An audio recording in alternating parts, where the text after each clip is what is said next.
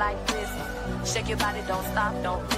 All you ladies pop your pussy like this. Shake your body, don't stop, don't miss. Just do it, do it, do it, do it, do it, do it, do it, do it, do it, do it, do it, do it now. Lick it good, suck this just like you should.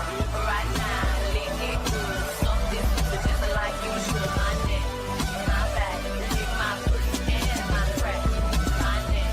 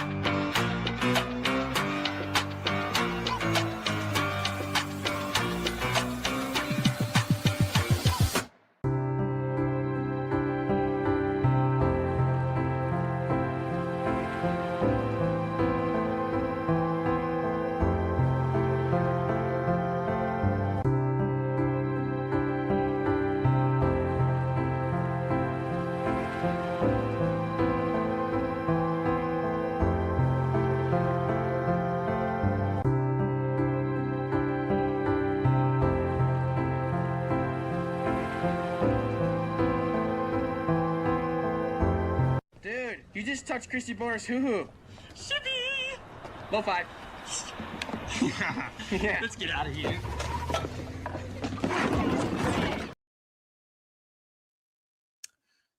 And away we go. Who knows who's going to show up early? No hurry. We're going to take it easy. It's a Saturday night. Dave, the Owl, will be on at 1:10 East. Basically Sunday morning. It's up to you if you want to go there. Just going to jump into this. Might as well. My team just lost the game, the hockey game. So bummer, but let's do this. Just thought I'd start early because we're doing easy stuff and watching trial videos. No interruption, serious Shibby. One person watching. Oh, hello, my one greatest fan that I've never seen before. Welcome. Let's do it. Just going to start this quick little video. Give everyone chances to pile in here. Let me get my screen share happening. And where are you? This one and this and share. Look at this, professional. Let's get right into it. Here we go. And just give me a few minutes and we will start day 4. I have it all ready to go. Day 4 of the Dale Warner trial, recapping, no breaks. I will edit it all so we can break and get us right through all the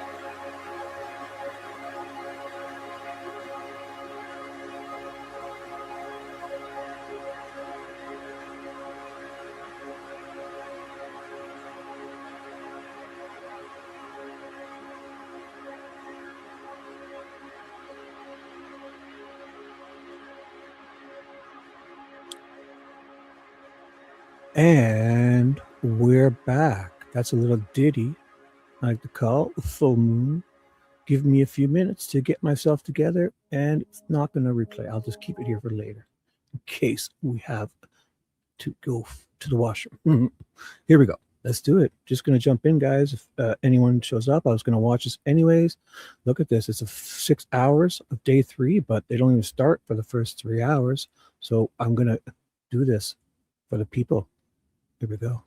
This is Georgia Ziegler, Michigan State cell phone analyst. Day 4, February 18th, 26. Just recapping. Again, just lots of questions left for me. That's all. I enjoy watching the trial. I'm not advocating for Dale. I'm not saying he didn't do it. He possibly could have. Just this whole, the way the state said it happened, just because a guy's got red on his arms doesn't mean a farmer has a farmer tan. Does that really mean he's welding his wife in a tank? Would he walk past all his cameras holding a grinder to entomb his wife in a tank with said and grinder? I just have a lot of questions. And if he did it in the middle of the night or something, I mean, they should have, this timeline just, it's so dismissive how easy it would be to act like he's fending off a tank with a garden hose and thwarts off the Michigan police with a little garden hose. Like, they're just really, really pushed to create stuff by parking that JCB out front and extending the boom 20 feet to show, yeah, you could have done it this way. Or the safe, the 6'7" guy goes to Home Depot and jumps in a similar safe, and yeah, you could fit a body in there. Like, who's questioning if you could fit a body in a gigantic safe? It's just they have no proof it was put in a safe. They have no blood droplets, no dogs hit on it, no hairs, nothing, nothing's in this safe. It's just all a theory. So just find it hard to believe it happened this way. So it's the only reason I'm questioning, asking questions. And that whole timeline of him 6:41 driving past a tree branch where I could show you the full video. 6:42 he walks in a door with a torch. I can't show you him doing that. 6:43 he places it, the yellow torch and blue welder, the yellow bottle and blue welder there on wheels. I don't show you that neither. I can't even show you him letting his hand off that and walking away from it. I can just show you him walking in the same room. Like, just then that whole Ivan teleporting around on the garbage, putting garbage in. He's not even supposed to be there that day, working on a truck with his brother, cleaning out the work truck after Dale leaves. Like, that was suspicious. What if he's putting junk in there that they find, and then Dale gets out of the JCB, but they don't show him getting back in. Then in the next scene, they got a different angle of that JCB not putting garbage on a pile. He's way over here, and it says, oh, this is what the JCB just did, poured that garbage on the pile, the white garbage, and then therefore that means there's a tank there and that person in the JCB did it. Yeah, they just say it's Dale. Like, I mean, why not show him getting back in? What is with this state? Everything seems manufactured, honestly, if you really, really look at it. So it's the only reason I'm questioning is just why are they just saying stuff that happens, showing screenshots of this and this of video, and then filling in the blanks of what's happening by telling you and not showing you the video. It's like, we got a screenshot. We got this video. Let me take a screenshot of something here and a screenshot of something, the JCB driving way over here, and I'll tell you what it did instead of showing the video of it happening 10, 20 seconds before. Just really made me suspicious. Again, if questioning, hey, what's up, Lola? Just thought I'd start early, guys. So here we go. No more interruptions. Day 4 starts right now. It's George's. I'll put on the screen the people that are on their testimonies. Okay, let's do it. Meeting now. Okay, go ahead. So it starts right here. Day 4. If something happens.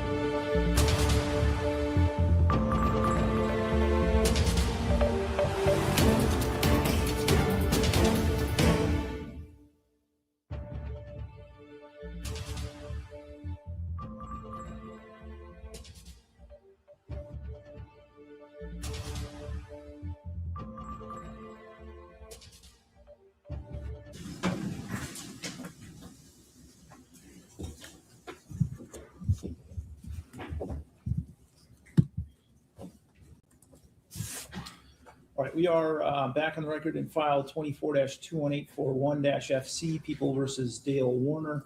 Mr. McCree, could I have you unhook your technology for a minute? I need to restart our Polycom session because I left it on this morning and it got timed out.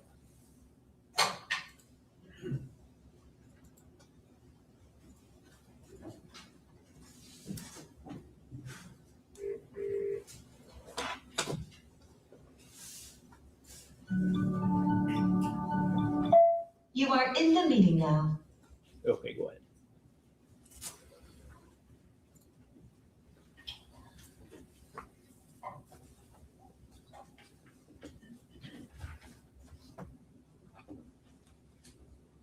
All right, so we met this morning and reviewed a number of exhibits. It's my understanding that there is a stipulation to admit a number of additional exhibits. Is that accurate? That's correct, Your Honor. That's correct. Okay, do you want to go ahead and put that on the record? Yes, Your Honor. We would stipulate to exhibits 60 through 73, 90 through 124, 127, through 143, 144. This court ruled was admissible, and Ms. Chartier can put her objection on the record on that. 146 through 165. 166, the court is still reviewing. 167 through 188, 224 and 225. And then 226 would be demonstrative evidence, but we won't be admitting it in the trial. I mean, we will be displaying it during the trial, but not for admission. Right. I think it's 261. 261. Okay, 261 is the demonstrative exhibit. Correct. And if I said 226, I meant 261. So if you could strike 226, we haven't addressed that one yet. Okay. All right, is that accurate, Ms. Chartier? That's correct, Your Honor. On 144, the summary of the objection was that it was irrelevant to the matter. Thank you. All right, and so that was an autopsy photograph depicting a ring that was being worn by Ms. Warner, and the court's ruling was that was relevant to some of the issues in this case, particularly issues that have arisen with respect to the jewelry that Ms. Warner regularly wears and whether or not she may be a target for theft or something like that. So I do think it's relevant, and I did admit that over the objection.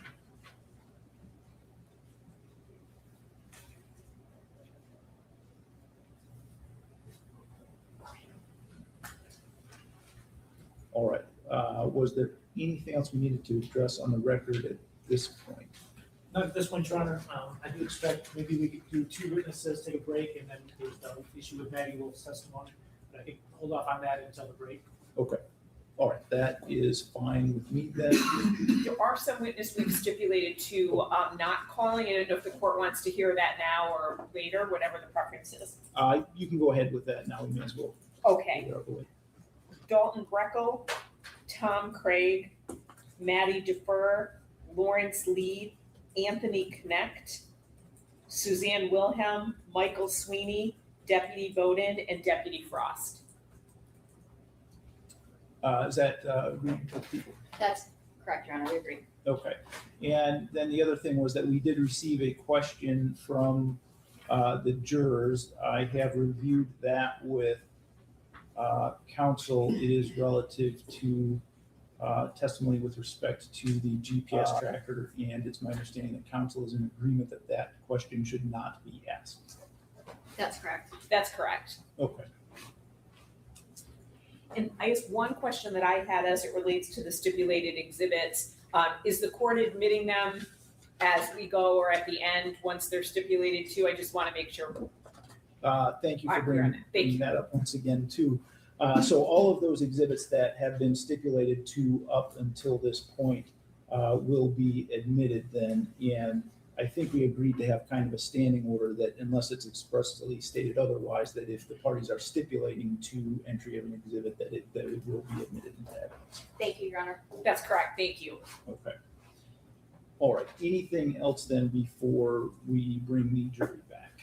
No, Your Honor. No, thank you. Okay. Oh, Nice. Just sign it. oh, did you check your stuff? Make sure.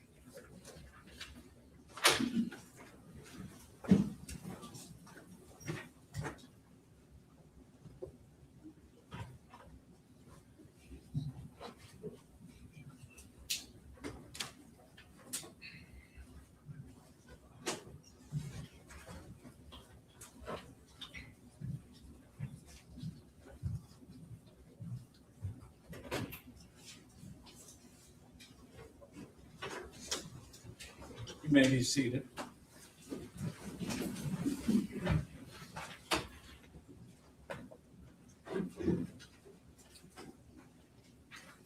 All right, you people may call your next witness. Thank you, Your Honor. People call George Ziegler.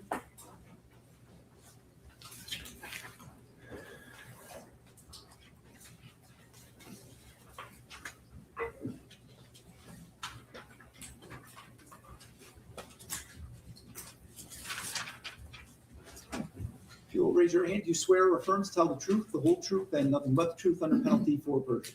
I do. You can sit down.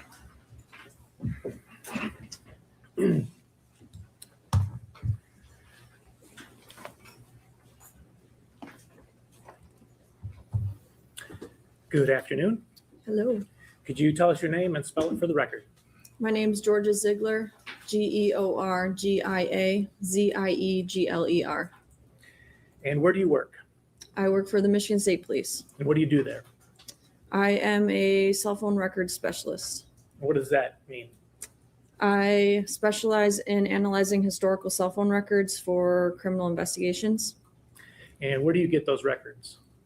These records are obtained from the cell phone service provider, so in this case, it would be Verizon. And how long have you been doing that? I've been analyzing records for approximately 5 years. And do you have training in this area? I do. And what kind of training? I've gone through over 300 hours of training specific to analyzing historical phone records. A lot of that training is conducted by software vendors or other industry professionals who handle the material.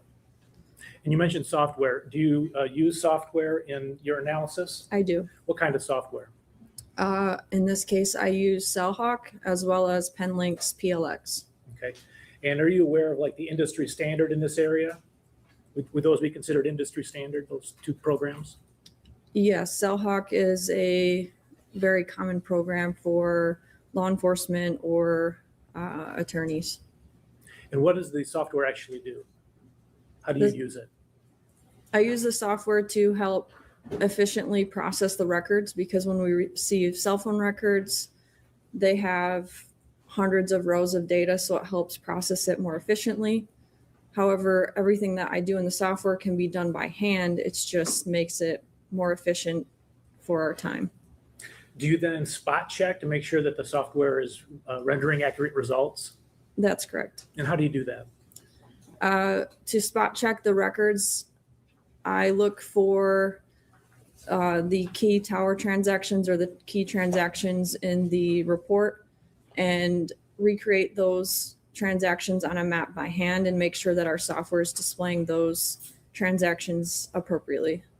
So the software is basically mapping the location of something on an actual map, is that correct?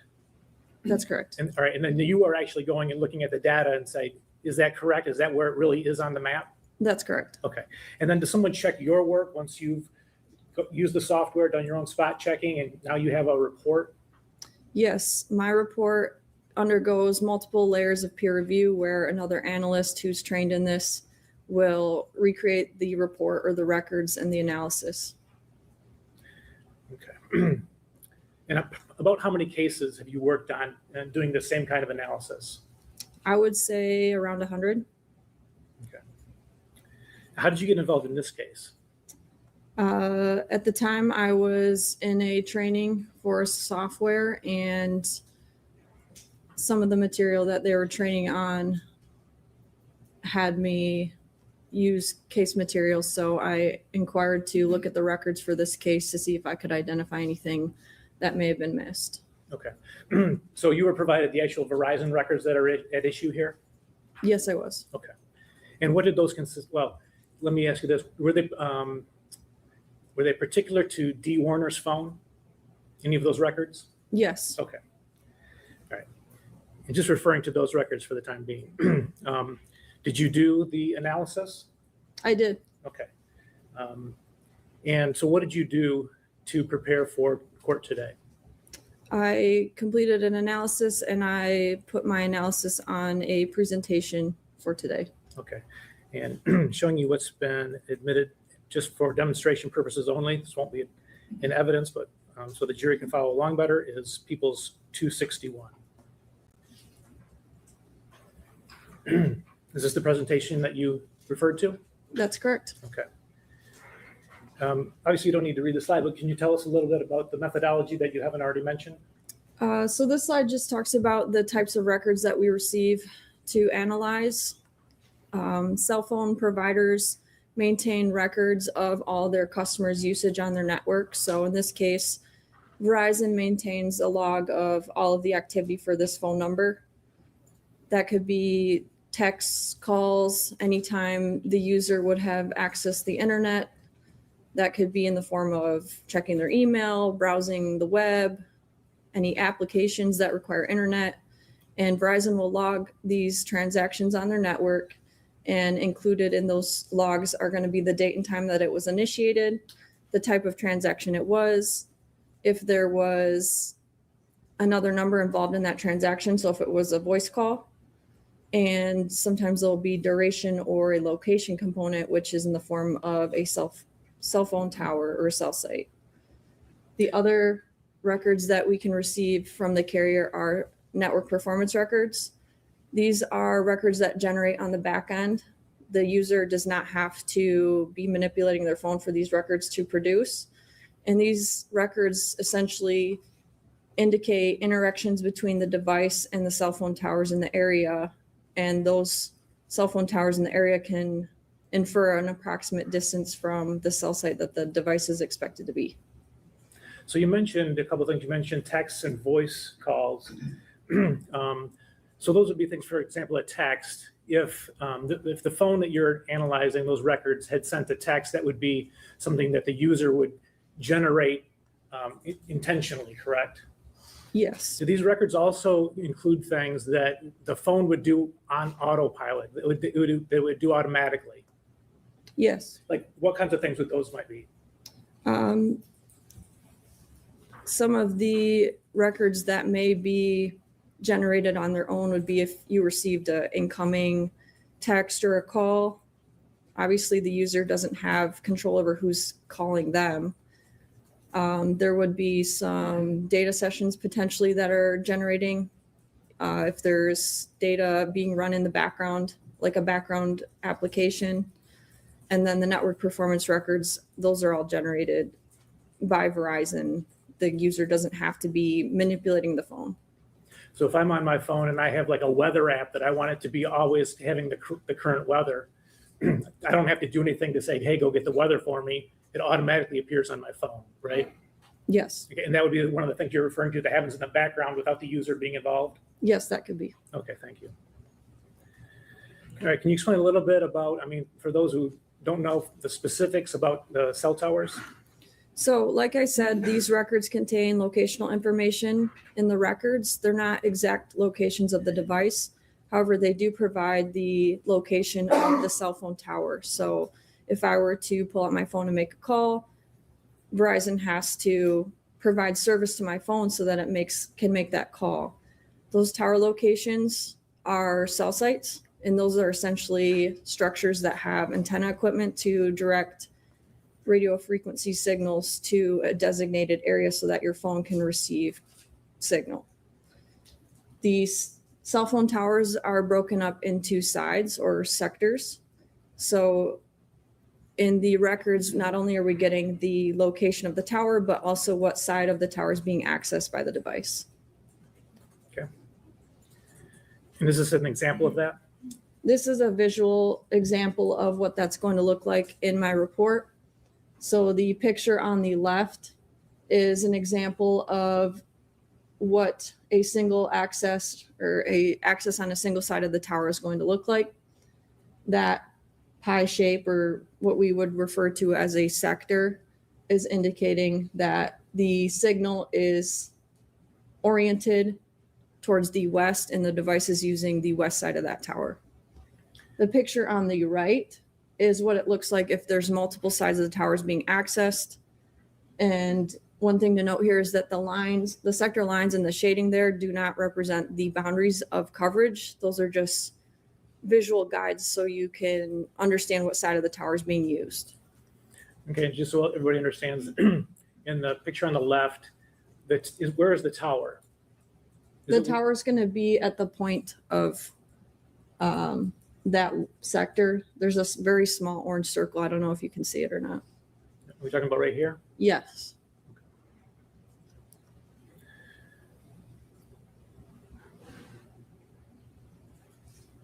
All right, and what do you have here?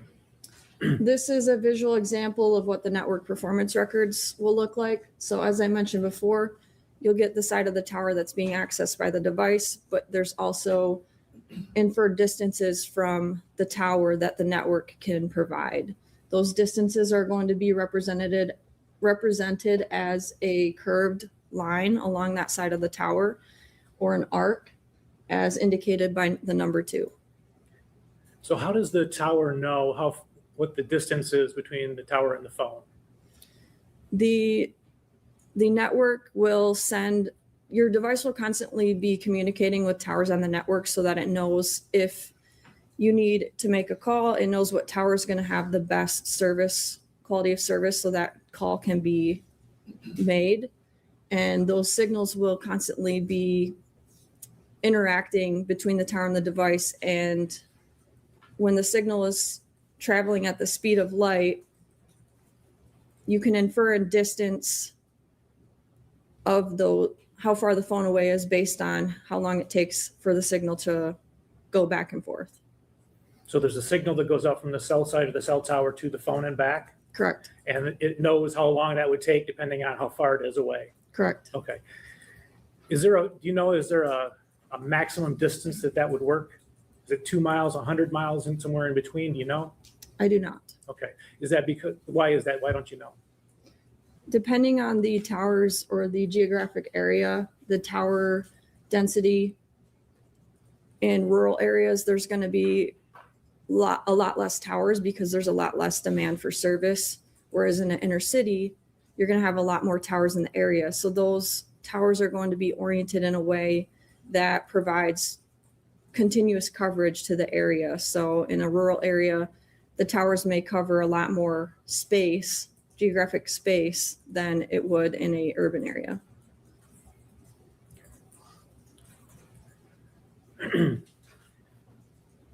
All right, so you did an analysis of a certain set of records, correct? Correct. And what were those records? I analyzed records associated to D. Warner's Verizon phone. And what was the date that you looked from when to when?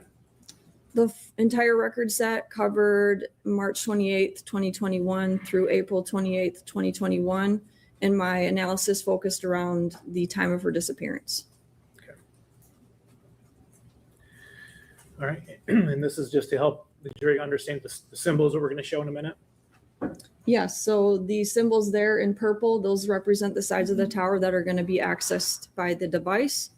If there is a distance associated with that access, it'll be represented by a curved line along that side of the tower at that designated distance. The blue marker pin represents 2170 West Munger Road, or the property. And the small orange circles will be the Verizon cell sites. Okay. Are these the actual cell site locations? Yes, so this is Verizon's towers in the area. The zoomed in image there is the surrounding towers in the immediate area of the residence. So if we look at the bigger scale map that's kind of to the lower right-hand corner, and you look at Metro Detroit, for example, there's parts of it that are just all orange. You can't even see a distinct circle. Is that correct? That's correct. Okay. And is that an example of when you said there are more towers in urban areas? That's correct. Okay. And then the call out there is just the area around the Munger property. Is that right? That's right. Okay. And can you look and tell us where are the closest towers to the Munger residence? The closest towers are going to be, by bird's eye view, is going to be directly north of the residence and south with a little bit to the east. Okay, and I'm going to just point at one here. Is that one of the ones you're referring to? That's correct. Okay, that's the one to the north. And what about this one? Yes. Okay.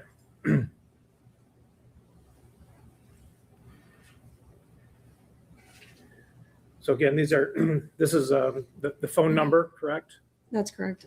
And then the range of dates that you looked at. That's correct. Okay. Is this an example of what the data looks like when you looked at it? That is correct. Okay, can you explain it? So this is an excerpt of the internet usage report. This is the last activity on this device on the internet side of the records. They're color coded based on session ID. So if you're looking at the first column there, it indicates charging ID. That's a unique Verizon number specifying the session ID or the data session. So every time that's reoccurring, that just indicates that that session renewed and is continuing on and on. So does that mean that every time the phone connects again, there's a new number for that? For that charging ID? Yes, if there's a new internet session initiated, it will be a unique identifier under the charging ID. Okay. All right. And then go on, please. And the start date and time is indicating the origin of that session when it was originating. And then if there's a reoccurring charging ID or session ID, that's the start and date time is going to be when that renewed. The stop date and time is when one session ends. And if it's a reoccurring session, it'll renew at the exact second that the next or the last one expired. And if that happens, does that mean that there was that connection was never lost? If it's a renewing session? Yes. Okay. All right. The record close cause is going to tell us the reason why the record closed out. So you can see there's quite a few there that list time limit. That just indicates that those sessions ran for the maximum amount of time before Verizon needed to re-authenticate that data session and renew. The MSISDN just indicates this record set belongs to that phone number. The megabits is going to be how much data transpired for these sessions. And the ECGI eNote ID, that is just a tower identifier. Okay. And is this the same data, just in a different order? Yes, so this is the same information essentially broken up by session ID. So with the green and the yellow, you can see that those both originated the day before, so April 24th. And they continued on for several renewals or subsessions until they timed out. The orange and the blue and the pink rows at the bottom are all sessions that were single session data access. The bottom row in the highlighted in the pink is the last initiated session by this phone, and that occurred on April 25th at 7:01 in the morning. Okay. And it says that the start time was 7:01, the stop time was 7:05. What do those figures tell us? Because this record close cause indicates it was a normal release, that session lasted approximately 4 to 5 minutes, and it closed out under normal circumstances. And do you know from this information whether that was a user-generated connection or whether that was a background connection like we talked about earlier? I have no way to distinguish that. Okay. All right, but the bottom line here, the last time the phone was active on the network was 7:05. For this specific record set, yes. Okay.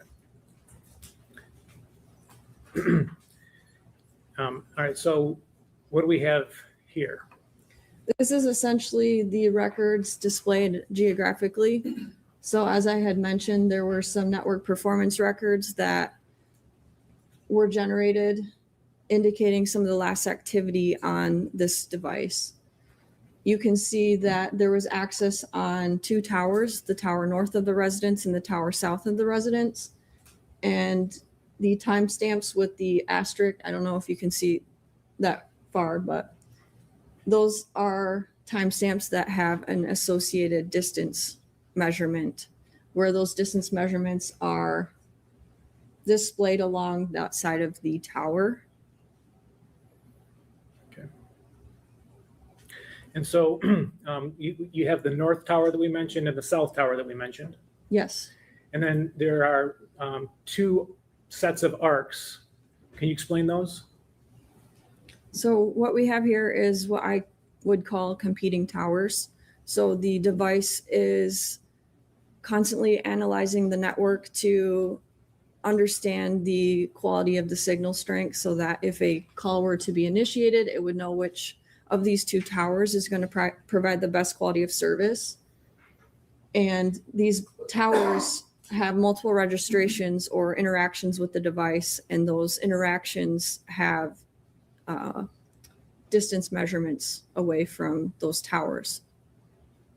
And so the arcs represent the distance that the records are saying the phone was away from the towers. Correct. Okay. And why do we have an arc rather than a point? The arcs are, if the tower is measuring the phone to be 3 miles away from the tower, and we know what side of the tower is being accessed, then we would draw a line along that side of the tower for 3 miles out, and that's why you get a partial circle. Okay, so if we just had, for example, the north tower, then the bottom arc we wouldn't have at all. That's correct. Okay, and vice versa. Yes, Okay, so is there an advantage then to having connections to both towers? there is. So because we have 2 towers communicating with the phone in close proximity in time, where those 2 distance measurements are intersecting is a good indication where that device is expected to be. Okay, and where is that blue pin located? The blue pin represents the Munger Farm property. Okay. Is this a close-up of that? This is a close-up satellite view of where those arcs are intersecting.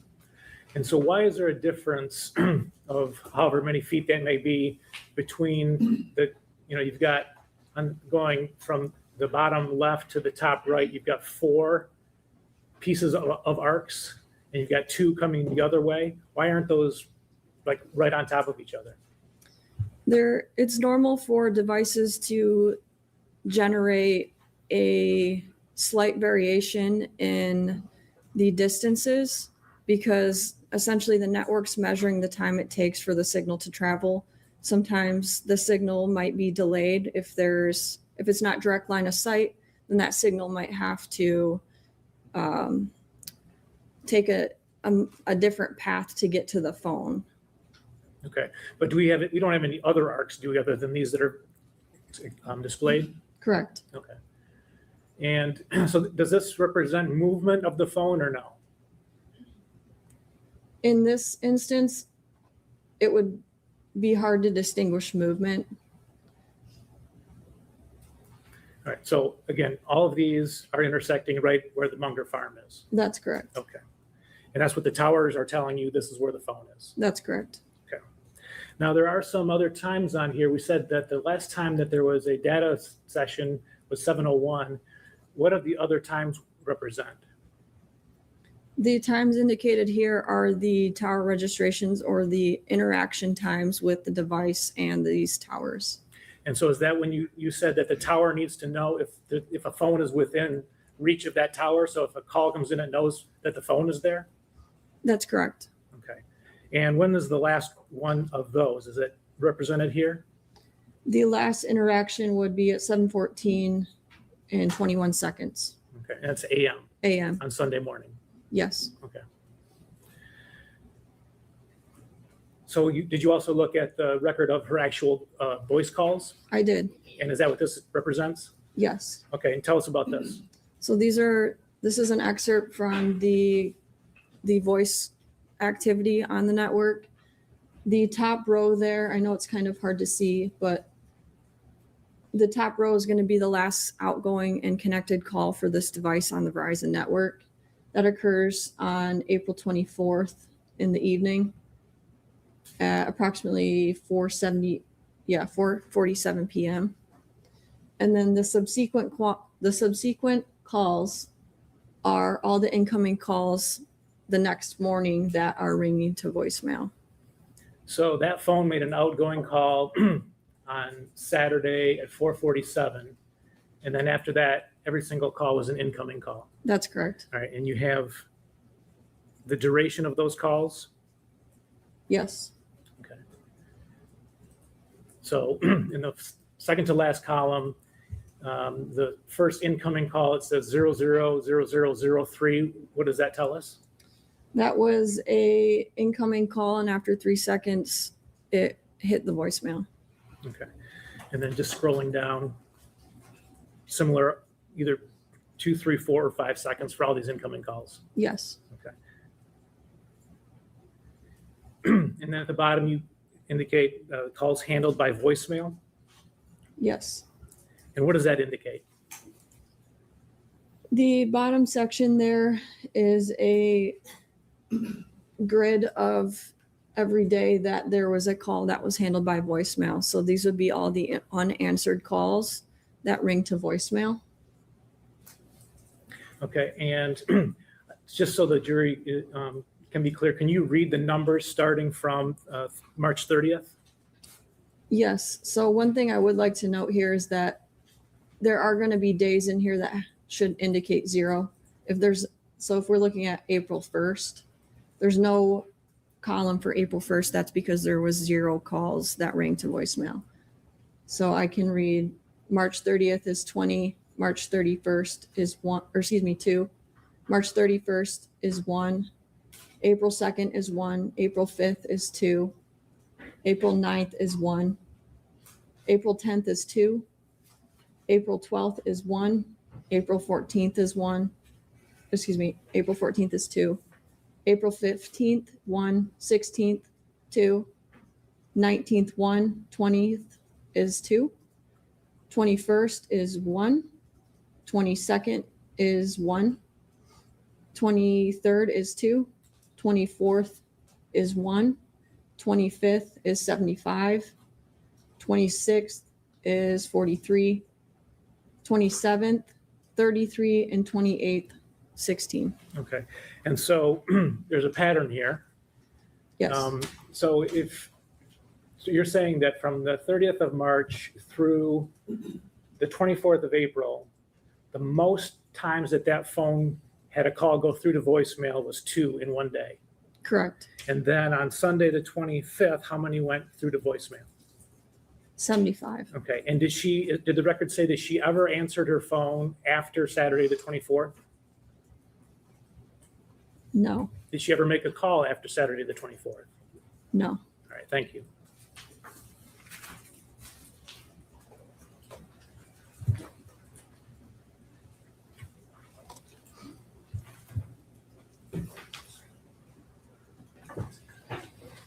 Good afternoon. Is it Ms. Ziegler? Yes. Okay, I wanted to make sure I was pronouncing it properly. My name is Mary Chartier. I have some questions for you this afternoon. So on your report, which Ms. Saylor is getting ready for us, do you have a copy in front of you? I do not. Okay, so in case we need it, Ms. Saylor will be able to pull it up. It says last updated with the demonstrative aid that you have for us on February 12th, 2026. That would be Thursday, correct? Correct. What did you update on it? I made some adjustments to the slides. I know there was some grammatical errors on the case detail slide. The display of the title on the map slides needed to be adjusted because the white box behind the text wasn't representative, or it was not covering the full text, so you couldn't see the full text. Was there anything substantive? It sounds like those things are either typos or aesthetics or grammar, anything substantive that you changed? I don't believe so. You also indicated that when you are spot checking the software, you recreate key transactions, correct? Correct. How long does it take you to recreate key transactions? It can depend on if there's some issues, like some troubleshooting stuff, but I would say in this case, maybe an hour. Were there any issues with the software that you needed to troubleshoot? No. You had indicated that you got involved in the case to see if anything had been missed. Is that accurate? Yes. Was anything missed? No. Anything that I thought that I found as far as an investigative lead would have been relayed to the officer in charge. So maybe I did not phrase my question properly. You got involved to see if anything had been missed before your involvement? That's how I understood your response earlier. I was looking for, at the time, there was no body recovered, so I was essentially looking for records that might help lead to a location. Were you looking to see if another analyst had missed something before you, or no? You were just coming in to assist in an investigative lead? Yes, I was. The latter? You were coming in to assist? Yes. Not to see if somebody else had missed something? Well, when I do my own analysis, it would be an independent analysis. So if my analysis differed from somebody else's, that would be apparent. Did your analysis differ from someone else's? It, as far as what? As far as anything? No, I don't think I generated anything new. You also indicated that people sort of spot check your work or check it, correct? Yes. Who did that? This most recent report was peer reviewed by Parker DeGroot and Elizabeth Wandry. And when you're saying report, you mean what had been up on the screen? Yes. What about your work analyzing the records? Did someone check that? What do you mean?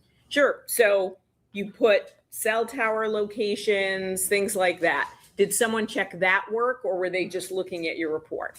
Yes. So when we submit our stuff for a peer review, they'll pull up the case files in our software and regenerate those results. When you say peer review, this is someone who works with you, correct? Correct.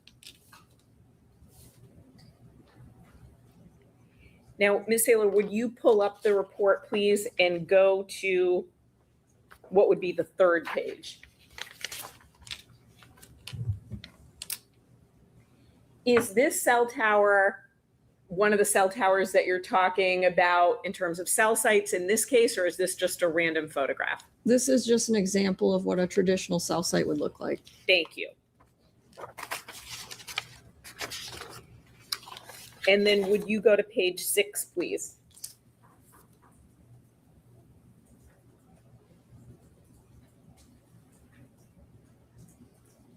So if we look on the fourth bullet down, it says the activity displayed is meant to provide an overview of the approximate geographic location. Talk to me about the approximate geographic location. When you show a little button up there that says this is where the device is, how accurate is that? How close to that location is that? I don't indicate where the device is. I indicate where the towers are that are being accessed by the device. And the device would have to be in the area where the signal could reach for those towers to be accessed. So when you showed in your report the device being, for instance, on the Munger property. So if you could go to slide 13, please. So we see that little blue dot. Are you saying that's where the device was? The blue marker pin is just a pin on the map for the property. Okay. So terrific. That's what I wanted to make sure I understood from your testimony. So that's the Munger property. That's not where the device is located. That's correct. You can't, and again, unless things dramatically changed and I'm not keeping up with it, you can't tell us where the device last was connected, like in terms of an actual location. I would never be able to give you an exact location of where the device is. But when you have instances where there's multiple towers giving distance readings, it's a pretty good indication of where the device is relatively. Pretty good indication. So how close? So for instance, on the Munger property, on a neighbor's property, on the road, how precise are you getting?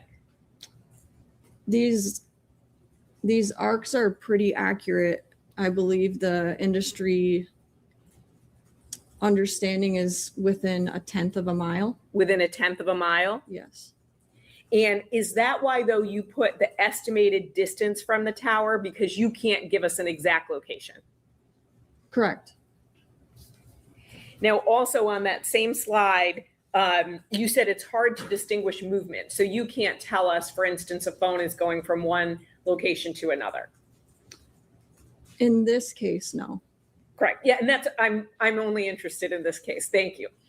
There might be others. Now, also, you said there's a slight variation in distances. And again, that's why you have to estimate, correct? Correct.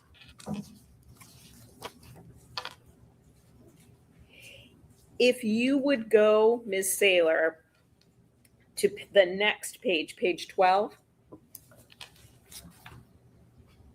Or actually the page before page 12.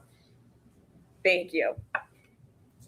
So these times 7:13, 16, 7:13, 33, those are times that the device is connecting with the towers. Is that accurate?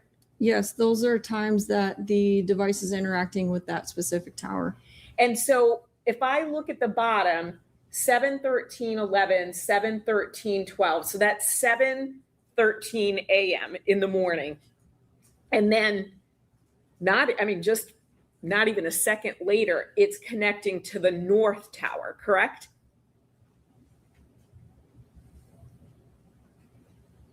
At 7:13:16, is that what that shows?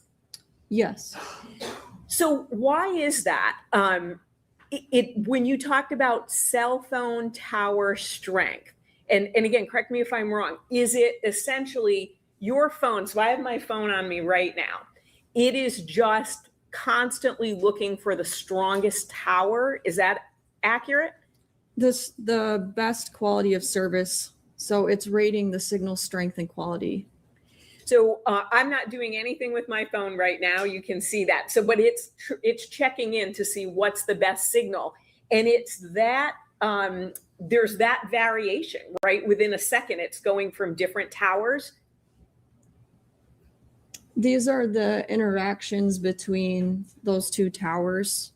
We don't get the rating between like what the device decides is the best between those two unless a call's initiated. But the device is resonating or reacting to those towers. Is that accurate? The device is interacting with both towers. Okay. So almost in some cases simultaneously. Yes. Thank you. What are things that affect cell tower signal strength? Obstructions.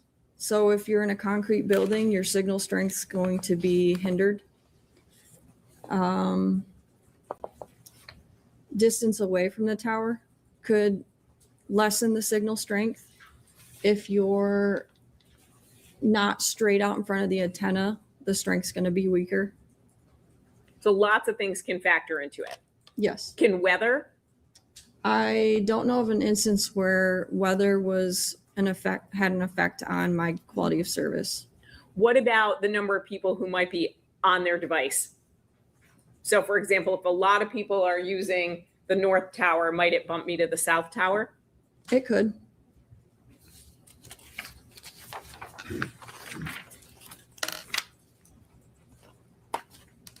Now you had indicated that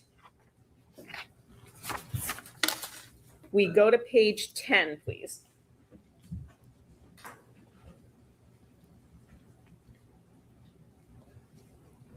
The bottom row.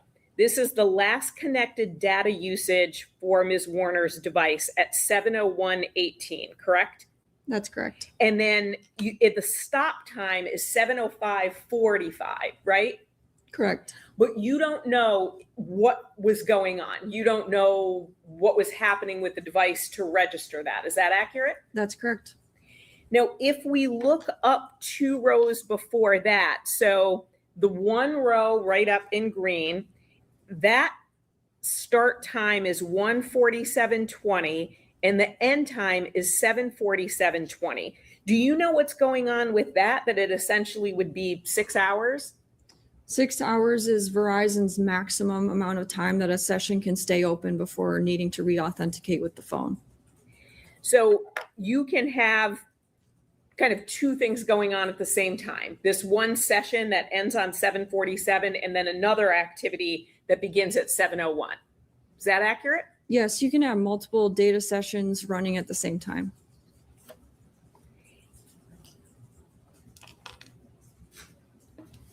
And then you said the final column, the one on the right-hand side, the 22601 and 22609, those are actually the symbols for different, or the numerical symbols for the 2 different towers that you were referring to.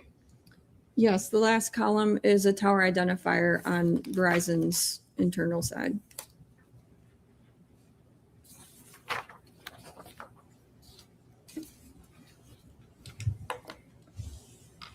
Now, you did not analyze Ms. Warner's actual phone, correct?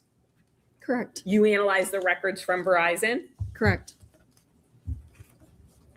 And I think we already covered this, but the estimates that you showed where the arcs were on your report, you can get us somewhat close, but you cannot pinpoint that location, correct? Correct.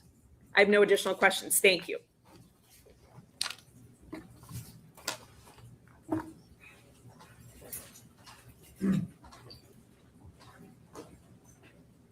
Ms. Saylor, would you mind? Yeah, that would be great. 10. I just want to quickly do 2 things. First, the green line second to the bottom, the one that timed out after 6 hours. Yes. Okay. So if I'm understanding you correctly, the network remains open to that phone for 6 hours, and if nothing happens, it just times out? Correct. Okay, does that mean that the network has connected to the phone during that time? What do you mean? Was the phone connected at 7:47? Or was the network just open to the phone if it appeared? So the last time that session re-authenticated with the phone would have been at 1:47 in the morning, and that session stayed open regardless of if the phone was using that session or not.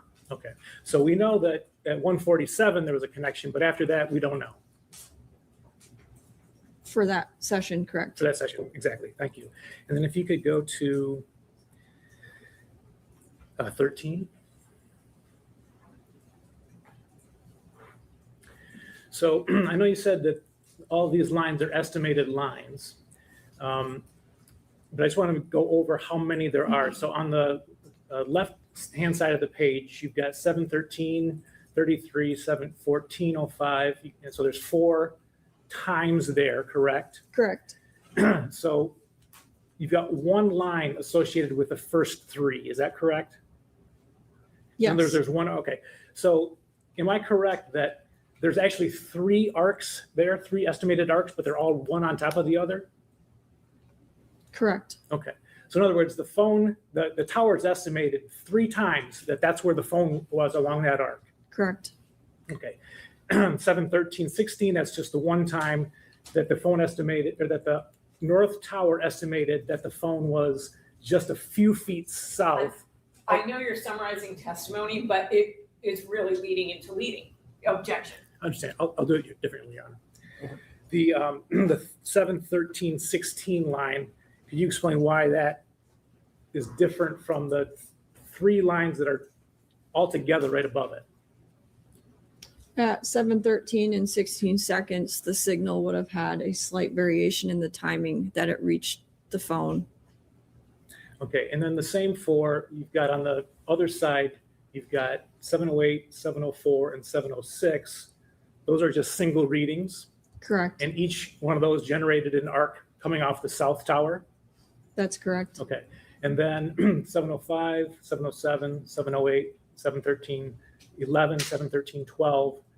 There are how many different arcs associated with those timestamps? That 1 arc is associated with all those timestamps. Okay, so 5 times the South Tower estimated that that's where the phone was? That's correct. Okay. And where these come together is it a good indication of where the phone is physically located? Correct. All right, thank you. Nothing further.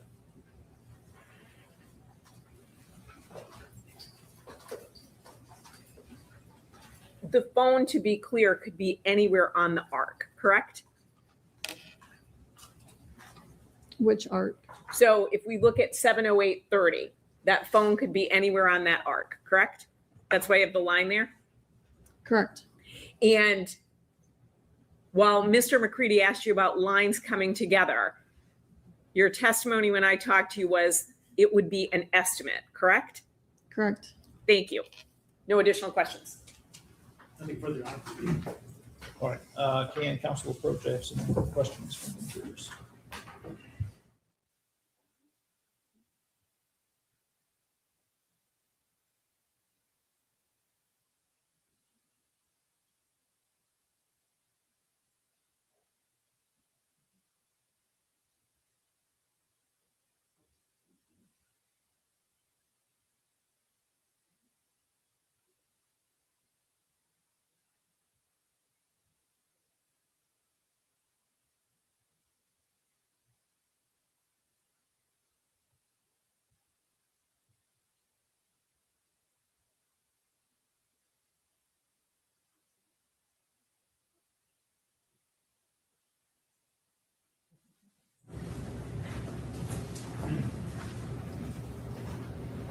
We have 3 questions from jurors. It's my understanding that the attorneys are in agreement that they all may be asked.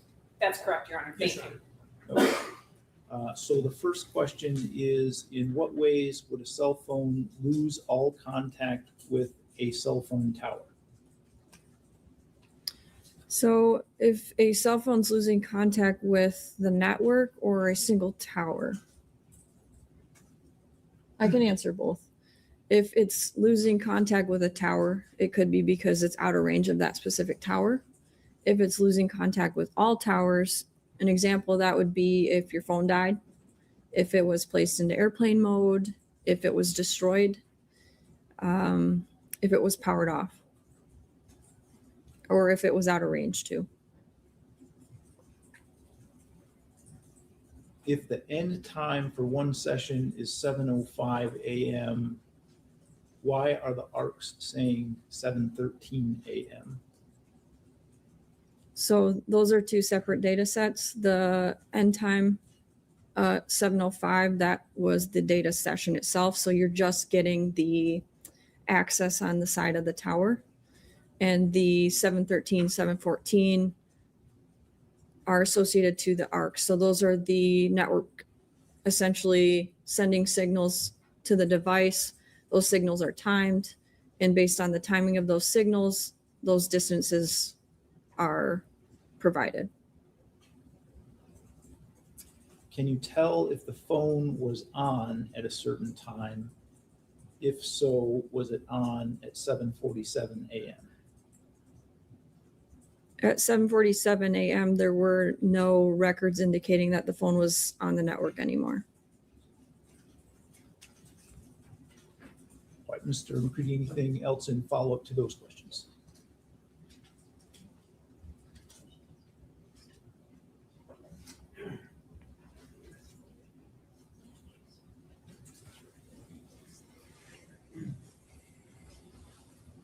So just to be clear, when is the last time that you are certain that the phone was connected to the network? At 7:14. Okay, thank you.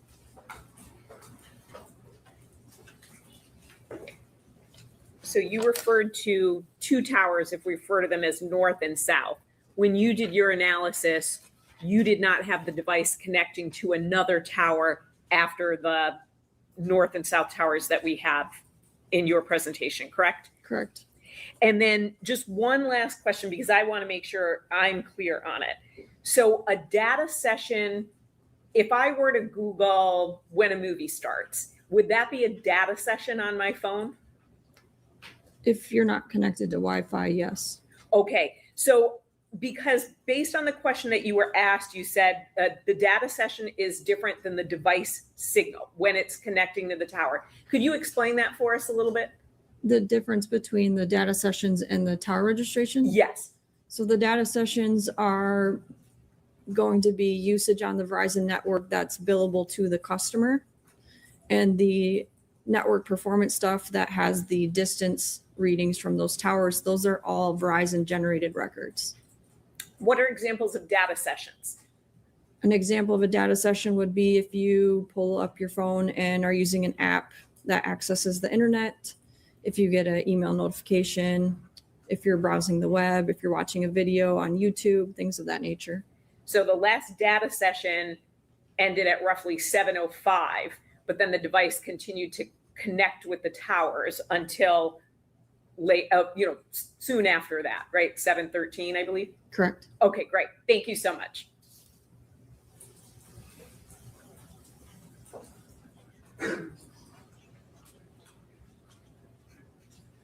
I won't say goodbye. Thank you. Okay. May Ms. Ziegler be excused from her subpoena? Yes. Yes, and may we approach very briefly? You may. Thank you, and you are free to go.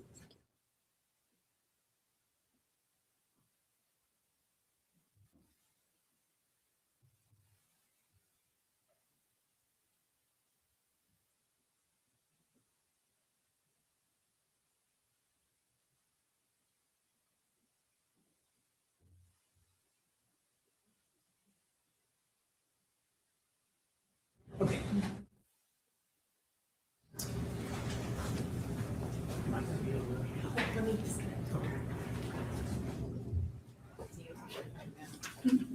All right, who would the people like to call as their next We're going witness? to call Devin Newell, but I just want to make sure I can connect my place back. Sure.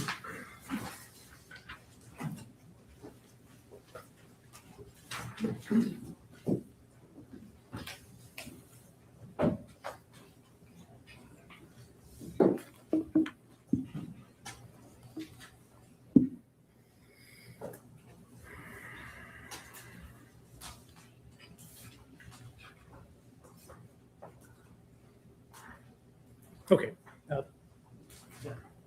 People would call Devin Newell.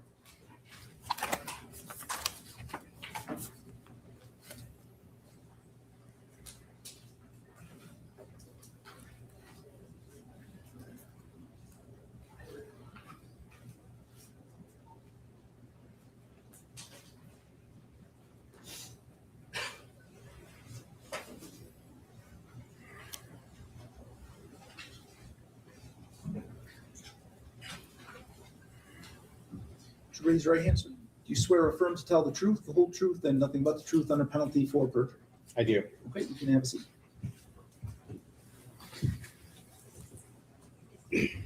Good afternoon. Good afternoon. Could you please tell us your name and spell it for the record?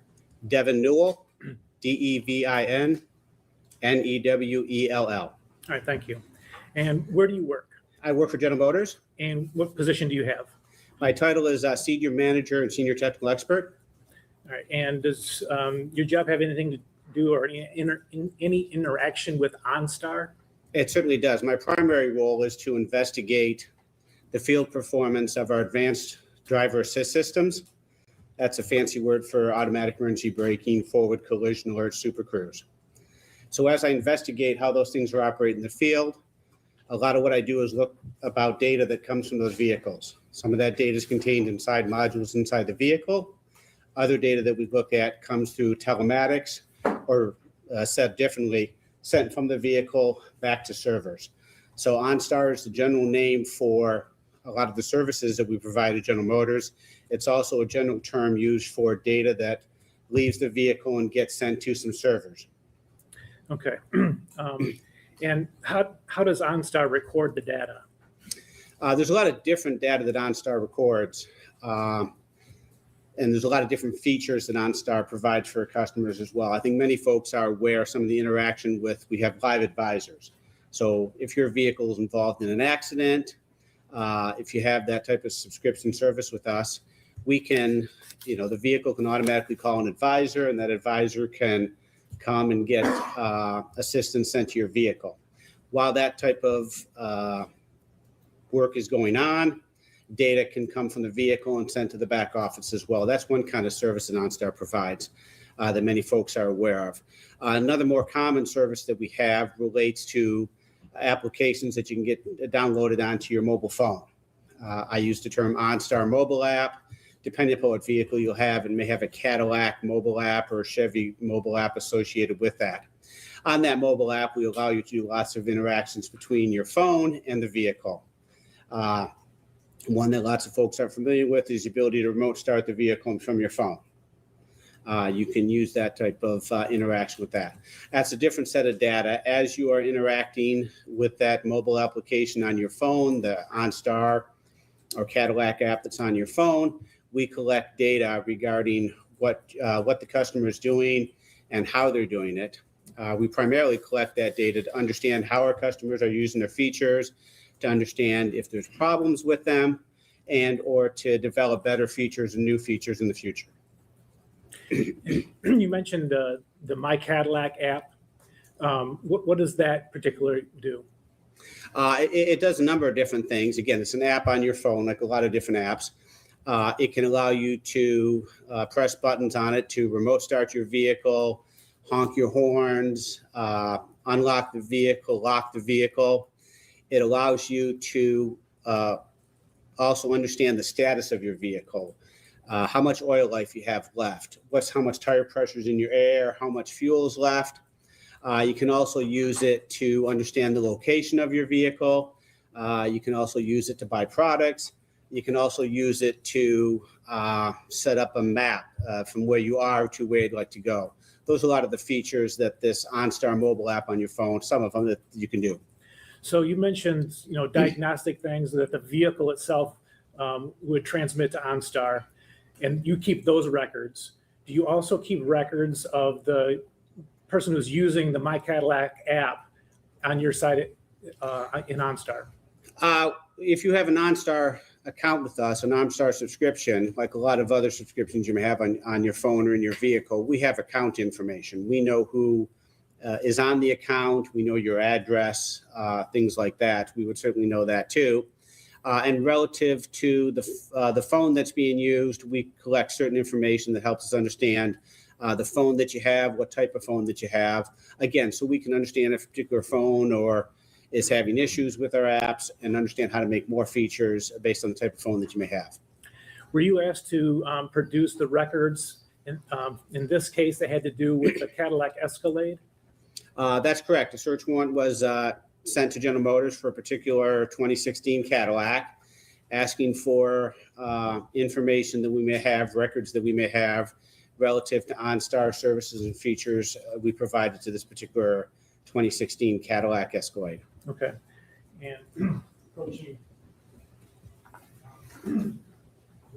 It's 224. Look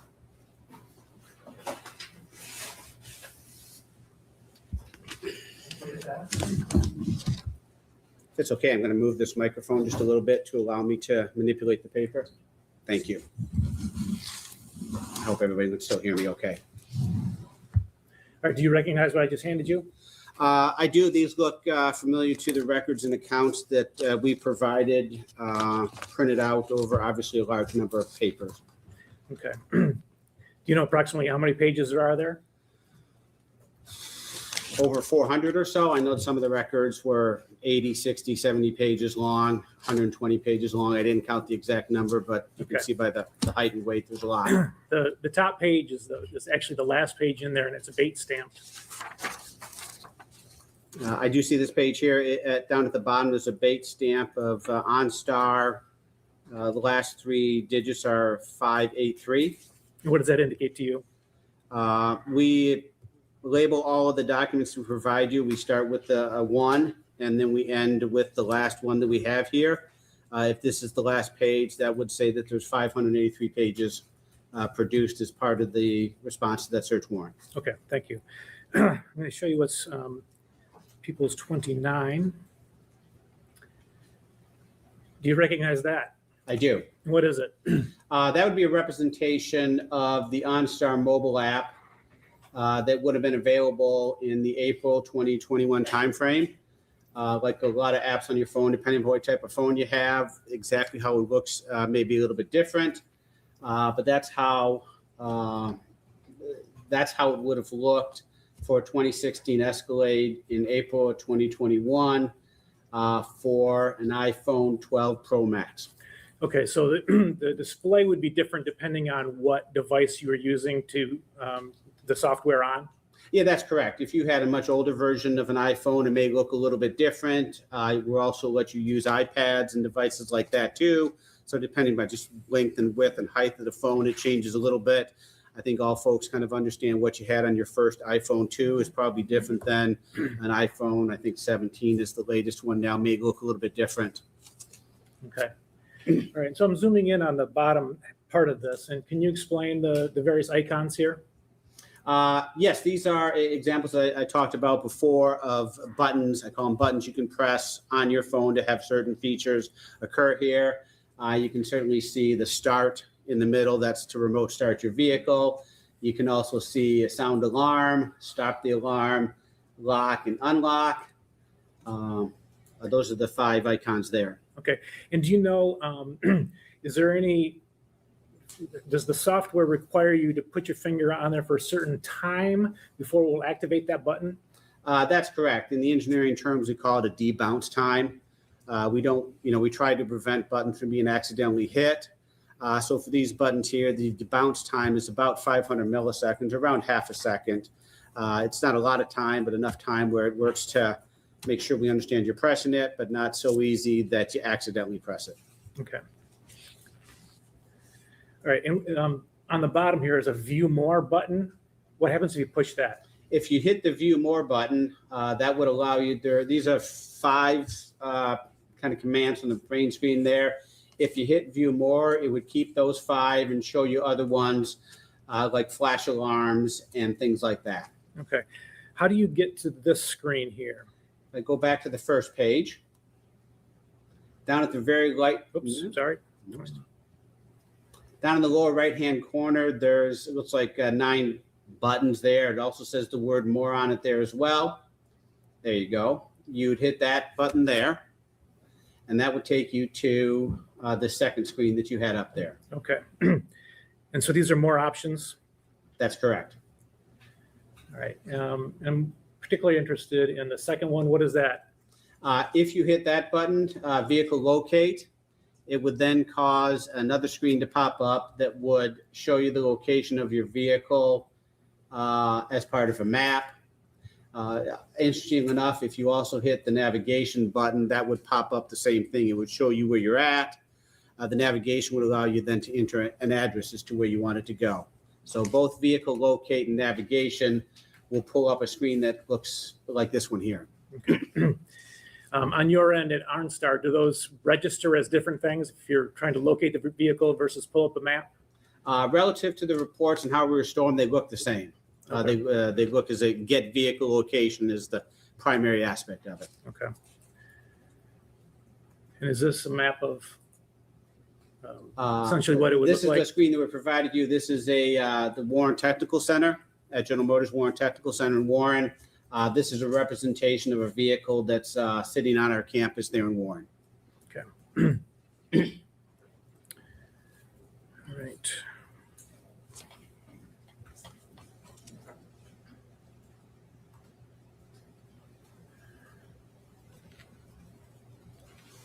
So the records that you produced, were they over a date range? That's correct.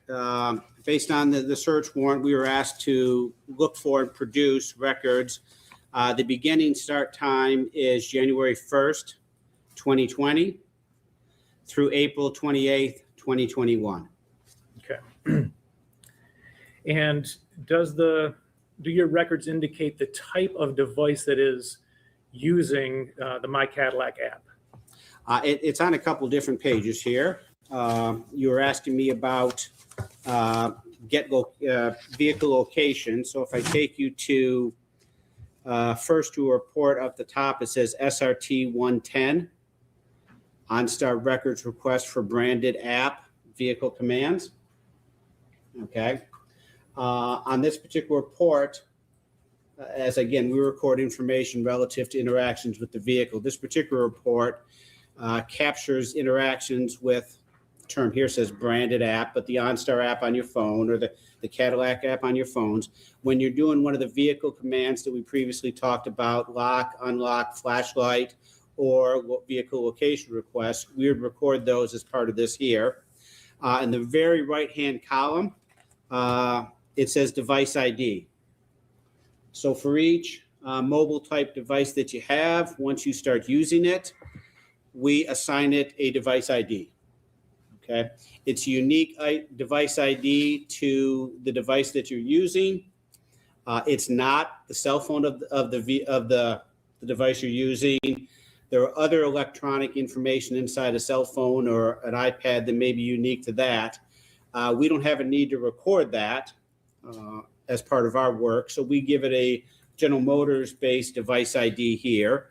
So to answer your question, the far right column is the device ID. Okay. And so if, do you record when somebody makes an account, do they have to give their name and address and all that? That's correct. Okay. Did that happen here? Yes, it did. If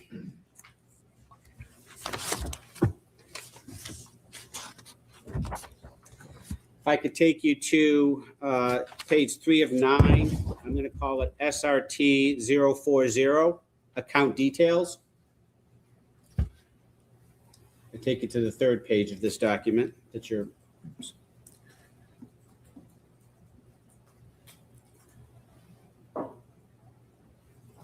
Okay.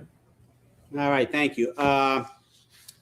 Like many apps that you have, or subscription services that you may have, up at the top there, in the upper right-hand corner, there's the account number associated with the account here. We have the vehicle identification number, the VIN. That's a 17-digit number that's unique to a particular vehicle. The requesting authority, this TC 982272, that's simply a number General Motors assigned to the search warrant that we received here. We've got a search start date and an end date here. Those are the dates I previously referenced here. And then the other information here is, as it kind of almost plainly says, account information. We tell you when it was opened. We tell you the status. We identify it in this case as a personal account versus like a commercial account. We identify the owners of the account and their phone numbers here, as well as an address. Okay. And the account owners here? I see 2 account owners associated with it. The first is Dale Warner. The second is D. Warner. Okay. All right. And then if we go back to the records that you were just mentioning before with the device ID, which report was that? SRT 110. And I just want to ask about For example, here we have several at the top. We've got a device ID ending in 36F4. I'm sorry. Let me just go back to the very first page. I'm also on page. Yep. Yeah. Yep. There we go. Page 1 there. There's a device ID here. It's got a lot of digits here, but we'll stay to the last 4, FD96. Okay. And who generates that device ID? That device ID, General Motors generates that. It's unique to the device that's being logged in. Again, it's not the phone number. It's not a serial number of the device. We just assign our own device ID to it, so we understand what type of device we're using to, but not necessarily recording the customer's phone number or other information as part of that. Okay, so that is a unique device. You don't ever give that number to another device. That's correct. Okay. All right. And do you know also what type of devices are using the app? We do. If I take you to the last page of our production here, page 583. This is a bit of decoder ring for that information. The first column is the device ID. We tell you when that device ID first logged in. We tell you when our last login or last known login of that device is. What version of app is being run on it, what carrier is being used, Verizon versus AT&T, device type, and then this device model and device name can help you understand what type of device it was. Okay. And so do you see that first device that we were just talking about listed in the device IDs? Yes, FD96. I see that as a device model iPhone 7, 2. That's how Apple identifies it. The brand or marketing name for that one is actually an iPhone 6.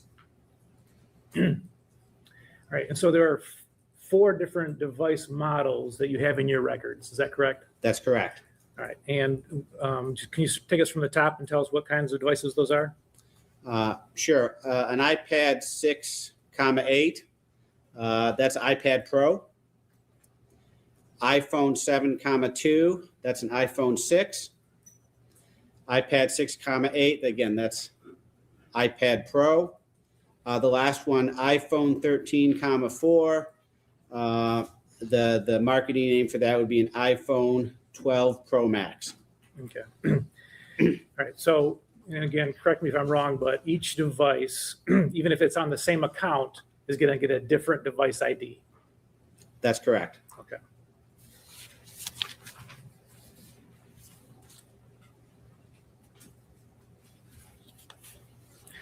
Does a user have to generate a username?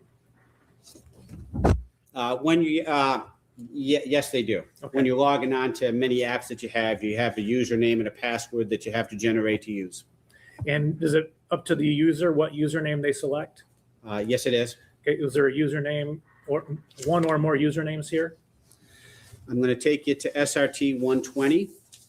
At the top, it says SRT 120, OnStar records request for branded app, login activity. Okay. 67 pages here. The second column here is the username associated with the app on the phone.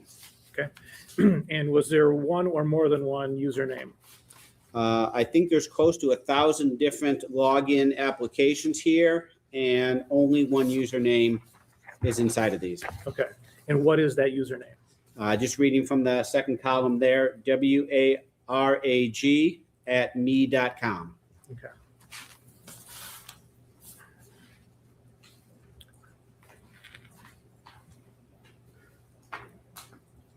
Now, does OnStar record the number of times that someone tried to locate the vehicle?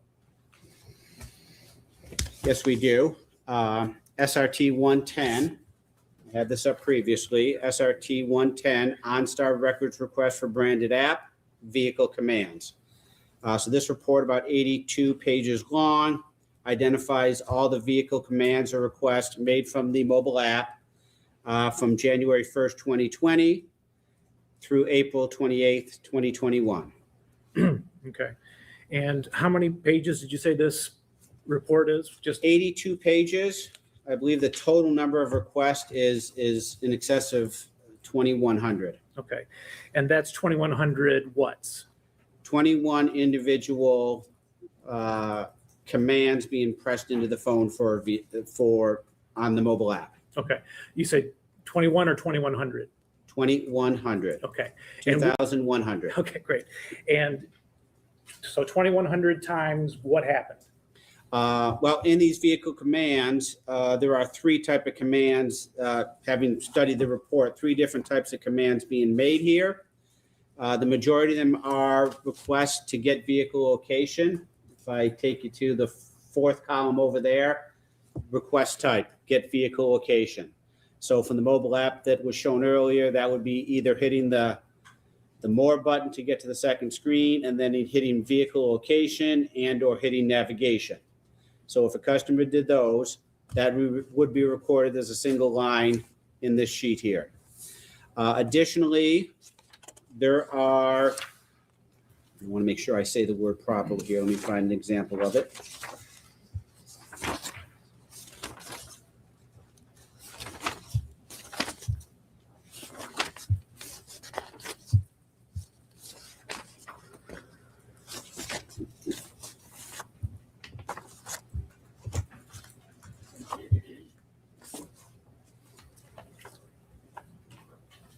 All right, if I take you to page 82 of 82. And again, under request type, we already talked about get vehicle location. There's a request type for get vehicle data, and there's also a request type for unlock doors. Those are the three vehicle commands or requests that were made in this 82-page report over the 16-month period we were talked. Get vehicle location, as we talked about, provides the location on a map that we said. Get vehicle data, that was one of the other buttons from the main screen there. Again, it shows you things like tire pressure, oil life, fuel remaining. And then lastly, unlock doors. I think it's fairly self-explanatory. You press that button there, and it would work to unlock the doors of the vehicle. So as you look at these, the get vehicle location is either someone asking where the vehicle is or someone asking to get to the navigation screen. That's correct. Okay. And as you look at these records, let's go back to the first page, for example. We have all the ones that are shown on the screen here look like it's the same device doing these requests. That's correct. Okay. And can you, as you've looked at these, can you give us a summary of this particular device and how often it did it get vehicle location request out of our 82 pages, for example? Throughout the 82 pages, there's primarily three devices that are used to do this. I mentioned them before. An iPhone 6, an iPad Pro, and an iPhone 12 Pro Max. The majority of the requests, I think over 1,700, if I counted roughly properly, are from an iPhone 6. There's roughly 150 or more through the iPad Pro. And then finally, somewhere in the neighborhood of 60 done with iPhone 12 Pro Max. Okay. Let's go to page 77.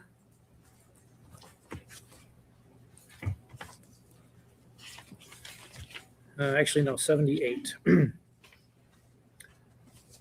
of SRT 110. Okay, and page 78 with you. All right, so do you see we've got a request start time and a request end time. And you've got a number of records on March 4th. That's correct. Okay, and then it skips to March 22nd. That's correct. All right. Is there a device switch between the 4th and the 22nd? Yes, if you look at the device ID, which is the last column, looking only at the last 4 digits to make it a little bit easier for us, you can see that all the requests on March 4th on this date were done by device ID 36F4, and there are no requests between March 4th and March 5th and March 21st, but on March 22nd, 2021, it now switches to device with the last 4 digits, 17F7. I'm sorry. So March 4th, it's 36F4. When we get to, there's nothing in between then and the 22nd, and it switches to 17F7. Is that correct? 17F7, that is correct, Okay. beginning on March 22nd. All right. And do you have handy what kind of device was 17F7? 17F4 was iPhone 13-4. Again, the commercial name for that is iPhone 12 Pro Max. Is that 17F7? 17F7. Okay, great. Thank you. And to your knowledge, did that device appear before March 22, 2021? No, it did not. Okay, so that's the first appearance. Does any device appear between March 22nd, 2021 and the end of your records? So The only device from March 22nd through the end of our records, which ends on April 25th, 2021, is the device ID 17F7, iPhone 12 Pro Max. Okay. And how many vehicle locates did it do between March 22nd and April 25, 2021? I counted those. I believe that to be 59 vehicle location requests in that time frame. Okay. Now, you also mentioned that your records indicate whenever someone uses the app to unlock the car, correct? That's correct. And how many times in this, from January 1, 2020 till April 25, 2021, was the app used to unlock the car? In that entire time frame, roughly 16 months, it was only used to unlock the door twice. Okay. And when was the first one? March 25th, 2021. And when was the second one? April 25th, 2021. And what time? April 25th, 2021, 7:08:38 a.m. Okay. And was that also by the device ending in 17F7? That is correct. The same device that had been used the previous 59 times to locate the vehicle? That's correct. All right, thank you.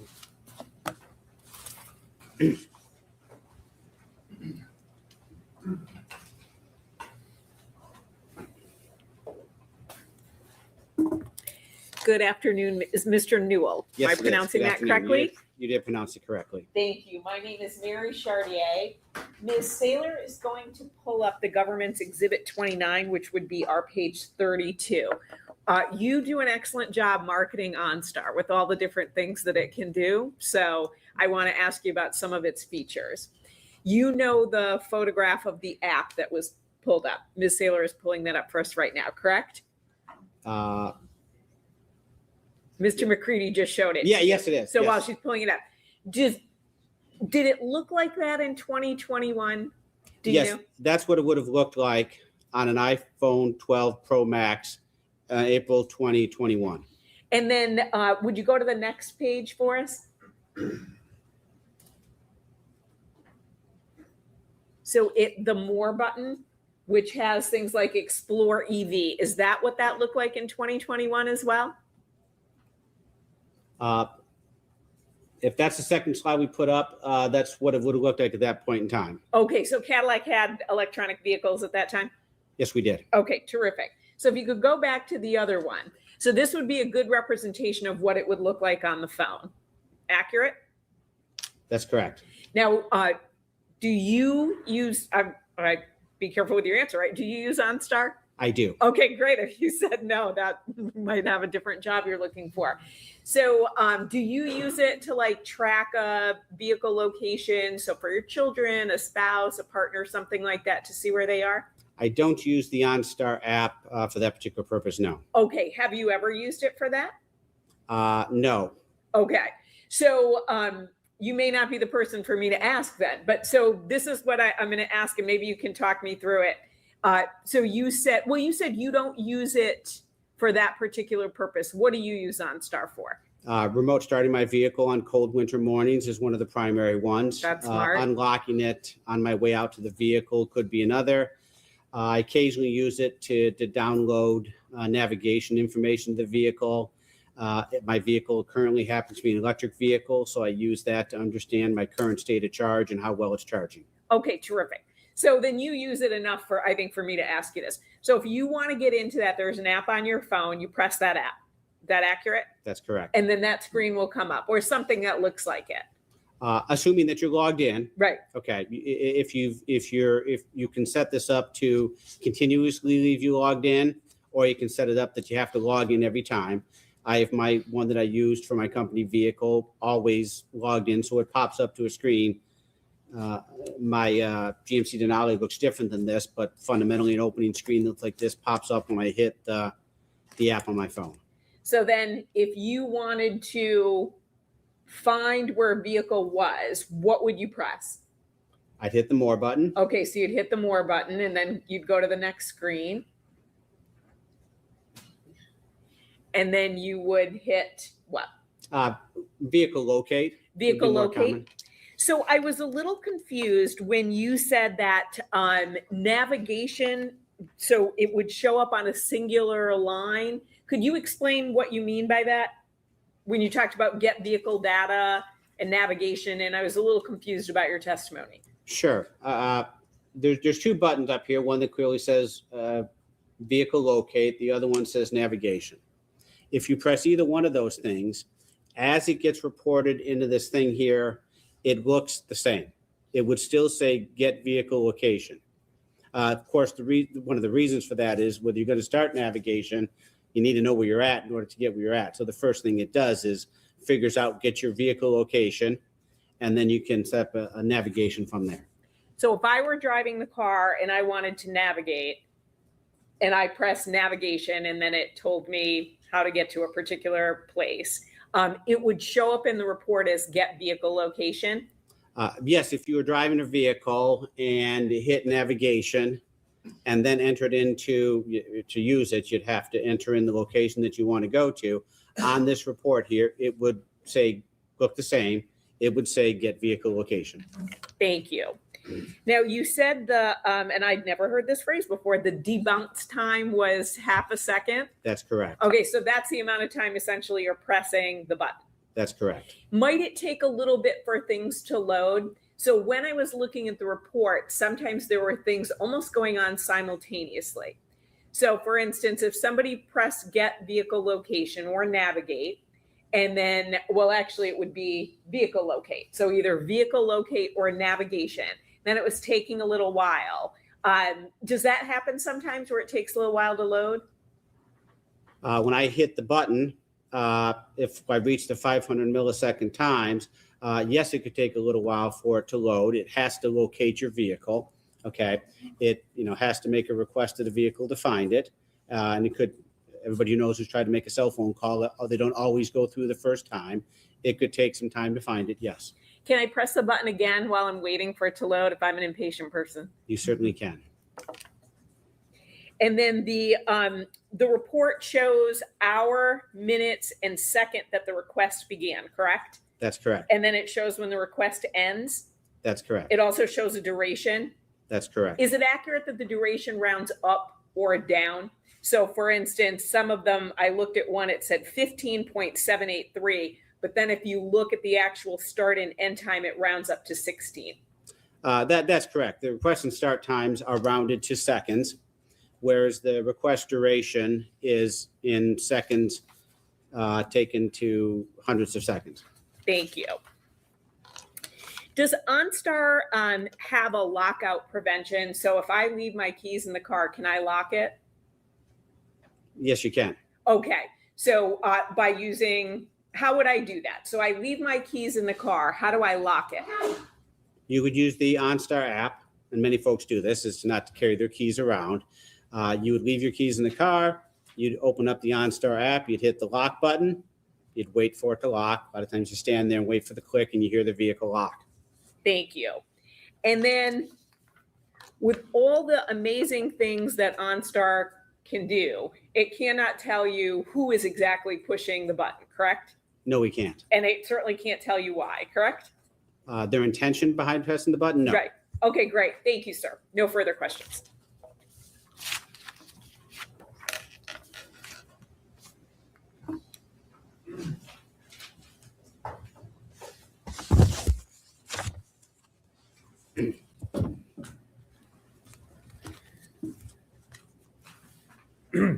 Do the records reflect anything different if you access the map for navigation?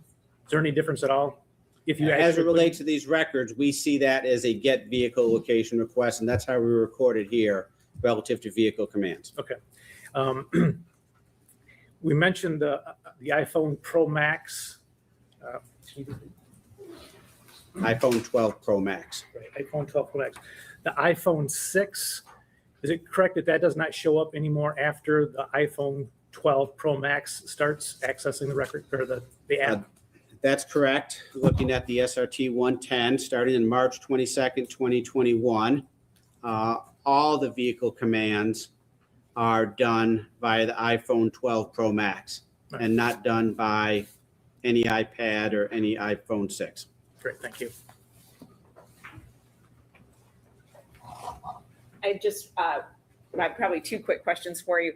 So if I press the vehicle locate button, that will show me where it is at a given time, correct? That's correct. If I leave the screen open, will it show the vehicle move, or do I have to press again to see if the vehicle moves? At this time, you'd have to press the button a second time to see it where it's at. Great, thank you. Nothing further on. May we excuse Mr. Newell from his opinion? Yes. Yes, Your Honor. Okay. Thank you for your time, sir. You're free to go. Thank you. All right, why don't we take a recess? We'll break for about 10 minutes and we'll come back and continue.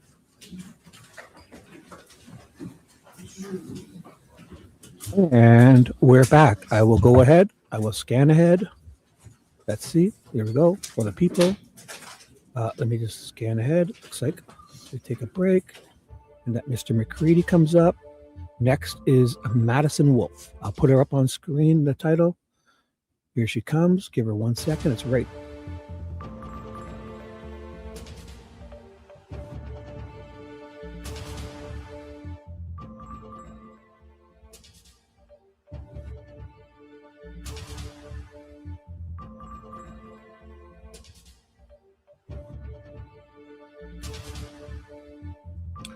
Ooh, I didn't get it close enough. I will speed it up because it's really close. 2x speed. 2x speed is coming up. Madison Wolfe. D's. Oh. There we go. Pretty close. Actually, no, I'll go ahead a bit because they're going to have to stand up for the jury to come back in, which is always pretty quick. So I got it in 2x speed now. Just know if anyone looks like they're jumping around, they have it muted, but I'm in 2x. Just going to jump ahead. Here we go. Stand up. And introduce your next witness. Sure. Let's do it. Day 4. We finishing up. All righty. Dave will be live soon. Everybody ready? I'm going to go say hi, but I will be staying live, okay? So if you do want to watch this, and especially if you can have 2 devices, you know, I'm going to be here and I'm going to go there and say hi. So I'm staying live. I'll say hi. If you can do both, if you can't, you can choose which one. I'll be on again after Dave, most likely, because I'm doing days 4, 5, and 6, is it? Yeah, doing complete. I'm just finishing day 4 here. Then we're doing day 5. They have it muted, not me. So I should fast forward again. Looks like, actually, I'm going to leave it because it's pretty close. On regular speed. Yep. It's like really close. I shouldn't touch it. This is where you start messing with it and screw things up. And away we go.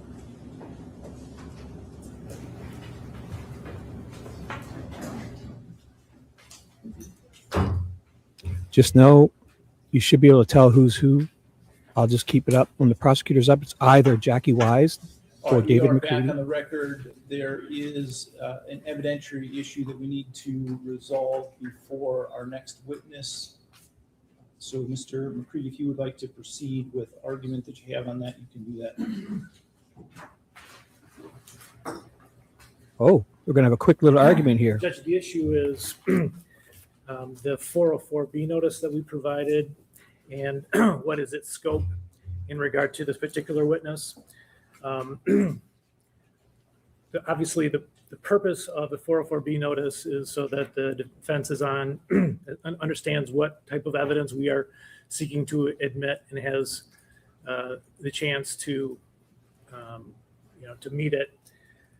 As we were preparing for this witness, a couple of things became apparent. One is that our notice did not specifically say, we talked about arguments between Dale and Dee.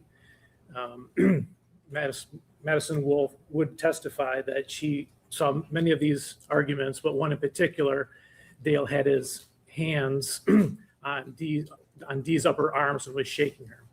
So I guess our first point is that in terms of, and also I would say that that piece of evidence, that fact, was in the Michigan State Police report regarding Madison Wolfe. So that has been in the evidence and in the discovery for over a year. And my argument would be that that is part of the argument 404B notice that we provided. Is it a more physical argument than the others, but it would still fit under the rubric of an argument, a face-to-face argument between Dale and Dee. The second issue is that she would also testify that about 6 months before Dee went missing, she saw a bruise, a mark at Dee's hairline, consistent with the testimony of Stephanie Vocal, who testified that it was about that same time frame and the same spot on her head. And that was specifically part of our 404B notice, that Stephanie Vocal would testify to that fact. So again, the defense was on notice that that kind of testimony would be elicited under 404B, and we think both of these instances would fit under at least the general understanding of this is the type of evidence that we are seeking to admit, and it would be under the same theory that we had argued that the 404B evidence was admissible under, and that the court, at least in part, ruled in our favor.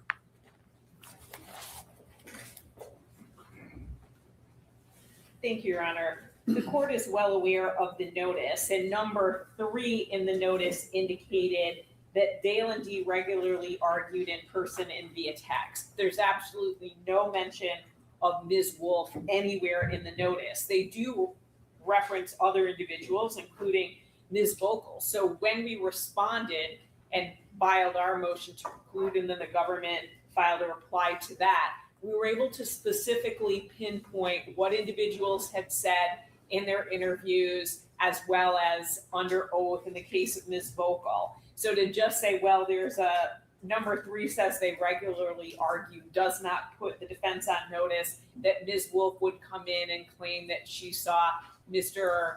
Warner holding Ms. Warner's shoulders during an argument.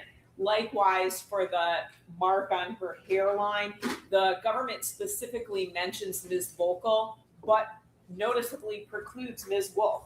And so given that Ms. Wolfe is about to testify, and essentially we were notified of this morning, and that was part of what we had discussed in chambers, I would ask the court to preclude that. Late notice, unfair surprise, and unfairly prejudicial to Mr. Warner. Thank you. I would just also indicate that the motion was for both the statute 768.27B and the 404B.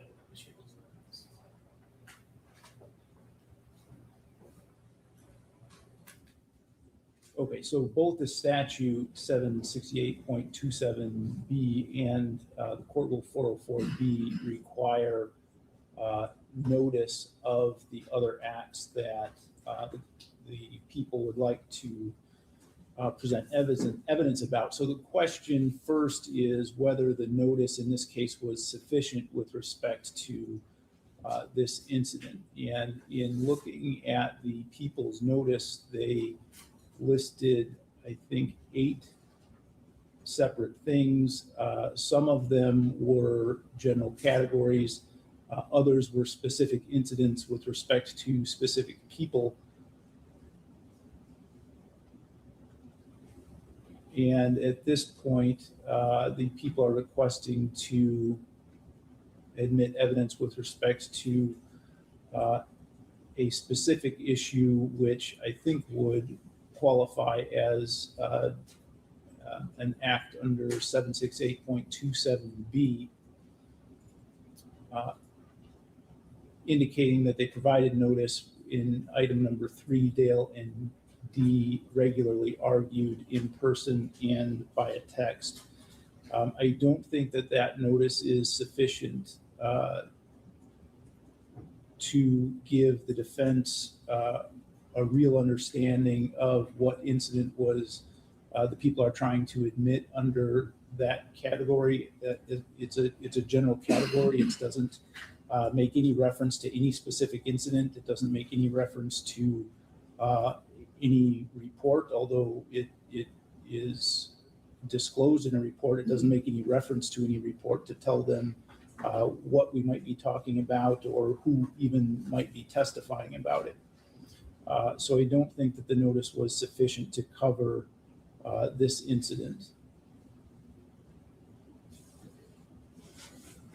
The court is allowed to reduce the notice period if there is a showing of good cause. I don't think there has been a showing of good cause in this case, and so I don't see a reason to reduce the notice period that is required. I also believe that allowing this evidence without notice, which defense was not made aware of this until this morning, maybe 3 or 4 or 5 hours ago at this point. I think that impairs their ability to prepare their examination of this witness. And so for those reasons, I would indicate that the Ms. Wolfe's testimony cannot include the incident of the grabbing, shaking, whatever that was. With respect to witnessing the bump on the head or the goose egg, my previous ruling on that was that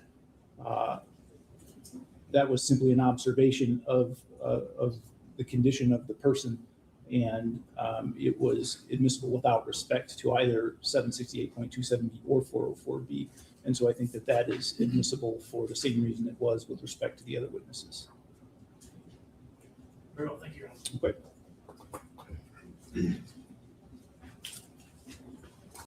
All right, are we ready to bring the jury back? Yes, Your Honor. Yes, Your Honor.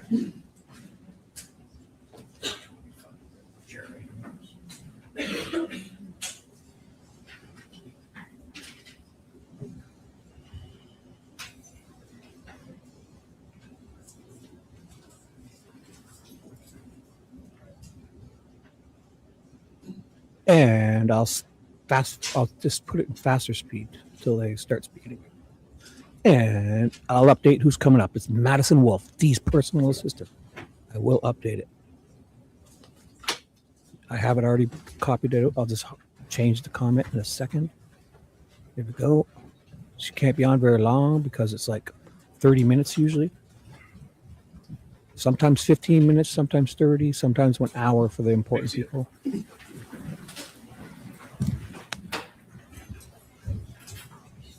Right, the people may call their next witness. Thank you, Your Honor. People called Madison Wolfe.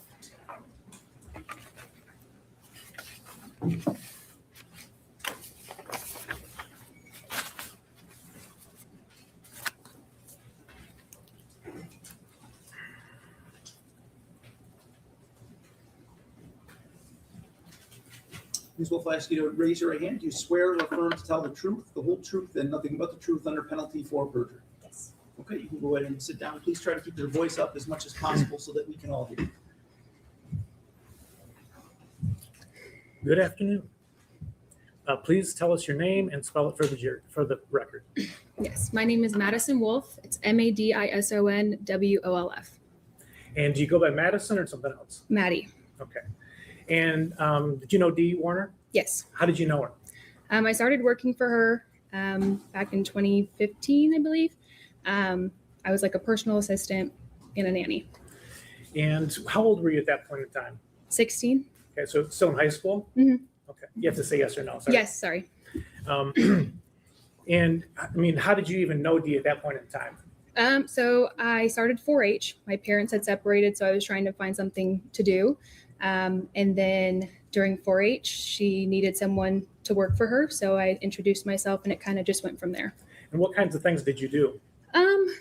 I watched Alina.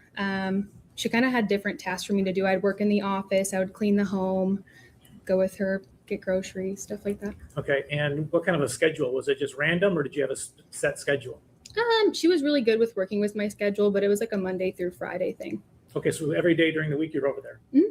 Yes. There you Yes. go. And what about weekends? I would go over and hang out with her on the weekends. Okay, so did you develop a personal relationship with her then? Correct. And tell us about that. She was like a mom to me. She really stepped up when I needed somebody. So You indicated your parents were going through a divorce. correct. Okay, did Dee kind of step in then? Correct. All right. And so would you do things, besides just at the house? Like if they went on vacation, would you watch the house or what would you do? I did go on vacation with them to Disney. Okay, once or more than once? Just the one time. Okay. And when you watched Lena, what kinds of things would you do with Lena? It just depend. Like we would cook, we would bake, we would go outside. I would take her to the store, stuff like that. Okay, and would you do things just with Dee? No, it was usually with Lena too. Okay. Oh, also with Lena? Mhm. Okay. And what kinds of things would the three of you do? Shopping. Okay, Yeah. that was the big one? Yeah. Okay. Did you feel like you were close to her? Yes. How would you describe her as a person? Very loving. She would back you in any situation possible. Kind-hearted, very strong woman. Okay. Would you describe her as tech savvy? Not necessarily. I mean, she wasn't really good with electronics. I tended to help her with a lot of that. Okay. Passwords. How is she on remembering passwords? Not good at all. I actually memorized most of her passwords because she would get logged out. Okay. Did you ever drive in the Escalade with her? Like ride in the Escalade? Correct. Correct. About how many times? A couple times or almost weekly or what? Weekly. Okay. Did you ever see her use her phone for navigation? Yes. And do you know what kind of app that she would use to navigate? Just the Apple map on the phone. Did you ever see her use My Cadillac for navigation? Not that I'm aware of. Did you ever see My Cadillac even on her phone? Not that I'm aware of. Okay. And how many hours do you think you would be at the Munger residence on a normal day, like a normal weekday? It depends. I would go to school. I'd get off at 3. I'd hang out there until maybe 7 or 8 o'clock. And then sometimes I would stay or sometimes I'd go back home. So sometimes you would spend the night? Correct. Okay. And was that just a random thing or would there be specific instances where you'd stay the night? It started off when I would just watch Lena and she'd be going out. I would stay with Lena. But then it kind of just sometimes I was just staying to hang out. Okay. You mentioned shopping was a big event. What would you do with the purchases when you got home? Sometimes we would leave them in the car or I would take them up through the attic and put them in the one of the rooms upstairs. Okay, which car would you normally take? The Cadillac. And where would you park it when you got back, normally speaking? In the garage. Okay. And so sometimes you would leave the purchases in the Escalade? Correct. Why would you leave them in there? Objection, speculation, and hearsay. If you know for your own personal knowledge. From what she had told me? Is that how you know? Yes. Okay. Yes. Then I will move on. You said the other thing you did was to take them up to the attic, if I got that correctly? Correct. And what does that mean? I would go through the garage up to the attic, so Dale wouldn't see the purchases. Okay. Objection, move to strike based on hearsay and speculation. Okay, I agree. So I'll sustain the objection and strike that answer, direct the jury not to consider that. Could you just tell us, without what anybody said, what you actually did when you went through the attic? I would walk up the stair. I would open the door, walk up the stairs, and then I'd have to go through another door to get to the house. Okay, and this was with the packages and the things that you had bought when you were shopping? Correct. Okay, and what would you do with them? You took them up through the attic. Would you leave them in the attic then? No, it would go into a bedroom. In which bedroom? The one with the pool table, Is that the first floor or second floor? second floor. And access to the attic, where was that? Where would you get to the attic from? So when you went up the stairs, there was like Where do the stairs start? I guess that's what I'm asking. from the garage or from the inside of the house. So where would you access them after you get out of the Escalade? Where do you go? Yes. So in the garage, there was 2 steps to get into the house. Instead of going through the door straight, you would take the door to the left, and then there'd be like a staircase up that way. Okay, so you could get to the attic without going into the house, is what you're saying? Correct. Okay, and that's the way you would go. Correct. Perfect. Did you have a chance to observe the state of Dale and Dee's marriage? Yes. How would you describe it? In the beginning, I didn't know them that well, so it seemed like it was okay. And then over time, you could see that it was more of like a business-oriented relationship. Okay. What kinds of things did you observe that made you make that conclusion? They were always arguing about money Okay, and how often would you say always was? weekly. Okay, and you observed these arguments? Correct. Did you observe Dale trying to touch Dee? Yes. And what was her reaction? You could tell she was grossed out by it. Just kind of, I don't know. Objection, based on speculation. Could you yeah, I'll ask a different question. All right, so sustain. Could you describe exactly what she would do? She would pull away. Okay, thank you. Was there ever talk of divorce from Dee? Yes. And how often? She would bring it up quite a bit to me Okay. And was this over the whole time you knew her or what? in the last 3 years before she went missing. Okay. And did you observe them arguing, you said? Yes. Can you describe how that went? It was more like Dee talking about a situation. She had a very stern voice when she talked, and then Dale would kind of just sit there and listen, and then sometimes he would get upset. Okay. And can you describe, so what Dee was doing, can you describe that in physical terms? Can you rephrase that? Sure. I mean, you said that Dee seems like the initiator of these arguments. Mm-hmm. What would she do? She talked with her hands a lot. Okay. And can you tell us what she did with her hands? She'd usually have them up or point and stuff. Okay. And you said Dale was calm at first? Yeah, he would just kind of stand there with hands down. Okay. And did you see him sometimes act in a way that wasn't calm? Yes. And describe that. There was one time where he had grabbed her shoulders. Oh, Okay. Sorry. So to the police, you used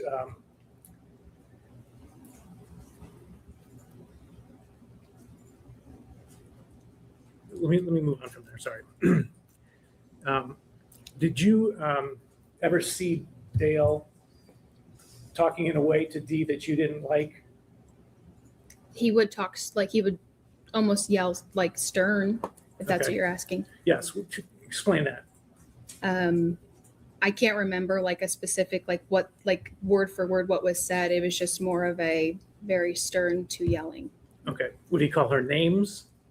Not that I can recall. Okay. Did he call you names? Depends on what you mean by names.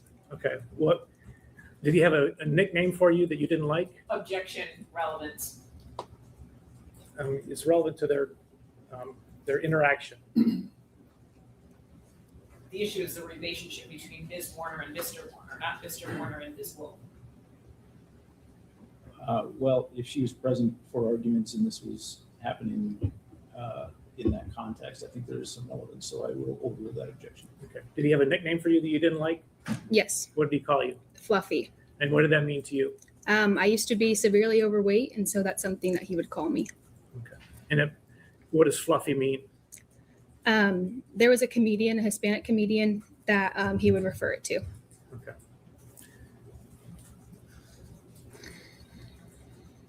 Did you ever use the, do you know what the sleeping arrangements were between Dale and Dee? Yes. What were they? Most of the time, Dee slept on the couch, and Dale would sleep in the bedroom. And what about Lena? She would start in her bed, but she always slept with like in their bed. Okay.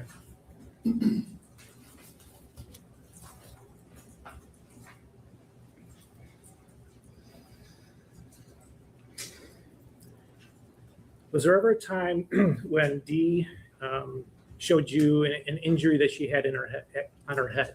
Yes. Okay, and can you describe the injury that you saw? It was a bruise / bump on her head. Where was it?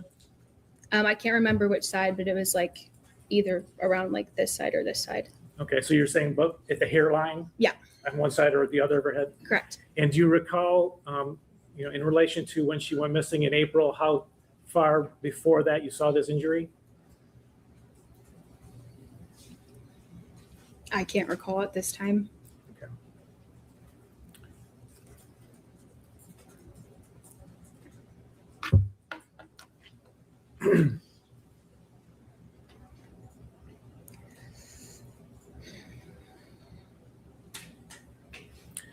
Were you aware that Dee would leave the Munger residence for periods of time during their marriage?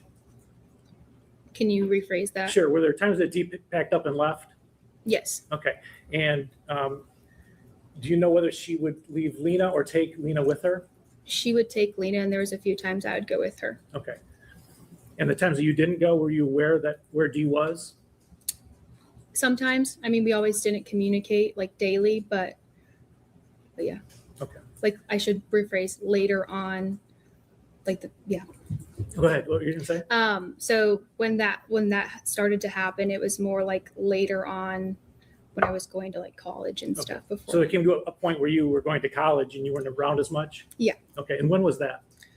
I graduated 2019, so fall of 2019, but I still, COVID happened, so I came back and worked for them. Okay. And right up to April of 2021, were you still working for them? Correct. When was the last time you were there working? I believe it was that Wednesday before. Okay.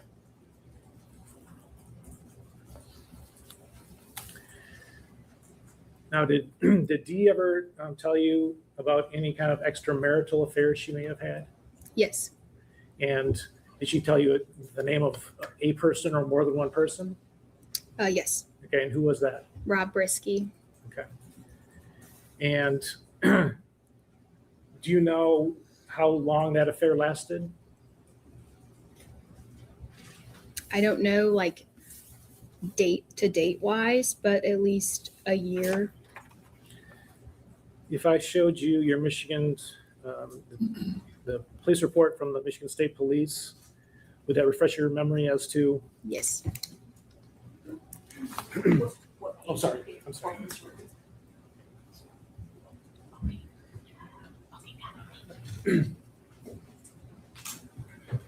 Thank you.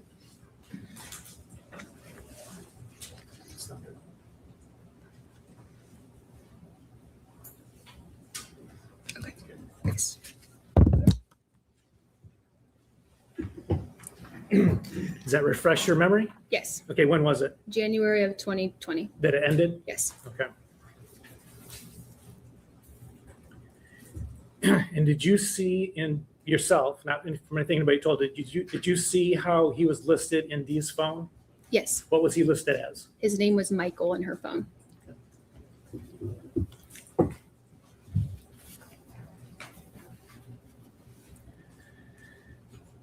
Now on Saturday, the 24th of April, so you had worked that Wednesday, so I'm talking about that Saturday. Did you get a text from Dee in the afternoon on Saturday?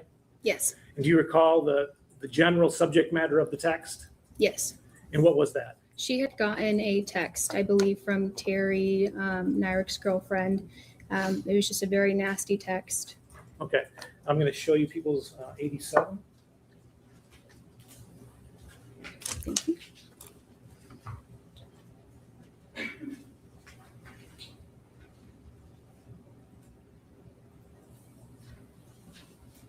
Yes, I remember this conversation.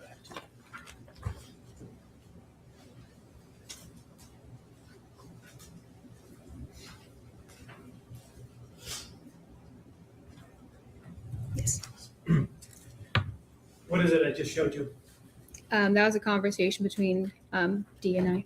Right, and that part of it is that she forwarded you the text from Terry, Yes. the girlfriend? Yes. Okay, and over text was Dee explaining to you what her reaction was to that text? Yes. Right, and what was her basic reaction?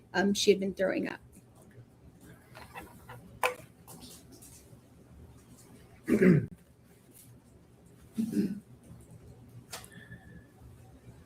Were you at the property at all on Sunday, the 25th? No. Or Saturday, the 24th? No. Did you find out at some point that Dee was missing? Yes. What day of the week was that, if you recall? Sunday.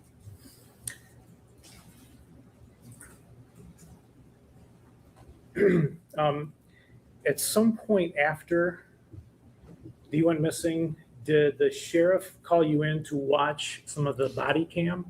Yes. And approximately how long after she had gone missing did you go in to watch the body cam?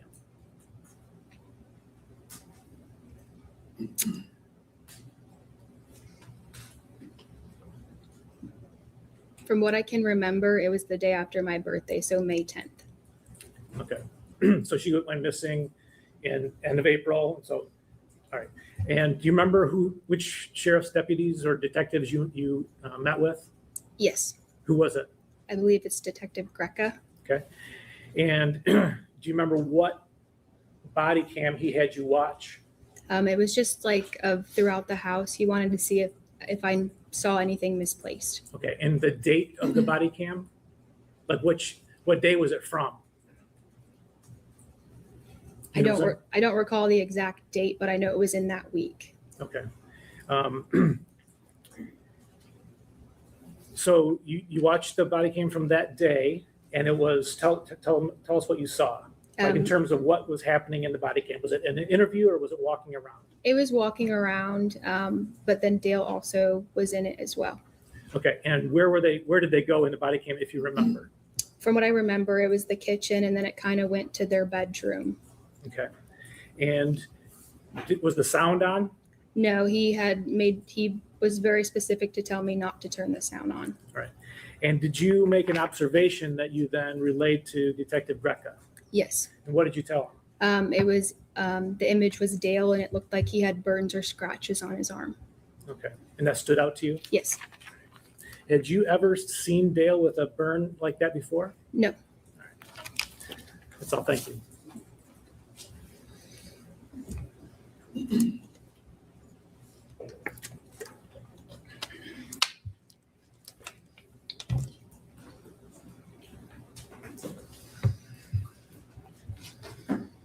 Good afternoon, Ms. Wolfe. My name is Marissa Vinsky. I just have some questions for you.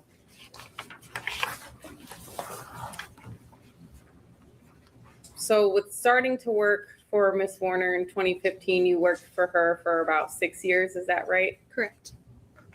And you talked about how she was like a mother to you. Would you classify yourselves as best friends? Yes.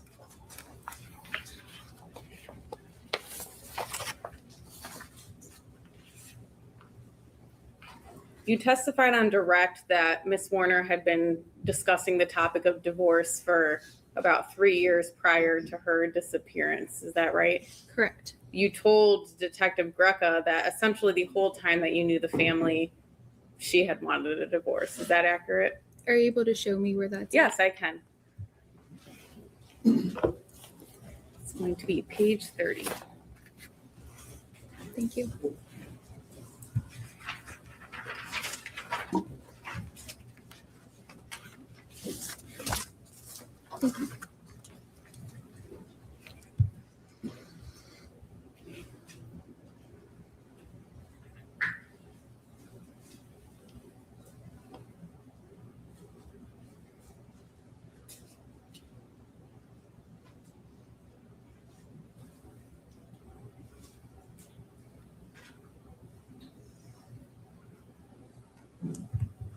So you'd agree with me, it says that you essentially the entire time that you knew the family, Miss Warner wanted a divorce. If that's what the document says, then yes. Is that what the document says? Yes. On April 24th, 2021, the government talked about text messages with Miss Warner. Do you recollect that? The day of. Correct. The day before she disappeared, April 24th, you had a text message exchange with her. Correct.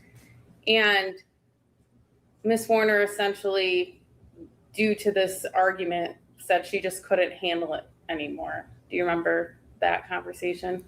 Was that in the text messages? Yes. Yes. Ben. And when she said that, you really didn't read into it at all because that's stuff that Miss Warner would often say, correct? Correct.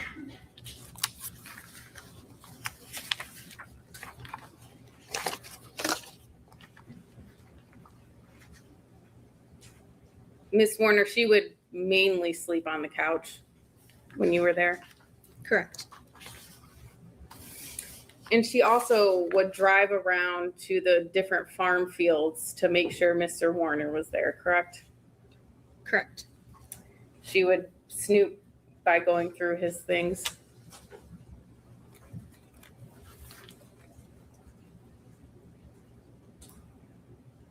Can you give me an example? When you were with Miss Warner, she would go through Mr. Warner's items and go through his things and try to figure things out. Do you have like an example of that? If you look in the document in front of you, page 29, you told Detective Greca that Miss Warner would snoop by going through Mr. Warner's things. It was on page 30, so I believe if you just flip it over, it should be page 29. Is it what else is highlighted as well? Yes, it would be a highlighted portion. Thank you.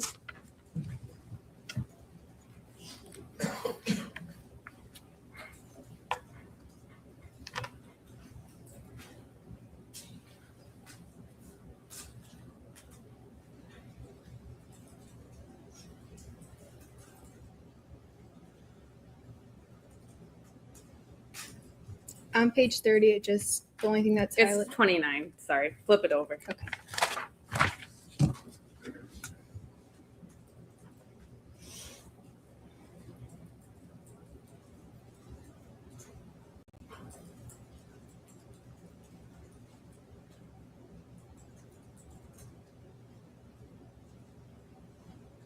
Yes, thank you for showing me that. Yeah, so Miss Warner would go through Mr. Warner's things, correct? Yes. And can you give me an example of what you meant by that when you said that? I was given a checkbook in Dee's name that Dale had and also a cell phone. That was Dale's.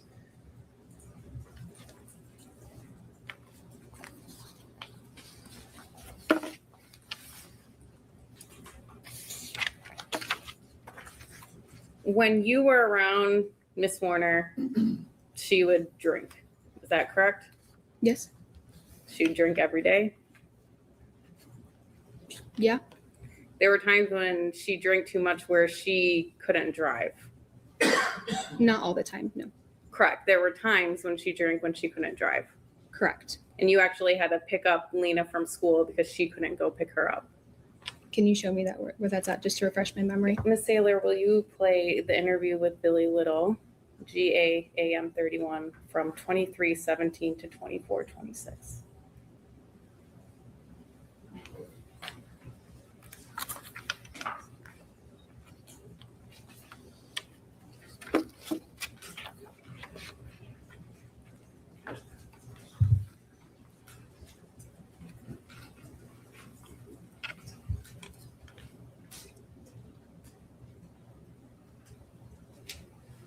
Thank you. Let me know when you get here. Okay.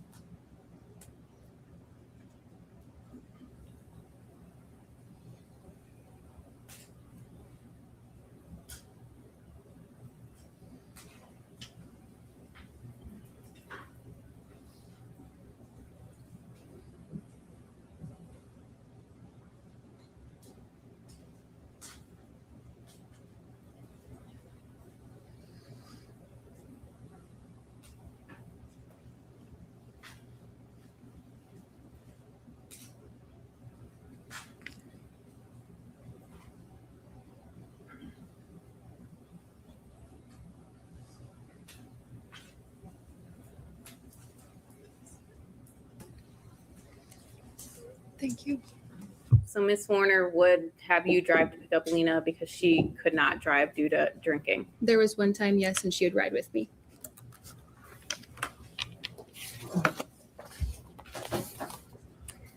The cell phone that Miss Warner gave you, that was Mr. Warner's, what did you do with that? She told me to keep it, and then I gave it to I believe, Detective Greca. At the time you met with him on May 10th? I believe so, yes.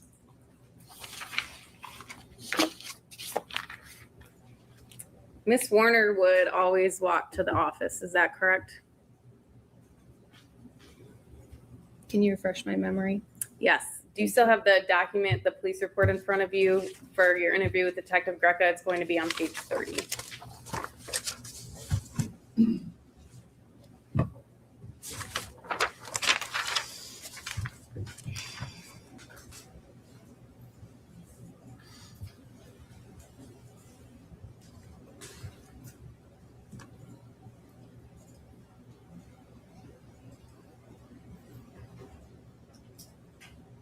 Yes, if it was nice outside, she'd walk. When the last year that you were with Miss Warner, not only would she walk to the office, but she would walk many places. What do you mean by many places? In your words, she would walk everywhere. Well, if she was going to go check on like the employees, and there's a barn right next door to her house. She would leave her house and walk to various places. Is that accurate? Is that what I said in an interview? Yes, it is. I'm not recalling that. No, that's okay. I can refresh your recollection. It's going to be the Billy Little interview that you had just listened to from 4657 to 4713.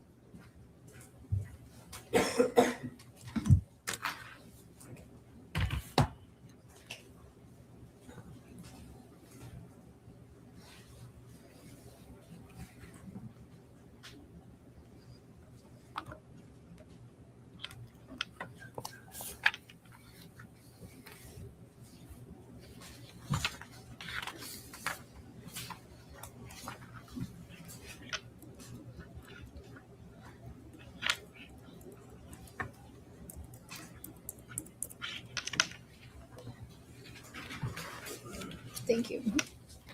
Does that help refresh your recollection? Yes.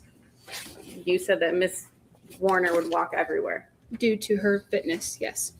So she would walk everywhere. In that last year, yes. And then finally, you had testified about seeing a bruise on Miss Warner's forehead. Do you remember that? Yes. When you met with Detective Greca on May 10th, 2021, that was about 2 weeks after Miss Warner had disappeared, correct? Correct. And you never mentioned that bump at all on her forehead in that interview to him. Okay. Is that true? I don't remember the full interview. You can read the police report if that would help refresh your recollection. The interview's probably 55 minutes. So would you believe me if I said that you did not mention that bump at all? If I did not mention it during that interview, then I did not mention it during that interview. Okay, thank you.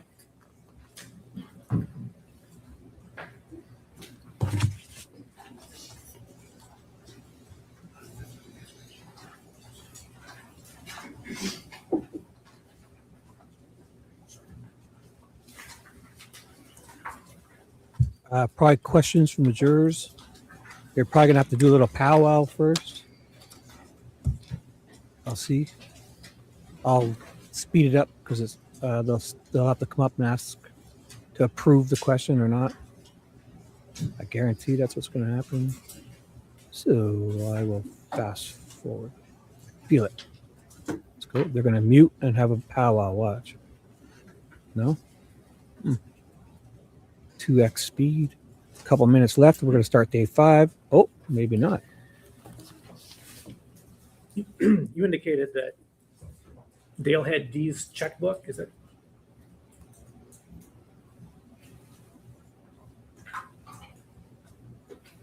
Is that correct? Correct. Can you explain that, how that happened? I don't remember the situation play by play, but that she had found a checkbook in her name that he had. Objection if this is based on hearsay. So unless she witnessed this, then it would be personal knowledge. This is just responsive to the questions that the defense was asking. I understand that, but I don't think there's a foundation yet for this information to know how she knows. So I think we need that before she can answer. All right. Do you know, other than detailing you? Correct. Okay, it's just from detailing you, that's the only way you know this information. It was so long ago, I'm not 100%. Okay. And when you said D walked everywhere, are you talking about around the Munger farm, or are you talking about other places? After listening to that audio, I remember that in the last year, she was starting to get into like fitness. She wanted to work on her body. Okay, and where would she do that? She would walk down to the office, sometimes around the house, and then to the barn where the employees worked. Okay, but all these places are on the Munger farm property. Yes. Okay. And then in terms of D drinking, was that during a period of time or the entire time that you knew her?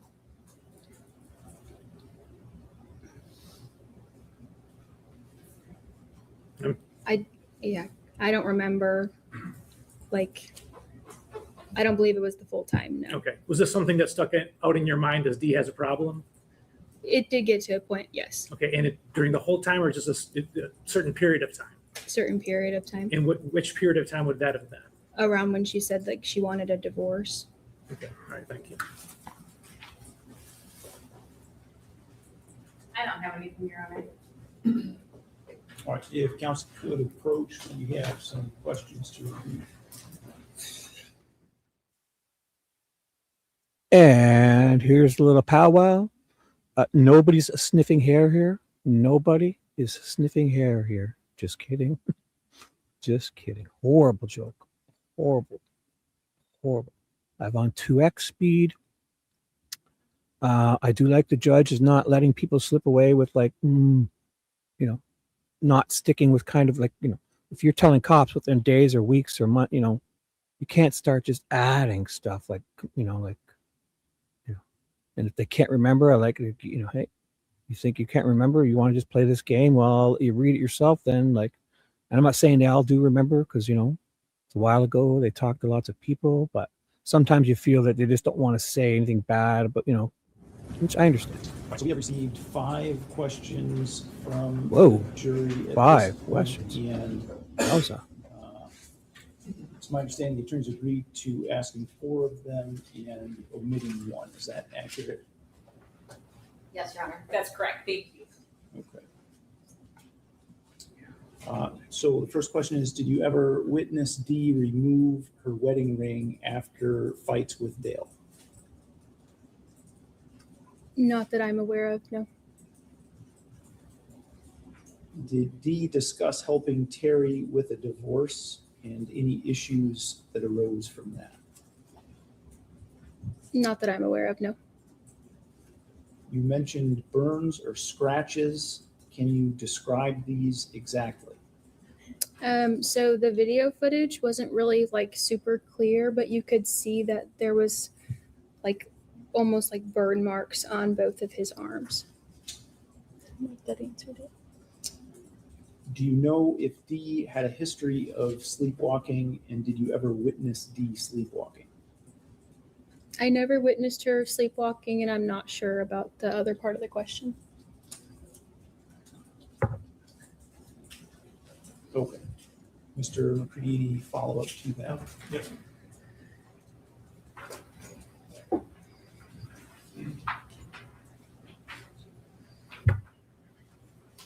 I just need to plug back in.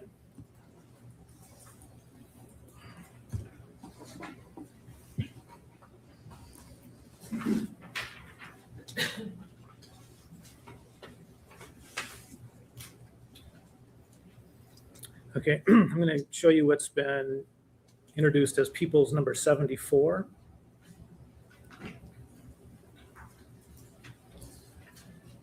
This is body cam video from the Monday. Does that look familiar to you at all? Yes. What is that? That's what I had saw in the video on his arm. Okay. And did you Okay, I promise not to interrupt, but Again, if you accept this as he's welding his wife in a tank, a farmer with a farmer's tan, I don't know what to say, because you can't look at this and say what caused it.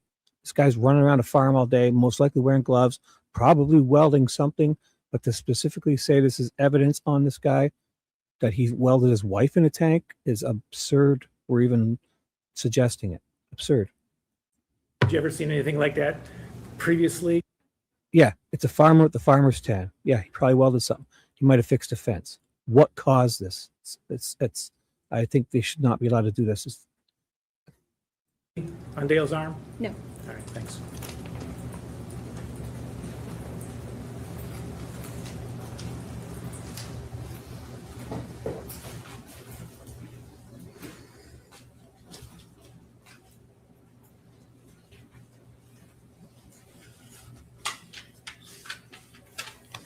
Ms. Wolfe, was there a time that Miss Warner thought that she lost her wedding ring after a vacation to Florida? Yes. And that's because she chose not to wear the ring during the whole vacation? That's not what I heard.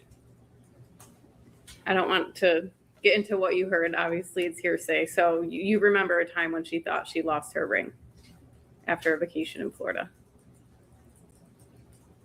Can you rephrase that? Because only part of that is something. So I just asked you if you are aware of a time that Miss Warner thought she lost her ring. So I'll break it up there. Yes. I was going to end it there. And nothing further. Thank you. All right, may we excuse Ms. Wolfe from her subpoena at this point? Yes. All right, so you are free to go, and you don't have to report any further. If you want to come back and come in court, you're able to do that if you wish. Thank you so much.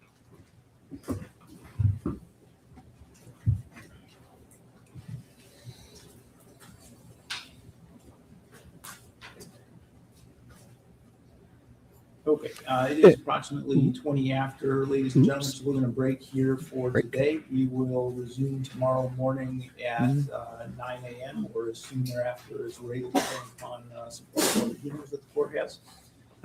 So I'll ask you to be back just shortly before 9. Trigger word, trigger alert, farmer's tan. It is, I mean, it is pretty absurd though, right? Like, Thank you, I do. It's sitting right here in front of me. to look at some red marks. I I think appreciate they're it. just having, All right, so yeah, a couple of things. So first, I'll just remind you at this point, again, you're not to be talking to anyone about the content of the trial, not talking to any of the people involved whatsoever at all.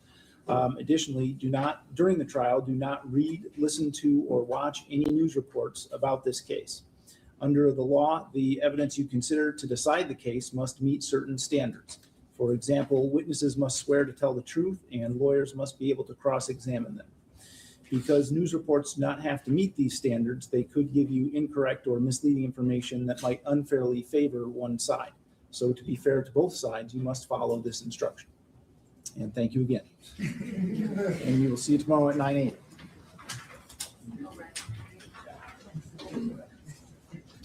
and I will get us to day 5 real quickly.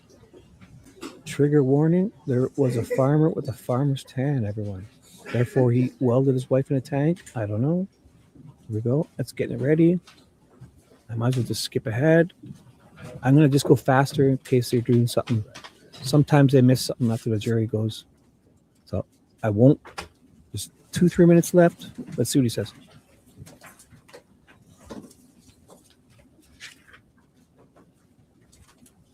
Okay, so we have had 2 questions today that were not answered. Obviously, the one were not asked. Obviously, the ones that were asked were read on the record. It would be my normal practice to read the questions that aren't asked outside the presence of the jury so that there is a record of those. I do acknowledge I haven't done that yet with a couple of others. So I will go back through those tonight, and we'll put those on the record maybe tomorrow morning.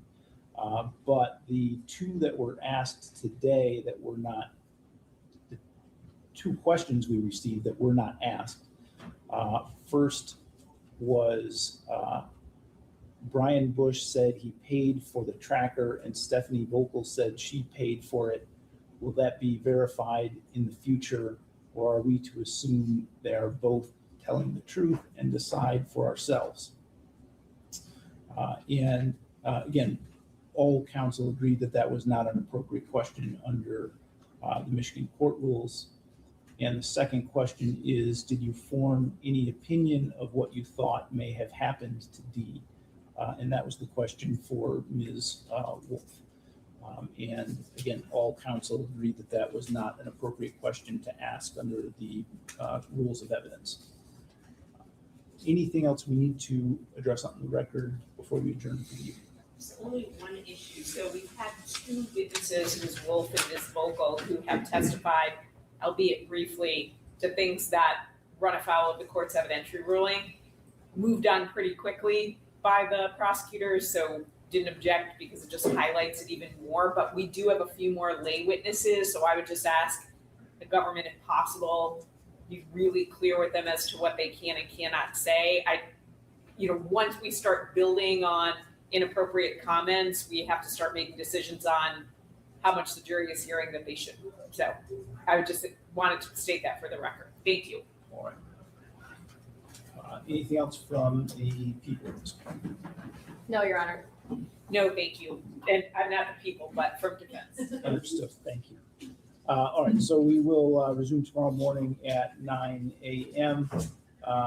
Again, they have some sentencing hearings and things scheduled for 8:15. So for those of you coming into the courtroom, please be mindful of that. There's very likely something going on the record, even if it's quiet and it doesn't look that way. Sometimes we're just waiting for something to happen. So I appreciate your cooperation with that. You're welcome. All right, so we will be in recess. Yes. Let me get us to the next day. Okay, I'm glad I did that. Yeah, I'm just gonna skip to the next one for sure now. I'll do the same thing. I'll go double speed because it's on a playlist. But just always, sometimes they jump back in. Nope. Let me get us here. What is this? I gotta double check to make sure I got the right day.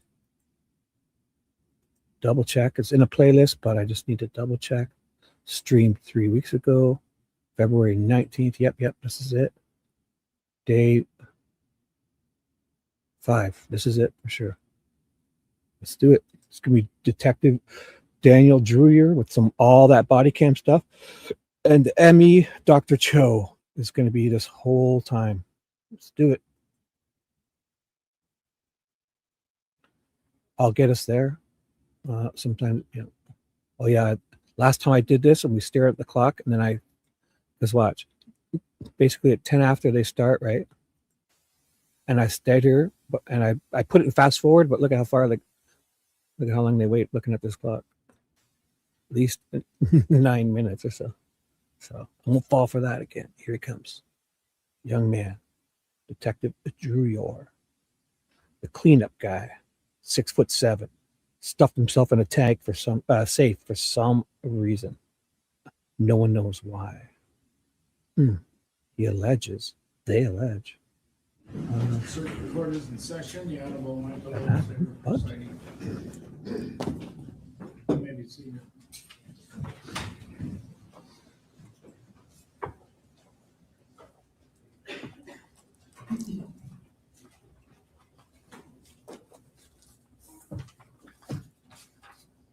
Good morning. We are back on the record in file 24-21841-FC, People of State of Michigan versus Dale Warner. Have just had a brief conversation with the attorneys in chambers. It's my understanding that at this point there are some additional exhibits that the parties have stipulated to in terms of foundation and entry into evidence. That's correct, Your Honor. We would be stipulating to exhibit 259 and 261. That's correct, Your Honor. Thank you. Okay. Is there anything else we need to do outside the presence of the jury then? Your Honor, I believe we would also stipulate To releasing Giada Rowe from her subpoena. No objection. Thank you. Okay, so she will be released from that subpoena, and exhibits 259 and 261 will be admitted. You ready to bring the jury back then? Yes, Your Honor. Yes, Your Honor.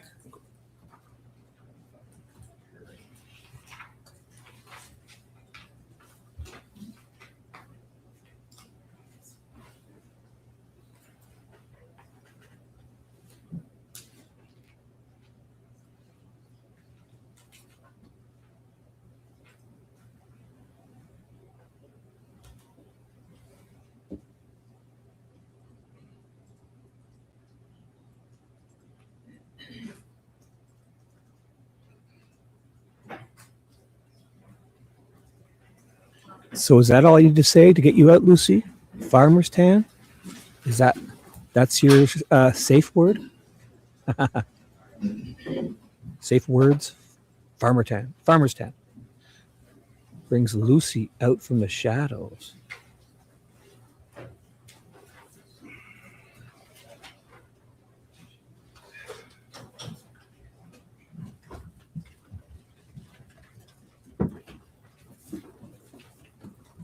Thanks.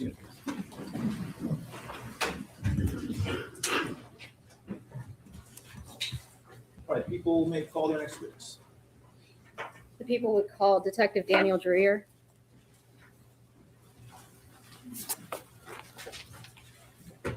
Raise your right hand. Do you swear or affirm to tell the truth, the whole truth, and nothing but the truth under penalty for perjury? Yes, sir. You can have a seat.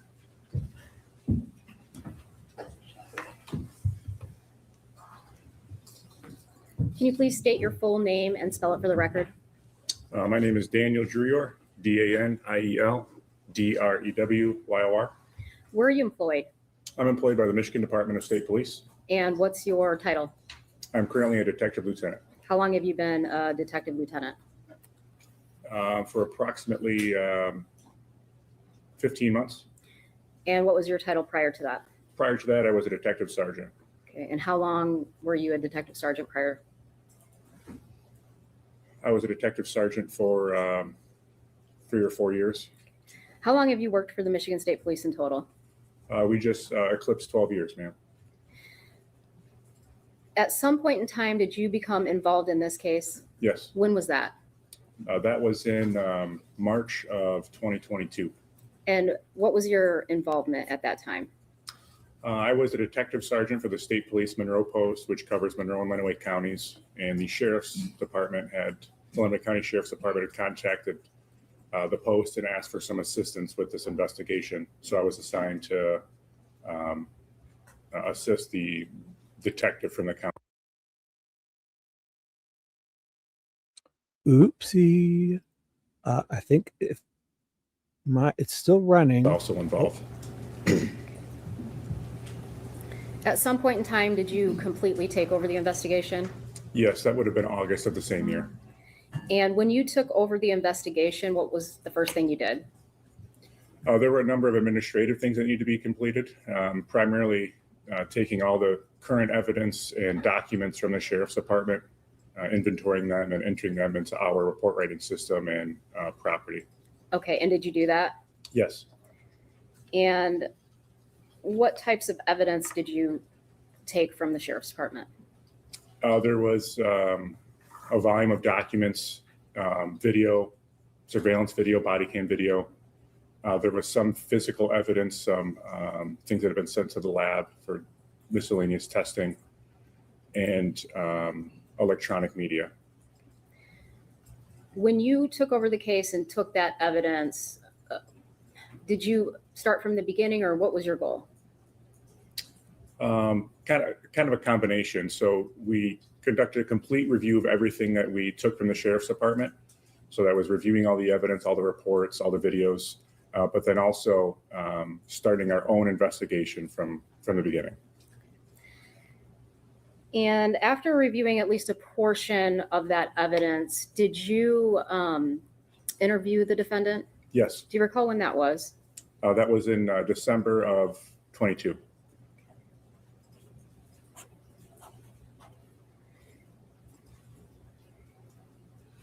Where was that at? That was at the Michigan State Police Monroe Post. And would you say approximately the first 45 minutes or so was just building some rapport with the defendant? Yes, practically the first 45 minutes were not necessarily case specific, more just introducing myself to Mr. Warner. Okay. Now we're going to get into the actual details of your investigation at a later point in time, next week maybe. So right now I just want to focus on kind of the interview you did. So when you, after that first 45 minutes, what was the first topic of discussion that you had with the defendant?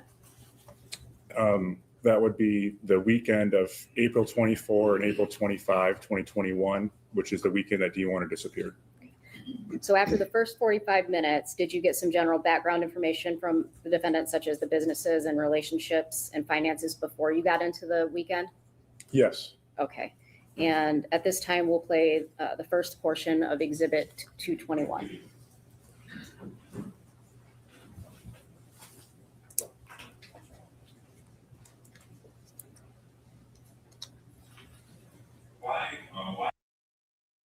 So I paused it so I can get the closed captioning ready. Oh, where is it? No closed captioning available? Why? I'll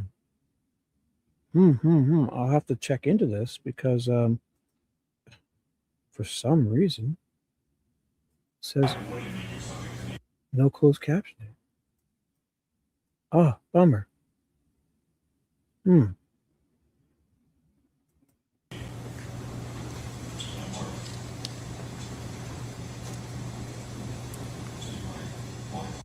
That's not good.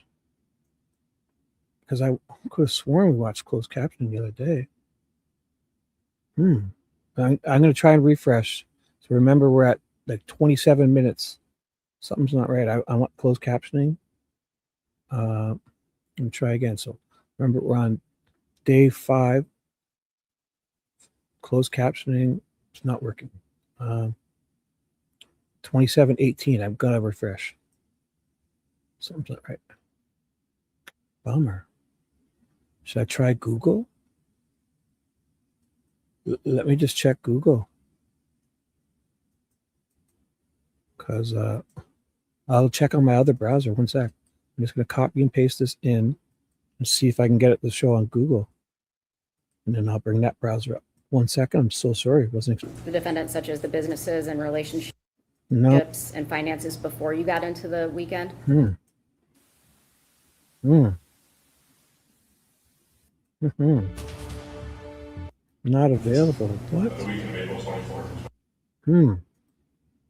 Oh well. We're gonna have to hopefully this is the one where we can hear it good. I don't know. No closed captioning available. What's a boy to do? Yeah, is Dave going live? Yeah, if you felt like watching Dave, I'll go say hi, but I'm gonna keep this running.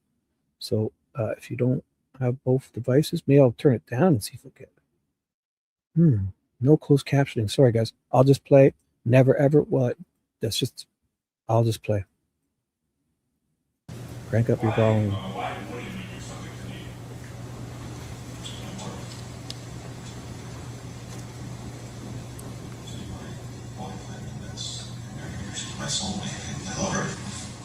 Okay. And what do you think should happen to someone that did do something there? I'm not so sure that someone did anything to her. I think she just left. She was someone, she obviously had come with a good plan. Okay. She left with someone who they did something. I don't think anyone's done it. Okay. Can you, kind of in your words, can you describe Dee to me as a person? The most beautiful woman in the world. And how about her personality? What do you talk about her as a person? She could be hot and cold. What do you mean by that? She could be sweet and seductive and just the nicest person in the world. And she could be saying in 2 seconds. How would you describe your marriage overall? Describe her marriage as a normal marriage. We had a lot of arguments and disagreements, but with business is the thing you're going to have disagreements on things. Indeed, had a hard time leaving business in the office. She'd bring it home. If you didn't agree with her way of thinking, then she'd keep on doing it. She'd convince you she was saying was right. Okay. And how would you describe kind of a normal argument with her? What is that like? The two of you and her? A normal argument? Yeah, what's a typical argument like for you two? Which started off, she would say I accuse her of doing something. Or if I catch her, I catch her doing something. She told me she was going to go pick something up, and she didn't do it because she went shopping. I said, how come you didn't get this part? I had to have it. Well, I was busy, and I had to do this. And by the end of the argument, she had it completely so far away from the part that'd be my fault. And I walked away. You're apologizing at the end? She's massive manipulating her own. Hey, sure, I'm married to my wife. What's going on here? I got the same treatment. That's why I've been divorced for 15. I think they're all sisters in the end. Well, that was my biggest thing when we were both told the counselor, after the fact, she left with almost after you one day. No, she left because you were getting better. You were understanding how to talk to her when you had an argument. And you have to, say, okay, honey, and before you get out in the middle of something that's going to hurt. He says, then you have to stop. You have to sit down and say, okay, what's bothering? I don't usually interrupt, but I found the video of this is on their website and it has the closed captioning, so I will show you that. Okay, so just bear with me. Let's do it. I found the video. I'm just gonna open this link in a new tab. I'll have this here. They have part 1 and part 2 of this guy, Dale Warner trial. If I can find day 5, because it comes right up. Drewyor. So let's just do it properly.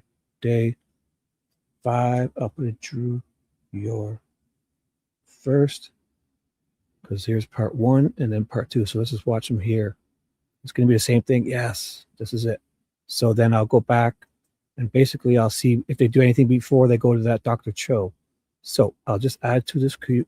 This is part 1. I'm positive. Oh, that's part 2. I got to remember. So the 103 is part 2. The longer one is part 1. Sorry. So sorry. And it has closed captioning. So let's just play this. Right, people let's do that again. Here we go. Beautiful. People would beautiful. call Detective Daniel Oops. Drewyor. So wait a second. What have I done here? This is part. That's got to be part 1. So doy. I didn't make a playlist. This is part 2, right? Pretty sure. Part 2. Wow, they're starting. So did we miss? So I'm glad I did that. What? I don't remember this part. Oh, so it looks the same. So I'll just start when they get in, because we For the we first know 45 minutes, did you get some general? Sorry, I will never ever interrupt again. I'll get rid of my banner. I will go full screen and close captioning for these part 1 and part 2. All right. Here we go. So it's going to be basically 2 hours and 20 minutes. And then I'll double check to see what they do before they go to the ME, Dr. Cho. So sorry. Here we go. Background information from the defendant, such as the businesses and relationships and finances before you got into the weekend? Yes. Okay. And at this time, we'll play the first portion of Exhibit 221. Look at that. Professional Shibby saves the day. Closed captioning. Why wouldn't you do something to me?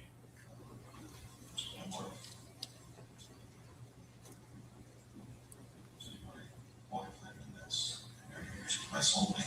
I love her. Okay. And what do you think should happen to someone that did do something there? I'm not so sure that someone did anything to her. I'm still, I think she just wanted to with someone. I mean, she obviously had come with a good plan. Okay. She left with someone who they did something for her. I don't. Anyone's not. Okay. Can you, kind of in your words, can you describe Dee to me as a person? It's the most beautiful one in the world. And how about her personality? What can you talk about her as a person? She could be hot and cold. What do you mean by that? She could be sweet and seductive and just the nicest person in the world. And she could be saying within 2 seconds. How would you describe your marriage overall? I would describe our marriage as a normal marriage. We had a lot of arguments and disagreements, but the business is the thing you run. You're going to have disagreements on things. Mm-hmm. And he had a hard time leaving business in the office and bring it home. If you didn't agree with her way of thinking, then she'd keep on convincing, she'd convince you what she was saying was right. Okay. And how would you describe kind of a normal argument with her? What is that like? The two of you, you and her. A normal argument? Yeah, what's a typical argument like for you two? Which started out, she would say, I accuse her of doing something. Or if I catch her, I catch her doing something, she told me she was going to go pick something up, but she didn't do it, but she went shopping. I said, how can you get this part? I had to have it. Well, I was busy and I had to go do this. And by the end of the argument, she'd have it completely so far away from the part, it'd be my fault, and I'd walk away with You're apologizing at the end? She's a master manipulating her own. Make sure I'm married to my wife. What's going on here? I got the same treatment. That's what I've been divorced for 15. I think they're all sisters in the end. Well, that was my biggest thing when we were both home to the house where, after the fact, she left a couple months after he's one day off. No, she left because you were getting better. You were understanding how to talk to her when you had an argument. You have to, say, okay, honey, and before you get, I would be in the middle of something that she would argue. He says, yeah, you have to stop. You have to sit down and say, okay, what's bothering me? Let's talk about it. And I would never do that until close to before she left. And that's when I was finally, boom, the light was done. This is what I gotta do. Men are from Mars, women are from Venus or whatever. Mm-hmm. I have to sit down and talk to her. As soon as I started doing that, she didn't know how to argue anymore. It's like, oh shit, I'm screwed. Because I sat down, okay, do you tell me what you're doing, what you need to do, and how we can fix it? And she didn't know how to handle it. And she just get pissed and take off and walk away or leave. How often would that happen? Oh, it was once or twice a week. We'd have an argument over something. Okay. I shouldn't say an argument, we disagree on how to do things, or where this truck is going, or who this guy's going to get done. There's always a disagreement on things are getting done for the business. Okay. And how often would she, to my understanding, it wasn't uncommon for her to leave for a night and go stay somewhere. How often would that happen? That was random. I don't know. If you had to guess, how many times a month? Like once or twice. Okay. And that was consistent. And it wouldn't be, she would get pissed off and leave, and she'd just go time to go shopping for the day and won't answer her phone. Or if she's really pissed off, she'd take off and go over to Zack's house and stay for a day or two, or you didn't know. I mean, you never knew how long before she'd be back. Okay. So that's why I never was worried until Walter sold it by it. And it was wrong because it was just took off and come back. And before, I have a few questions for you. And again, before I ask these, some of these are just reports we have from other people. So me asking it does not mean that I think it's true. I want you to understand that, okay? And I mean that sincerely.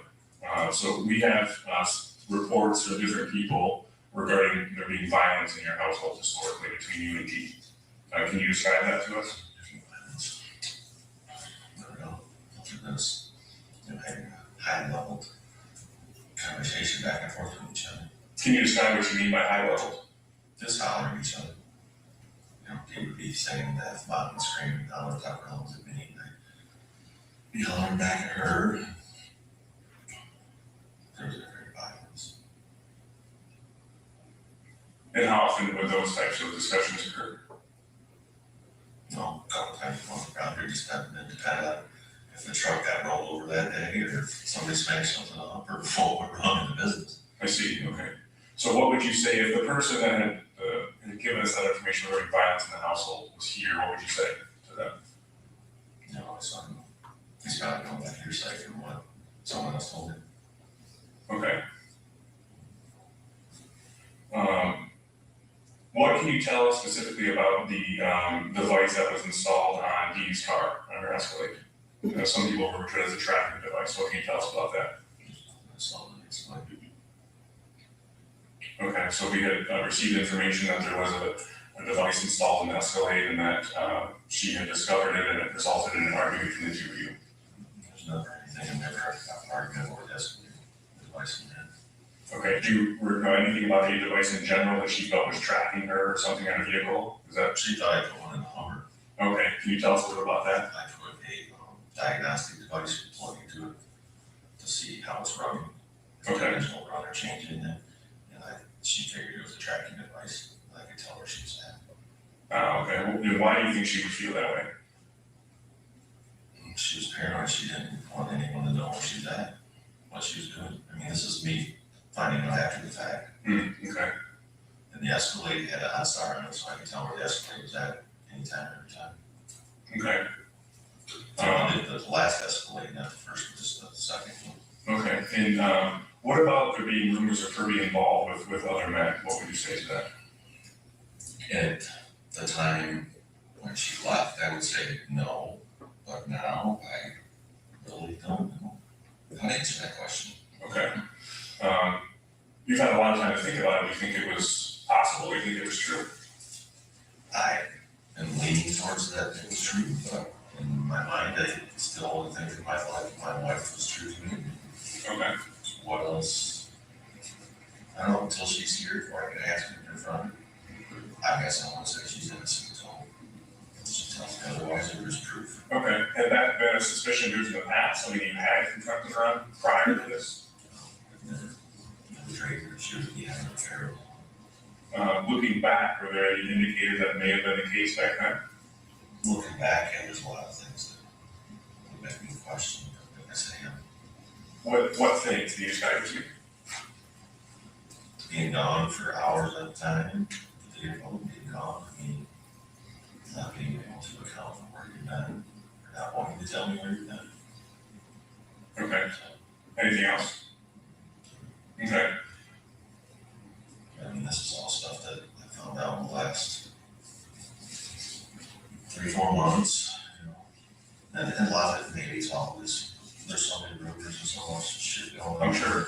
Like I say, I'm not gonna believe any of it until she's in front of me and answer. Several people have reported instances where you would show up to where Dee was unannounced without having knowledge of your acknowledgement of where she was. Can you explain that to us a little bit? That's news to me.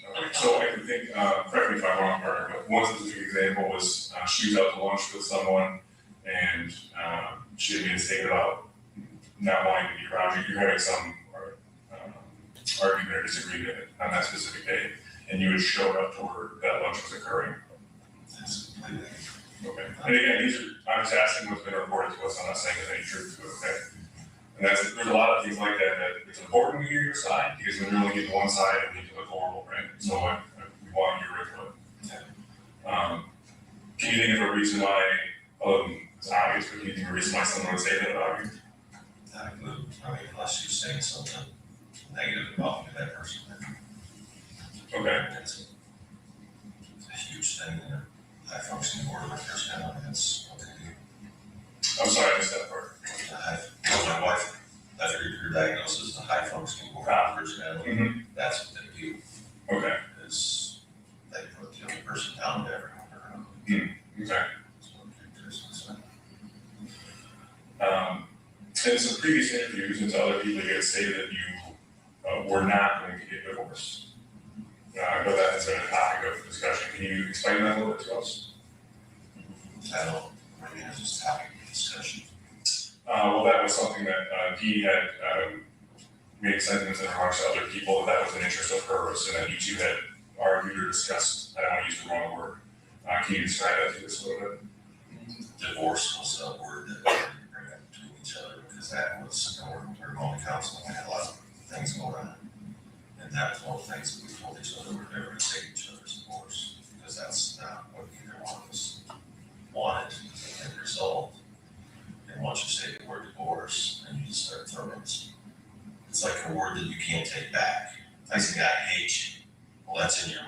you can never take that back. You know, we're going counseling. If you say I want a divorce, just because you're pissed, it's in that person's mind now forever. Yeah. So you can't get it out. There's certain things that you don't want to cross the line and say because you can't never take them back. And that's one of those things that he and I had between each other before never telling each other that. Invitation, yeah, it came out once in a while. But you know, with the counselor, you can't, there's words that you can't say because you can't take them back. That's the understanding where we were at. Okay. A couple of things I wrote the business, I'm sorry. Can you kind of briefly describe the business entities you currently have? I know there's a few different ones. I guess, can you clarify? So I know you have the essentially the farming business, and you've got your buyback, which owns some property, and then you do some agricultural work and spraying, and then there's a trucking company. Can you just describe kind of that empire in its entirety? There was Warwick Farms LLC, was our farming team. Warwick Farms Services LLC was the spraying fertilizer custom application business.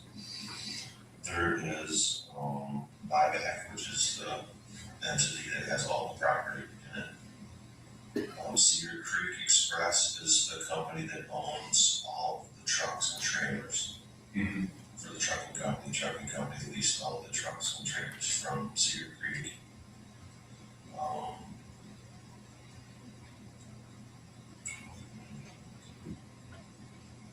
So let's think of what do you want to know? I'm trying to get a understanding of what I know you know a lot of things essentially, that's all. So, and I wasn't clear on, we were familiar with buyback, and then I know that the other company owned trucks, and I'm not in the farming, so I couldn't tell you. Yes, you know, one of the DDW investments, that's the biggest, you know, they keep claiming that I sold all the assets of DDW investments. DDW investments didn't own anything other than the Cadillac from Autopsy. That's one of the things they're going to. I see. I'm just gonna check for 1 second. You should tell them about your Warwick Farms and your DBA, because that is something that has become, I think, for the conservative, an issue, because they were never aware that Dale Warner. I've always had Dale Warner DBA Warwick Farms from the beginning. Okay. And I still have, well, the last year and previous year, everything is farmed in my DBA. That LLCs are not meetings, they're all still there. Everything's going through my personal. May I ask why? I'm not gonna deal with conservative. I'm not gonna work my ass off 20 hours a day to pay them. Okay. And as far as I'm concerned, the companies are all dead without me. So there's nothing there. As far as, I'll say day-to-day responsibilities, for lack of a better term, can you describe kind of your responsibilities and Deep's responsibilities when you get into business? You run the office. I run the office. Okay.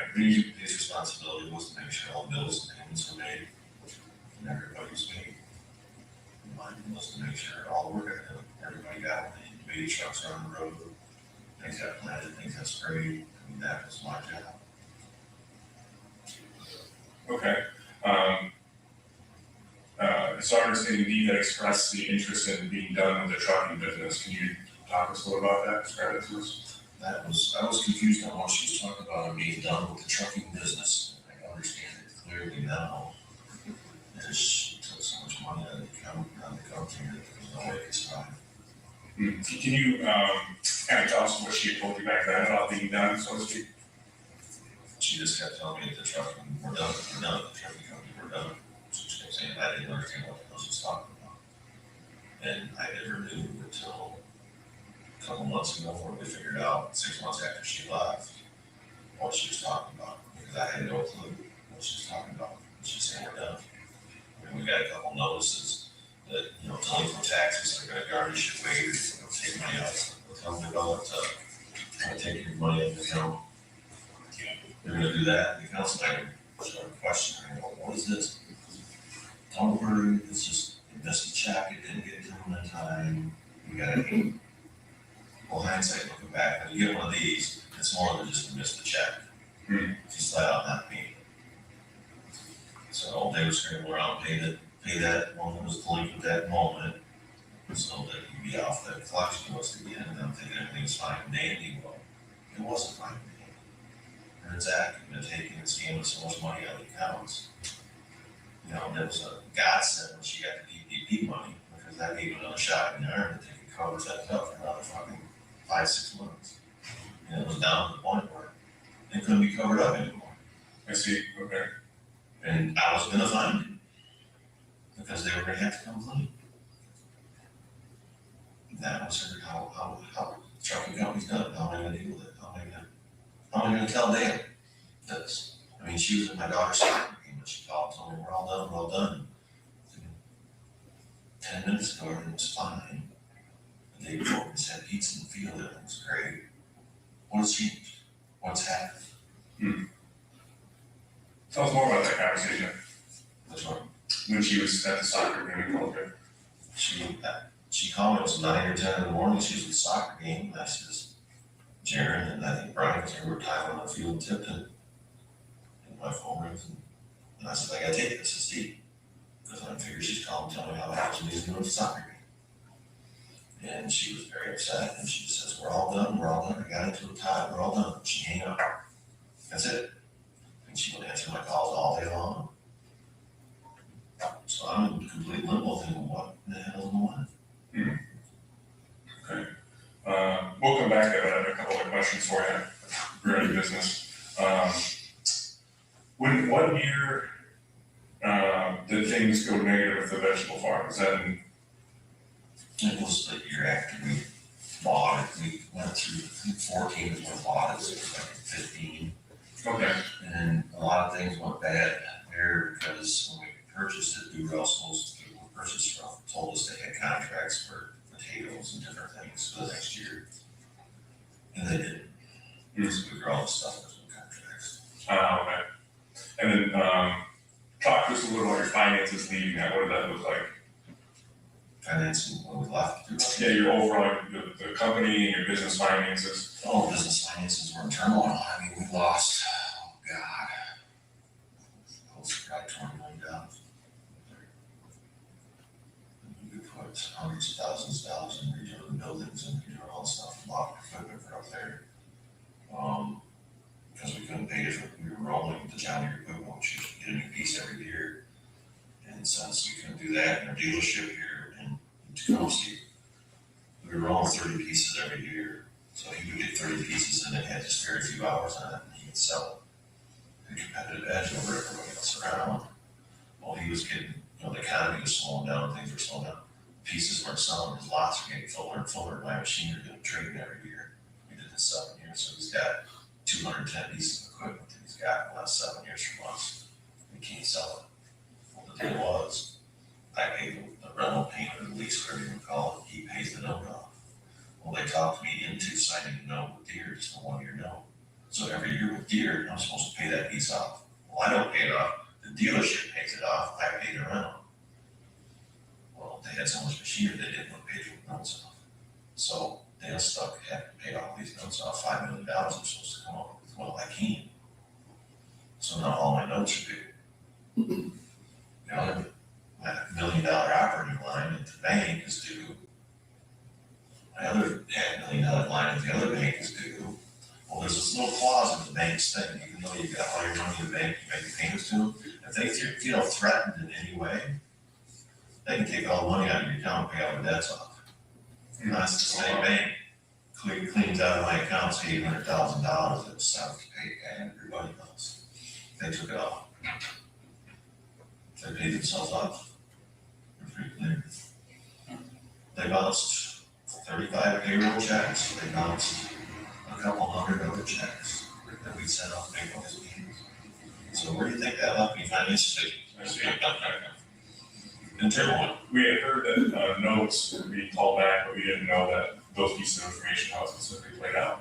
Yeah, all the roll program that we had set up here, and it was my own fault. I should have never let him talk to me doing it, but I was paying a quarter of the amount I would pay in a normal market. I mean, kind of my payment would be $50,000. I was paying 20. Same $30,000. Who would do that? Yeah. And that was the same on all these pieces.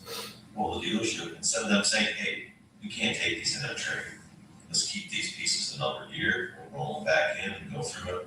They didn't do that. They just didn't pay that here. Just let you hold the bag. Yeah, hold them back. Okay. But a lot of it was the manager of the dealership was not telling the owner, Paul Bader, what's going on. Because Paul Bader and I have a great relationship right now. I mean, I won $5-6 million right now with him. So if he didn't know what was going on, none of this other shit would happen. It all goes back to communication. You know, there was a failure in communication. I assumed the dealership's manager was doing his job, and he wasn't. He was covering his own ass. So that's every to the woods. And by the time me and Paul Bader got together, talked about what was going on. A whole bunch of shit around. And coming out of that financially, What I had to do to survive is we sold off all the property we had in Manchester, the Sears Farms. I wrote a check and bought that. I had to sell another 300-400 acres I had in Britain to pay off the bank to get them off. Well, I didn't pay them off either. Satisfied. And you know, Greg Hardy was in this deal. You know, he's this great fucking guy. He's negotiating this deal and helping, which I've been better off not even had to get involved. He ends up with 100 acres of land, and he negotiated the deal that they needed another $500,000 to keep him from losing everything. Greg negotiated this deal. But the other only got 2 weeks to come up with this money. You know, and I'm such this Greg Hardy, this good guy, I'll buy that piece of ground from you. But I'm only going to give you this much money. Even though it's worth this much money. He set up the deal to go his own fucking pocket. Cost me over $100,000. Okay. We set the deal up, I only had 2 weeks. Were you gonna come up with millions of dollars in 2 weeks? No. He set me up to fail. so he negotiated this deal directly with the bank for you to have whatever extension and come up with X amount, and then gave you X amount for that property, basically, right? That's for sure, okay. So he fucked me in the deal. Not this is. I'm still here, I'm not saying this to make you mad, but it was explained to us that you two, meaning you and Dee, were in turmoil, and I'm being dramatic, but ran down the street to Greg's house, Greg, please save us, and that's what was essentially told to us before. So that makes a little more sense. No, that's not good at all. He's like, he was trying to come across that he's gonna be the savior. Well, his whole master fucking plan was to fuck us out, so he did. Which piece of property was that? Maybe I do. There's 100 acres right there. It links. Greg's got about a 300-acre chunk here now. Put my 100 acres. Okay, and how much would that have been worth at the time on the open market, do you think? We should have been able to get about 6,000 or 7,000 an acre for him. Greg only gave me 4. I see, okay. Yeah, that would accelerate some amount also. Well, it did at the time, but you know, I'm one that it doesn't hold Greg that much, but that looked at this way, it saved me all the other properties I had, so it was a cost of doing business. Mm. But there is sour taste in your mouth that, you know, family wasn't there to help his sister, like he was trying to come across, he was there to screw her again. Yeah. And she was very bitter over it too, but I convinced her to keep her mouth shut and just civil on it. We're here, we'll get through it. Sometimes, unfortunately, there's a price to pay to reveal someone's true colors too. But you pay a hefty fine to reveal Greg's true shape, paid a lot of hefty fines. The do roast cost me, I figured $20 million. But, you know, up until we bought that vegetable farm, there wasn't anything that we couldn't do. You know, you feel this sense of invincibility. You know, if you work hard and you go at it, there's nothing you can't do. I mean, kind of American way. You know, if you work hard, you'll do well. And up until then, there's nothing we could overcome. But up there, we had 150 Mexicans working for us. Lion, steam, sheep. You know, I should not say much more, but give you an example of what is burned in my fucking brain forever. We had grown cabbage up there, 40-acre field of cabbage we sent to Mexico. It's all hand weeded. There's about 25 Mexicans in the crew. They're supposed to all go out and weed this decent enough weed. I don't know if they're spraying. I lost spraying, there's only 5 or 6 people that steal weed. And I says, I called the other, someone got the next element call. I'm like, gee, there's 5, 6 people out here in cabbage weed, are they supposed to be here? She's like, no, I sent the whole crew out there. I says, well, how many is there supposed to be? She says, around 20, 25. I says, there's 5 people here. He says, I'll call and I'll go check. Yeah, there's 25 people punched in. You know, since the property is so big up there, they all jump in their cars, they go back to the lane, then 5 of them jump out, they drive around the backside over the camp, because we had housing up there. The driver, nothing over the housing. So 5 people work, and 15 went home, and you know, 3 cabins, and I said, well, it's time to punch out, hey, we'll go back up, they go back this way, over pick the 5 up, come up to camp, and all punch out. So who's your short straws? Which 5 will work, as you say? Is it a rotation, or how do you get it? They did it, that was unbelievable. It's okay. They all seem to wrap it that day. But any you know, watch everything they did. They're growing marijuana, I was back in America, they were growing marijuana. It was all mock around blackberries, they're growing marijuana in all the ditches, all over. And come to find out after the fact, after we lost it and sold it, that when they were taking the stuff into Myers and Kroger's, that we were hauling all their pot in the truck. They had distribution at Myers and Kroger's where they were selling it, and they were taking it off the trucks. Oh, wow. So you get out of that financial trouble. Can you describe what your financial situation was like, you know, April 1st, 2021, what was it like that? We were struggling.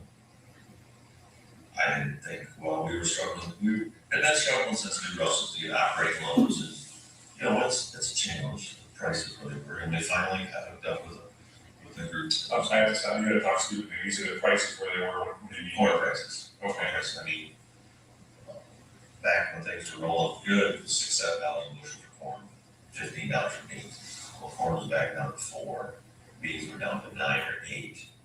So I mean, probably with the same operating costs. So right. So we're operating at a loss. Okay. So it was tough, you know, and it was hard because we're paying off all that debt. We're still paying that debt. If the farming is struggling that much, what was keeping you afloat? Work harder, do more. In which way? Can you describe that to me? Instead of working 9 hours a day, you're working 18 to 20. You're farming more ground. You're trying to do more custom spraying. Mm-hmm. Time's being pushed to send the trucks out, more loads. Okay. But unbeknownst that, you know, after the fact, we look back, the farming side wasn't losing money, it was making money. But the problem was, is when you've got 10 guys driving a truck, 5 of those guys are on the farm's payroll. The trucking company isn't paying farms back, and the 5 guys on the payroll. I see. So it's pretty easy to make a trucking company look very profitable when half the employees are on the farm side. All the maintenance that are coming from the auto parts store or trucking store is being billed to Warwick Farms. You just got $10,000 worth of parts for that truck upgrades. That's all billed to Warwick Farms. Warwick Farms pays for it. The trucking company's using the truck free and clear, not paying for any parts, not paying for the drivers. Farms is paying the insurance. Okay. See where I'm going with this? Mm-hmm. And you want to buy a lake house unbeknownst to your husband, and you're trying to get it refinanced, so you give them the financials from the trucking company, which looks like you're making a lot of money, 30%. Fuck yeah. Yeah, there's no overhead. Who's not making money? No overhead. Right. Well, then you've got, you know, different places. She tried to sell the trucking company in 2018, and else me marked on the paperwork, and they're like, no. The industry standard for profitability in trucking is only like 5 to 6%, and you're making 30% E. What's going on here? How did this deal come up with Laidlaw? Can you describe that to us a little bit? The deal with Laidlaw? You know, you guys talking law enforcement, all these people after the fact, you guys crippled me. My ability to pay bills and stuff was crippled after you guys come in, took phones, took systems out, did what you did. I mean, it was a struggle before, it was more challenging. Then you take into place, fuel costs just doubled. a tire that used to cost me $800, now it costs me $1,600. I can't pay that. How am I gonna keep making the payments on all this stuff? You know, Todd sees this, he's dispatcher, and he knows all these guys that pays off. They've been talking to me, hey, Todd, what's gonna work for us? Why don't you guys do this? It's like, no, we're not leaving them. We're not leaving. Well, how are we buying them? Bring them down, Todd, we'll talk to them. They made us an offer. We paid off the trucks and that. I had to take a 5-year non-compete. I got an agreement with them that I do a lot of maintenance and stuff for them, for their facilities. All my employees are protected, they've all got jobs. Todd moved over. It was a deal, did I want to do that? No. Was it a good deal? Yeah. I just eliminated a couple $1 million in debt on trucks. I had to even non-compete for 5 years. Todd's got a job. I'm still getting rental income. I can make my house payment. I keep moving forward. 5 years and I'm going back. Todd and I decide, well, every one of the guys come back if I ask them to. Yes, they will. And we have a good relationship with them. And they know there's not a single thing I'll ask them to do that I wouldn't do myself if I had the time to do it. Okay. I just want to ask you some questions to make sure I understand. So you agreed to a purchase price, and then you signed a contract saying, hey, I'm doing more trucking work, basically, and they're paying you X amount monthly for facility rental, essentially. Okay. And is that facility rental, is that also a 5-year contract? No, that's just a non-compete is. Just a non-compete, just a facility rental is month to month. So if they choose to leave, they leave whenever they want. Okay. And then is there a maintenance contract in place for you to maintain the vehicles, or they're just paying you? They just pay us whatever it takes to keep it fixed. Okay. So. Okay. Recently you submitted some documentation for an SBA loan. You know what's going on about it? Can you describe that to us? Which one? Both. I don't know if you do two of them. For each. No, there's a $500,000 SBA loan that we took out. Oh, it was, I don't remember, that was first, we took that out to pay off a lot of the debts that was occurred. You know, I'll be there, we're going, so we keep going. And the second one we took out, it was a no-brainer. I mean, our operating loan at the time was, we got a $700,000, $800,000 operating loan. It was a 9% SBA loan. We took out, it's only 3%, and I didn't pay anything back for 2 years, and after that's over 30-year payback, so. Was that the EAD loan? No, well, I don't know, the SBA loan, that's one, I don't know what the hell. See, this is stuff Mark can probably help. Yeah, that's also a fair market going, but I mean, from the accounting side, accountants, this is no brainer. You got this, you're gonna pay 9% of an operating loan for these guys, and you get this loan here for 3%, you're not paying anything for 2 years. This is no brainer. So that's what I'm sorry, who said that? The accountants. Oh, okay. I mean, Mark was one of them, and our other accountants we talked to, our tax ones and different ones. I mean, you're gonna buy it, and the numbers are gonna go, why would you not do this? Even I can tell 3 versus 9. This is huge. I mean, this to the bottom cash flow. I mean, it's all about the cash flow. So it's no brainer. I mean, there's nothing shady, nothing illegal. The money's all worth. I mean, every penny that you guys can come look and see what's going on. It's all in the pay bills on the farm. I mean, you know, the conservator was put into place to protect and conserve these assets. I've been born to do that than anybody else has done. Every bill's been taken. Yeah, I haven't spoken directly to consumer about this. This is more or less the grapevine, but I think one of the concerns was a copy of his driver's license and passport was submitted with the application. So we've got that on file. Every business has copies of their employees. My passport's in the file, my license is in the file, my restricted use license is in the file. Every employee's license is in their file. Where is that stuff stored? It's on the file cabinets. You guys went through it all. In the manual physical file cabinets? Okay. And again, these are questions that I'm not saying you did anything wrong, but we just asked based on That's all you guys should have. I don't, yeah, not only understanding, I'm not accusing you of nothing, I just. No, it's just physical. That's, how would you have gotten? Same procedure any place you go to the medical office, the first thing you gotta get is your driver's license, your card, take a copy of the file. Yeah, I'm not running $1 million business, and I have well, my stuff's saved electronically, you know, on my Google Drive, because I need it for this or that, so I can see it completely. There was also some questions raised about a power of attorney. Do you assign, can you talk to us about that? When were those made, or when were those signed, you know? I don't know what the date were, the dates of our return, I think it was 12 or 14.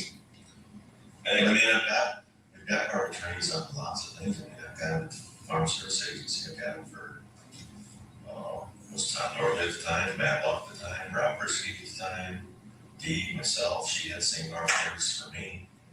I mean, it's the normal business operating paperwork we had. Okay. Do you remember when or where those were signed specifically? I don't know, they're all notarized and signed witnessed. The same ones, the one in Farm Service Agency, I think Dan was in the office at the time, he notarized them, or Stephen was a notary, Stephen did it too. Okay. Or before we had notaries at our own office, we went over to Brisky's, and he had a notary in his office there, notarizing, or we were running to the bank.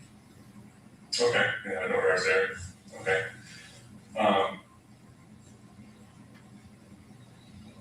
Do you have any question on the business guy? There was some questions to the two operating agreements. There really is only one operating agreement. It was, other than the one that they manufactured afterwards. Well, yeah, once she fabricated up her DW vessel, she made one of them, just her name on the other. There's been addendums done to the operating agreements. And the first addendum that she did, Dee wrote one, she was under the understanding that she had to retype the whole operating agreement. So the one that the question here put on YouTube that is a fake or something, because she retyped the whole operating agreement and put the addendums page 1. She made, so it's like 14 or 15 pages. So she copied the whole agreement with the addendum and we signed it. But you don't have to do that. All you have to do is type up the addendum and sign it with the original agreement. She was under the understanding she had to redo it every time. Mm-hmm. So she's like, this is a pain in the ass. I don't have to retype this every time. And that's what she emailed him to when he was kind of talking about this. You don't have to do that. She just got to do page 1. So it was kind of one time. Business questions, good? No, I've answered. Okay. I mean, whenever you guys got questions, just come up. If you guys have to go into the office, it's an open door.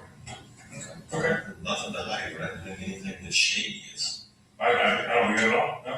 It's unfortunate that a lot of questions we have to ask just because of the circus. Well, that's what makes me feel like you guys are being led around, because it's all shit that it's fabricated by them. So once it's fabricated, you gotta ask.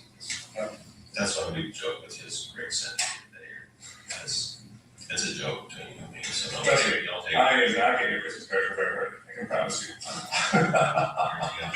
You might get one before me. How about that?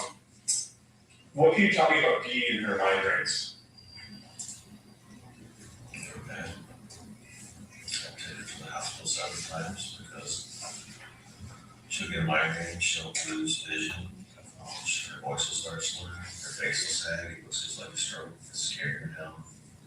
I took her to the hospital several times. Go to the hospital, it's very frustrating because they don't do anything, they push in her room, they just leave you there. She's very in pain, and I'm feeling helpless. Mm-hmm. They finally do give her something, it's like, what can we do?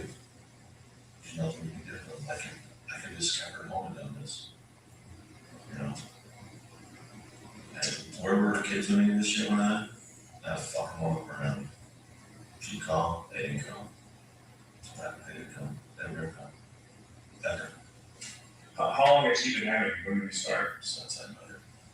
I think she had them back when she was married to Tim. I think she had one with Tim. She said they thought it was a stroke and she lost her face sag. I think that was the worst one she had. That's what they call it, a mini stroke. Mm-hmm.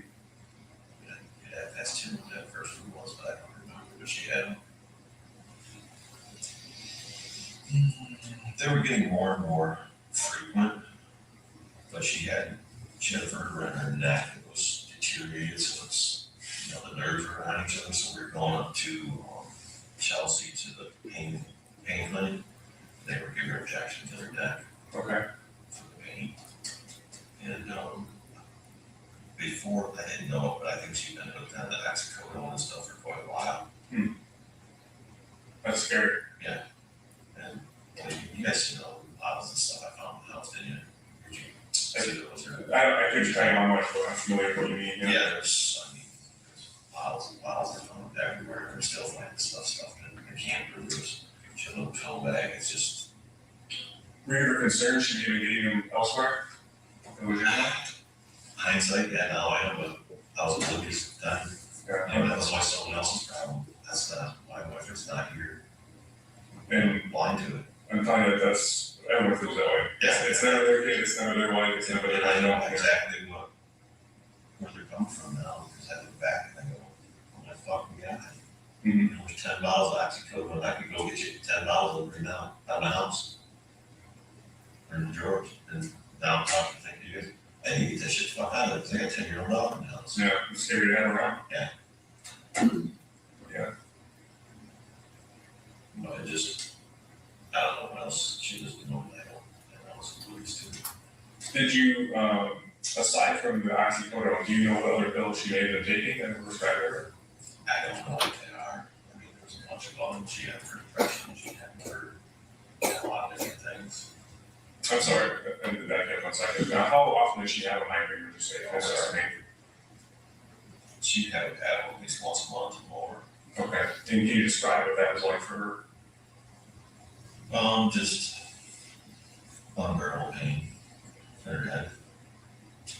And it got to a point where she always talked about the pain and you just get hard to because you heard it so much you didn't believe it anymore. I mean, like a kid crying a wolf. You know, sometimes you feel like she's just using that as a crutch to, I got a migraine, I'm going back to the house to get away from you. But the pain level was unbearable. And I could tell when she was having one was bad because her face would start sagging a little bit. And her vision, she'd have another vision. She'd be talking to you. You know, if you're talking to someone where you have eye contact, she'd be talking and she'd be looking up over here because she couldn't see me. And her voice would start getting slurred a little bit. And that's when it was bad. Okay. And what was her behavior like when that was occurring? What was she doing? She would still try to fake it, be normal. But she just couldn't function. Her voice would be slurred and she just be acting like how you just need to lay down. So I just get her to lay down or just to get her to calm down. She would, at first when it was first going on, we'd get her a beer or some alcohol to thin her blood. That's what the theory was, it would help. And that helped at first, but after a while it didn't help anymore. She had some the one doctor that she was going to had some pills that they had made up as a combination of three different drugs. And she'd take them, and it was 4 migraines. Okay. And that helped. And the one pharmacy, there's only one pharmacy that was up by Chelsea that I guess they had to custom make them there. And that's where she got those, and that seemed to help the most. Okay. It would do it. I mean, she would still, some of the pills you take like codeine, oxycodone or whatever, then she'd just be a zombie. But this here, she can still function, she can talk, and be more like the normal D, she'd just be slowed down version. And aside from you said looking back, you could see things with the pills. Did you have any suspicion then or see her taking pills that you thought were an excess? I always thought, I don't take any pills, so I always thought it's an excess if she's taking anything. Why are you taking those? But I guess I'm just a freak that doesn't have, I mean, I don't drink, I don't smoke, so I'm already a freaking freak, because I don't drink alcohol, but. Yeah, what's wrong with you? I don't know, because I'm not to work, so, you know. It's a good problem to have. Well, yeah. I didn't spend time with my first 4 kids, because all they did is work, so. I'll make enough things, you know.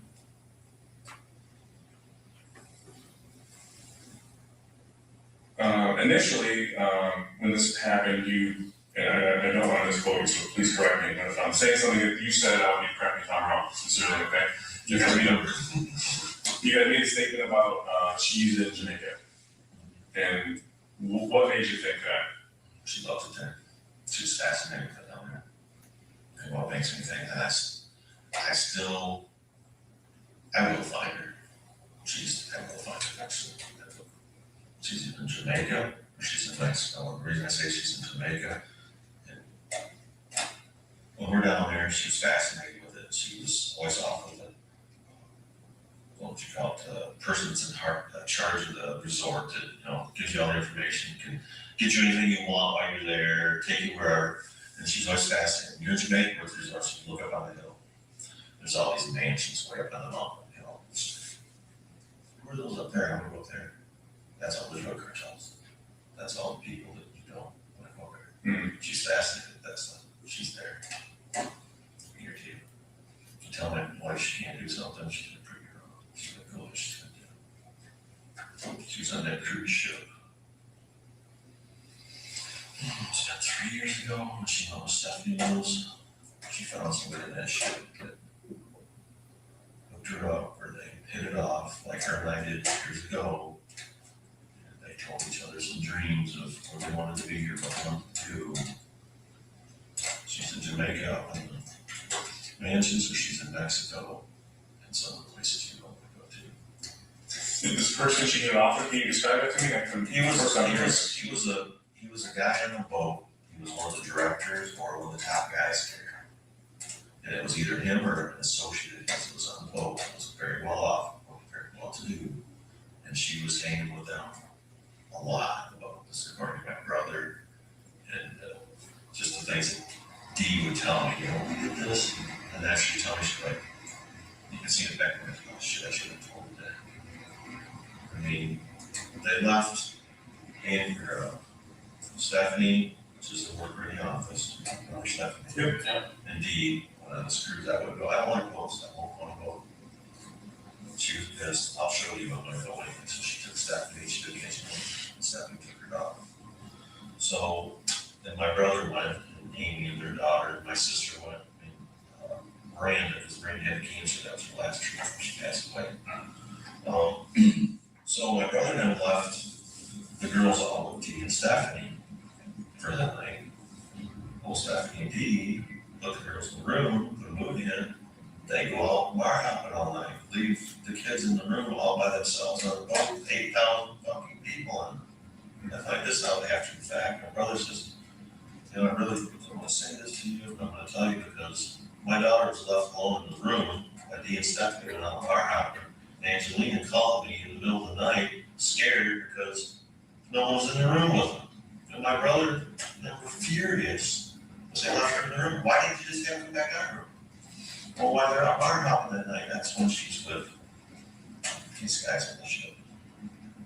And you're learning about this after the fact? I learned this. I've got bits and pieces of this now for 4 years, 3 years. Okay. I'm trying to go back and cut it in my mind. And I'm thinking, okay, she's on this cruise ship. When she's on the cruise ship, she bought $10,000 ring. She bought another $5,000 of jewelry here that I found the receipts in the mail. You know, and we're in Jamaica, she's buying jewelry. I find out after the fact I get home. She's fascinated with these places up on the hill. Wanting you to take off and go to town by yourself. I'm like, no, you can't. Well, then she goes and you know, that seminar bargain for where she go. So she's there, she's in Mexico, these places. And I just want to be clear, specific with. No, that's my gut. Yeah, that's what I was going to ask you. So specific with the guy that you met on the cruise ship, that's something that you're thinking hindsight, or you have something to. I don't have anything backed up other than what she's told me different. It's also speculation. Okay. And the reason why I asked, I mean, the kids in the room, my brother didn't back it up, hanging out. I think I heard that before. I mean, that'll all back up. But as far as the also speculation, that's not her husband. That's my gut feeling. I mean, I know my wife. Okay. You had this gut feeling that she's in Jamaica or Mexico, and can you describe how she would have gotten there without a passport or without crossing a border? You don't need a passport in Mexico. You don't need one to Jamaica. If you guys think you got that one, you guys are really. Well, obviously that's the most common way to get there, right? So, so if you were her, how would you have gotten there without one? Can you describe that to me?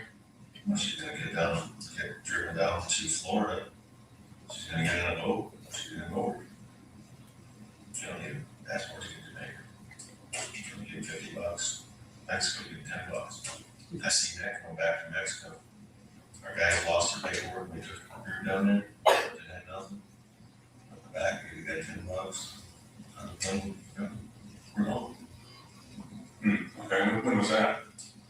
I can tell you years, 2 years ago, and whenever he and I just went down to Jamaica, was it 6 months before she went missing, or wasn't too long before that? Nothing's changed. I mean, the guy that works over, Dad Ozzy, the black guy that works over there, he's from Jamaica. His brother's a detective down there. You know, if it's all money, if you have some money, you can pay me more. It's unbelievable. Okay. Specifically on the money topic, where would she have gotten this money to do this? Because now it's been a long time to have started this money. Where she got it? Mark's still telling him how much money she's got. We're still puzzled on where she could have found it, or how she's got the money, where she can get it. That answers like that. Okay. And you had previously made statements about money missing from the safe. Can you describe that to us? I think there's money in the safe that's gone, something. How much money was in the safe? There was approximately close to, for sure, between $75,000 and $100,000 cash in the safe. Okay. And can you describe how that money was collected or how it came to be? It was, we sold different pieces of machinery, and, you know, over the time, you take your paycheck, you put $100 aside, you put it in the safe, and it's just accumulating over years. Okay. And then how much was missing when she left? I don't remember for sure Kevin would know because we went down there and looked. And it seemed like there was only like 18 or 20,000. I mean, don't quote me. I'd have to ask Kevin because I think we looked your county or did some at the time. It seemed like there's only like 18 or 20,000 left. When you say Kevin, refer to Greca, make sure I'm clear. Okay. And can you, if I was leaving forever, I wouldn't leave anything behind. Can you explain that? I know. She knows that. I figured she left that because that was the amount of money that she figured I had been putting in there for my paychecks when I saved since forever. So I guess she got a little guilt that she left. I don't think she did. I don't understand. Okay. But, you know, like you said, what good is disease? You can take it all. When she left the one bag that one that I could win. So She ended up with a bank account, the TCF account. yeah, TNC. That was, that she was using to fund money into that from DPW investments and some other stuff. Most of the money was from they had an auction, sold different pieces of machinery and her stuff. And some guys paid cash. She put it in there. I know she said that was her money, and I thought that, why did she say it was her money? She thought it was hers. And a lot of those financial questions, we're awaiting a financial forensic audit, so a lot of those questions are going to be answered. We just don't have them right now, essentially. But specifically with cash, it's sometimes hard to show where from where. Well, it's a card over years. Yeah, a lot of them we're going to discover, but that's a large sum of money to have in a house. So I was interested if you had a specific thing, like we sold this tractor is worth X or something large, but nothing like that comes to mind. Okay. Okay. I mean, that might be a large amount of money for, so it's not for, it wasn't for us. I mean, we got $100,000 in saved at all times. Over to, otherwise the Briskies had $1 million in saved. How the size of the volume of business. How long did you get money like that for that amount to save? Oh, we've always had $50,000 to $100,000 in saved, even when we're getting bankruptcy. I mean, that's your cash reserve. What you're gonna do, you know, if everything goes down. Yeah, that money's going on. Okay. That's not money that you're gonna use to make a house payment or do the payments. That's the money that you have to have on the table, you know, to live on. Okay. Imagine, you know, in your house, you probably have some cash left away somewhere for your wife, and you have your kids, and you're not gonna. They're assuming that. My wife isn't trusting me for money, so I couldn't tell you. So you're my excuse. No, what's it like? I'm telling you, I mean, I can't remember. I wasn't kidding. I can tell you I do not have $100,000.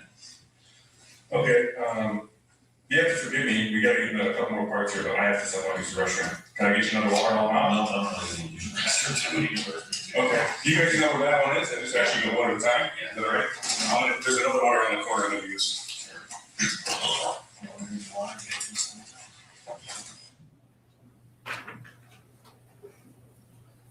And there'll be a part 2 to this. That's his lawyer So there. just briefly for some clarification, you're sitting on the far left and it's your back is towards is that a body camera or what kind of camera is that? That's a camera mounted to the wall. Okay. And who's sitting directly to your right? That's my partner at the time, Detective Sergeant Scott Singleton. Okay. And across the table from you, who's seated directly? Oops, that might have been me. I hit full screen. Or is this where it ends? So sorry.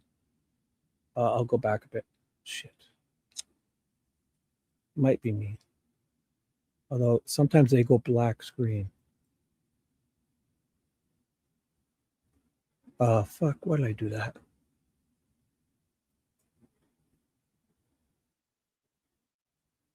So sorry. I'll play that last 2 minutes because damn. So sorry. Look at Lucy. Your farmer's tan. Lucy and her farmer's tan. Oh. Lucy.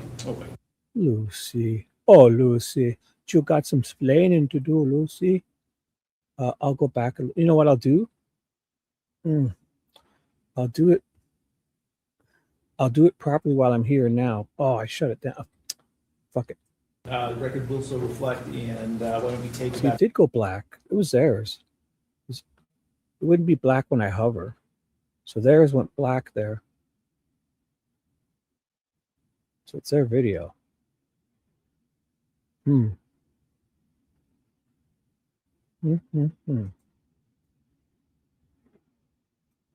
Because on this day, I'll get it ready now.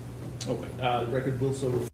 So basically, there's a part 2 afterwards, but I'm going to save these because there's a Dr. Cho's afterwards too. So. And why don't we take about a 10-minute recess, give people a chance to get up and move around a little bit.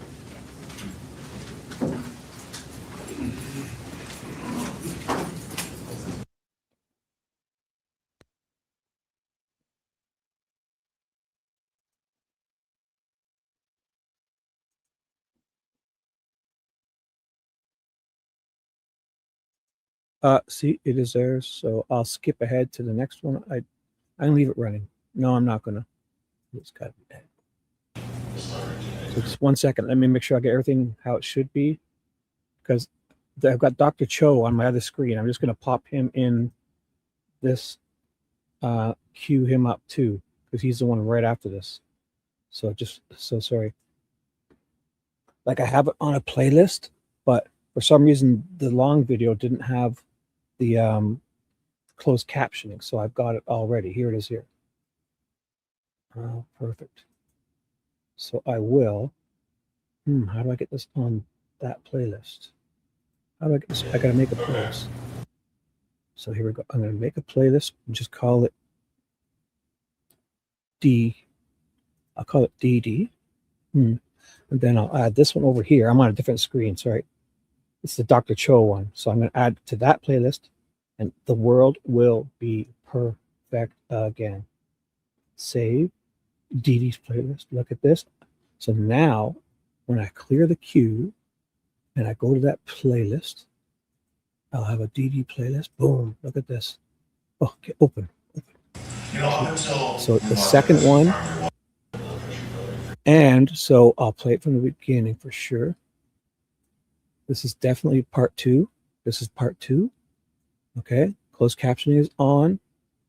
And Dr. Cho is afterwards, but I will double check to make sure there was, because I'll double check, make sure they didn't skip anything in between. Okay. Part 2. Part 2. Lieutenant Drewyor and Lucy and her farmer's tan. We'll never, ever do that to you guys again. I promise. Promise. It's this young man here. Part 2. And this guy right here. Maybe see New York. All right, and we can have the witness come back to the stand. So I'll just remind you, you are still in the room. Yes, sir.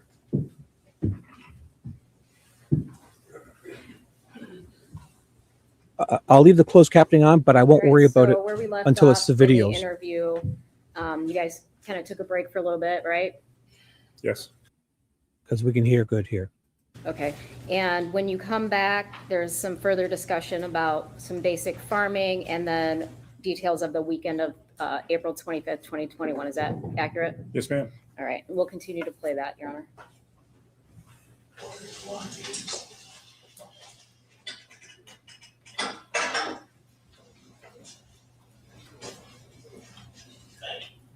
Can we just ask, Your Honor, if it's too loud or if there's an issue with that thing up there? They definitely screw the audio up. Okay. So what happened is they've made it better for the jury to hear, but for some reason, that cameraman, the audio isn't as good. So definitely keeping the closed caption on. Look at the closed captioning if you can't hear it. It's cranked. But they're going to, actually, I'm going to go fast forward a bit because they're going to do some sports talk here, but nothing. Maybe I'll leave it.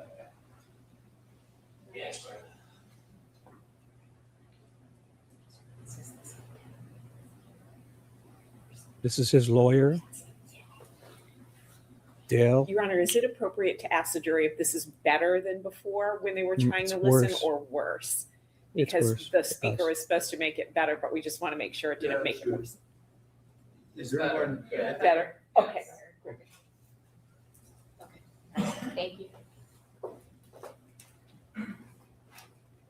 Way to go, Lucy. You and your Farmers 10 did it again.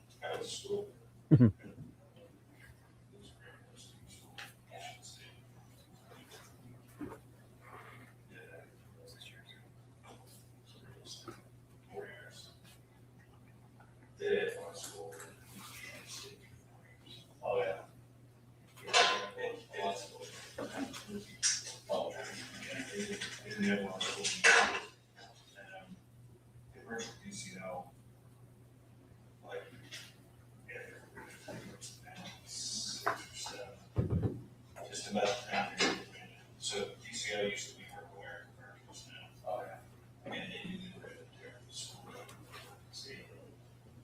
So she was in law school, so they had sort of a professional relationship for a while. And then basically, she was taking sort of an education, she was in law school. Oh. So I was actually working in Washington. I just paused for a second. Now, the problem with this is when we can't hear it well, the closed captioning isn't picking it up either. So it was like this the other time I watched it too. Sorry.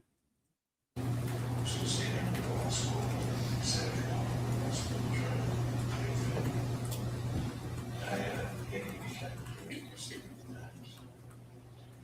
might be an official nasty there. Little shots. It was in the 80s.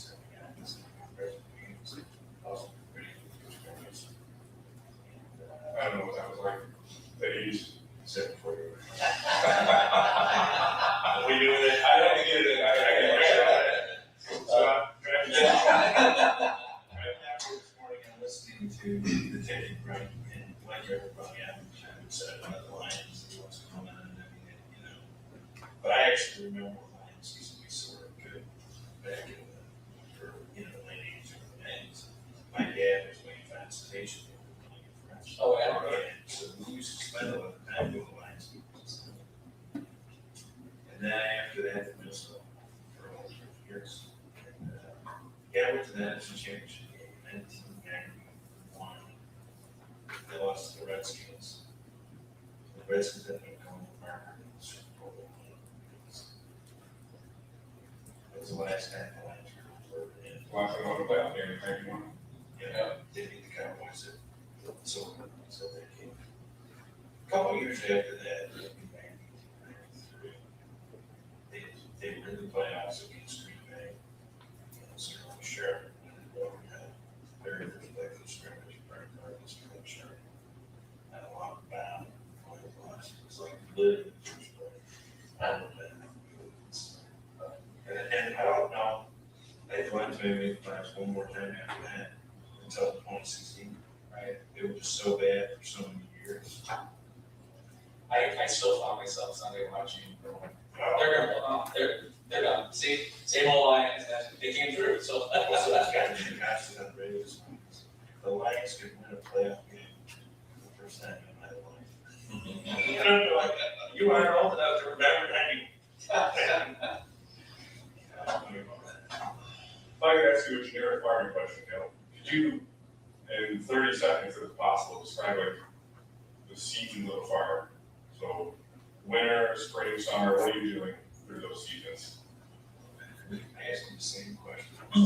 Right now, we're still, marketing our crop for this year. When you say marketing, you literally selling? Yeah, marketing. Okay. Selling. I'm looking at purchasing the inputs, farmers chemicals and fertilizer and seed for next year. Okay. We're getting machinery in and getting retooled, redone for next year. We'll be taking, as we're going through here in February, we'll be getting orders of hopefully application jobs we're looking for something else or what their needs are going to be. Our seed corn will be coming, they call it here, they want to bring seed, I'm like, I haven't seen it yet. But we got the first year to start bringing seed in, we'll start putting it in the door. Okay. And they'll start bringing out soybean seed, we'll put it in our long tanks. Basically, we're getting machinery around up until February, March. And what happens in February, March this year? March is, it depends on what Mother Nature does, but March will be the time you start putting some impacts on. Or you can be putting in some fertilizer that dries, depends on what crops you're doing. Exactly, some weed. What does that mean? Put fertilizer in. You got wheat, whenever wheat was planted, here a month or two ago. Okay. You got the fertilizer on it, and we'll put it on once a year. While the wheat's still dormant, it'll come out of dormancy until the farms start forming up. Okay. The yard starts to be ready, wheat's coming out of dormancy. Okay. So I get the fertilizer on, so I can out of dormancy. Fertilizer is like the nitrogen, it's like nitrogen for wheat. So it's there to grow. We sell for weeds and bugs. Your first application, we spray 4 times. You'll be out there, you put your fertilizer on the first application, like February, March. Second application, you'll be out putting more fertilizer on, probably an insecticide, or herbicide. The third one would be doing for fungus, and the fourth one would be for fungus and insects. And we end up in probably May would be your last application, unless you get. It depends on if you get a lot of moisture, fungus will grow, for molds and stuff, you have to spray for mold and weed. If you get some weevils or different insects will come in, you can spray for those. And at the same time, you're doing burn down, which is spraying it around 240 kill through the field. So you go through the tillage equipment, stem all, and everything, and that's fertilizer that for seed, like your seed, later you put more fertilizer. Then you can go on spray an application of Roundup. So most of it is spraying, which would be like atrazine, Matador, which is all keep the weeds from coming up. You go back out again. July, middle of June, top dress, which is doing more fertilizer for the more. You're looking for insects and weeds to get spray. And you get towards the middle into July, you get close to tassel, where it's going to be flowering. We got they call soot, like soot. There's different diseases that are coming over corn right now. We're out spraying there, things to stop the black spot and stuff coming in. And then we start your harvesting the beans. You scout the beans, why we're getting Chinese beetles, different insects. Spraying so it never ends. You just keep track of all the stuff in your head, you're a schedule, formal schedule for everything. A lot of it in my head. The seasons. And you could add, Your body knows when this is coming or heavy the weather. That's what I was gonna say, the weather, you can't predict, like, it's been recently warm, and so coming up right now, not that things we kind of just. That done is a whole ice, it's just. So you use the farmer's own, hey, Like, it's hard to find them anymore. It's hard to get them anymore. But you do, you tell the truth, the grandfather say that, what is it, the frogs croak so many times before hard frost. There's so many different sayings, the locust, you know, here, it sounds like the frogs at night, you hear all the locusts chirping. So many times they chirp at night, you're gonna get frost, so many times they chirp at night, it's gonna rain. These guys had shit down, I'll tell you. And then different ones, you know, with the cattle, if you debone cattle, you cut their horns off, otherwise, you know, they'll gore each other, they get older and bigger. There's sayings out that you don't want to debone cattle after half moon, or you put it after full moon, don't bleed less. Something's true. You debone them and bleed, you want to ruin the blood straight out, because you know, the arteries straight out there. Next thing you do, after full moon, you're bleeding off. There's some truth to this. It affects the tide, so I don't know. There's so many, I don't know. but there's so many things. There's so many things there's so many things that there's so many things that I would remember to tell you because it's all second nature. You know, I mean, it just, I say go plant corn, well, I already know about it. There's things that's my son and stuff. And you tell me everything, assuming that I know what you're talking about.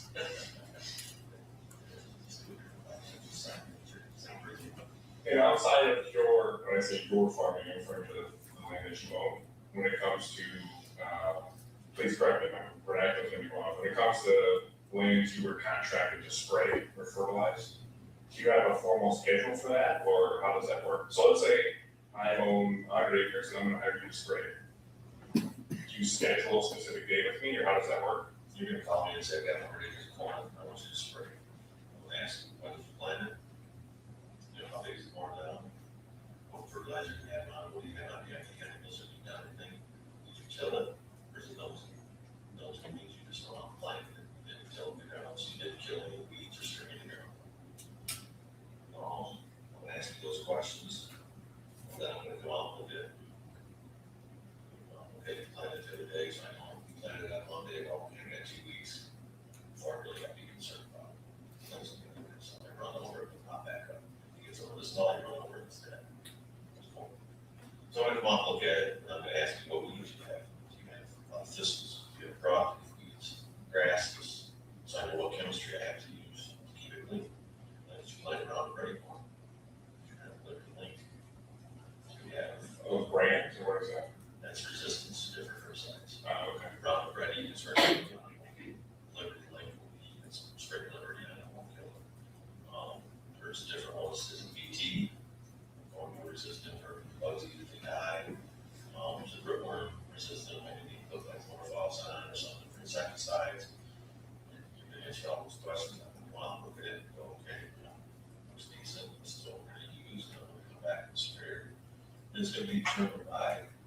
If we had rain today, I'm not going to go out there tomorrow, because I'm not going to sink in and let your field up and wait till it's dry. You know, schedule it back. If they're calling for rain tomorrow, well, no, I don't want to spray it tomorrow, because the stuff will spray, it takes 4 hours. It's got to get a planter to be there 4 hours before it's not spraying. It's rain an hour later, well, it just makes $30-40 an acre. So after we trim all that out, you got to make sure the wind can't blow if you're in a subdivision. I don't want the stuff blowing over on the neighbors, killing the grass, with the kids are out there, they're turning in, and I'm drifting out, and I'm so, you know, as far as we schedule, I'm going to be there Monday to spray it at 9 o'clock. So it's going to be when the weather's right. You have faith in me that Within a window of the appropriate time for that plant, essentially, right? Okay. You know, you look at it, you know you have 5 days, you're gonna be there within that 5-day period, but it's never, I'm gonna be here this morning or that morning. Right. Okay. Be there when, I mean, there's mornings when it's real calm out and there's no wind. Great, let's go spray. And there's days that it doesn't stop blowing, you can't spray it off. You have the competition of spring still.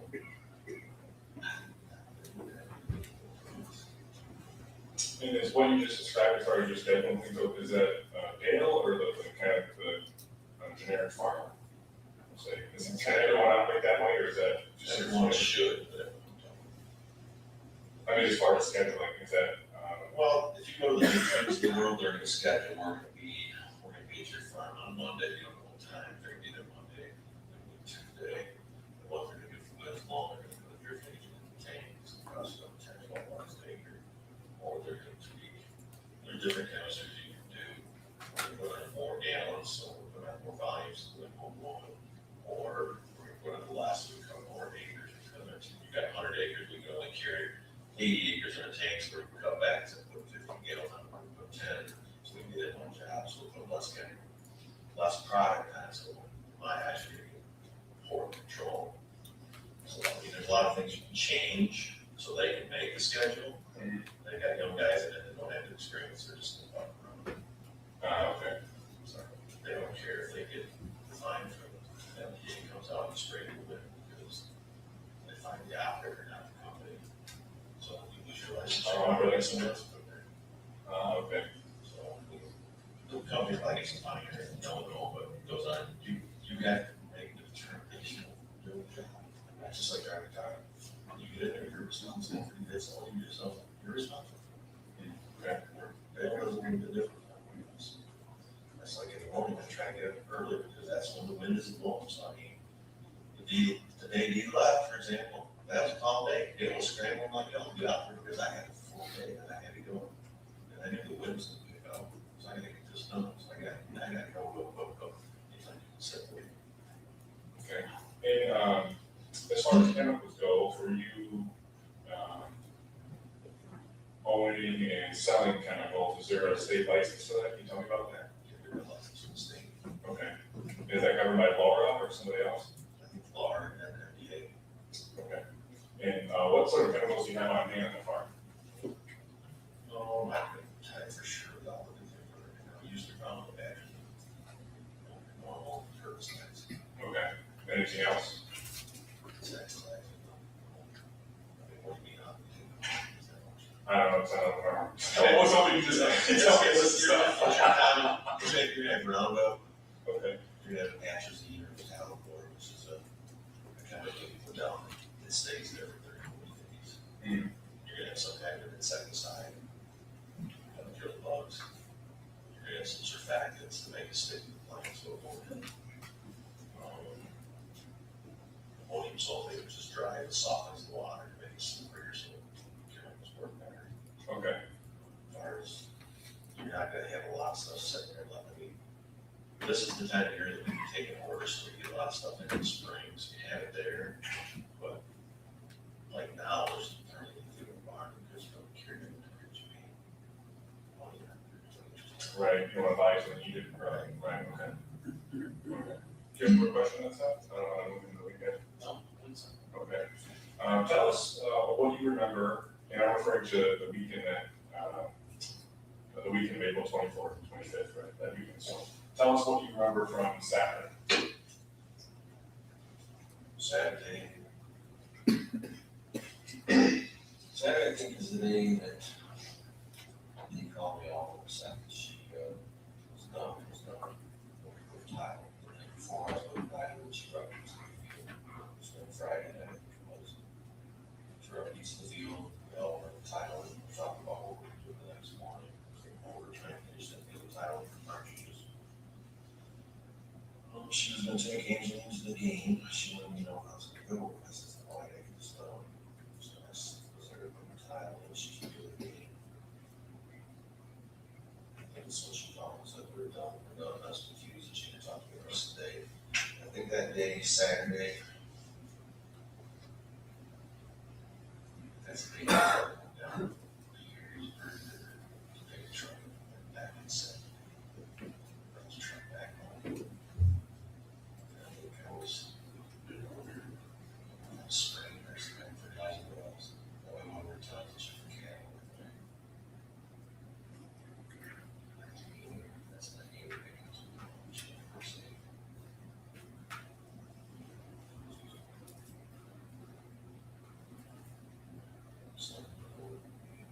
Right, that's like the she was talking about what she meant by done.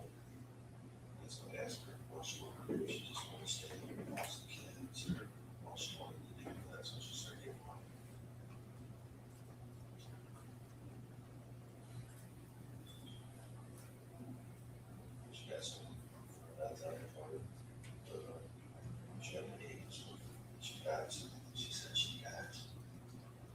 It's, sons or something for breakfast. Because it was staying at the coast that day.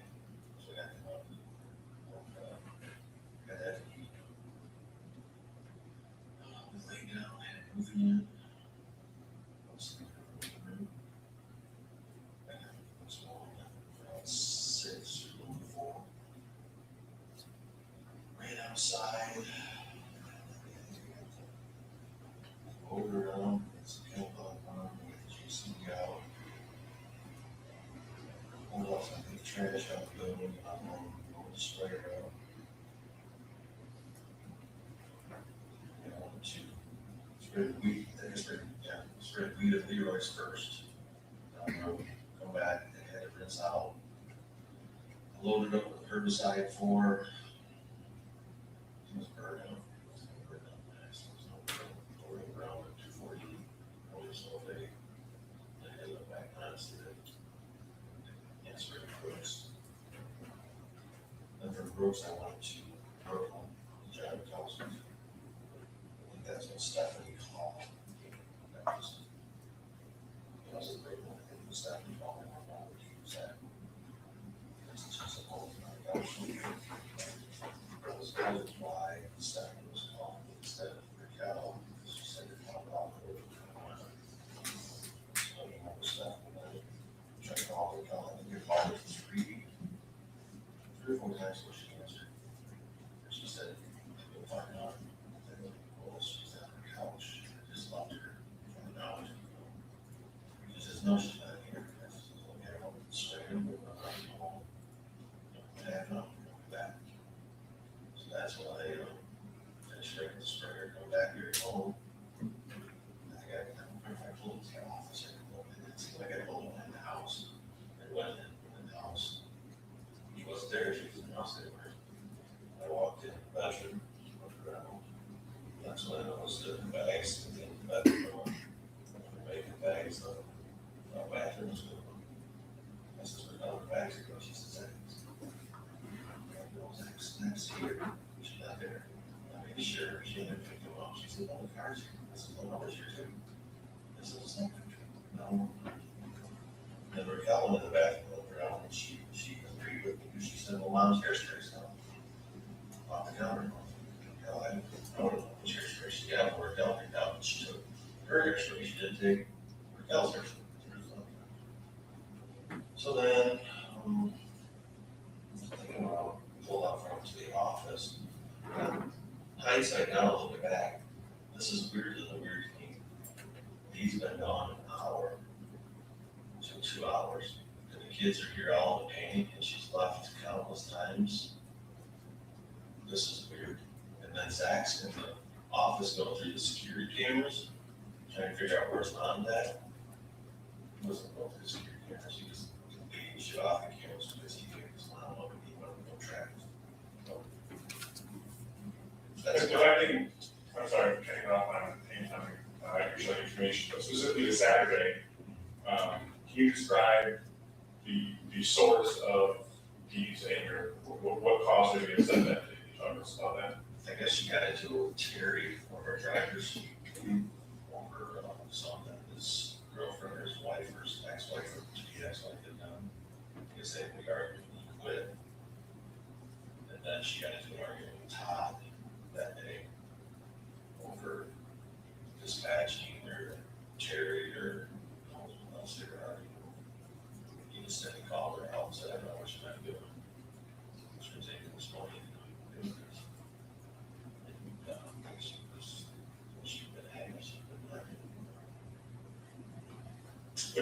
It's been told to us that you had informed the employees, however, that happened, that she was taking Xanax and she didn't take matters to that. Can you describe that to us?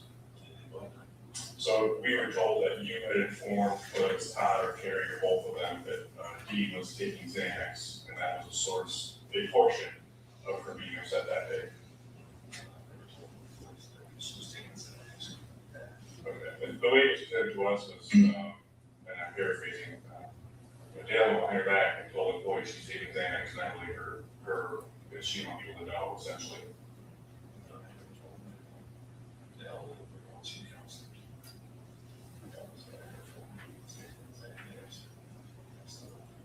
Okay. So outside of the phone call you had with her at the soccer game, can you go back to that? What happened from there? I didn't talk to her unless she mentioned I tried to call her several times, but she didn't answer her phone. I just finished, you know, fixed with tile, and I can't remember if I was in spray or spray more. But I know I had to take tile down to, I took tile down there, so I could trucks in there. So I asked Tyler, wait, he said, yeah, you got it, so we did the same motion. I called her out. Terry quit today. Terry quit out to help me do my best ever. What was your instinct then? Do you think it was going to resolve itself, or what did you think at the time? Is this stack kind of counting? I figured, you know, I'm gonna have to go out and talk to Terry, go back to Monday, this and all. Okay. I mean, I'm gonna go in the house tonight, I'm thinking this, I'm gonna go in the house tonight, I'm gonna get my ass chewed for something that I didn't, I know nothing going down, I'm gonna get chewed out because I didn't stick up for her with the Terry argument. So I don't know if it's this bad already, even though she's 100% wrong, so I'm just gonna get the microphone, she argued with Todd, I think it won't. The last thing I did was that Todd quit too, because then we'll really be screwed. So I'm going to ask you, are you screaming out at me tomorrow? I'm gonna have to go talk to Terry, come back to work, same time, it's gonna be a long week tomorrow, that's Saturday, so Monday. I have to talk to him, go back. Get it figured out, we're gone a whole week, so we're gone for a couple of days, and she'll be back. And at that time, maybe on Saturday, with how upset she was over this argument with her employees, essentially, Tom and Terry, what do you think her mindset was like? I don't know anymore, it was just thinking. Some of the statements you had made in the past were that you were concerned she was abusing her pills, and that she may be depressed. Is that accurate? Yeah, I think she was depressed, I think she was, she was upset and depressed, she didn't know what she was doing, because, you know, her best friend quit, that's why they quit, so no one knows what happened with the trucking company, she can't go. That's why she was saying, we're done, what else do we have to go? The thought this shit was going on. So, I didn't call her, perhaps it was saying, they're going to go. Because it is a busy time of year in general. It's a busy time of year. Yeah, it was only 5th, it was only, on the calendar, pretty much every year, I start planning for it, it was only 5th. Okay. Barring weather or whatever. Yeah, this is the day I start. 4 weeks is too early. This is the day you start. Okay. And she come home on Saturday, and what happens then? I come home on Saturday. I said she's in the house. And I call my son, he's still spraying fertilizer. So I go in the house to see, and she said, she's questioning me about, I already asked her what's going on with Angelina. She says Angelina's going home from the house, and I'm like, why? It's like 8 o'clock at night, why is she going there? I was thinking, call when she's home. Okay, if I gotta go to town to do chores, check the cat, see if he's good. No, Amy's going to get her. Okay. So I go over, get times, check the cat, if you talk to her, if there's something, it's not, I hire someone over. Come back from the house, and it seems like I've had Amy on the door, she was coming. I can't remember if Amy was there when I left, when I came back. And Amy was there, she didn't say nothing, she's actually left in the house. Tried talking to Dee, and she's all upset. I said, okay, so we'll talk about it. She says, we're all living on it. I know we told him this. Jerry quit. Yeah, I heard Jerry quit. Sounds upset with me. So I said, what do you do? Well, you stay home, take care of more of the kids. What do you want to do? First she tried to scream, started getting fun. I tried to sit down talking to her, and then she got this. She says, you're using this kind of shit on me. And I was trying not to say anything cynical because it made it worse. And be like, no, like, just sit down, talk it out. She's talking to me, she's still mad about Terry. She's still on to tell me did this, she did that.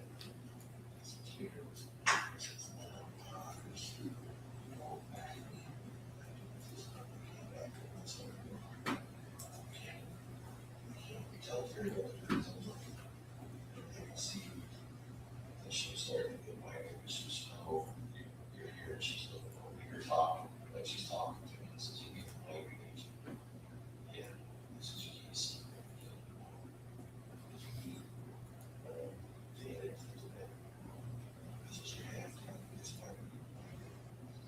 So I went over and asked her stuff about it, that's what cook, and that's what she said. We got some breakfast ingredients, Fiancé, and steak or something, so she got those out, she got it, and she started cutting things, she cut her finger, she was doing this, just stop. I cut her, and, we ate some breakfast, she ate this, her feeling better. Yeah, I can tell she knows it, because her face was sagging, her voice was a little slurred, she said, I gotta take it away, so she went over to tell her, I took it. Inside I was talking, she said, well, since you got any drinks, you're getting dehydrated, that's why it was a problem. She's like, no, and she's just I just don't know what to do, I don't know what to do, I said, just, fast, watch it. That's what we did, she just went back to the bed, so I supposed to get no pressure on her head, that you could feel the battery.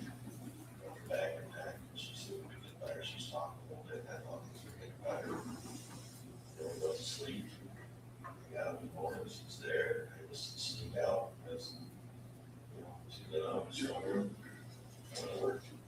You had previously described this as one of the worst arguments you had had. You can stand up to us. It was one of the worst arguments that we've had, in a way that she's never spent it all done, I was confused, she's talking about it. Mm-hmm. That after I get into the war, we're all done. A year and a half later, she couldn't cover the line anymore. It's funny that she took the stuff they done with the computer, the big stuff, and now it's all we found. Yeah, she can't write it. You had previously stated that you gave her some medicine. I never gave her medicine. Okay, any idea why you might have said that then? She always Okay. No, I didn't. Were you making a mistake about a different day or something? maybe I wouldn't take medicine on forward. Okay, that specific day or another time? Okay. Okay. So I want to be clear, you did not physically give her any medicine, the medicine she took, she obtained herself from wherever. Okay. And you only saw her take, you saw her take I one didn't pill? see what she took. Okay. Living room here, the medicine she got in the counter, she went over to the gap and she was. You're referring to the counter with the wood over it, kind of a dining room table? The bar is off, it looks like a wine right in. That, okay. You and I still get together on the phone over there, okay. Yeah, that covered right there's where she got over the medicine. Her medicine was there, the rest of the medicine, like aspirins and normal household stuff was all over in the kitchen. Okay. There, she kept all her separate over there, so. But I was over by the kitchen part, getting, the food warmed up, and she's only getting a pill or whatever, she went over there, got something on the cover, took it, so I picked my back and sat down. She gave me. Okay. And then what time do you and her fall asleep? I was thinking it was on 12 o'clock, probably. I was thinking it's later, but about 12 o'clock. Okay. Can you describe that? Just like down to sleep. Where? Sorry. In the living room. You both of you? Yeah. Okay. Specifically where on the floor. Okay. Is that common? Yeah. Okay. How often do you sleep on the living room floor? About every day. Oh, really? Okay. Why is that? I always did in her old house, but I was just like in front of the TV and watch TV and like folks slept. Okay. And you slept there all night, each of you? Yeah. Okay. And then what time did you wake up? It was around 6 o'clock. And what's a normal morning for you? What do you, in great detail as you talk, what do you do when you wake up? I get up, I'll get my clothes on, usually brush my teeth, grab my watch, my phone, get dressed, take my blood pressure pill, take my pill every morning, and I head out. Okay, now that is in general or Sunday morning. That should not happen today. Okay. And how long did that process take you? You know, that morning, I think I had to go downstairs because that's very easily, that's the transplants. We did them all, received the transplants downstairs. What's a transplant? Sorry. We started vegetables. Yeah. Trays, it's trays downstairs, and I think the day before, actually, and I just put receipts in. I think I went down that morning, I had to water. So I ran downstairs for water and the transplants. I went downstairs twice. Came water down, water the transplants, and all that kind of stuff. I went. Okay, so I'm gonna start you really slow. So you wake up, you're on the floor, and what's the first thing you do? Get up and walk over to whatever it should go, and start getting my nose up, because I need to phone you in the garage. Okay. So I'll get up, I'll go over, get a glass of water, try to do it every morning. First thing I do is take my blood pressure pill, I forget. Get that out, take a pill, go to the garage, pick the uniform off the floor, so I took out the night before on the floor, came out the garage, get my new uniforms out, and put mine, put them better, wash my teeth, go back out, so I can grab my phone, my watch. This is my routine I do every day. Okay. And on the counter, if I gotta make myself notes what I need to do for the day. I don't have my paper, but that day I'm sure I have a note where I was supposed to go spray and what I need to do, so I didn't forget anything. I'll just separate that corner. Back with all well, the back door, got it, the over the gate. Usually I make a circle around the back of the farm.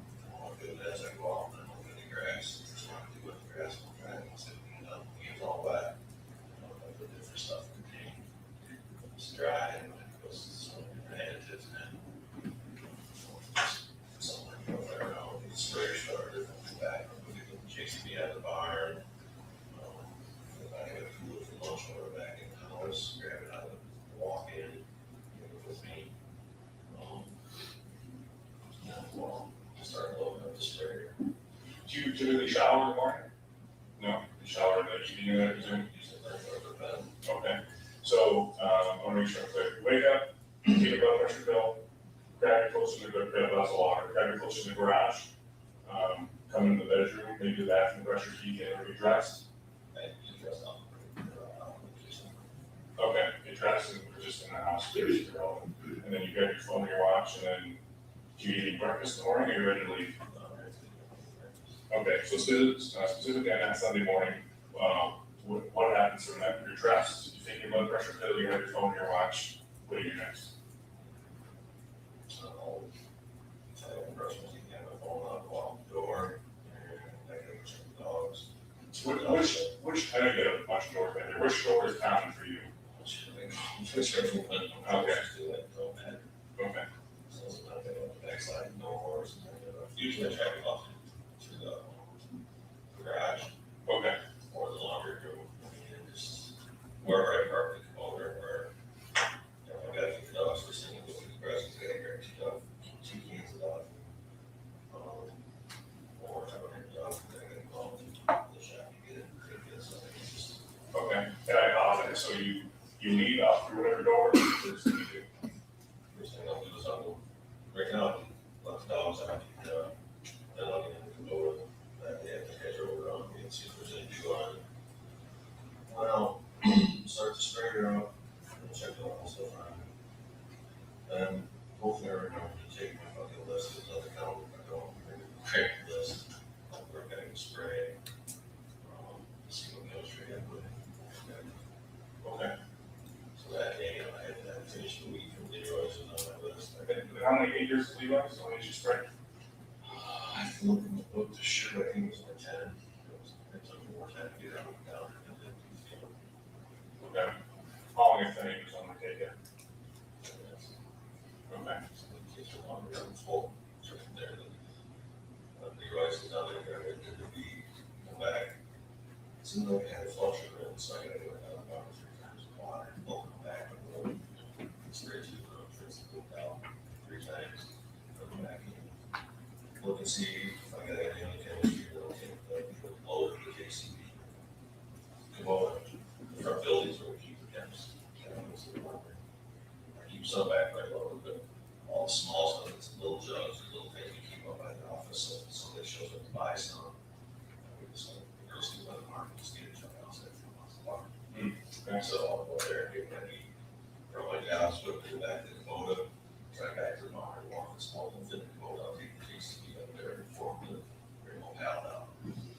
So that morning, I think I made 3 trips with all the different jugs because that just, that's all my shit right there, sheets.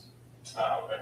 So my log sheets, I mean, if you ask what time I went to Leroy's, I'm going to get my sheet, and tell us what time I was in the barn, what time I got to Leroy's, when I'm back, because I'm loading the next one, I write down the games, in the barn.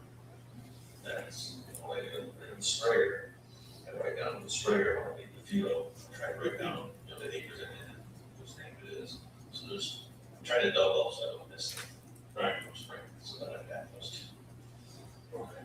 So you go out of the house, you go to feed the dogs, and what's the next thing you do? And you get a toxicity thing. When you say Kubota, what are you referring to? That's what we got a little, what you call it, a little ATV. Okay. Like a side by side with a, Yeah, with a cargo area? Yeah. Okay. And where does that normally park? It's usually parked out by the dogs, right behind the garage. Okay. And that's where it's, leaves it at. And you get that, and where do you go from there? That morning, we drove around, that's spring, we got to drove around the boundary of the farm. And I stick my hand out, the grass is up, so feel the grass, see if there's two on it, or what it is. Okay, and then what? Then I go to the sprayer, I started, I'll check it when I started, but I was just warming up a bit there. Okay. That's all the way I list, I've got a load. Okay, and what happened from there? Went to Leroy's, spray net, bring it back, it was out. Went to the roads, spray net. Okay. And then I loaded it up to the, I loaded it back. Then I'll say I sprayed it for me. Okay. And can you describe to us what you do with the JCB that morning? I would have pulled up, that was, pulled it out of the barn, pulled it around by the house. Oh, I think it was just for trash that day. And, well, no, I had to put the forks there when I pulled that back. There was a pallet that I had to move ammonium sulfate in the barn. Okay. Usually, there's a bucket, dump it in those, so all that trash goes in the bucket. Okay. You said you pulled it up to the house, can you describe that to us? I think I pulled up behind the house, I think I had to really grab my damn sheet, my load sheet, I don't remember for sure. I know I took the loader around, it was out, the dry sprayer started, I know I got the JCB the loader around by the house. And I run in, I had to grab something out of the house, I run back out, got the loader, back I go. Put the forks on it. And what did you see in the house when you could run back in there? Still sleeping. Okay, she's still asleep. And at this point, it seems like a silly question. Was anyone else on the property or in the house? Okay. And She's still about 6:30. that was my next question. How long had it been? Okay. About 6:30 around. Maybe close to 6, 7. You got time on her own moving and start to spray her up. You know, it's running. Kind of loud. We're able to load her, pull off her paddle with the forks. Okay. Get that.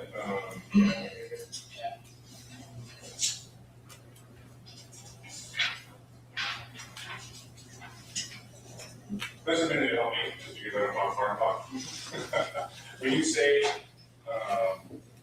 you leave the house, you go and just show me, I think I know, show me where the dogs are. Okay, and then you jump in the Kubota? So there's just like one here by the house. Okay. I was gonna ask which field you're referring to, because. Okay. Okay. See how wet it is. Okay. And is that common for the farmers to check the grass each morning, or that's part of what you do, so you can see it? Okay, okay. And then where was the sprayer part? Is that where? Okay. And you started, and they were like, or load everything else up, you said it goes up air, is that so, wiggle air spray? There's lots of suspension goes up those areas. Which you started, okay. And where was the JCB part? JCB's right along here. Okay. And you said you pulled up to the house, can you show me? Pull out here, pull around this way, come over here. Grab what I need in the house and back down. Okay, can I make some notes on here with you, is that okay? She said this is the Kubota? Yeah. Can you just draw next to the Kubota bus? You have like a pen anywhere? Might work.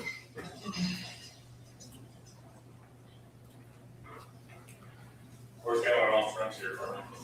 Maybe it's the paper. And then, where is the, if you can mark the square, is it out of the paper, that part? Okay. And where's the JCB part?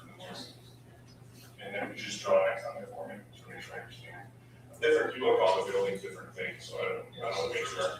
Okay. What do they call the dry bar? Oh, okay. And then there's a wet bar. Does that make sense? See, that's what I mean. It's different walls. Okay. And then you pull onto the JCB and you show where you parked it by the house. No, pull it up here. Okay. Can you mark that for me? Okay. And then where do you go from there? Yeah.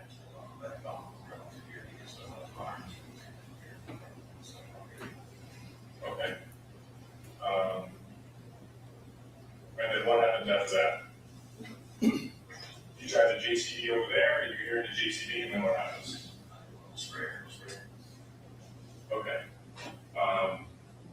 And when you, how many minutes do you think from when you were in the house to when you got over here and left in the sprayer, how many minutes is that, if you had to guess, that Sunday morning? Before I left with the sprayer? Correct.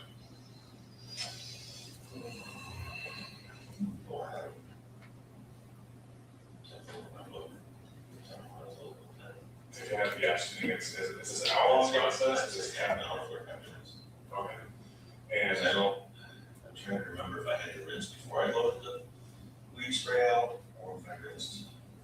I don't remember. I'll look at my book, I actually did have before I had my book. Now it would be no.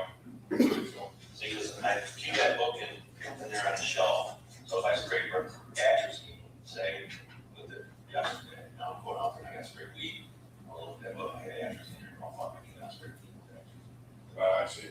So now I'm going to rinse out, so now I got to rinse. Those are the papers that you gave me. Yeah, we were out there, okay. Yeah. They would have ran on the Hummer.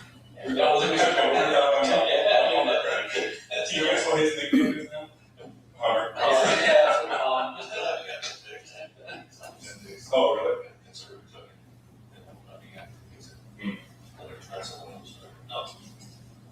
I've been not looking at the book, I can't, like, I had to come out and rinse. I had to rinse it in an hour.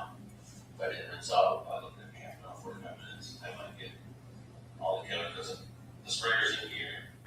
JCB's here, I can walk here, got some stuff out of the building in front here. Took back, measured it out, because it's an ounce, so it's a little lot healthy. I measured the shit out, right? Put the sprayer and I would pull it out. Okay. I mean, it should be on the camera, use the camera, and I pull the bar, will show you pulling it out of the sprayer. Okay, and specifically with the JCB, I think this little question I have to ask what's out there. So the Justice Brigade crew, at the time, I think the adult children perhaps Parker had seen the JCB tracks, and that's why they had actually waited to the house. Is that accurate? They didn't ask me. That's They asked me. correct. They didn't ask me. Okay. Okay, that was understanding, because the JCB tracks were where the Hummer was parked. Is that news to you? Yeah, so. Then I pulled it on the back around behind the house later that day, and I pulled it up next to the grass where I was parking. Right, so when they had seen the Hummer, you already moved back to the house, and the JCB tracks were underneath it. Oh, right. Okay. And that's from when you pull up to the house? Yeah. Okay. And the JCB? Yeah, the JCB, I pulled up there, the Hummer was out front, and never leave anything out front. Because they gave the keys and everything. Yeah, okay. I'm pulled back around the house, and I pulled over next to the grass and parked it. In the normal spot, essentially? Well, the normal spot's the garage, but we've been parking it outside because I think she had something else in the garage with her caddy, or she parked in the middle of her caddy. So I just pulled it over next to the grass, because I waited, because the rest of the area there is where the rest of us park. No, I park my pickups there, Jared, or whoever pulls in, that's where they park. Okay, so you got the JCB, pull back into the house, because you grab your sheet or something, and you get back in and you go back to the barn and load the sprayer. And when you're in the house, she's sleeping. Right, okay. So how did the Hummer get from behind the house to the office? In that morning, Yeah, that was there when I came back. That's for Kendall, there was some help from. okay, where was it when you left? When I left, it was on my house. I think there was a phone from, I don't remember, Okay. seeing it over, I mean, it's locked, I don't remember. But Okay. I do remember grabbing it from in front of the office, parking it back by the house, because we never leave anything on the roof. Okay. So it was behind the house when you left? I don't remember. I don't. Okay. Well, I guess easier when you left to go to Brooks or wherever. I was parked in front of it. I don't remember seeing it out there. I don't. Okay. I mean, I don't remember sitting up there. It's almost like I didn't look that way. I mean, I can tell you where a piece of furniture is. I can't tell you where the home's at. It's just not something that I'm paying attention to. Okay. So then you get a sprayer, you go out to Leroy's and you spray, you said, how many acres at a time? It was 10 acres. Okay. Then you come back and then what happens? I had to flush out the windows in that spray can. I jumped to the Kubota again and pulled out front under. I had enough, I don't remember if I had the chemistry in the barn or not. Okay. I loaded up, if I had rinsed out, I'd pull it back in, and I just rinsed out, pull it back in, loaded. Go to the next job. And the next shot, remind me, I'm sorry, you're going to, was it towards Brooklyn? It was on Brooks. Brooks, I'm sorry, okay. And then where do you go from there? Okay. And then what happens then? That's when the stuff becomes, that's what we do that. Okay. And what do you do after that? I head back to the house when it goes right. Okay. And who's there when you get home? The kids were there. The kids meeting, I'm sorry. So that's Zack, Cal.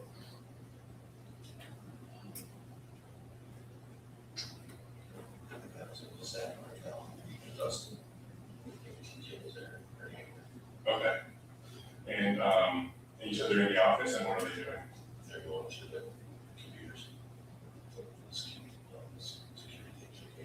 Okay. And that was done on the day that had the codes to get into it. Yeah. And when you access the cameras, what were you looking for? I never accessed them, you know, I didn't have the code to get into it. Yeah, when you did access the cameras, what were you looking for? I know it's a silly question, but. I was looking to see, you know, what was going on at home. I didn't look at anything other than what Zack was there because they had the lockdown. Okay, well, there's actually no doubt you accessed the cameras that morning. I'm just asking what you were looking for. It's a silly, we're trying to move the sheriff's department, so we just need you to explain everything as silly as it sounds, you know? They were looking to see what cars were buying, what could be up. Okay, and that's what you did when you accessed them? I didn't access. Zack already had it on the screen. Yeah, we promised to be honest with each other. I didn't look. Just listen, there's absolutely no doubt you access the cameras. If you were just looking for your wife, then just say you're just looking for your wife. I was looking for my wife, but I didn't access the security cameras that morning. You had access to them on your phone, correct? Yes, if it'll work, it would not work. Okay, so when you tried to access the cameras, what were you doing? I was looking to see who was in the office, if he was on the cameras. Okay, so you're just looking for you, that's all I was trying to get. Yeah, looking for me, you know, see where she's at, but I already figured she's at Zack's house. Okay, and that's specifically from your phone, that's what you're trying to do, right? Okay, and is that, I think it's called Milestone? Milestone? Is that the app you typically have problems with? I'm not familiar with it, is it? Yeah, it's horrible. Okay. What are you supposed to be able to do from the app? We're supposed to be able to see the cameras and see what's going on in all the cameras. Okay, and how often would you try to use it? I would try to look at it on and off. I'll look every day and once a week or something, I look at it. And what percentage of the time do you think it works? 5-10%. Too big of a trick, right? No, I mean, if you're in the office, then you want to look at the camera system when you're in the office, it'll work. If you're in the house, it'll work. If you're anywhere else, it don't work. Okay. Because you have internet access, I guess, but with your phone, you shouldn't have to, and it don't work. And do you have any other issues with your phone, or is it through with that app, do you think? It's the application itself? I don't know which phones, always have glitch in it, a lot of stuff don't work. But by and large, it's this application that gives you issues. Okay. Do you pretty much carry your phone with you at all times? Most of Specifically that Sunday, you had your phone with you all day? I'm pretty sure it was Okay. the only time you know is if you travel somewhere, you're backtracking trying to find it. Yeah, you and both. And that Sunday, do you remember about what time Stephanie called you to ask where he was? I was thinking it was around 9 o'clock or 9:30. Okay. And until that point, as far as you knew, she was at home, right? Okay. I think I texted her, tell her elsewhere, so that she. Okay, but until then, things are normal, you don't know any different, right, essentially, okay? And then, what were you doing, okay, why did you access a Cadillac that morning? What did you go to the Cadillac for in the garage?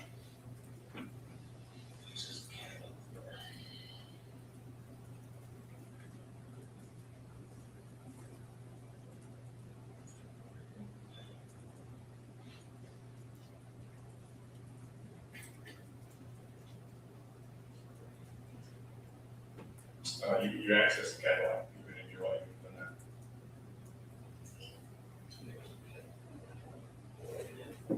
that. I'm not sure. There's something in there, I had to get out of the car. I'm not sure. If I opened the door, got it out, I didn't.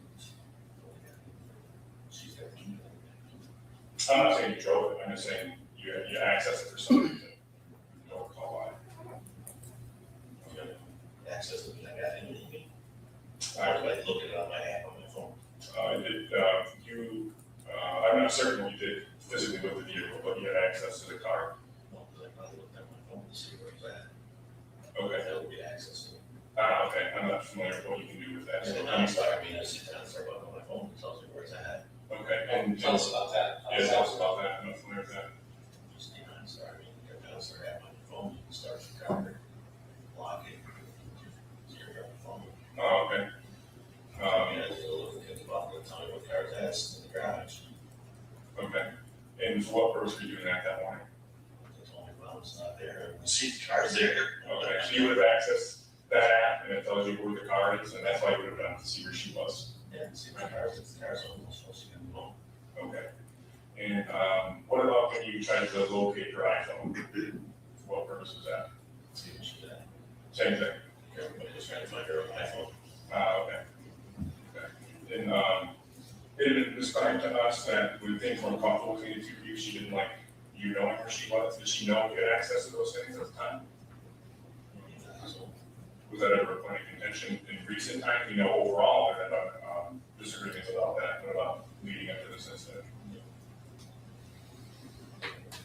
Okay. I mean, she knew where I was at, but she could access my phone. Okay. It's kind of safety, if I don't, she can't get hold of me, she can find my phone, see where I'm at, and her, she knew, same her. Okay. Do you have any more questions about something? No. Okay.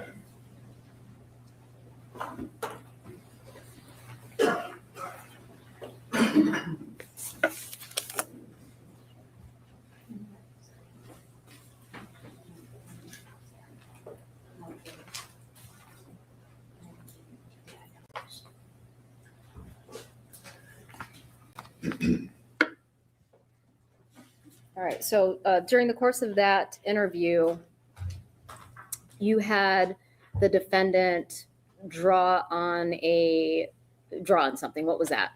It was a satellite image of the Munger farm. I'm going to hand you People's Exhibit 124, and we are going to, okay, we're going to switch it out on the iPad. I'm going to have you get it out, though.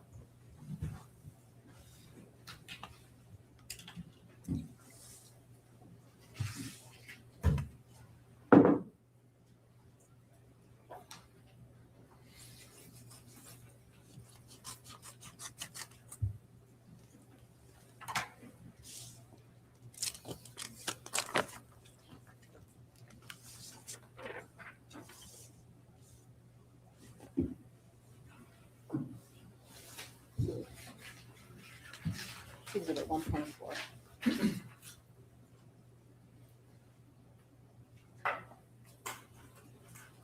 And is that the exhibit I've handed you? Yes, ma'am. Okay, and what was that the point of that exercise? The intention of reviewing this with Mr. Warner was to have him specifically mark where he parked the front end loader on 425, the morning of 425. Okay. If I recall correctly, you had him draw 4 different X's on this map. Do you recall what the other X's were for? Yes, there's one X in the very top right-hand corner that was to get the pen to work. There is one X directly north of the house where he indicated that he parked the front end loader. The other 2 X's. Hold on, I'm gonna have you stop. So you said directly north of the house.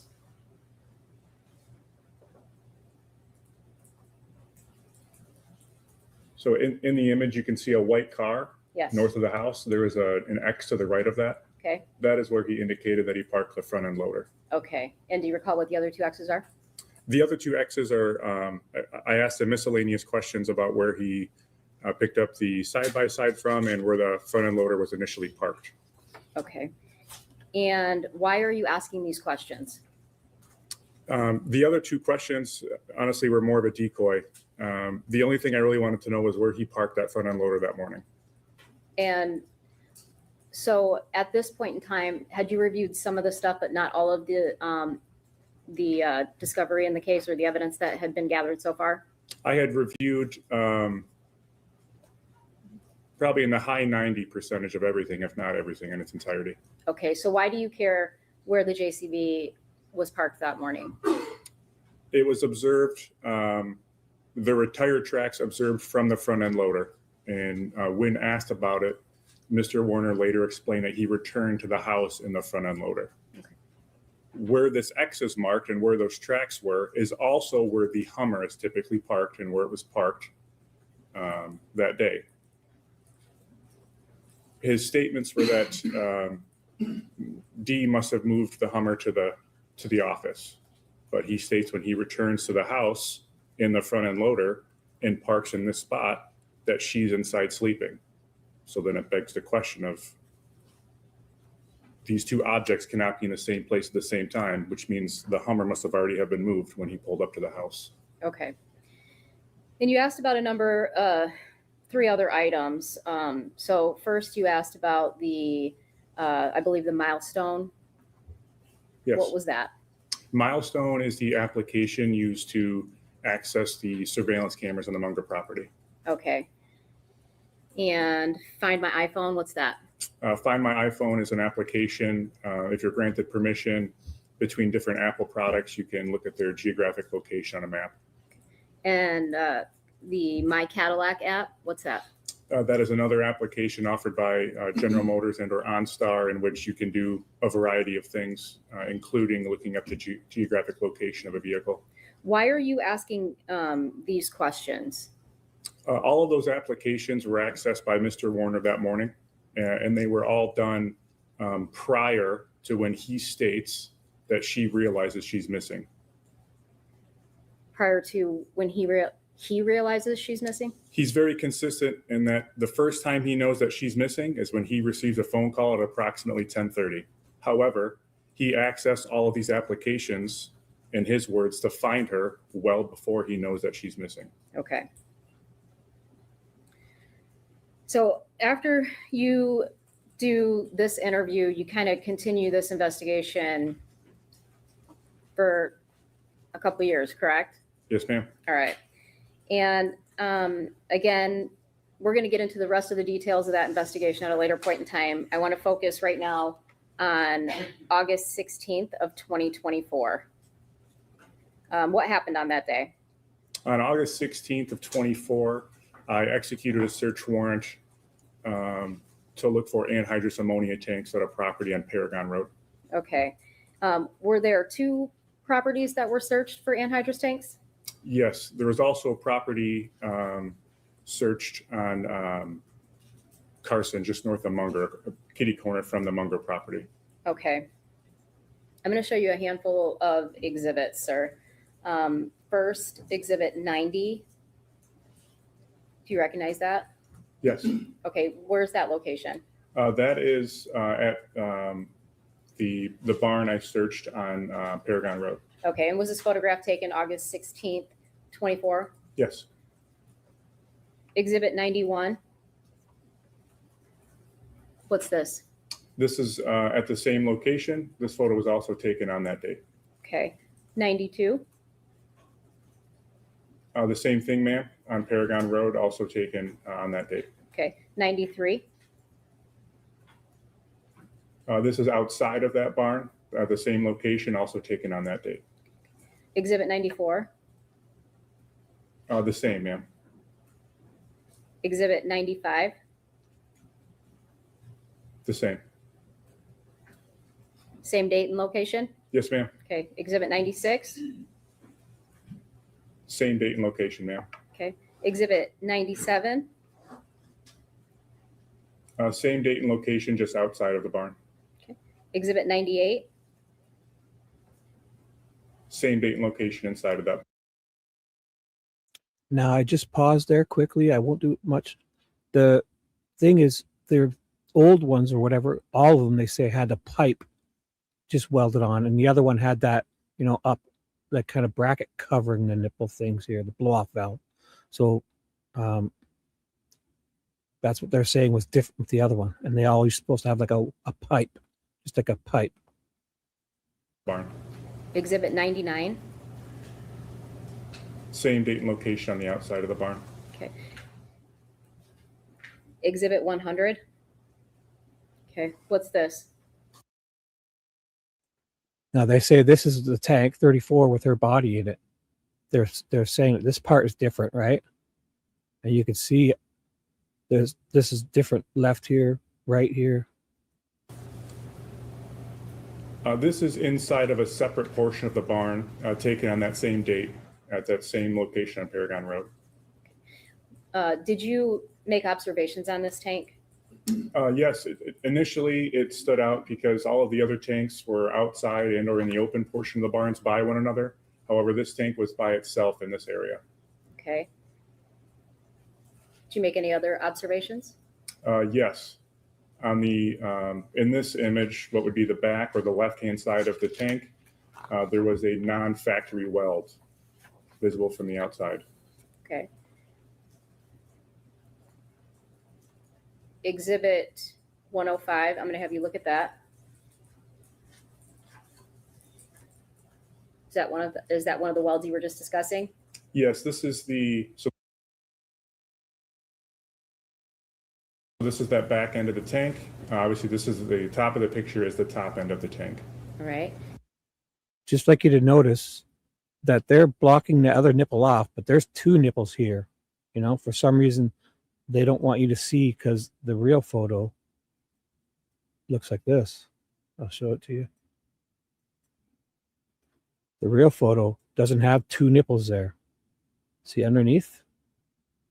They cut it off because there's another one here. There's two, but in this photo there isn't. So again, that's one of the discrepancies that's I don't think is a good thing. It's obvious, like why make this? You know, they got it cut off, right? Because they're showing you this. There's a nipple, like a taller one on the left, but in here there's another one on the right, and I'll show you because it was just there. But they didn't. They're trying to cover it because you can see a second one is there. For some reason, it's not in this photo. So I see there's two of them there. And then when they do that next thing, they cut it off for some reason, you know? They don't want to show that. I'm not sure why they want to do that. Obviously, this weld is ridiculous.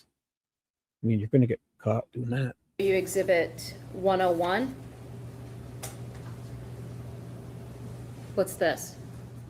This was a handwritten note that was wire tied to the valve on top of the tank. When you say the tank, are you referring to tank 34 that was in exhibit 100 that you just detailed? The previous photos, yes, ma'am. Okay. And I'm going to hand you exhibit 102. You still have the scissors? Yes, ma'am. I don't know that we need it open until the jury wants to see it. Okay, what is exhibit 102? This is that tag that's pictured in this image. Okay, is there a writing on both sides of that tag? Yes. Okay. Exhibit 103. What's this? This is the same tag as a previous image, just depicting the writing on the other side of it. All right. Exhibit 104. This is just an overview of that portion of the tank. You can see that tag on the right-hand side. Okay. And again, all of these photographs were taken on August 16th, 2024. Yes. Okay. After you made those observations, what did you do with that tank? I contacted a tow truck company and I escorted it to the Ambassador Bridge for an x-ray. I'm going to have you look at Exhibit 106. And is that the image you received from the Ambassador Bridge? That's correct. Again, this was on that same date that you observed the other tanks, 8/16/2024? Yes, ma'am. All right. Based on this x-ray, what did you do next? I escorted the tank to the Michigan State Police Crime Lab in Northville for some preliminary evidence collection. From there, it was escorted to the Monroe Post for secured storage until we could make arrangements to open it the next day. Okay. And did you in fact open it the next day? Yes, ma'am. I'm going to have you look at Exhibit 107. What's that? That is that same, actually, that is the opposite end of the tank that I observed the non-factory weld on. We cut basically a window into the tank so we could take some images and gather some, an idea of what was inside of it before we continued cutting it open. Okay. And this was on August 17th, 2024? Yes. All right. What did you observe when you placed that camera inside there? With the light that I'm holding, you can see inside of the tank that there was something wrapped inside of a blue tarp.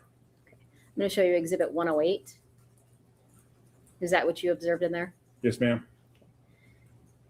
Once you made that observation, what did you do?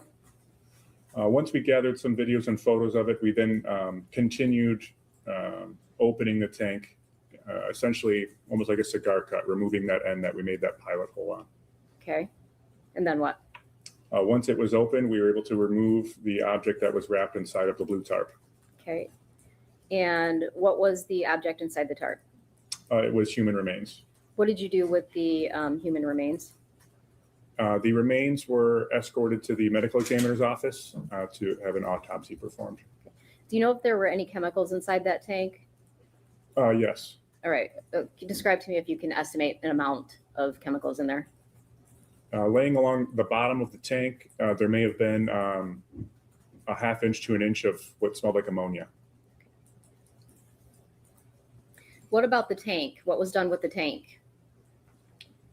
From there, the tank was escorted to more long-term storage until it could be evaluated at another date. Okay. Was that tank processed?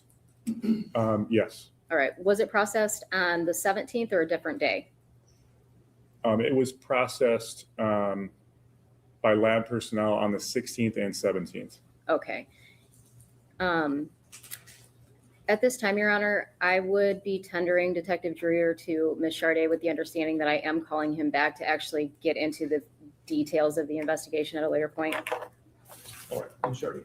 Thank you. Detective Lieutenant Drewyor, my understanding is you are going to be coming back to the stand and testifying next week. Is that accurate? That's your understanding as well. Okay. I don't know if it's a question. Yes, ma'am. Oh, yeah, sure. I should have a question mark at the end. Is it your understanding, having just heard Ms. Wyse, that you are going to be testifying next week as well? Yes, ma'am. Okay, I'm going to save my questions for next week. I don't want to bifurcate them. Okay, thank you, sir. Can I ask counsel to approach briefly?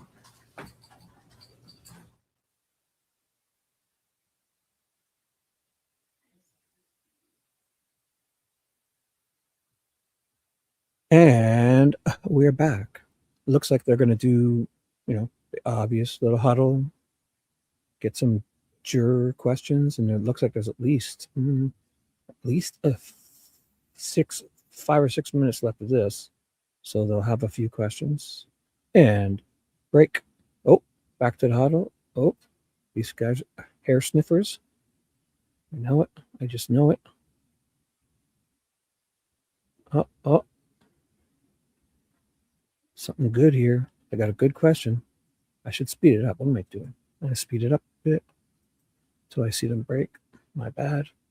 It's at 2.0. So if they jump around a bit, it's 2.0 speed. They have it muted. Oh, it's a big powwow. And break.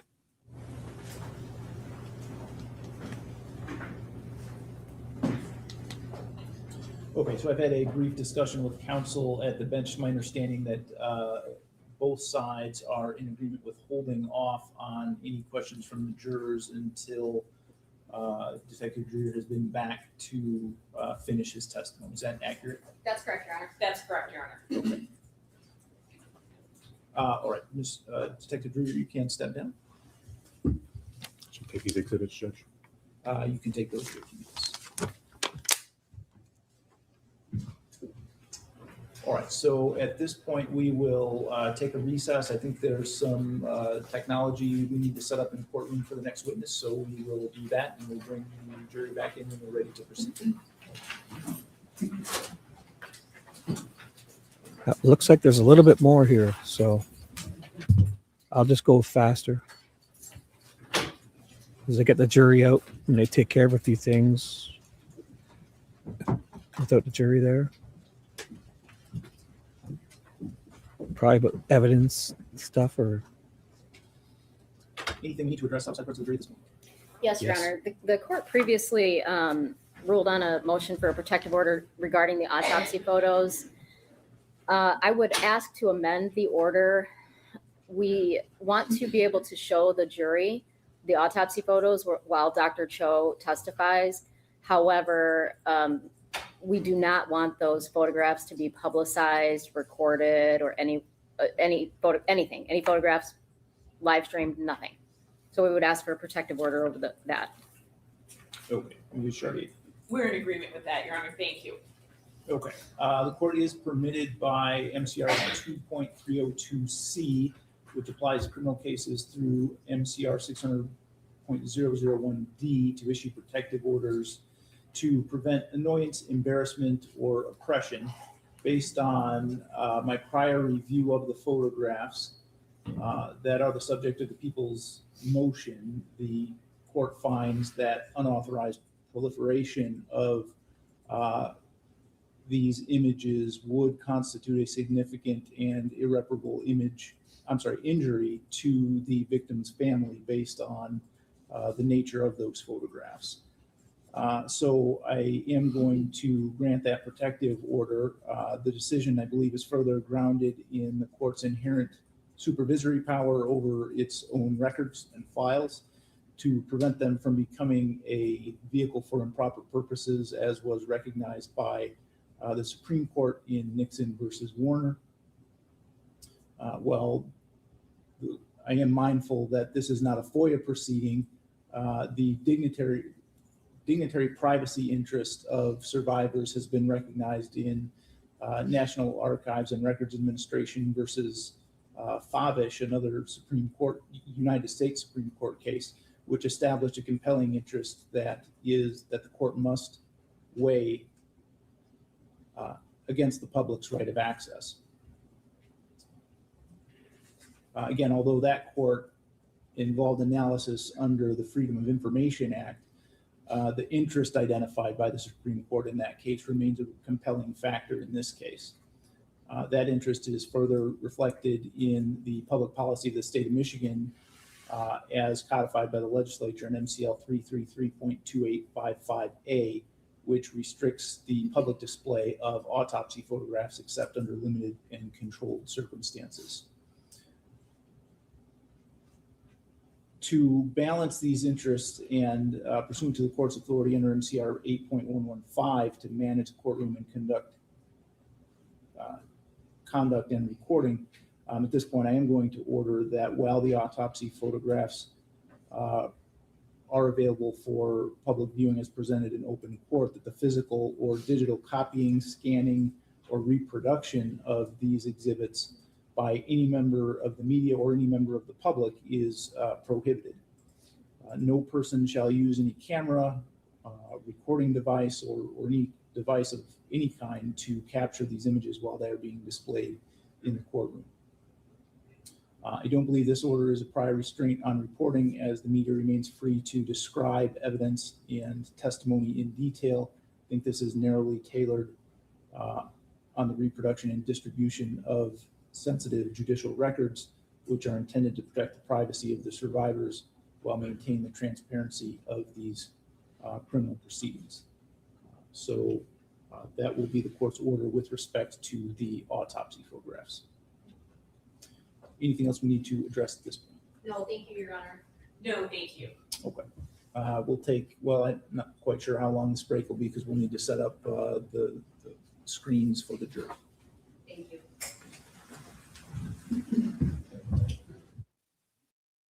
The people would call Dr. Patrick Cho.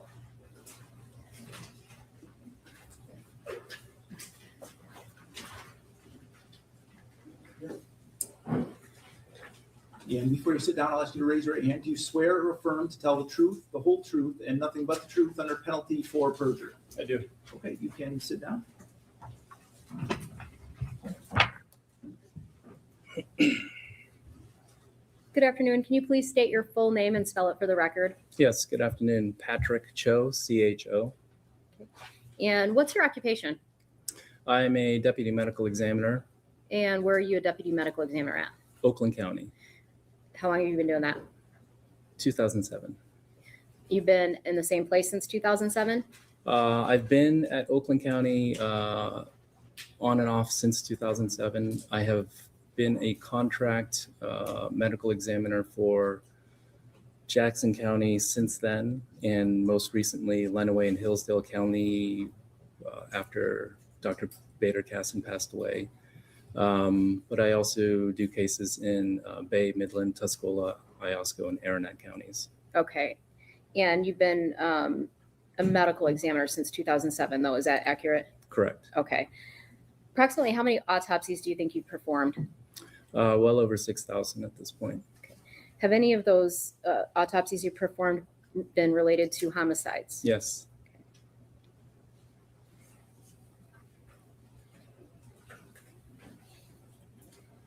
Have you ever been admitted as an expert in any courts in the state of Michigan? Yes. Have you ever been denied that? No. Over 200 times in federal circuit and district courts in 11 different counties. All right. At this time, Your Honor, I'd move to admit Dr. Patrick Cho as an expert in forensic pathology. We leave it to the court's discretion. Thank you.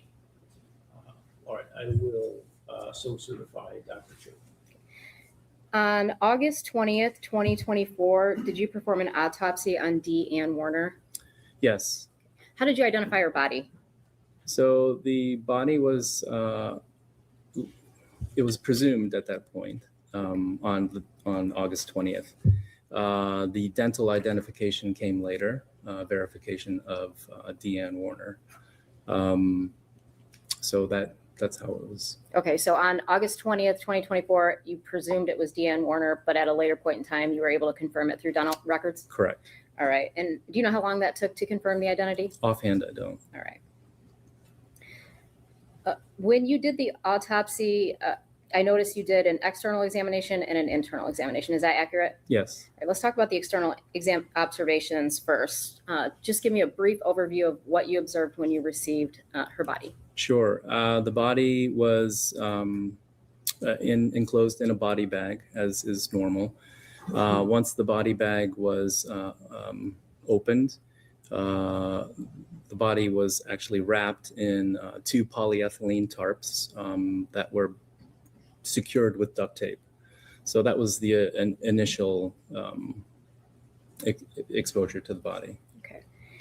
Did you unwrap those two tarps? Yes. Okay. What did you observe when you unwrapped those? There was the body of an adult female. The legs were bound with duct tape.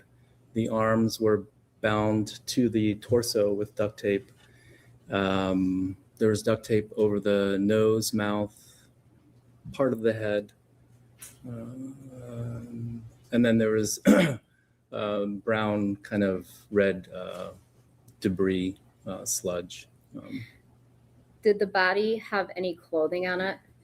There were what appeared to be pajamas, top and bottom, and underwear. When you say appeared to be pajamas, what do you mean? They looked like just standard ladies' pajamas, but because of the dirt and red, maybe they were light sweats. I don't know, Okay. but I thought they were pajamas. So. Okay. Did you, was there any jewelry on the body of Miss Warner? Yeah, there were 2 metal posts with clear stones in the right and left ears. Pardon me. And there was a metal ring with clear stone on the right 4th finger. Did you observe any injuries to the body of Miss Warner? Once the tape over the head, face, and neck and arms were removed, there were contusions on the right and left cheeks, lateral aspect of the left eye, contusion on the left shoulder. I believe that was it. No, there was a small contusion on the back of the head as well, the scalp. Did you observe any internal injuries?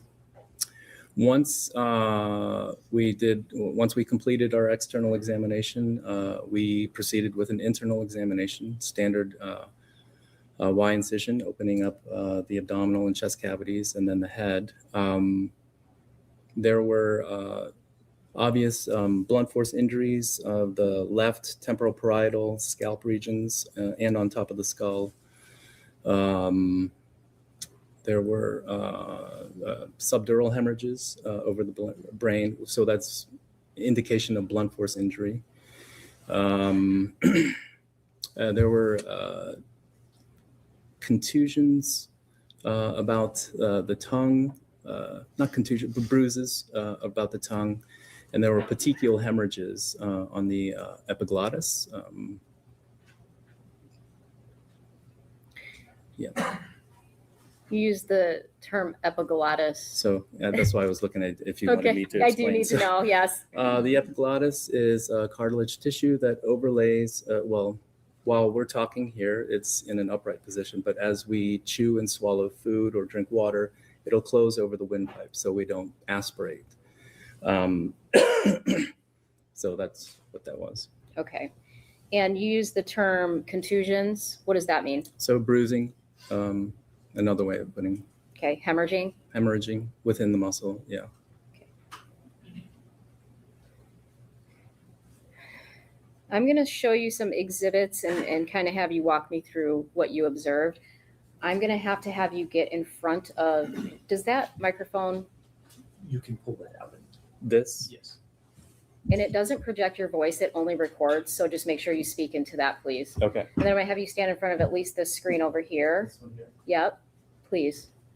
And then I'm going to pull up photographs, and when you need to point to something to identify it, just let me know, and I will put a laser on here. All right, I'm going to start with exhibit.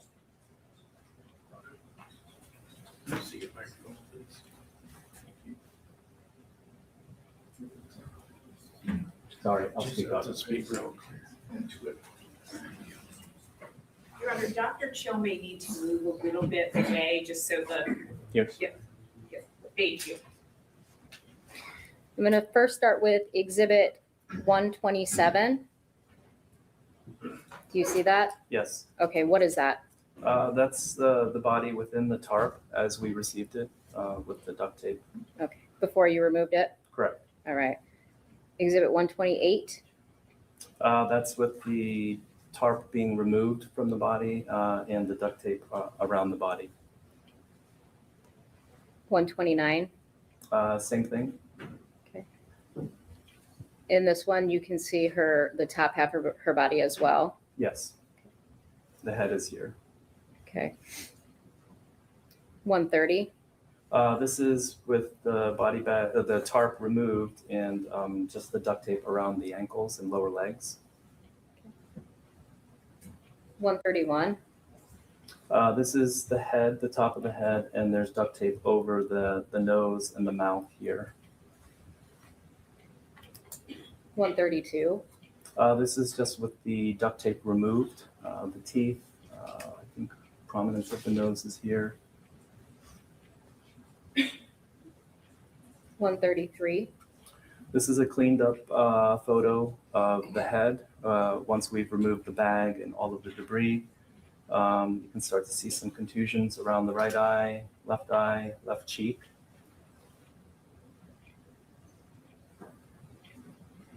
Your Honor, is it okay if I ask if everybody can see that clearly, or if I need to point anything on the, we're good? Okay. Exhibit 134. This is just a same kind of area that's being photographed, but from the left side. So you can see better the contusions that are on the left side of the cheek and the lateral aspect of the left eye. Exhibit 135. Left shoulder, there's a contusion on the left shoulder.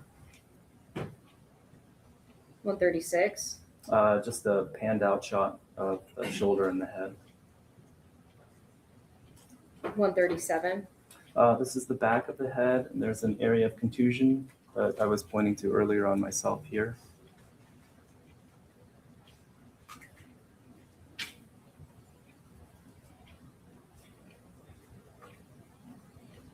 Exhibit 142. This is an anterior, so front view of the head and neck with the head kind of pulled back. This area is a contusion and abrasion on the anterior part or front of the neck. Exhibit 144. This is the metal ring with clear stones I was talking about on the right fourth finger. And I'm sorry, I didn't hear you. Did you say on the right? Right. Right hand, okay. Pardon. Okay, no, it's okay. I'm gonna move to the internal injuries. I'm gonna have you look at exhibit 138. So this is the top of the head with the scalp reflected back, and we're seeing the top of the skull. This area here is a contusion that's on the skull, so we call that a subgaleal contusion. This is on the undersurface of the scalp, so that's a subcutaneous contusion. More of the same on the back of the head as well. 139. This is the right side of the head, showing very much the same thing. So on the surface of the skull, there's some contusion, and then on the undersurface of the scalp, there are contusions in that area.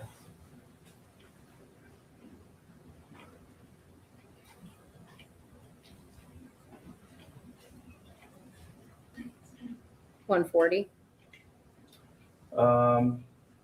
Just a close-up on the left side, really highlighting the hemorrhage that's on the surface of the skull, as well as on the undersurface of the scalp, all indicative of blunt force injury. 141. This is with the top of the skull removed. This is the surface of the brain, and there's all this residual subdural hemorrhage. So there's been bleeding on the surface of the brain from blunt force injury. 143. So the epiglottis that I had talked about before, that flap, this is the epiglottis here. And what you'll notice are these petechial hemorrhages here. Those hemorrhages shouldn't be there. And there's also bruising on the back of the tongue, as I had mentioned, around the areas, but that's the petechial hemorrhages. So you use the word petechial hemorrhaging. What does that mean in layman terms? So petechiae are just pinpoint hemorrhages that occur when there's been intense pressure. And we're talking about the vascular system here. So vessels are carrying blood, and when constricted or compressed, it's just like a hose. The water or the fluid is going to want to go to the path of least resistance. So in this case, the blood will go to the smaller arteries until there's and vessels until there's an endpoint, and then there's nowhere to go, so it'll burst. And that's what gives us those petechial hemorrhages. When you discussed the bruising under the scalp on the left side, yes, and had the scalp pulled back to look at it? Yes. Okay. Would those injuries necessarily cause the skin to break open? Not necessarily. Okay. And tell me about the internal, I'm going to go ahead and have you can take the stand again. And if I need to show you an additional picture, I will.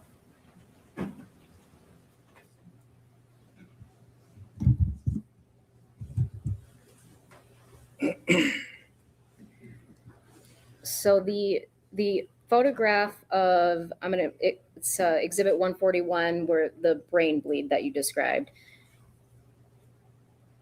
How does that happen? Like, right, how is there a blood on the brain is it in between the skull and where is that located? So our brains are covered by dura. It's fibrous tissue. And there are small bridging veins between the surface of the brain and the dura that go through the dura. So when there's blunt force injury to the head, strong enough to tear those bridging veins, that's what will give us that subdural hemorrhage. So it's a subdural, meaning under the dura, but on top of the surface of the brain. I don't know if that was clear. I think so. Yeah. Is there anything about that injury, the brain bleed, that you saw evidence that it would bleed outside of the scalp, if that makes sense? Yeah, no. So there were no skull fractures. So no, it would stay contained in that space. Okay. Were you able to determine a cause of death in this case? Yes. And what was that? Strangulation and multiple blunt force injuries of head and face, I guess. Okay, so you came to two separate causes of death? They both contributed, yes. Okay, could either one of them independently have caused her death? Yes. Were you able to determine the manner of death? Yes. And what was that? Homicide. Did you also do toxicology in this case? Yes. Was there any evidence of oxycodone in Miss Warner's body? No. As a result of doing the autopsy on Miss Warner, are you required to sign a death certificate? The chief medical examiner signs the death certificate. Okay. I author a report. All right. And who is the chief medical examiner in Lenawee County?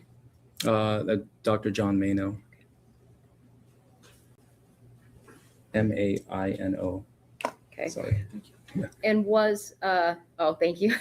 Was one done in this case? Yes. Were you able to determine, well, let me ask you this. CSI, Law and Order, they'd have you believe when you find a body, within 20 minutes, the exact date, the exact time of death. Is that how that works? No. Okay. Can you explain that to me? How do you determine date of death? A lot of it's multifactorial. It's based on investigation, last known alive, body condition, all of that. Okay. And in this case, People's Exhibit 259. Oh, you can't see that, can you? I can walk up. Should I go? No, I'm going to come to you.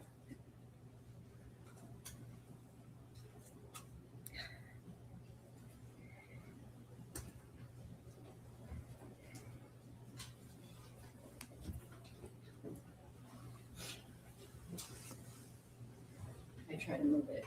Mm-hmm. Oh, death certificate. Yes. Is there cause or the date of death on there? Date pronounced is August 17th. It's Date up of here, you death. can't see. Oh, it's scrolled up. Yep. On or about April 25th, 2021. Yeah. I'm gonna ask you that again since I'm back here. Yep.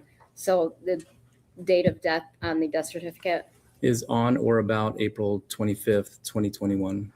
was there anything about the condition of Miss Warner's body that made you believe she could not have died on or after April 25th, 2021? No.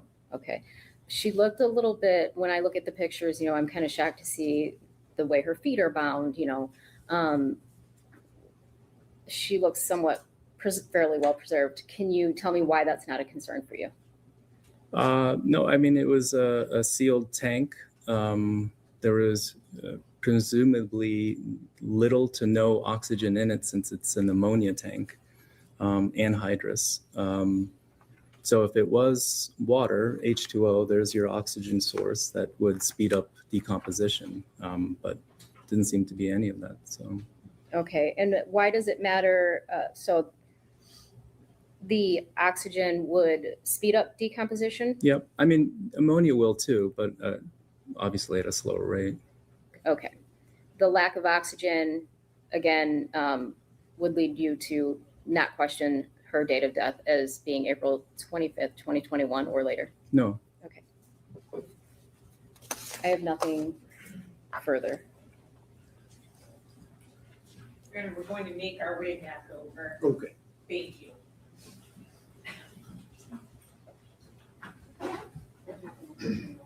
Yeah, there's nothing else there.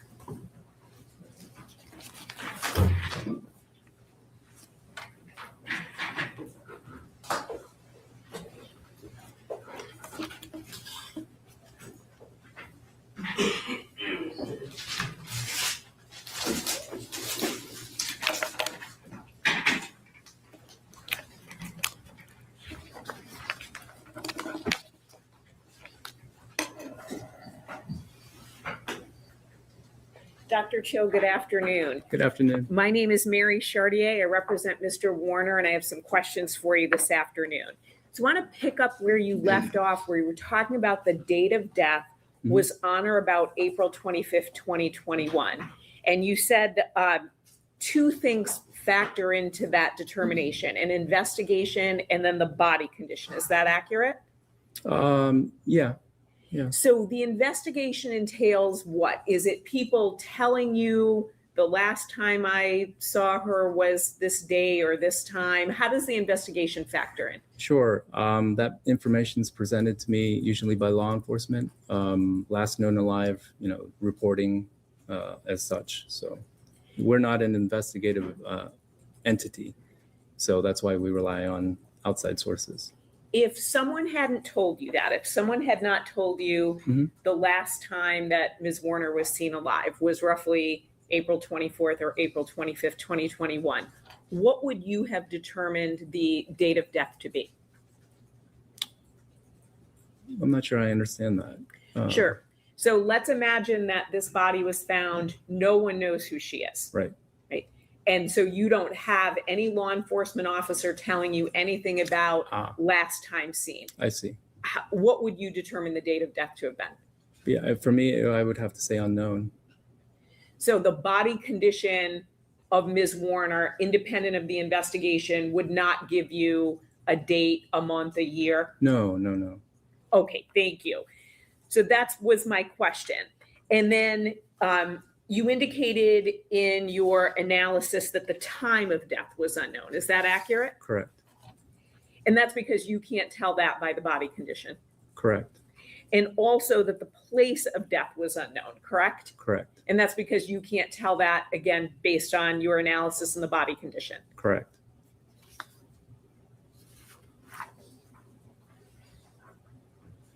You had indicated that there can be two causes of death, strangulation and then blunt force trauma, correct? Correct.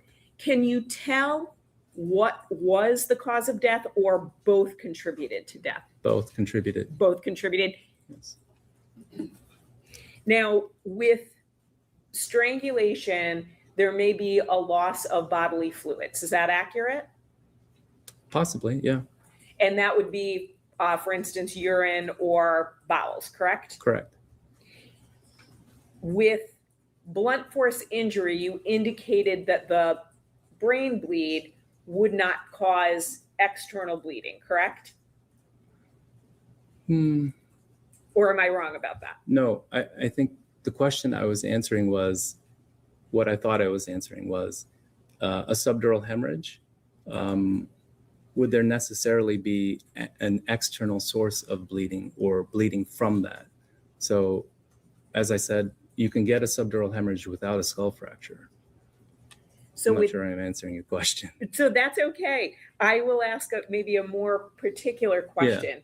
With the injuries that you noted on Ms. Warner, Mhm. could any of them have caused external bleeding? So can you specifically cite which injury you're referring to? Any injury on her body, any contusion, Sure. any injury. So any of the contusions that are visible, there could be external bleeding. And with the brain bleed, or the strangulation, is there any chance, for example, of bleeding from the nose, from the mouth, anything like that? I suppose it's possible.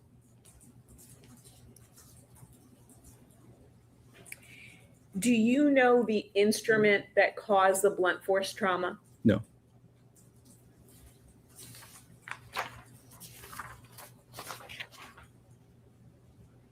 Moving on to the body, when you examine the body, was there an odor emanating beyond what you would expect with body decomposition? Sure. And what was that? Ammonia. Was it overpowering? At times, yes. And that odor might sound like a basic question. That is not a natural odor that a person has when they pass away. That, you believe, was a chemical from inside the tank? Well, if an individual, so if I were to pass away in a house that's abandoned and somebody comes upon me later, there would be a strong smell of ammonia from that. But in this case, with the environment of the tank, there's no way to discern. I'm not sure I'm asking.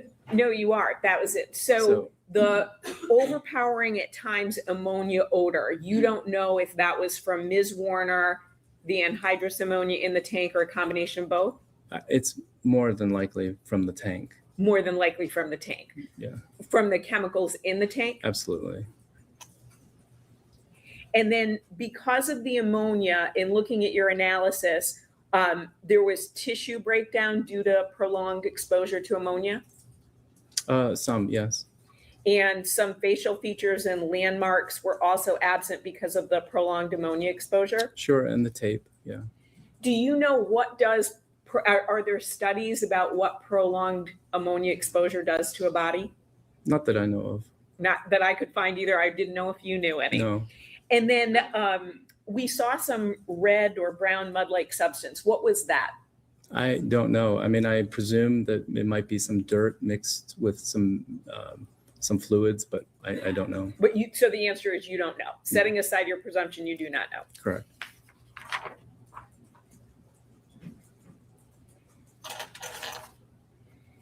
Now, was there any rigor mortis when you examined Ms. Warner? No. Talk to us about that. When does rigor mortis set in? Generally, after a couple of hours.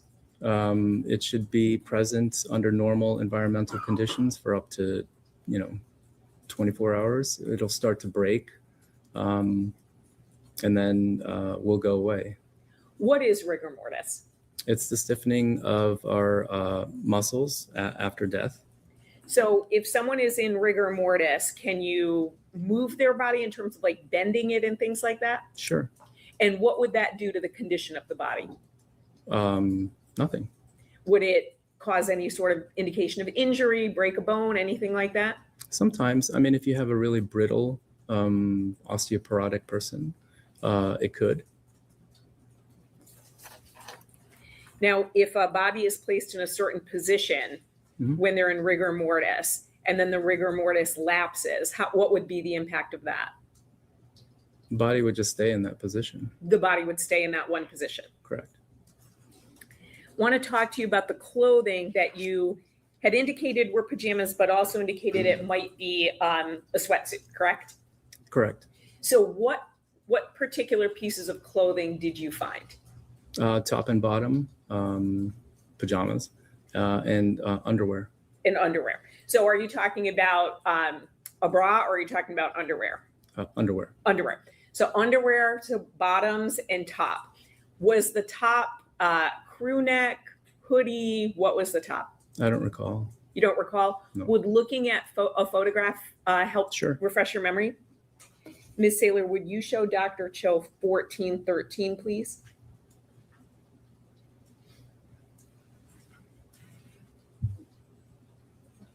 And if you could just take it up to him.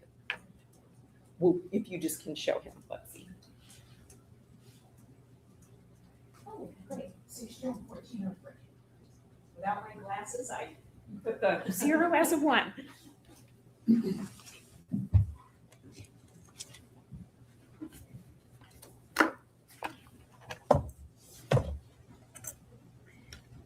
There are some other photographs, if those would be helpful as well, if you'd like to scan through You're those. speaking of the ones on the left of the screen. Yes. Yeah. Okay. Did that help refresh your memory? Yeah. Okay, so what was the top? From that, I can't even tell. I mean, it's just hanging down. Okay. So would you like to look at other photographs to help refresh your memory? Sure. Ms. Saylor, why don't you show him the photographs? All of them, and see if that helps. Presumably, these are the pants that are hanging over. Just let me know when you want me to go. Oh, you can go.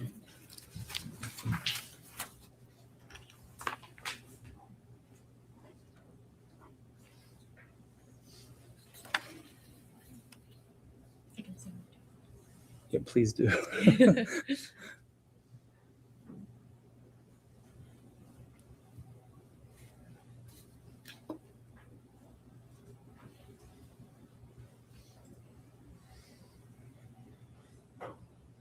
I'm not sure. I mean, I'm not sure. I can't tell where the top part of the clothing is. Okay, thank you, Ms. Saylor.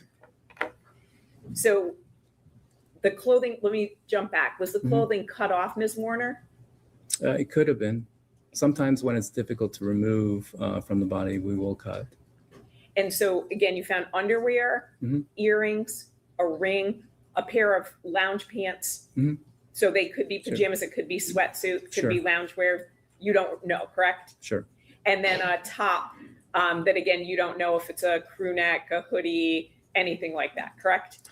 Correct. I mean, as I said, it looked like a set of pajamas to me, but. Thank you. Now, you talked about doing a toxicology report. What impact would the delay in doing the analysis have on what you could find doing the toxicology report? Well, the laboratory was able to test it, so not much impact at all. So you didn't do the testing yourself? No. We will collect samples and they'll be sent out to a national laboratory, and then we wait for the results. So you looked at the results, but again, you didn't do the testing, correct? Correct. Now, finally, with everything that you did, you identified what you believe to be the causes of death and the manner of death. You don't know who the perpetrator was, correct? Correct. I have no additional questions. Thank you, sir.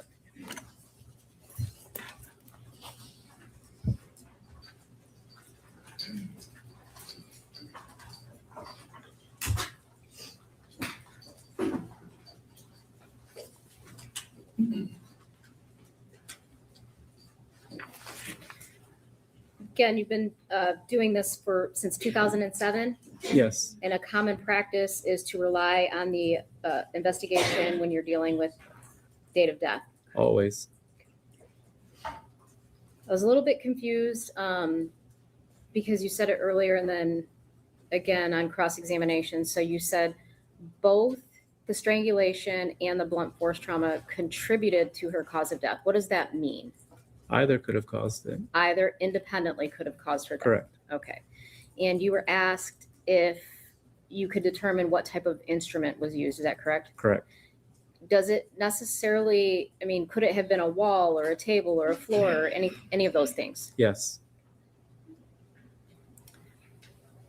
The brownish red substance that was on Miss Warner's body, have you ever seen anything like that? Not off the top of my head, no.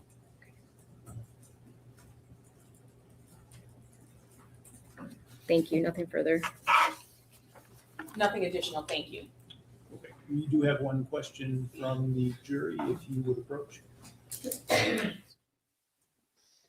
And I'll just fast forward a bit, 2x speed.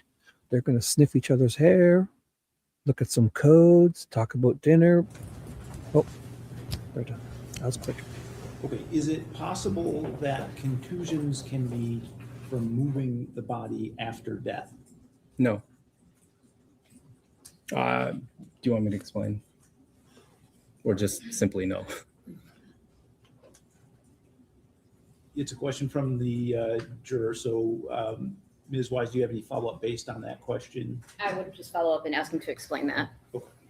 So the contusions form because of a vital reaction that we have to that injury. So if I'm dead, die, and somebody smacks my head, my heart isn't beating any blood. So there's no response to that injury. What about the brain bleed? Is that the same Same thing. thing? Okay, thank you. Nothing additional, thank you. Okay, and may Dr. Cho be excused from his speech? Yes, Your Honor. Yes, Your Honor. Okay, thank you for your time, sir. You are free to go. Thank you. Oh, I'm sorry. I think we have another question. I apologize. No worries. Question was being written while we were talking. Yes. That's okay. Oh, some more sniff sniff. They're gonna get to sniff each other. Oh, I'll speed it up. Anytime they mute, that means speed up, speed up. We're gonna have a powwow. Oh, talk about drinks after dinner. Sniff sniff. Oh, quick one. Psych. Oh, yes, yes. Oh, they didn't even have the question yet. Oh my goodness. Sniff sniff. Here it is. Oh, the question is, and we're back. Can you tell if the body was killed inside or outside? No. Anything in follow-up to that? No follow-up, Your Honor. No, thank you, Your Honor. Okay. You all set with questions from our jurors? I don't see anyone writing, so okay. All right, thank you, sir. You're welcome. Thank you. Inside or outside the tank, or like inside or outside. So that's that playlist. So I'll go back to the regular one, which is I'll shut this puppy down because I made that specifically for that. And I'll bring this young man over here. We're going to jump right into day 6. It's ready to go. Because at the beginning, they don't do nothing right. Oh, I had it in the right spot. So I'll go right to about here. It looks like they start talking probably. And here we go. Day 6. It's going to be Ivan Boyd. Both of them are Dale and D. Warner's farm employees.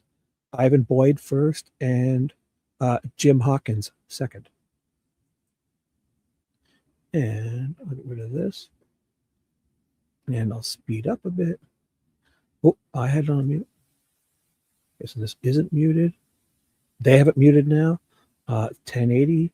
I'll go to 2x speed because they're going to stand up soon. Ooh, let me get rid of that on the screen. Coming up is Ivan Boyd. Back to live. Ready to slow down. Here it comes.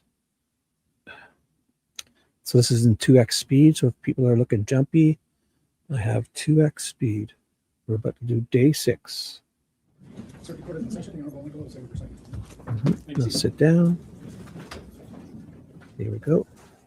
Day 6. We are back on the record in file 24-21841-FC, People of the State of Michigan versus Dale Warner. I'd like to just thank everyone for their patience this morning. Is there anything we need to address before we bring the jury? I just want to put a handful of stipulations on the record as far as his exhibits go. We would stipulate to, I'll wait. Go ahead. All right, exhibit 250, the surveillance footage. We added 263, 264, and 265, which are aerial maps. And we would stipulate to those. That's correct, Your Honor. All right, so 250, 263, 264, and 265 will all be admitted pursuant to stipulation. Thank you, Your Honor. Anything else? No, thank you, Your Honor. Okay.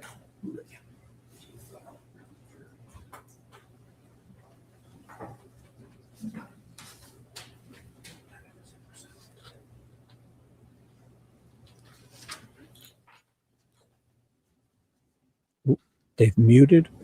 Oh.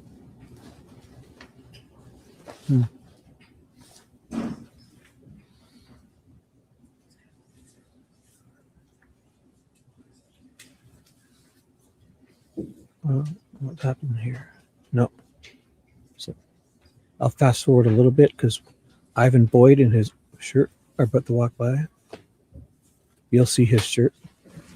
Here comes the jury, I guess, and then they'll start 2x speed. So people look weird. 2x speed. So people may look jumpy. Even him in 2x looks slow. There you go. Call their next weeks. The people would call Ivan Boyd. So Ivan Boyd. I'll go a little faster because he's gonna have to walk all the way in. Read his sworn in. Gobbledygook. Please raise your hand. Really fast. No lying. There it is. All right. Let's do it. Can you state your full name and spell it for the record? Ivan Alexander Boyd, IVANALEXANDER,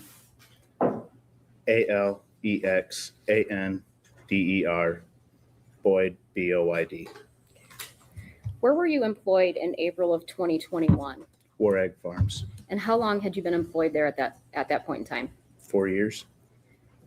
Did you work for the farm business? Yes, And did you become familiar with Dale Warner? yes, Did you become familiar with Dee Warner? yes. What was your relationship with Dale Warner like? He was my boss. We worked together closely. Besides the mechanic and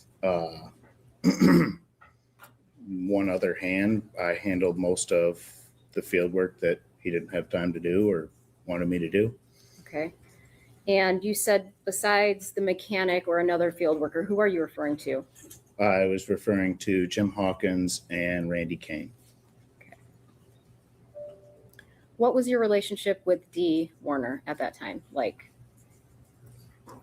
I mean, as good as it ever was or wasn't. I mean, it depended on the day, but we were close. Okay. She was, again, my boss. Okay. When you say it depended on the day, what do you mean by that? To have good days and she'd have bad days where, something upset her and you just, it was what it was and you left it alone and you just, if you couldn't help, you just stayed out of the way. What were your typical job duties on the farm? I ran truck for the trucking for the trucking company side of it, and then when I would come back, we'd farm. Okay, when you say ran truck for the trucking side of it, what do you mean? I helped out with the trucking. I would run loads for the trucking side of the company when we didn't necessarily have enough for me to do in the off season. Okay, so when you say run loads, are you talking about doing deliveries or pickups? Yes, deliveries and pickups. Okay. So I would leave in the morning and come back usually sometime in the afternoon. And when you talked about farming, tell me what that entailed. I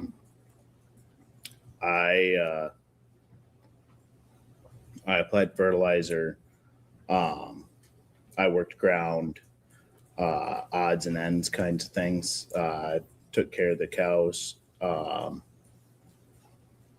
stuff like that. Okay. Did you do any of the mechanical work on the farm? I did from time to time. And what would that be? General maintenance, mostly on the trucking side of it. I would do services, tire changes, general maintenance stuff up to diagnosing electrical lights, stuff on the trailers. Okay. Just pretty much anything that needed to be done. Did you ever have to do any welding on the farm? Yes, from time to time. Okay, and what types of things would you have to weld? Brackets, small repairs on trailers, on trucks. Where did most of your work get done? Most of, as far as the mechanical work. if you were working on the farm property that day on Munger Road, would you work in a specific area? Usually in the old shop. That's where most of the tools and all of the supplies and everything were. Okay. Can I have Mr. Lee flip that first exhibit over for me, please?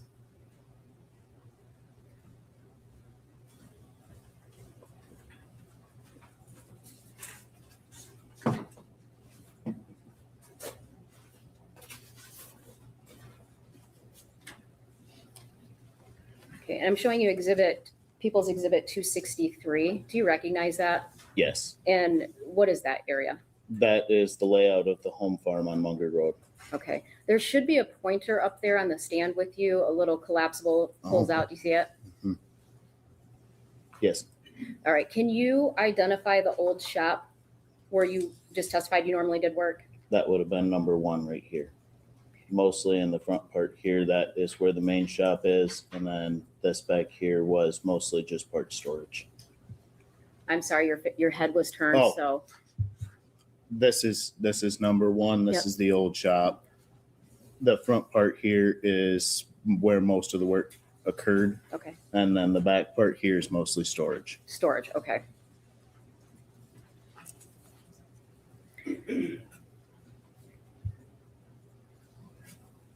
Who were the employees that you dealt with most often on the farm?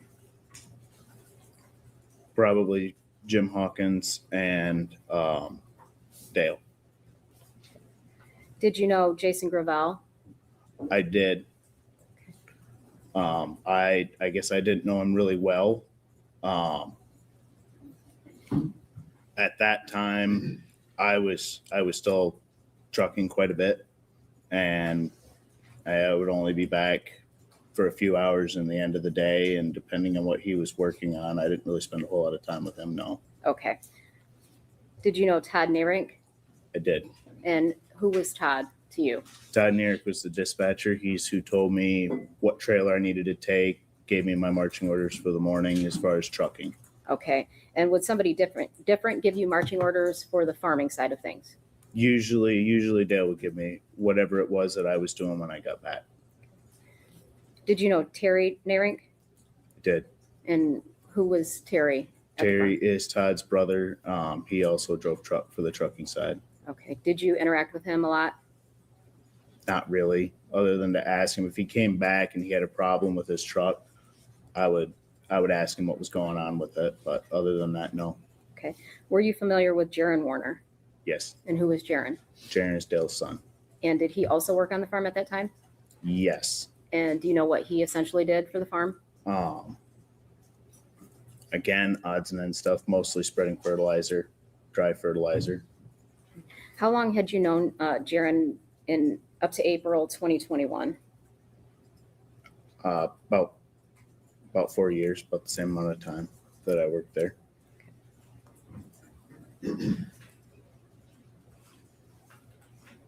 And did you have any opportunities during the 4 years to observe Jaron driving onto the property or off of the property?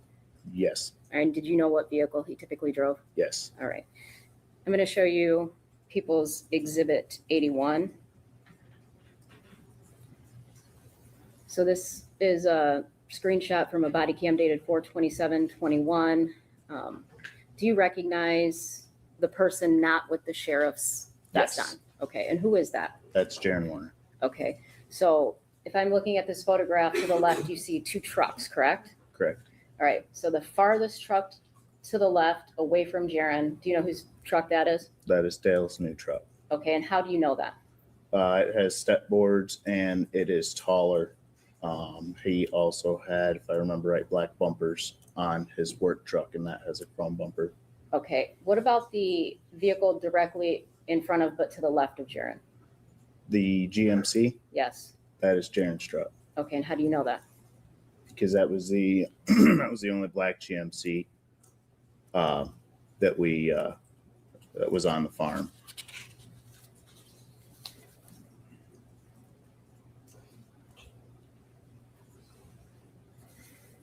And then you mentioned Jim Hawkins that you knew from the farm. Yes. Do you know what Jim Hawkins' typical duties would be on the farm? General maintenance, whatever needed fixed, he was the head mechanic. The head mechanic, okay. And then you mentioned Dale. Did Dale typically do work on the farm? I believe so, yes. Okay. Do you know what types of things Dale did as far as the farming side of things go, or no? Dale was primarily responsible for spraying any application of chemical, not fertilizer, anhydrous, as far as applying it to the fields owned by the farm, planting,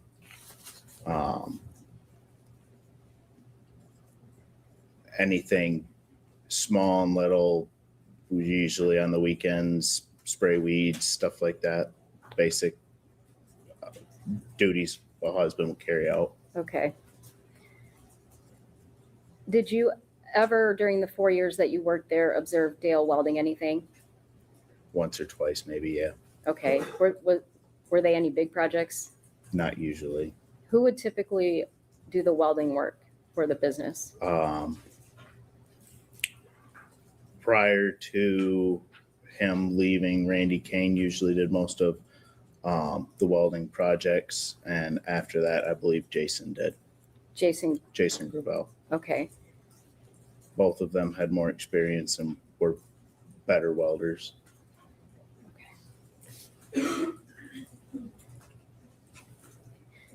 And did you know Zack back? Yes. And how long had you known Zack back? About 4 years. Okay. Did you meet him at the time that you started at the trucking company, or prior? I met him about 2 months before I started working for Dale & D. Okay. And what's your relationship with Zack back? He's my fiancé. So have you been with him the entire time since 2017? No. Okay. When I left the farm in June of 21, I also left Zack. Okay. And did you at some point reconcile? Yes. When was that? I believe it was September. Of that same year? Yes. September 21? Correct.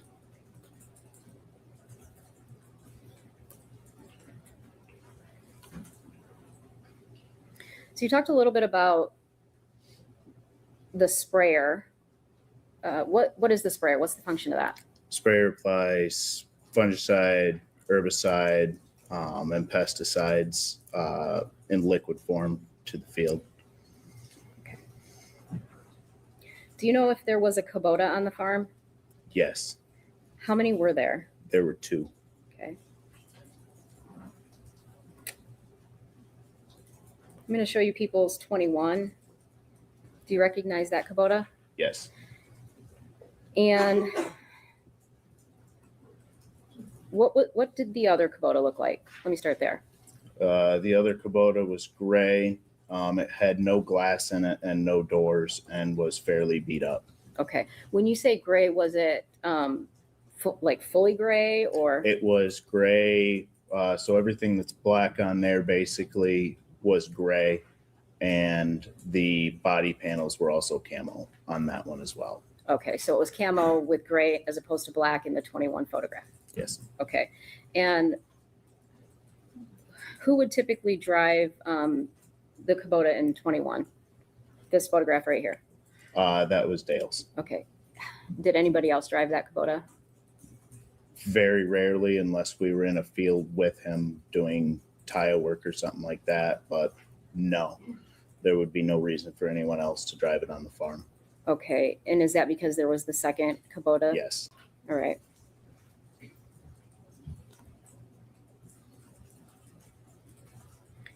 going to show you People's Exhibit 20, the JCB. Are you familiar with that item? Yes. And what types of things around the farm did you do with that item? It loaded fertilizer. That was its main duty. It's sitting in the fertilizer barn in that picture. We also used it. We also used it to load various things around the farm. When you say the fertilizer barn, I'm going to refer you again to the map behind you, and I'm going to have you identify what you're referring to as the fertilizer barn. In that picture there, it is sitting in this barn right here, barn number 2. And it's sitting about actually right where my pointer is. Is there another name for that, JCB? Telehandler, A what? a telehandler, but that we all called it the JCB. Okay. Have you ever referred to it as a front end loader? I don't believe so, no. Okay. I haven't, no. You haven't personally. Okay.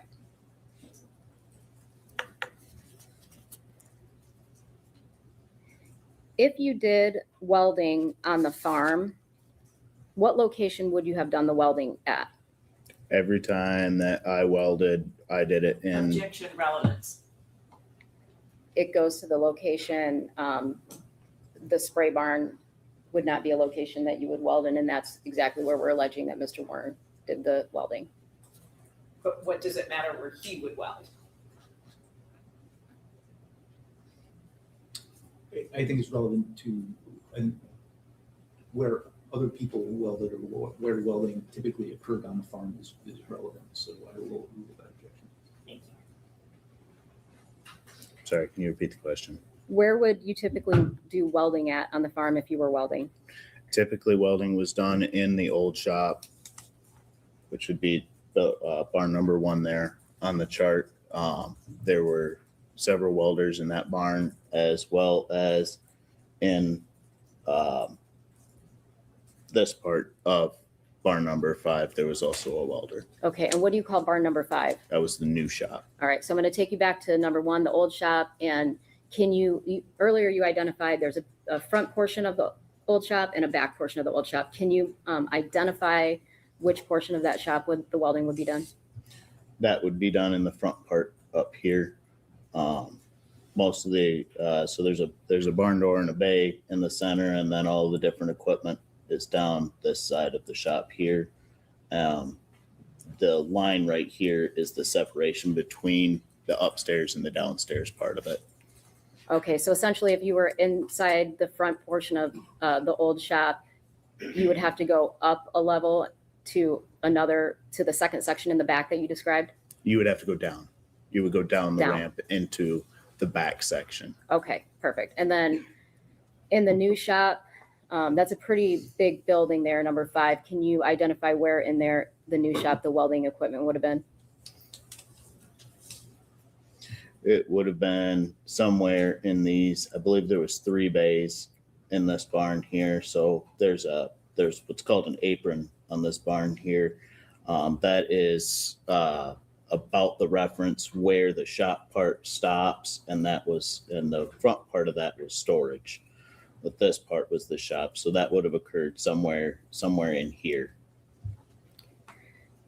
Did you ever do any welding in number 7, building number 7? Not that I can recall. Okay, and what do you call building number 7? Building number 7 is the spray barn. Okay. Have you ever observed anybody else doing any welding in the spray barn? No.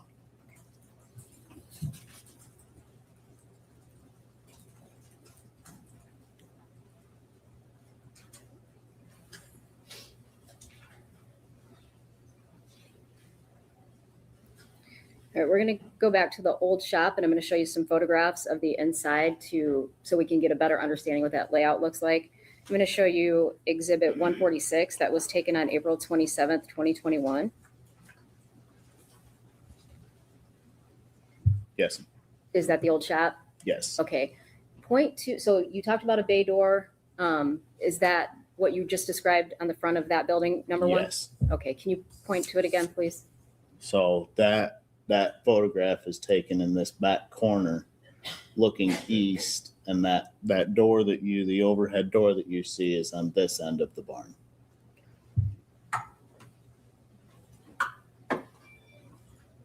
Exhibit 147.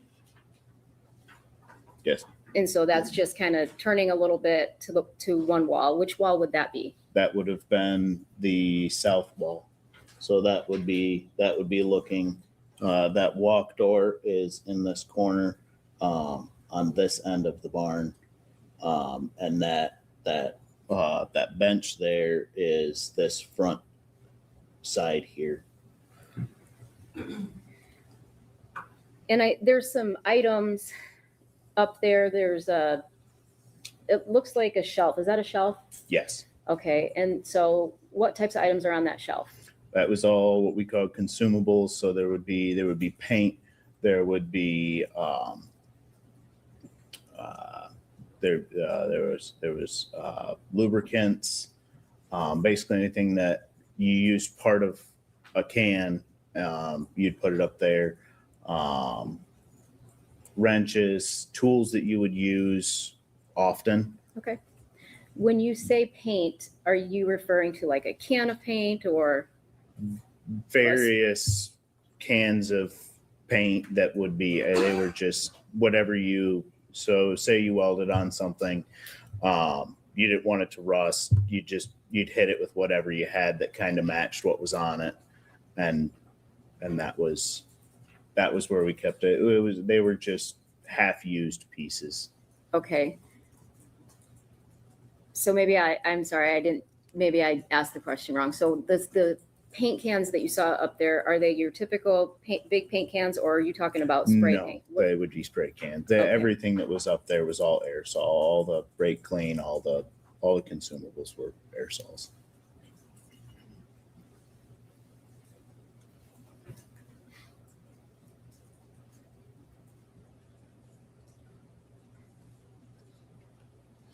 People's 148.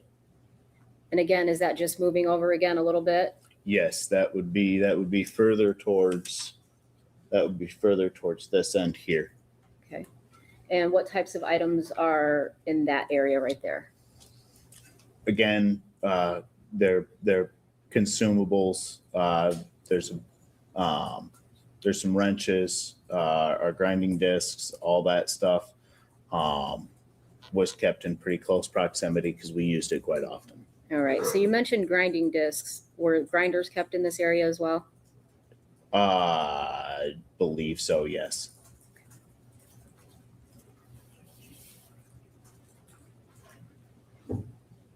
All right. Here's exhibit 149. And that photograph was taken on October 11th, 2021. Can you just describe that for me? That would be standing in the walk door that I mentioned before in this front corner here, and the viewpoint is looking back towards this back corner back here. Okay. So if I were to walk all the way back there, and you discussed going to the back section from there, how do I get there from here? You would walk directly almost into the center of that picture. There's a large red toolbox back there, and there was a path back there to get down a ramp to get into the back section. Okay.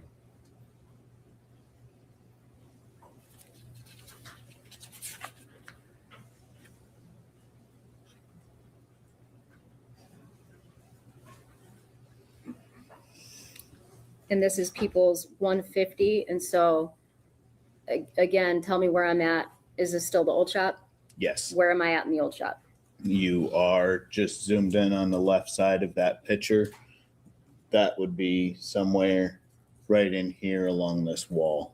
Okay. And just for the record, it looks like you're pointing to the north wall of that shop. Yes, that would be the north wall. Right along here is where that would be. Okay. And what items are kept over there? The welders, the plasma cutters, toolbox.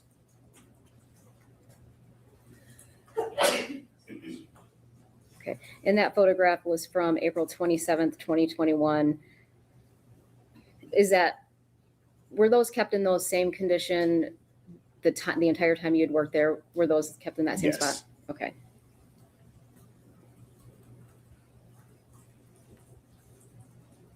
People's Exhibit 151. Yes. And what is that? That is the back storage part of the shop, the old shop. Okay. And again, that photograph was taken April 27th, 2021.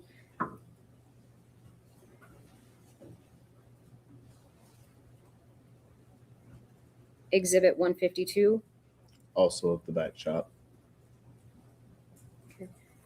So if I just looked at, so I'm looking at the further left corner of this photograph. Is that the ramp we just saw in the last picture? That is correct. Okay.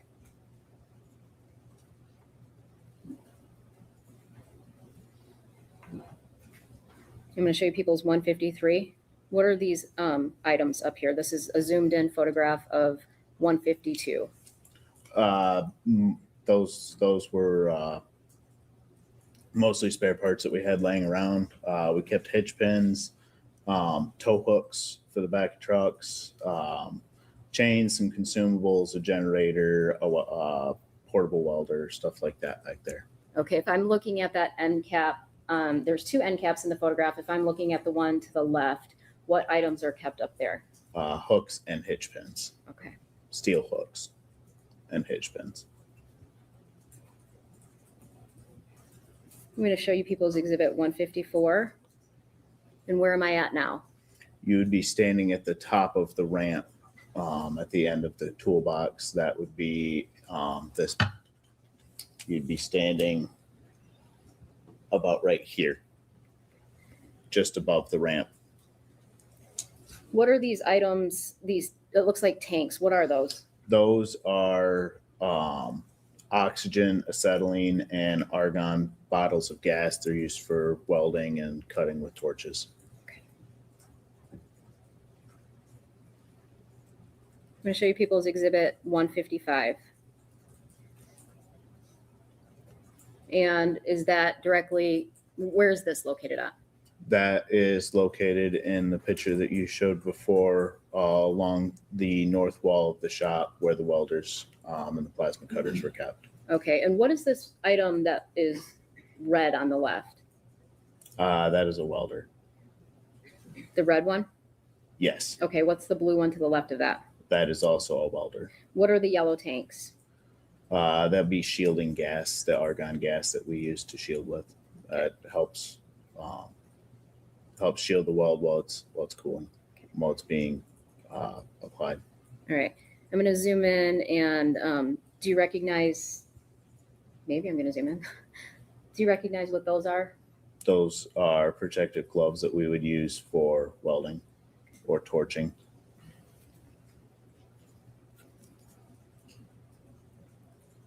I'm going to show you people's exhibit 156. Where is this located at? That is just left of the last picture on the north wall of the shop next to the toolbox. What's this? Did it zoom in? Okay. That would be a welding helmet.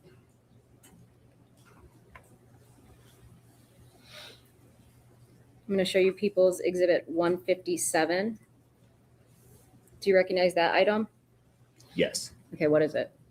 It's a forklift. How many forklifts were on the farm to the best of your knowledge? We had 2. What would you use it for? We would generally use it for moving anhydrous tanks around. We'd use them for moving pallets of stuff, like in that picture there, the power washer there on the pallet. We would move that out to where we would power wash anything that needed lifted or moved around that was too heavy to handle by hand. I'm going to show you people's exhibit 158. Now that's a zoomed in photograph of the forks. Yes. Can you explain the forks to me? Both of the forks had holes cut in them so that we could, it was easier to fasten things to the end of them. You could take on the front of wagon tongue, for instance, you could put it over the tongue and drop a pin through it. It made handling and lifting things easier. Okay. And I'm going to zoom in it a little bit if that's easier to see.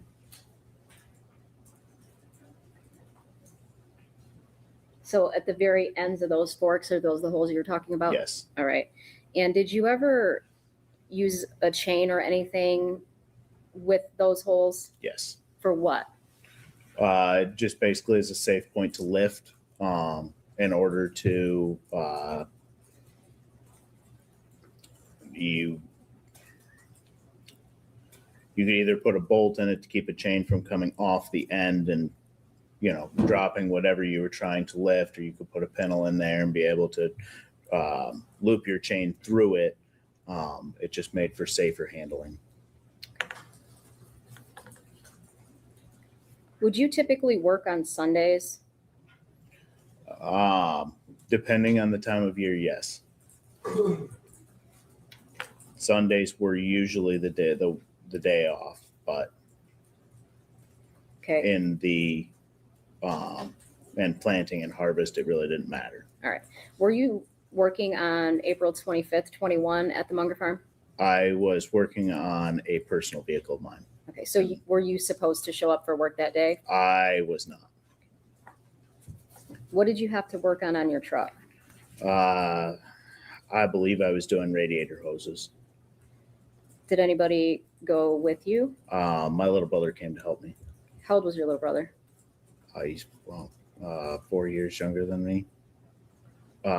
So at the time, he would have been about 20.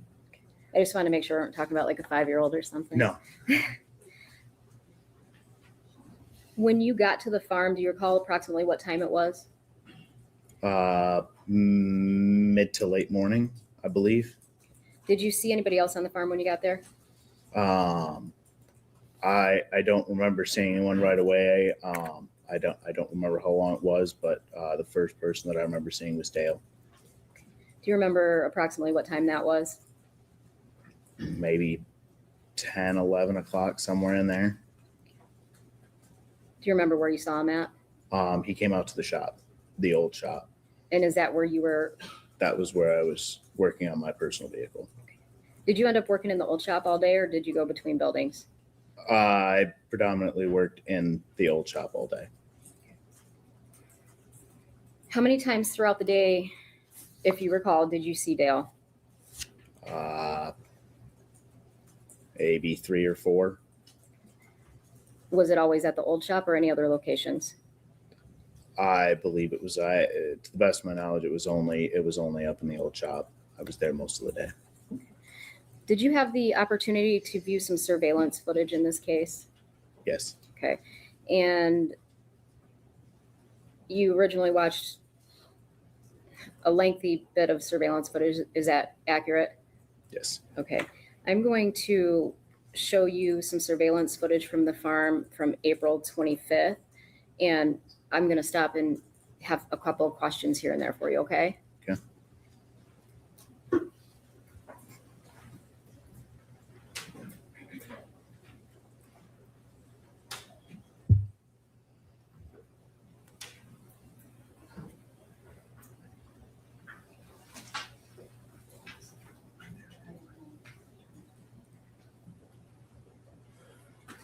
I'm probably going to play this for you. Okay, this is 4:25, approximately 6:58 a.m.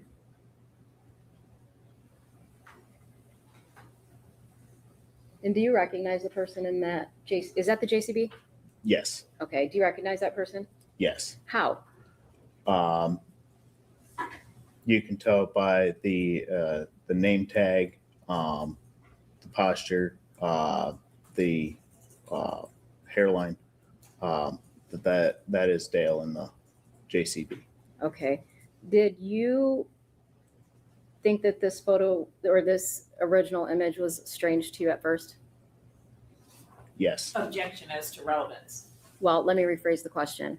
I'll withdraw that question and I'll ask another. It allows us to move to strike the response. So the answer will be stricken and the jury directed not to consider that response. Did you notice anything different about Mr. Warner at this time? Yes. And what's that? He's not wearing a hat. Why is that different to you? Because we all wore hats. I count on one hand the times I've seen Dale out of the house without a hat.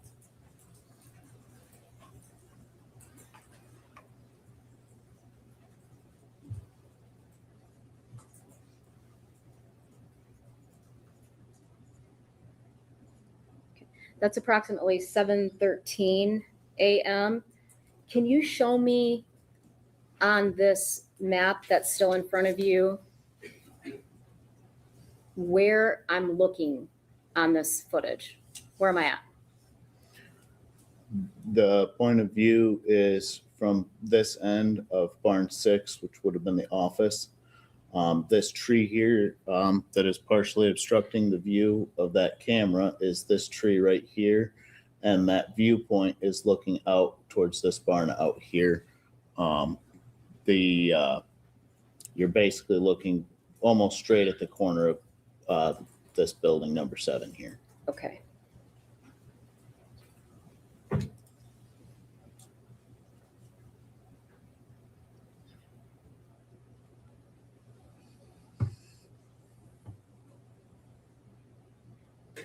And this is 7:23 a.m. Okay. Well, let me go just a little bit further. All right. Can you identify again which direction on the map, where we're at on the map? Yes, that is placed in the same location. This red mark here on the map is the farm scale. And the end of that is what you are looking at right there. So that JCB is traveling this way around the front corner of that barn. Okay. So just for clarification, if I'm looking at the tree just to the right of it, I see a little bit of red. Yes. Is that the scale that you were just referring Yes. to? Okay.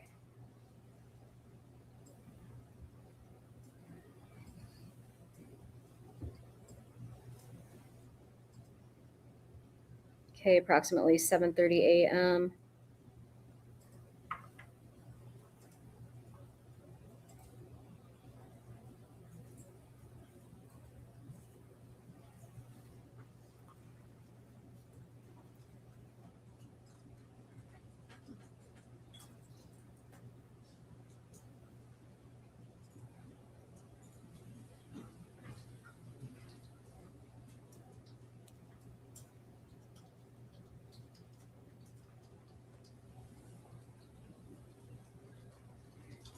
And would that be coming from the opposite direction that, so before you said he was going towards the front of the office, so would that be coming from the front of the office? Yes. And the direction, again, is that going back to the spray barn? Yes.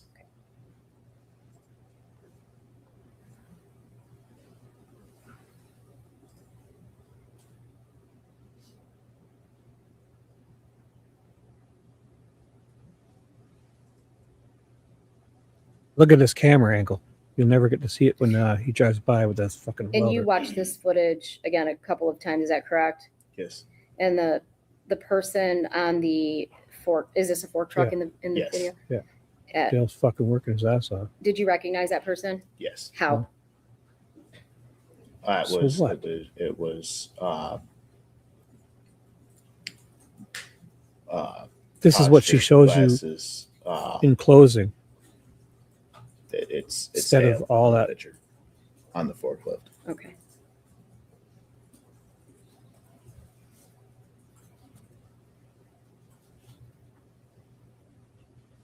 Like, look at this camera angle.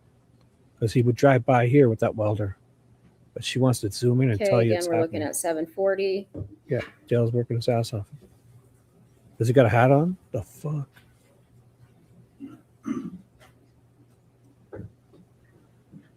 Imagine that JCB driving by here with that yellow tank and blue thing right in it, standing up. Oh, but this is what she only shows you in closing. And she doesn't show you him bringing it in that door or even touching it. He just fucking walks by it. 6:43. That's so fucking wild, man.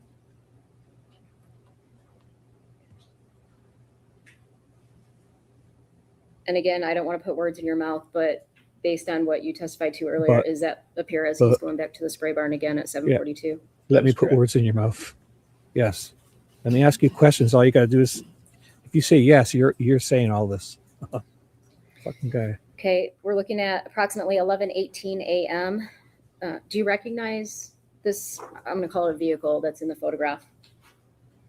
Yes. What is that? That is the sprayer. Is that the sprayer that you kind of described to us earlier with the Yes, farming? that is correct. All right. Does he have a hat on? That's what I want. Look at this fucking camera angle. For whatever reason, she only shows you this here, this one, in closing. Thank you. And this is where Ivan's Right, gonna. now we're No, not at- it. This isn't it. About 12:43 p.m. on the 25th. Where am I at? You are sitting, that view is facing out the driveway. So the view is from basically the center of the barn facing forward. All right. And is this where you were working on your vehicle? That is correct. Are you in this video? Yes. All right. And who's in this video with you? The individual standing next to the truck is my little brother. Okay. You can kind of see some legs and some dogs. Do you remember who that was that came in there? That was Dale. There's that. They're up to no good. Ready to set him up, probably. I know it's about, a couple years later. Do you remember any conversation that you had with him that day? I don't really. The only conversation that I remember from that day was when he came out to tell me that he thought Dee had left. Okay. Was that Ignore one the of the first timestamps. times that you had interaction with him that day? Yes. All right. Now we're looking at 12:51. Where am I at? You are directly above the walk door in the front of barn 1 here, and you're looking just kind of straight down right in this general area in this corner right here. Did you observe the vehicle that drove into this building? Yes, You talked about the 2 different Kubotas. Which Kubota would this one be? that would have been Dale's.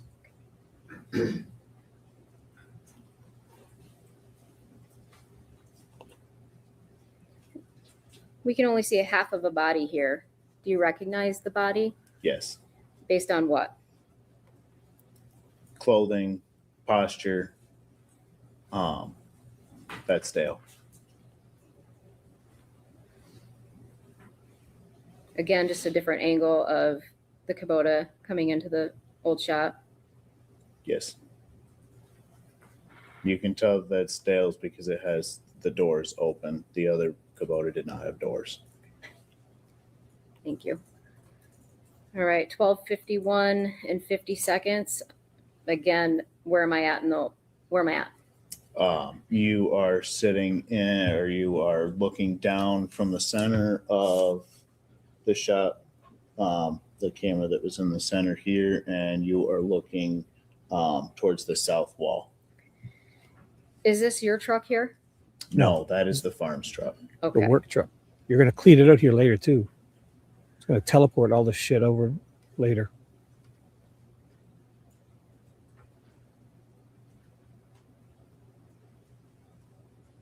They literally just showed Dale walking around and Were you working able at his work. to tell who that person was in that clip? That is Dale. And how he did you found his recognize hat. Posture, clothing, Yeah. mannerisms. And he found his hat. Thank you. And he got a wrench. Okay, 12:52. Yeah, he's got a grinder. It's a good fucking tool. It does more than cut tanks open to Same entomb thing bodies. going back to the Kubota. Yes. Like, you think a guy's going to walk past 10 cameras with a grinder to go and hide his wife in a tank with a grinder? Sure. Makes sense. Yeah. This guy's $52 million business, whatever. He's going to fucking be that stupid? Come on. This is such a weird fairy tale. Oh, look at this camera angle. I won't show you in closing. I could, but for some reason I won't. We have about 12:53. It's better, but the one in closing is like right here. In what direction? He's heading back towards the spray barn. Okay. In the Kubota Sure. still? That is correct. Tanks everywhere.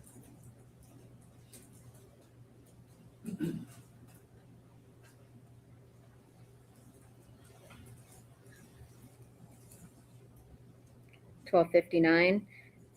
There's a vehicle that pulls in. Do you recognize that vehicle? That appears to be Jaren's truck. Right, TJ? And what makes you believe that was Jaren's truck? only one of a kind in all the world. Jaren Struck's GMC. Thank you. In Yeah. black. That was the only one that we had, or that the farm that came to the farm. They weren't allowed. No, You the can black also trucks tell came. There's chrome underneath there's chrome moldings underneath the driver and underneath the windows. Okay. And within a matter of seconds, we see what do you see here? That is Dale's Kubota heading back around the front of the barn. Okay. He's fucking working his ass off. And this is 1:13 p.m. Where am I on this map? You're out to The lunch. Kubota is coming. He's come down the ramp here, and it is heading back this way. That's this lighter section here is the cement pad that you see in the picture there, and he is heading east towards barn 2.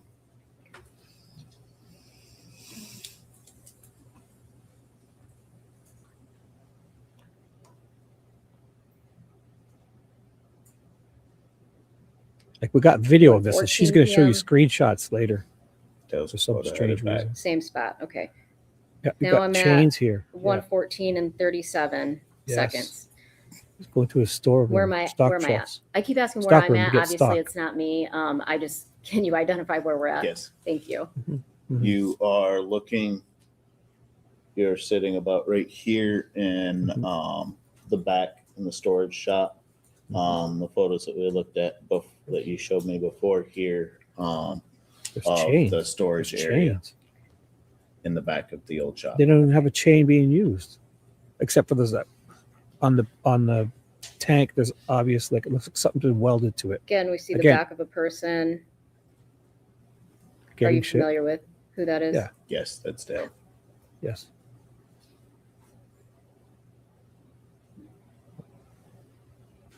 Look at, they got fucking tons of hooks. They're good for stuff. They have different ones here. They're hanging. Is this all just a ruse for him to one day go and entomb his wife? All Okay, that stuff. this is 1:15 p.m. Where am I at now? You are sitting in about the same spot, but you're looking out the back. So there is, in this back part of the shop, there is that overhead door is on this wall here, pointing this way. So you're sitting about right here, looking back towards the north. Okay. Like they showed you gloves too earlier. All these things could be used to do anything. Yeah. They have no proof. It Okay, now happened we're at this way. 1:15 and 23 seconds. Just piecing stuff together and just.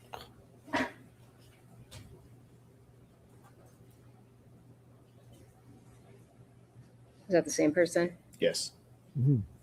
Gets a chain. Yeah. Because he hangs those tanks off of chains when they're painted. They don't want to hurt, scratch the paint. He takes the bucket now out we're that at JCB and hangs it off the arm. 1:26 p.m. That is Dale's Kubota heading back around the front part of the office, heading back towards the spray barn.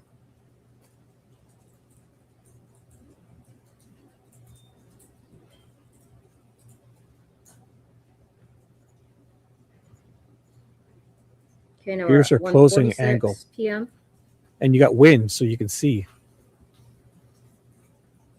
Be the sprayer.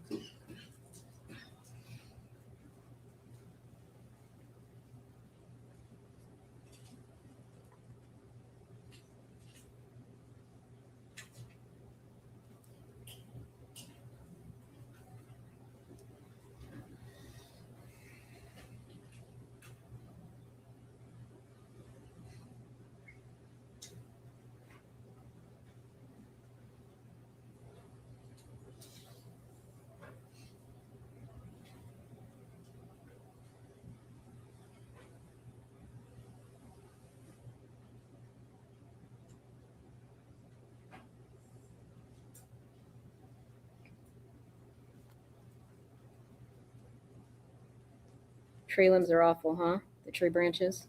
Yes, they are. Yeah. So why do you zoom in on them?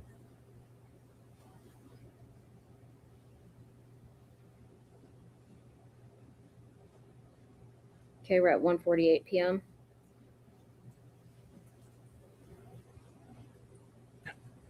No more tree lips. Okay.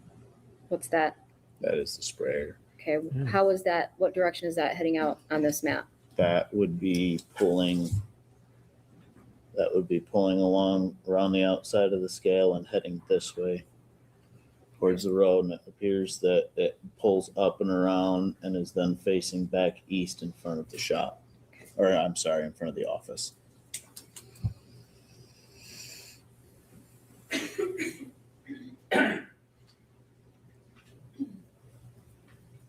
So this is 2:18 p.m. Do you see all the way in the right corner of this photograph? Yes. What is that? That is the sprayer. How do you know that? The distance between the bottom of the hood and the ground, the spray booms that are sticking out in front.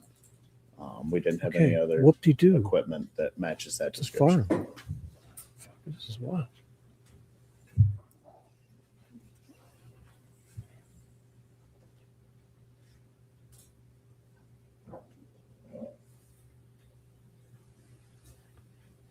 There it is. Okay, we're at Sprayer. 2:41 p.m. I see it. Oh, God. I see it again. See. Right. And do you see the spray? Oh, do you see the sprayer? Yes. Okay. Whoop-de-doo. Where's that parked on this map? That is parked about right here. Somewhere right in the middle of this driveway pointing north. Okay. Where would that sprayer typically be parked when coming back to the farm, if you know? If it wasn't being parked back into the spray barn, it would be lined up in this orientation, the same as these vehicles here along this row and this gravel next to the driveway. Okay.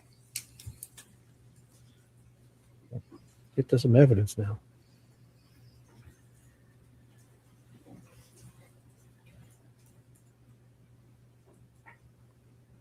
Fucking tree branches. Look at this. He's fucking all over the Okay, place. now This we're guy. at 2:46. Again, where am I at? You are sitting on That's that truck Ivan's brother and them viewpoint are going to is be from here looking working on. back.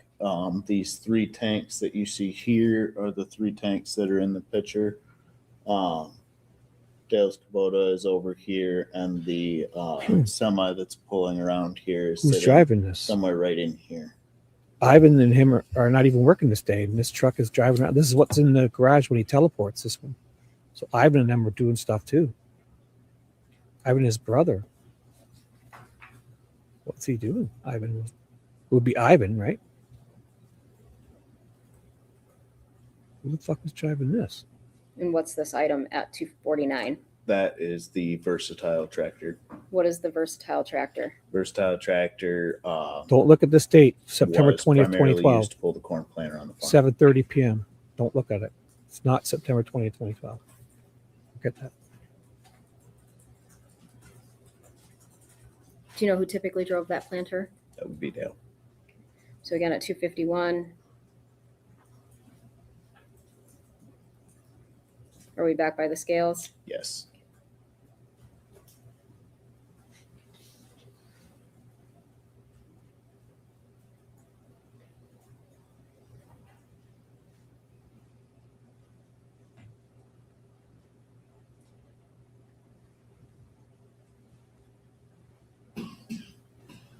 Okay, now we're at 3 p.m. Approximately 3:01. I apologize. Do you recognize that person walking? That is Dale. And where's that at on the farm? That he is walking in this little area right here towards the scale in this way around the corner of the office.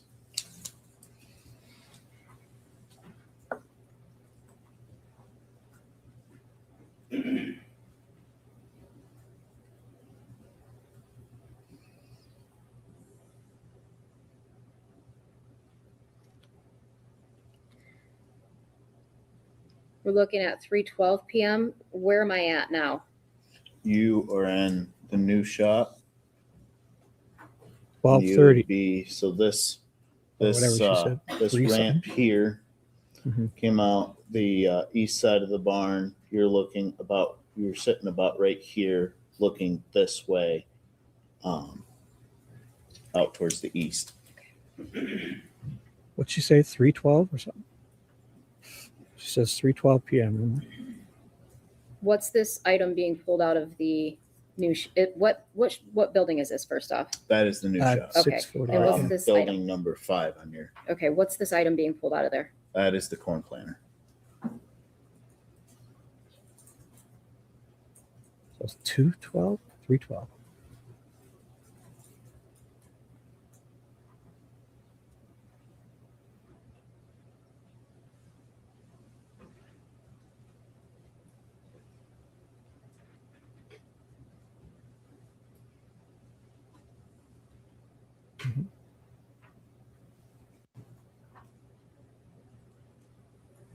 Okay, we're at 3:13 p.m. approximately. It's a same piece of equipment, better view coming around the front part of the office there on the corner heading west. I'm sorry, I can't hear I'm you. sorry. That's a better view of the versatile pulling the corn planter around the front corner of the office. Okay. Not And in now we're September at 20th of 3:17 2012. p.m. Yes, 3:17 p.m. What is it? First, show me where I'm at on this. April, whatever, 18th, 21st. That semi truck is sitting in this orientation. The front of it is about right here. You're looking down the side of this barn. Right here. They're going to show it Where sitting on the floor near that the little safe line later right on. there, that's where that cement is stopping in that photo there. Okay, and is that a Kubota in this frame? Yes, And which Kubota would that be? that would be Dale's.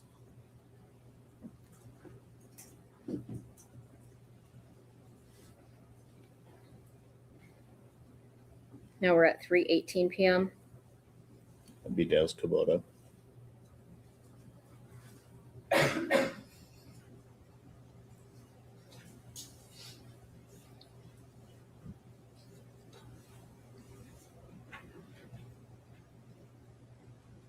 Three 3:21 p.m. The same machine. 3:41 p.m. And again, is that the area you just showed us on the Yes. side of the new shop? Yep, that is September correct. 20th, 2012, 8:30 p.m. Ignore that. Is that yeah. also the front of that? I can't remember what you called the planter, but whatever pulled the planter. That would be the. Are you referring to the east end of the fertilizer barn here? No, I'm talking about the piece of equipment, the red piece of yes, equipment. yes. That is the front of the versatile tractor. Yes. Okay. Now we're at 4:29 p.m.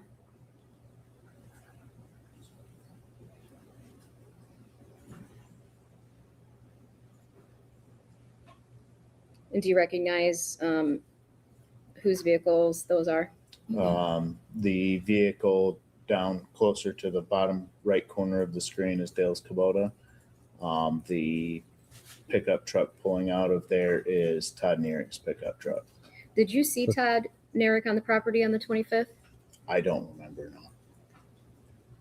Todd's there lurking around.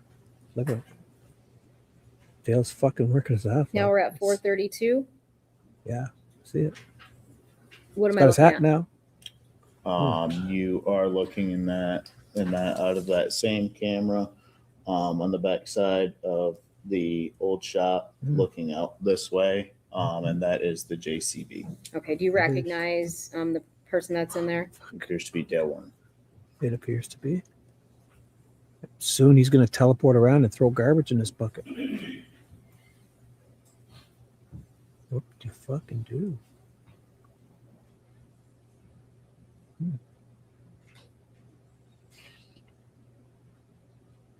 Amazing.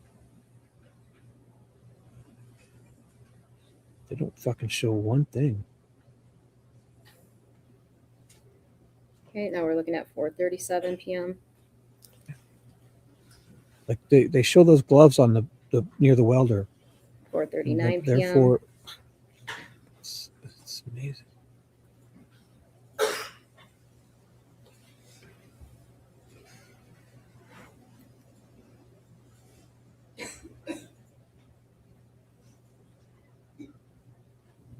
No, I can't wait to see him teleport. So Dale supposedly hides Right. behind a truck sometimes. Now we're at 4:52 p.m. Yes. Where am I at?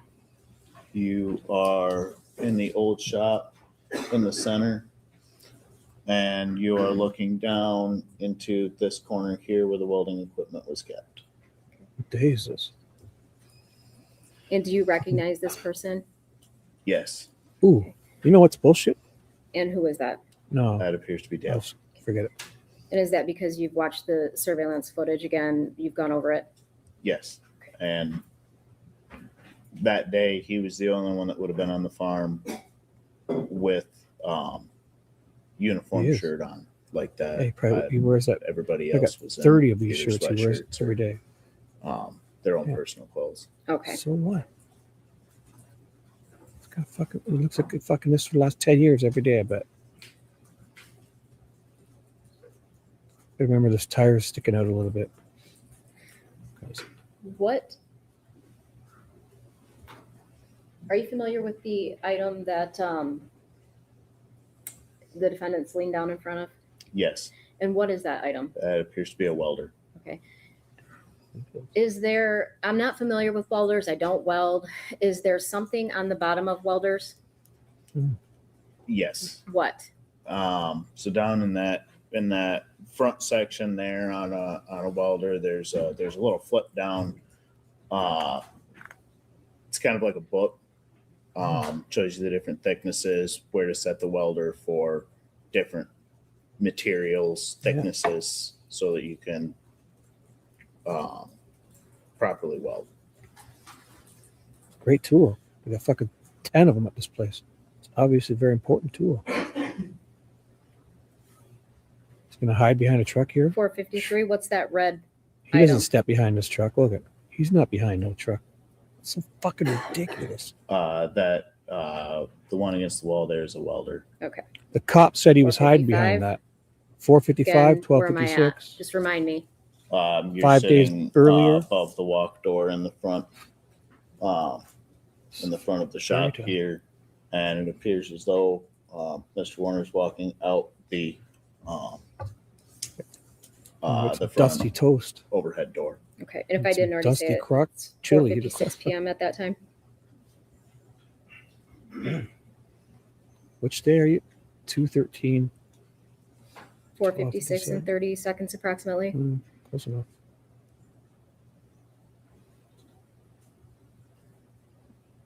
Because there's going to be a big truck here when Ivan does his teleporting.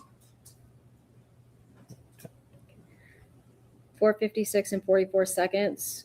Again, did you watch this a couple of times? Yes. And were you able to identify the item in Mr. Warner's hand? Yeah. Looks like. Or not in the video? What's that? Or not in the video? Or not in the video. It's okay if you can't identify it in the video. Okay. Or not in the video. So you want him to say something that wasn't in the video. So it's not September 20th and it's not 9:52 p.m. It's a little sunny. 504. 9:52. 504. What's that vehicle? That is Dale's Kubota. Okay. Mm-hmm. 505. Remind me Took where his I'm at. ass off. You were in the back of the shop in the parts room, about right here, and you just walked in that door, right here.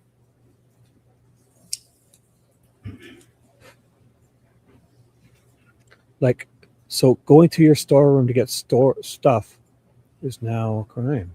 You recognize that person? Yes. Bazillion who's that? chains. It is, Bunch of hooks. Dale. It's great. Yeah. Got stuff in his hand. He's got a welding 506 mask. p.m. He's gonna go weld. Is that again Dale? Yes. And it appears to me he's walking down the ramp. Is that accurate? Yes. And were you able to identify the items in his hand? It appears as though he's carrying the welding mask. This looks like and, somebody else too. Each time I see this, gloves. it looks funny. Like it's one of those hats with a like the hair attached to it. Look weird. Okay, 507.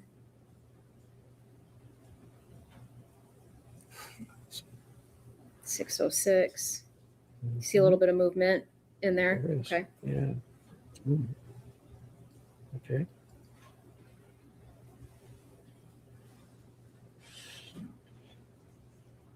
Okay, 608. JCB again. Yes. Right. It's pretty too early. 610. Did you see which direction the JCB was going? It appears to be going towards the spray barn. Who's looking? Oh, that's him. That's Ivan's truck. Okay, Put that flatbed 626. Who's this? This is that me. my pickup. Okay. Right. So Just at hit a some point body. on the 25th, did you leave the farm? Yes. And for what? Oh, I went to the gas station I to test drive replaced my car. the radiator Yeah. hoses and I drove to the gas station Yeah, on the sure. corner to make sure that I didn't have Sure. any leaks and to get it warm. Yeah. So is Or this when you're arriving back to the property? Yes. after doing what? Were you really doing that? Mm. This guy's all over. And it looks like you are driving now towards the spray barn. I did. And then at So he did too. 637, Uh-oh. We're getting close. This is where he's going to do teleporting. it appears that you're leaving. Do you remember So- seeing Dale at the spray barn that day? I do not. Actually, the teleporting happens after this because she does it. It's like 5 something much. when he Okay, does- there's 639, the JCB again. They say he just put this garbage here. I don't know. So wait, how could that garbage be there? Because she's going to show you what happened before. JCB, could you tell what direction that it was heading at 6:40 p.m.? Yeah. It appears as though it's headed towards the spray barn. Then you're going to see it again at 6:41 or something with the yellow tank in it. All right, at There's the yellow 6:41. tank. It just drove past the camera. She doesn't want to show you it. She wants to show you it here. Were you able to, after watching that, Mhm. determine what that was that went by? Yes. Yeah. And what was that? That was Yeah. the JCB. JCB Okay, with and the did you fucking know? Did you welder sticking recognize out. anything in the bucket? Yes. Yellow tank How? and blue welder. By the shape told and the me you- color. Okay, and what'd you recognize? A welder. Yellow tank. Yeah. Okay, and describe what you meant by the shape and color. It's yellow. So most of our bottles were yellow. And at she least the could have ones we showed used for you. welding. That was the color. She for could have that showed you and particular zoomed out. shielding gas. Right. And So, gobbledygook. all of our MIG welders were blue. Oh, sorry, Millers. sorry. Sure. It wasn't blocking because I look at my screen. If there's anything there, I'd move it. Whatever. Okay. So here we go. 6:43. He just Where am I at? He just 6:43. He just walked in here at 6:42, put this here, and walked back. Yet she shows you him fuck it. Like he could have walked from right by here, right? She says he comes in this door, puts this welder here, and walks back. She can't even fucking show you him standing here walking away from it. And look at this. Like, I mean, 6:43 is 12:03, whatever. Show me him coming in this door and parking this here and walking away from it. Because all she shows you is him right about here. Why? You Why? are in the new shop. They're working so hard to make this. Looking at it with the fit. same camera Yeah, that there's we fucking watched the welders Versatile everywhere. leave Fucking tools earlier, everywhere. about right here, and you are looking towards the east. Yes. And I see it. right about in the middle Oh, there it is. of Did you that just put it there, though? footage, Why do didn't you show me? see the blue and yellow item that you were referring to? Do. Yes. Okay. And if you just back and up what a is minute or that? two, That is we a can welder. watch him coming in this door doing it. For some reason, she just wants to show him walking by up here. And then he went and took a pee in the washroom down here. Oh, that's it. He returned the welder. Did you see it? No, I didn't. Okay. She can't believe she's presented this. 318 now. Dates are jumping all over. I her. need to figure out how to switch back to the photographs. Fucking amazing. The juror saw that presentation buttoned up and in her closing and just fucking went nuts. You heard that juror sitting on the couch? That's what he just watched. The juror. He watched that and said he brought the fucking torch back, the welder back. How Fuck it. often during, I don't want that one. How often while you were worked there, did you go to the spray barn for anything? Depending on the time of the year. Okay. And what would you need to go back there for? Either to load customers with chemicals, load a tank with fertilizer for customers, things of that nature. I'm going to show you People's Exhibit 84.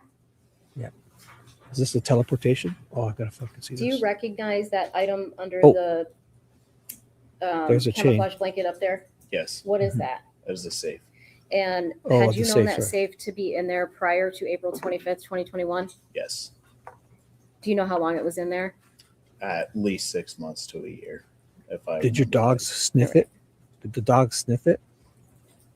Think they wouldn't smell a body in there? During the 4 years that you had worked on the farm, had you ever seen a tank in an anhydrous tank inside the spray barn? No. She definitely fumbled. I'm In gonna her show you clothes, People's she's like, Exhibit 85. bleh, bleh, bleh. This is a Do you garbage see a tank in the spray barn right there? Yes. This And guy's would eating that it up. not have been common then? No. It's not common. Yeah, so this is where he fends off the police with the garden hose. Do you know if From that searching a barn they don't spray want to barn search. had a lock on the door? I believe it did, Oh, yes. God. It's fucking amazing. I can't take it. I'm not going to I'm pause going it. to show you People's Exhibit 178. I'm not going to pause it. Do you recognize that area? Yes. Where am I at? You are standing. Look at it. The The garbage can? cement pad here is. If you had the a fire, overhead could you door. use this to put the Next fire to the out? overhead door, there's a walk door, which you There's see wood. in the There was picture. wood. So you are standing Oh, God. about right there and looking in this direction Yeah. towards the I west. saw wood on the floor. Watch Okay. this wood. And would that be the door on That people that walk spray in barn and then? out. Uh-huh. Yes. Great. Yes. Yes. I agree. Yes. That would be the door. For clarification, can you, so the spray barn, you just talked Fucking about amazing. the south side of it, correct? Yes. On the north end of that, was there another way to get in? Yes. And how was that? There's an overhead door. There's it's a straight Door. it's a straight through building. You drive through this side of the barn here, and you can come out the back side and back out around the drive. Yeah. Okay. Buildings have doors. Thank you. Show us you teleporting soon. I got to see the teleporting. It's going to be soon. No, I'll tell you when he's going to teleport. Not now. After break, he's going to do his teleportation. Well, then they have technical difficulty. Don't you worry. I'm going to get you guys there. I'm not going to pause or interrupt ever again. He's going to teleport this today. Or he doesn't teleport maybe today. Did you ever work Is it- with the anhydrous tanks on the property? Yes. And where were they stored at? Typically, they were stored along the driveway behind the fertilizer barn. Show me on the map. Tanks all over this place. It's like 30, 40 tanks. Typically, they were stored right along here when we had them at the farm. In season and out of season, they would be stored at two different properties: the Paragon Road Farm and the Carson Road Farm. Okay. So far, they haven't showed you Now I'm anything. going to have you flip to the, Mr. Lee, can you flip to the next map for me? 264. Yes, yes. Don't drop it. He's going to watch. It's going to fall over. The one's going to fall, tip over. The next one, it's going to tip it. Oh, technology. He's used to tapping an iPad. Watch. Oh my God. Don't you dare drop it. Or he does sometime. Maybe not this time. Okay. Oh, I remember. He's going to do it. Not now. Later. Did you Work say the properly. Carson Farm or the Carson Barn? The Carson Road Farm. Okay. And where's that at in relation? So show me first the Munger Farm. This here's Here's the the Munger Munger Farm, the main home farm. All right. And where was the Carson property? Yes. That would be this one right here. I see All it. right. And where's the barn you're talking about? It The would barn? be there was this barn out back here that would have a few of them in the backside back here, and then there There's was fucking tanks the front everywhere. barn that At didn't the usually Hardys, they're hold all any storing them, anhydrous old tanks. ones there. Everyone has And then access you to indicated tanks. the other property They're where stored you on guys everyone's stored property. tanks was. Yes, the Paragon Road Farm. Paragon, there's tanks everywhere. Anyone could have Mr. had Lee, a thank you tank. for your help. Okay, don't you dare knock this over, young man. Don't. I told you not to knock it over. You almost dropped your gun. He's gonna drop his gun and shoot the All Drewyor. right, I know this is a bigger, more stretched out map, but can you find the Munger farm on this map? Yes, there's something down here. I believe that the Munger Farm is up here. Remember which that would be juror's the home fucking farm sleeping here. over here. There's All a right, I'm gonna juror have you sleeping. wait to turn to me before you talk because I can't. You're soft spoke. I can't. This is the Munger Farm up here. The home farm. Okay, and the Paragon property we're talking about, where some extra tanks would be stored. Where's that at? That would be down here. Tanks all over. Yeah. And do you know approximately how far away it is? Maybe mile and a half. Tanks everywhere.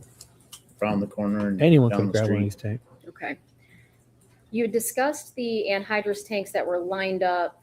Can you put the first map back up? Remember, this is please? Zach's boyfriend who leaves the farm a couple months after Dee leaves, and now he's fiance with Zach. Zach's about to hit the lottery. And this guy's now Zach's fiance again. But he was So the Zach's anhydrous tanks that boyfriend you discussed that were lined and up left months right after there on the she north side of the disappeared. property. He left the farm. Yes.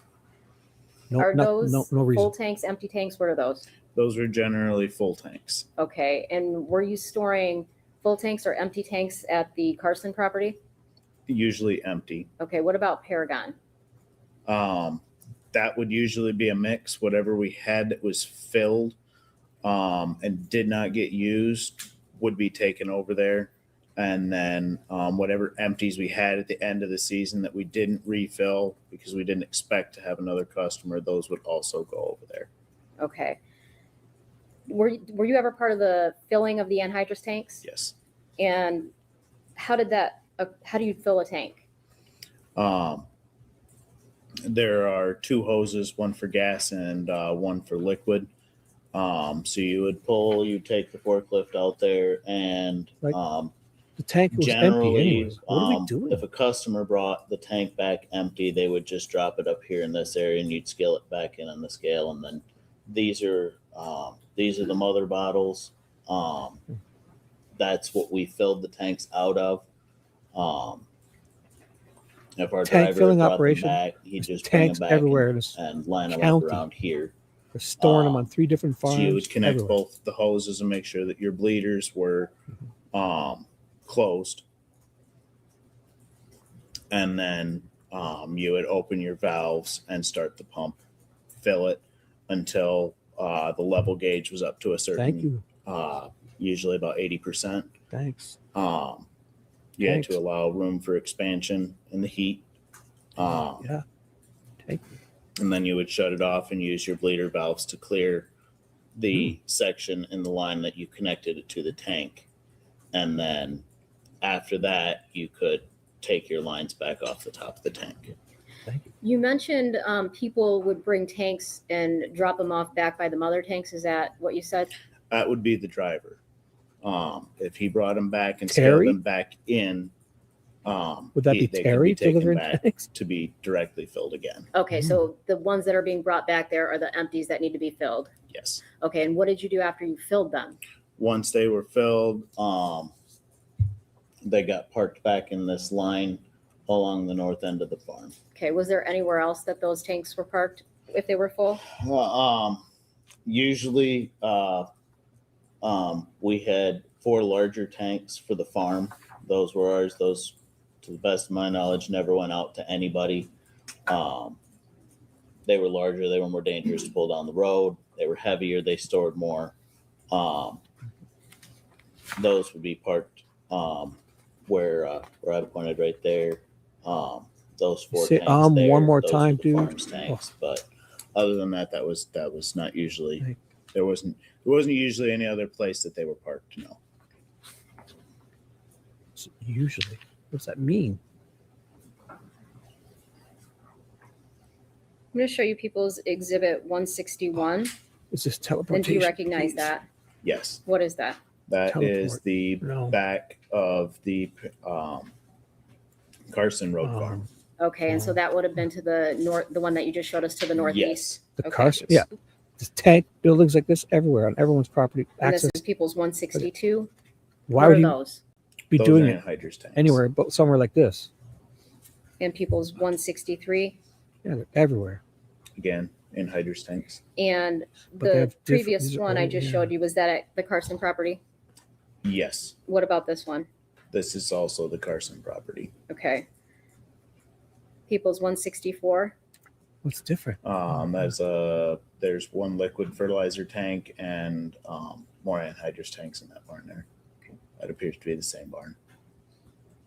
And when you say one liquid fertilizer, I'm going to assume it's the only one that looks different from the other three. Yes, it would be the blue one with the orange frame. Okay, thank you. I'm going to have you look at exhibit 165. Yeah. Is that also on Carson? Yes. All right, and what are these? This is where you hide Those body. are anhydrous tanks. Do you know the sizes? Are there different sizes of tanks? Yes.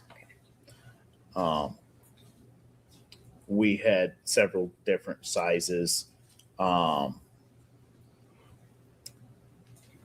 They were different shaped.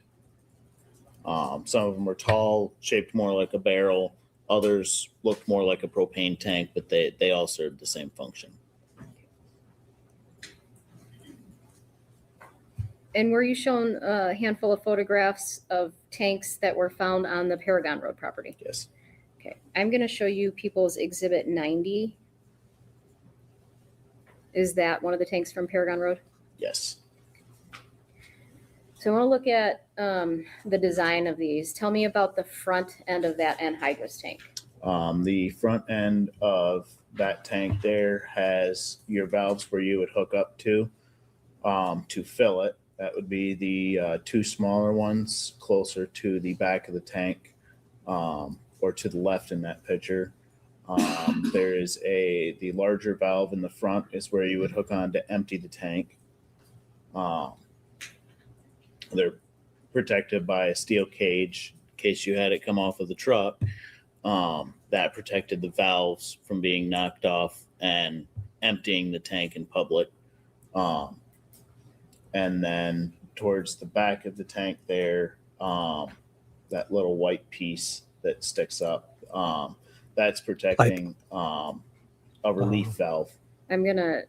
But these are the old styles because the new ones have an eyelet of a circle. This would be an old tank, so they probably all had So this, the very right? back of that photograph, I was going to try to use the laser, but I bet you all the it's new not tanks working. have So that guard that they're is trying to a say is cover for unique. what? That is a relief valve. Okay. Under pressure and heat, I'm sorry, when it gets warmer out, it Overfilled expands too, yes. and it causes pressure in the tank. If the tank is overfilled, that relief valve will pop and keep it from turning into basically a giant bomb. And it's protected by that pipe. I'm going So to if show it ever you rolled over, people's exhibit 92. that little white pipe protects it. Is this you know? a smaller version of the anhydrous tanks we've been looking at? Yes. Okay. And again, we see the Up here. Yes. It's like a okay. pipe. The back That's how the end would old be, ones probably had, right? describe it for me again. The relief valve. You're not actually looking at the relief valve in that picture. You're looking at a That's pipe like a that's pipe, welded onto yes. the top of the Welded tank on the top to protect that it. relief valve for And the now, same reason there's a cage. The over only the one they valves on say has that Okay, and other that's what you were guard looking over at it, in the which last is- photograph too, Yes. correct? I bet All you right. all the And new ones probably have that. So Are I'm going to watch every one they look most at. of the anhydrous tanks, well, let me ask you this. Have you dealt with the anhydrous tanks the whole time you worked at the Warner farm? I believe I started filling them, and I think it was my second year there. Okay. Did you deal with them in some sort of capacity while you worked there then? Yes. Would this be the Typical. I'm back to exhibit 90, this valve on the back, the cover that protects it, would that be Yes. typically the way that they're designed? That was standard for all the Yeah, tanks it that I was. remember us For having. these old shitty tanks, yes. And you were shown a photograph of Like, are they implying People's that Exhibit only 100, they only tank have that 34. Is one that new tank? accurate? Yes. Why would he use an old tank anyways? Why are you And getting rid of a new well, tank? let's first describe the front of that tank for me. The front of the Yeah, tank there it still is. has a cage over the valves there. The tank. That is it's fairly standard. That is shaped a little bit more like a propane tank. What do you mean? So we did. So I'm just going to do this quickly. I will never ever pause again. Just want you to notice. Just want you to notice. Here it looks. There's like two nipples. There's one big nipple, right? So they want you to think that this is different because it's got one of those newer guards. So they only had one tank with this guard or whatever. And look at, there's a big nipple there, and there's another one that's like almost as big. Would you see that here? I only see one.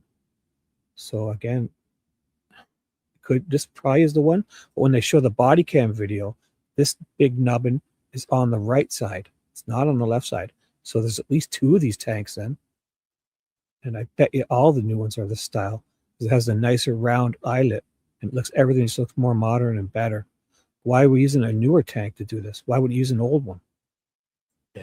We did have tanks that were shaped like that. That's why they left the weld so obvious too. And then Hardy would probably be pissed that the cops didn't find it for months. That's why they're all idiots until, So then Hardy had to go tell him about the tank, right? And then the cop says, oh, he lied about telling the cops about the tank. In the media, Hardy supposedly lied. I think Hardy told him the truth.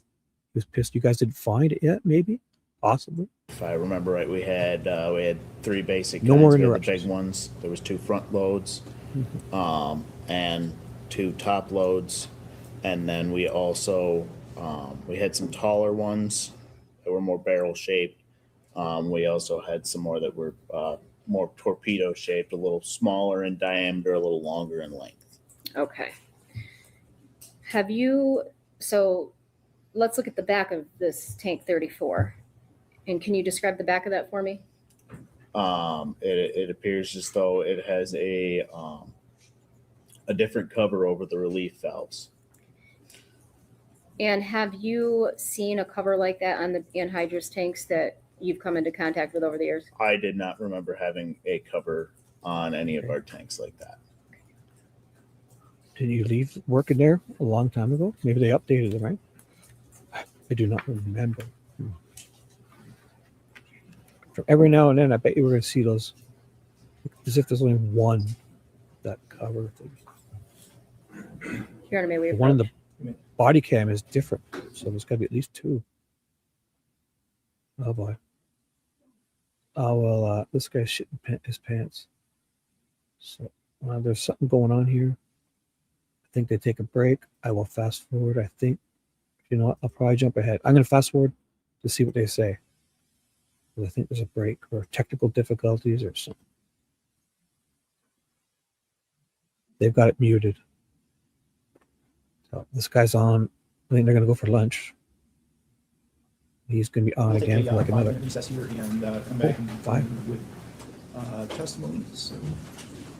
5 minutes. Yes, sir. Quick 5-minute break.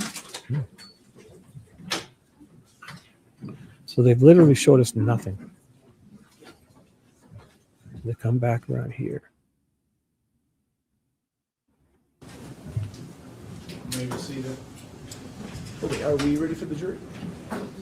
Well, yes, if you want to go to sit on the stand first. Oh, yes. So Ms. Boyd, if you come back and sit in the, you may.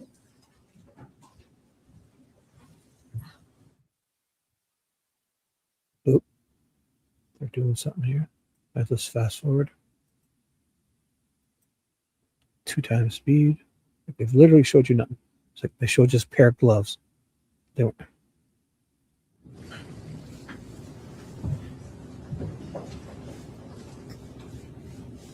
You're ready.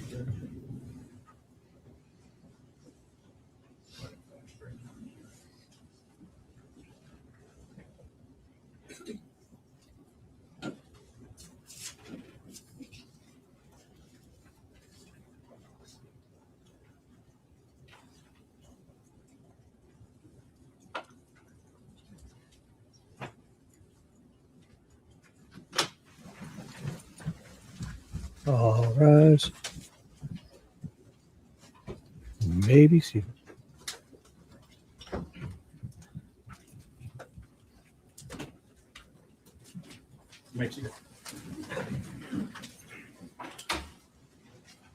Back to the gobbledygook.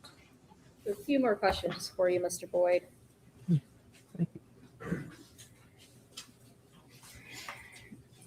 I'm going to show you some still images from the surveillance footage that we watched to see if Still you identified any of the items. I'm going to show you People's Exhibit 38. Screenshots of video.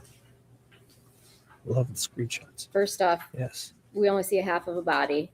Yeah. Yeah. Do you recognize that person? This time. It appears to be Yeah. Dale. Okay, and that was based on also watching the surveillance footage? Yes. Yeah. All right, and what Good tool. does it appear he's carrying?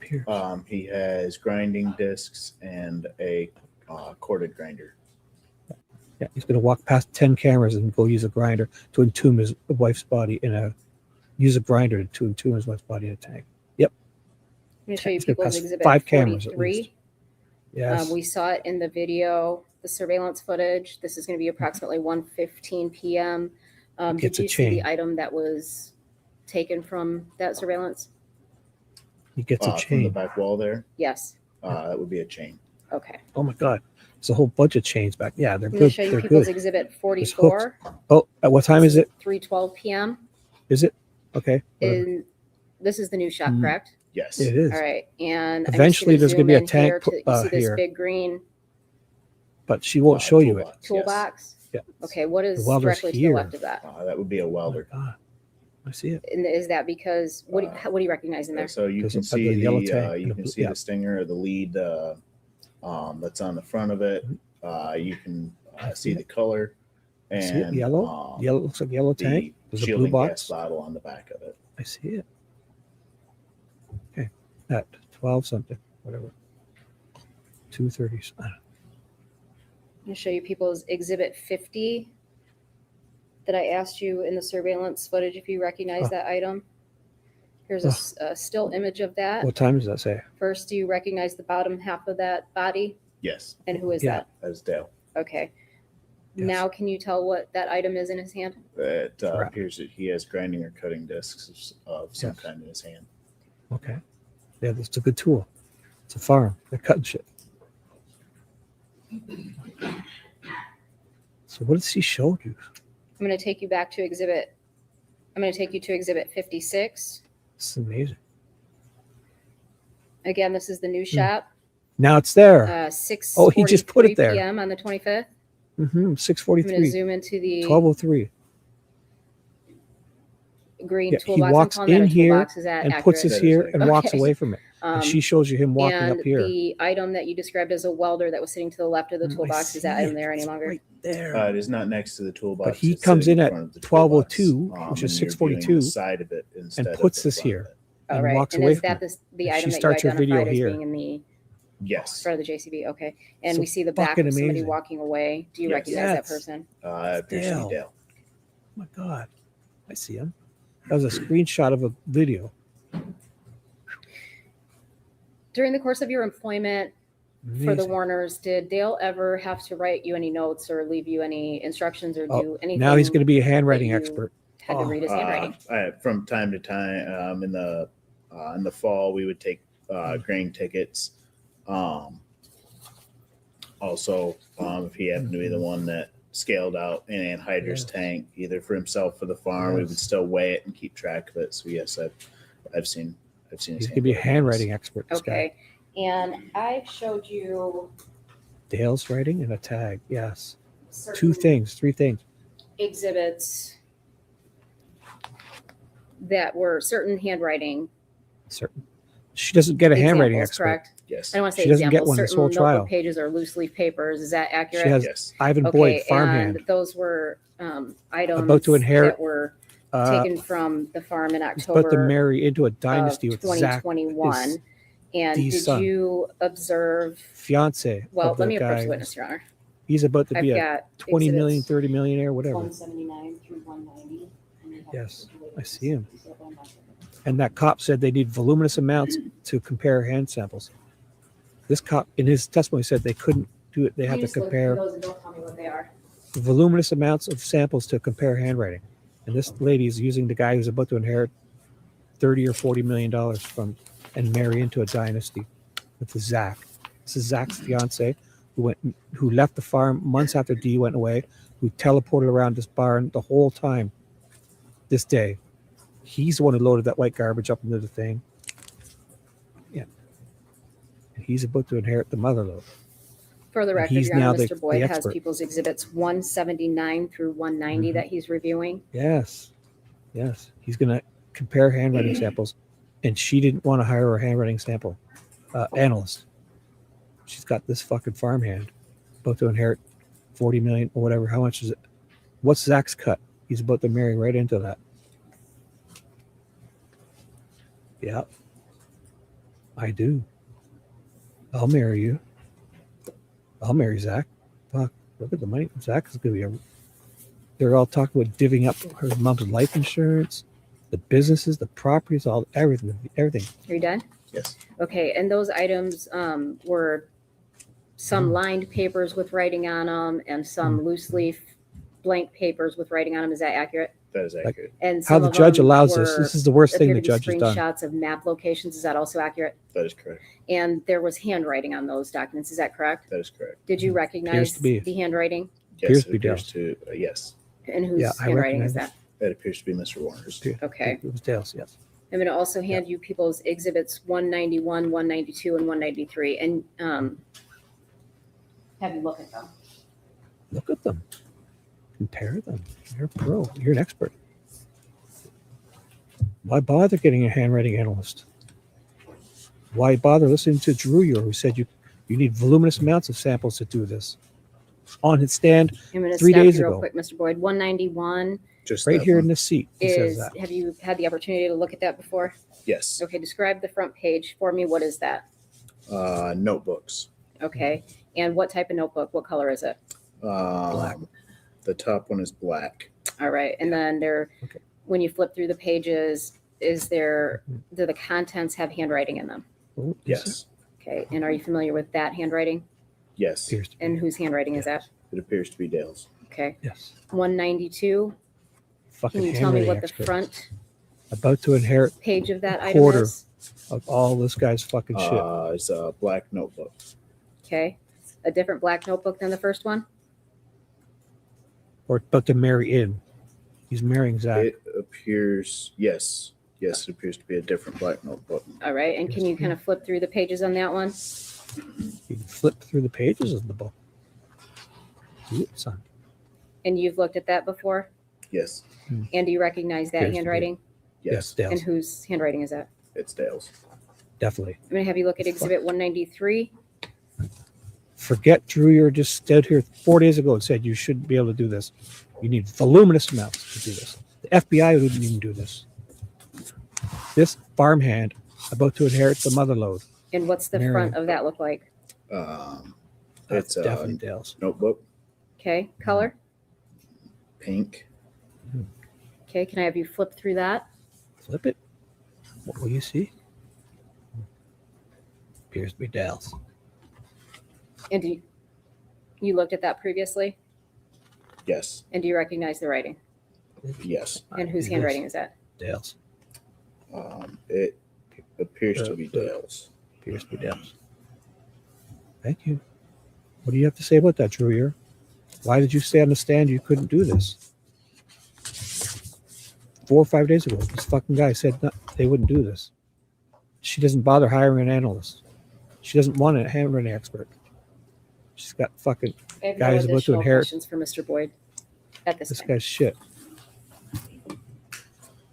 Okay, it's Very close right to into noon, so we are going to be breaking for lunch. We'll resume at 1:30 p.m. again. Yes. Before you go, I will just Amazing. remind you that during the trial, don't read, listen to, or watch any news reports about the case. Under the law, the evidence you consider to decide the case must meet certain standards. For example, witnesses must swear to tell the truth, and lawyers must be able to cross-examine. Maybe they'll Those show you news some reports evidence don't after have to meet lunch. these standards. They could give you incorrect or misleading information that might unfairly favor one side. So to be fair to both sides, you must follow this instruction. Thank you, and we'll see you at 1:30. Fucking gobbledygook so far. Up to lunch, this guy's been on the stand, and he was just a handwriting expert for the state. Is about to inherit a quarter of that guy's shit.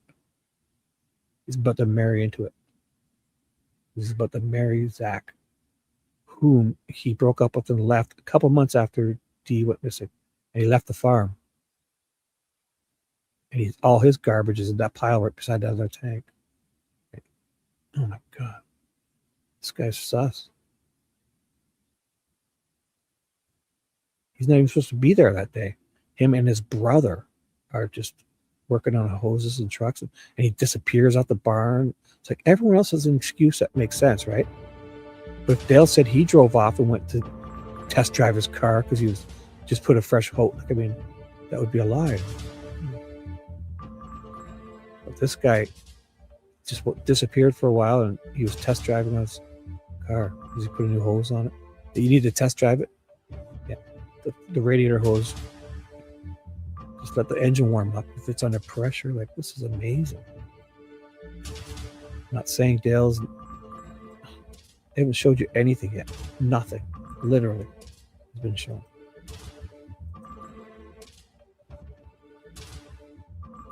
They show you some gloves on a thing. Yeah, gloves could have been used. They show you a chain on the floor. Yeah, a chain was. They had evidence a chain might have been used on the end, right? There was wood on the floor. The wood could have been used to prop it up. There was a safe. The safe could have hit a body. The JCB was parked near the house. Could have extended the boom out and put a body in. Good afternoon, Mr. Boyd. My name is Mary Chartier. I represent Mr. Warner. Congratulations on your engagement. So I wanted to start off with that. And then I also want to start off with the work that you did on the Warner property. So you said you worked there for roughly 4 years. That's correct. Did you work there full time or was it part time? I was more than full time. So if we looked at a week, would it change because you talked about planting season, harvesting season? This whole time. No less than 70, 80 hours a week. All year long? Yes. Oh, that is a lot. That's okay. And is that 5 days a week, 7 days a week? 6 off season, 5.5, somewhere in there, 5.5 to 6 off season, and pretty much 7 days a week in spring planting and fall harvest. So if we're talking about April 25th, 2021, that's a Sunday. Is that in one of the planting or harvesting? I assume it's not harvesting. But. We were starting to get into planting season where we were getting things ready and filling tanks and getting fertilizer applied. Could you come onto the property when you needed to work, or for example, you were working on your personal truck on that Sunday, correct? And your brother. Were there any sort of restrictions on when you could enter? No. And when you did that work, how closely were you working with Mr. Warner? So if you're working 70 to 80 hours a week, roughly what percentage are you working sort of side by side with him? Less than 10% of the time, I would say. So fair to say you don't know what he's doing in terms of personal knowledge when you're not with him? No. Now, during your time working with Mr. Warner, how often did you hear him get angry? I can never. Once. The person deserves I heard him yell. That is all in 4 years. And was that with an employee on the farm? That is correct. And was that someone who had done something They wrong? absolutely deserved it, yes. They deserved it. Deserved it. Did Mr. Warner then apologize after yelling at a later on in the day? Yes. Would you describe Mr. Warner as being laid back? Yes. Would you describe him as someone who doesn't fly off the handle? I would describe him as yes, someone who doesn't fly off the handle, who has most everything calculated out. Yes. And someone who doesn't let his temper get the best of him. That would be a fair assertion. Yes. Thank you. Now, as to your work, you talked about a number of different things you did, from driving truckloads to filling anhydrous tanks. And I want to focus on the anhydrous tanks. So if we're looking at your workload, what portion of it related to the anhydrous tanks? That way, it varied day to day and week to week. In the season where we were doing that, if I came back, I was done trucking. I come back in the afternoon. I got whatever field I was working or whatever I was done doing. I had mentioned Jim Hawkins. He also filled tanks. So he would fill them during the day to keep everything rolling. And then when I would get back, if we had any empties, which we usually did, I would fill them before I went home. So you said to keep everything rolling. Are people coming to the property every day to get anhydrous tanks? We had very few that came to the farm to get them. We had a driver that would take those tanks out to the So customer's Terry would field, deliver the and then he tanks. would bring back empties with him. Is it Terry, so the someone on driver? the farm. So if I'm a farmer, I The just guy want who's to make sure lurking I around this understand. day? I would put in an Terry order was for an there too. anhydrous tank, Yes, and then Terry someone on the farm got in a would fight? deliver that tank to somebody, that is correct. and then they would take back an empty tank. Yes, And that process would continue as long as the farmer wanted that. that's correct. But you said there were a few people who came on the property to get their tank. Anyone in particular you can think of? Hardee's.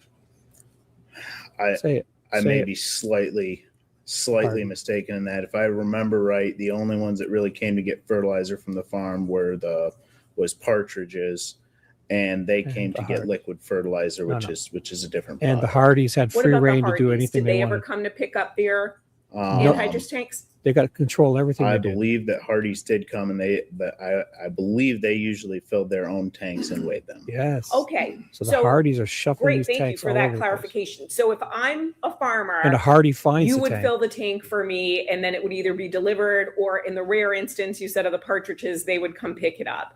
But the Hardys, they were able to fill up their own tank. Yes, I believe so. And then how would that work? So you've got that full tank of anhydrous ammonia. Was it weighed before it left the property? Yes, that's correct. And I think you still have that pointer up there. Would you Yes. point to where that scale is? Yeah, That they had control of the is scale this, too. This the long Hardys. red rectangle Imagine right here that. next to the office. They And could so skim would half a a tank of truck pull up on there and put the tank on to be weighed? Yes. And then it gets delivered. Then when the tank comes back, is it weighed again to see Yes. how much product goes out? Yes. And then that's how someone is billed? Yes, that's correct. And so again, if I'm the driver, I'm doing that for a particular farm, but the Hardys are doing that themselves. Yes. Oh. That's Now, pretty what well, right? about other work that you did on the tanks? Were you involved with any sort of maintenance of the tanks? Nothing really beyond flat tires or bad wheel bearings. What about, and the tires, are those on the sort of the runners? Yes. So because the tanks don't have wheels, correct? That is correct. So what are they placed on? They're placed on a running gear. Okay, they're placed on running gear. So if there was a flat tire on the running gear, you would take care of Yes. that. Yes. But you weren't involved in any of the mechanics of the tank themselves. No. Do you know about how long those tanks are? I would say the short ones were probably 12-ish foot, and the long ones, the big ones we had on the farm, were maybe 15 or 16. Do you know how much they weighed? I want to say somewhere in the neighborhood, somewhere between 6 empty and maybe 6,000 12 or pounds. 15,000 pounds loaded. Okay, so when you say 6, you don't mean 6 6,000. pounds. You mean Yes. how many pounds? 6,000. 6,000. I think it's somewhere in there. It's been a long time since Oh, no, that gives us a good idea. And do you know what the tanks are made of? Steel. Steel. Do you know how thick that steel is? It should be probably, it's at least 1/8 to 1/4 inch steel. Are there precautions that you take when you're working with anhydrous ammonia? Yes. Okay, what are those? You want to wear gloves. You want to wear eye goggles, something to protect your eyes. And you always want to make sure that you are upwind of where you're filling. So you're filling them outside. Yes, that's Why do you want to be upwind? because it will it's dangerous. it's very cold. It'll burn your lungs. What about, is it flammable? I don't believe that it is flammable. So if we look at some of the tanks, which we'll look at next week as well, are there any sort of caution signs on the tanks? I believe that there is. He filled the tanks for years, and he there's doesn't know if it's the green flammable. placards. And training this what guy is that? So what does that tell someone if they see that? He filled these tanks for years. Oh, I can't remember what the green placards are. I'm sorry. That's all know right. if they're That's all right. flammable. So you talked It's about the flammable precautions gases. you would take. So you would wear gloves, you would wear eye goggles, you would do this outside. So Just take you were witness upwind training, of it, so you don't breathe safety. it in. Anything else that you can think of? I mean, not really. No. Thank you. How many tanks do you think that you filled in the 4 years you worked there? Oh goodness. How many total for the farm, or how many do you think I filled in total as far as in all those years? How about in all those years? I would say north of 100. Were any of them flammable? Don't know. Okay. And then anhydrous ammonia, is it the sort of thing where, for instance, you fill up the tank and then if it spills on the ground, you're fine with that? Or No. okay, why not? Again, it is. I can't remember the word for it. It scars your lungs. So That's what it does. It's dangerous. It is dangerous. Yes. Do you know, does it cause any sort of like staining or anything like that? I would assume that it would burn you quite terribly. I wore gloves. I never came into skin to skin contact with it. Good. Sounds like a good plan. So we talked about you worked frequently 7 days a week. On Sundays, how often would you be there? In season, I want to say that was, I can remember having the parts for that truck for at least 3 weeks. Okay. And I had not had a spare moment to work on it. It was fairly regular to work on Sundays. Usually, it would be a little later, slightly later in the day. It wouldn't necessarily be 7. It would be 8, maybe by the time I got there. And then I would leave sometime in the afternoon or evening. Now you, it sounds like you worked a lot there. I did.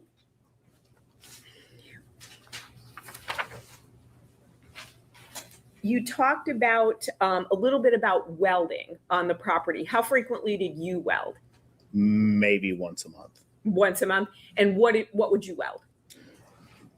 Brackets. If something was broke on a truck, a mud flap hang, some, little stuff like that. Nothing huge, no big projects. What, a chain to a Would tank? you pull up Exhibit 150, which is our page 192? A little brackets or a little hook, maybe?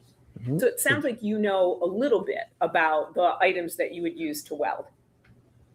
Is that accurate, Mr. Boyd? Yes, I'm sorry. Oh, no, that's okay. That's all right. So while we're waiting for that to pull up, I'll ask you the question. So you talked about, you thought that Mr. Warner had an angle grinder in his hand. Is that accurate? Yes. And then you also referenced on the shelf, you saw a plasma cutter. Yes. And Ms. Saylor is working on the technology issue now. But I'm going to keep asking you questions. And if you need to see the photo, I know she'll get it to work. What is it for someone who is not a welder? What does an angle grinder do?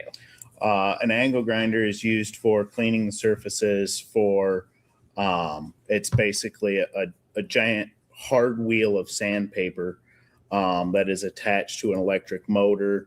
And that's what you use to clean paint off in order to weld. If you don't clean the paint off before you weld, you won't be able to make an electrical connection, which is how welding works.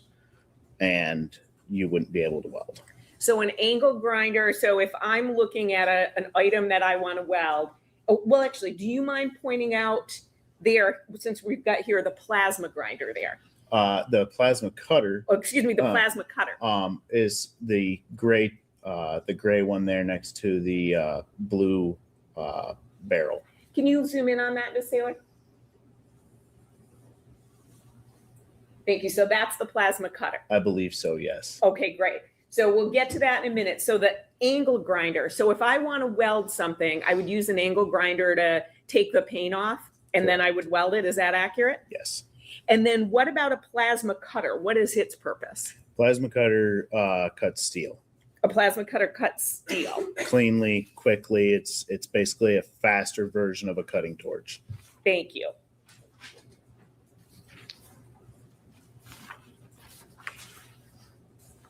Now, you referred to a load barn. Would you point that on the map for us? Or the spray barn? The spray barn. Okay. Yes, that would be number 7 over here. Did you also hear people refer to that as a load barn?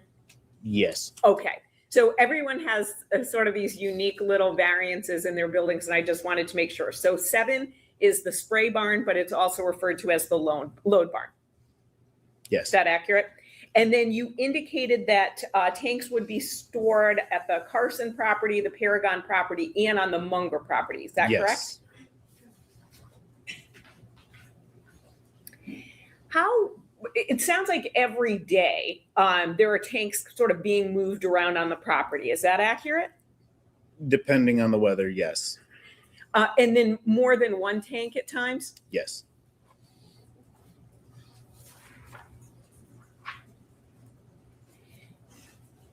When I listened to your testimony and you were identifying the surveillance videos and things that you watched and where you thought you saw Mr. Warner, I had that you saw him, correct me if I'm wrong, on the Kubota, which is the smaller sort of ATV vehicle, right? Yes.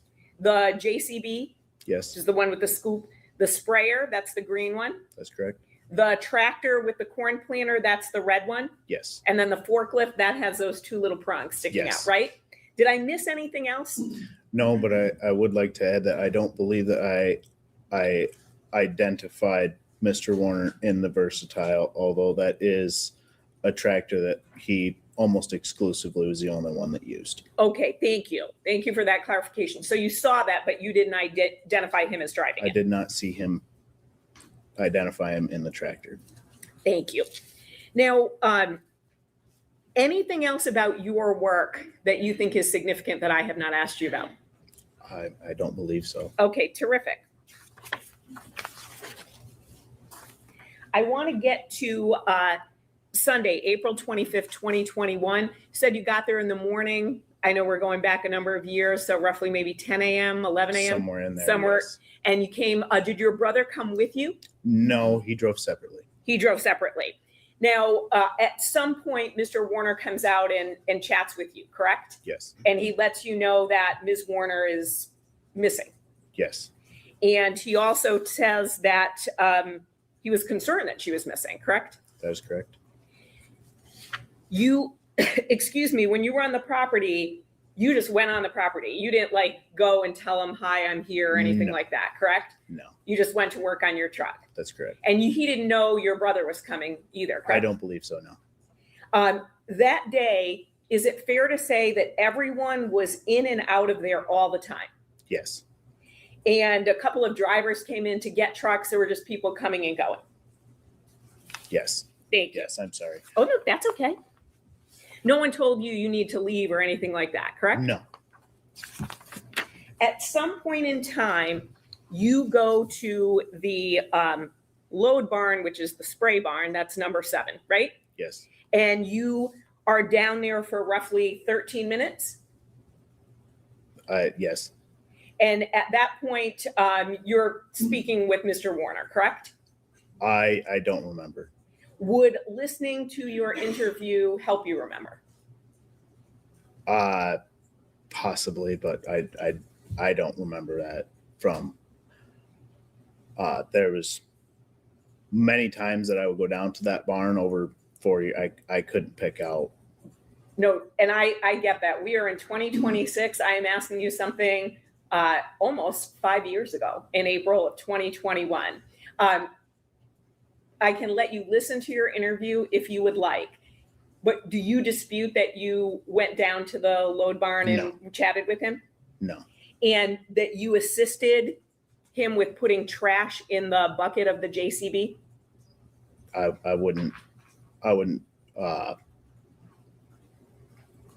have I can't find the word for that. But I wouldn't contest that. No. Right. And so I think, I've got the interview that you gave to the police. And so you're not contesting that that's you on the interview saying that, correct? No. Thank you. And again, if you want to listen to it, you certainly can. And then on that day, the entire day you were there, you don't remember seeing Mr. Warner with a tank at all, correct? I do not, no. And you don't remember seeing Mr. Warner doing anything with the tank, correct? I do not. On that day, April 25th, 2021, that Sunday, you did not see anything out of the ordinary on the Munger property, correct? No. Correct. Yes, sir? Yes, that's correct. I did not see anything out of the ordinary. To be fair, I wasn't looking for anything out of the ordinary. It was just another day. Just another day. Great. Thank you, sir.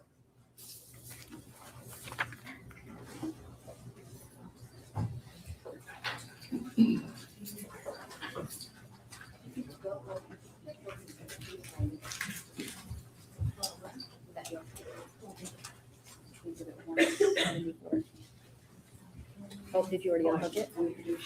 Oh, you just unhooked it.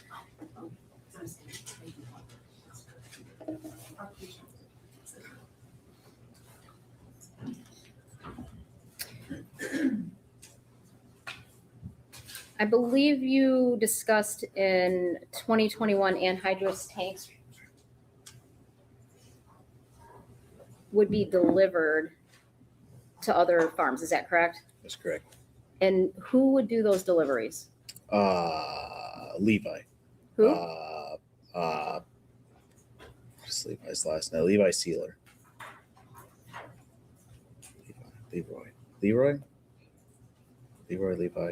Mr. Sealer. Okay. And did anybody else, to your knowledge, move those tanks? Deliver the tanks? I apologize. I would on occasion. If he wasn't there, we had enough orders for me to do so. Okay. Do you know if Jim Hawkins delivered those too? I would assume that if I wasn't there, yes. Okay, I but don't you don't know for a sure. fact. Okay, No. all right. And did you ever see Dale moving tanks around the farm? Very rarely, unless he was hooking up to go to the field with our own tanks to apply on our own ground.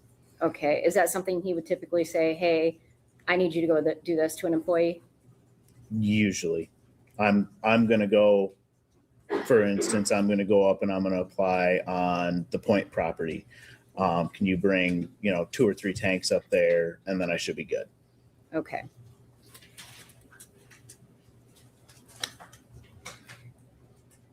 And I believe you stated that you never saw the defendant let his temper get the best of him. Is that accurate?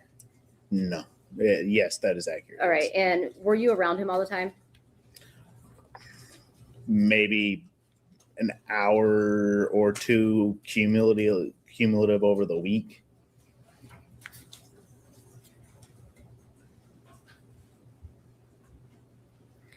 We talked a little bit about the anhydrous tanks and how they're dangerous.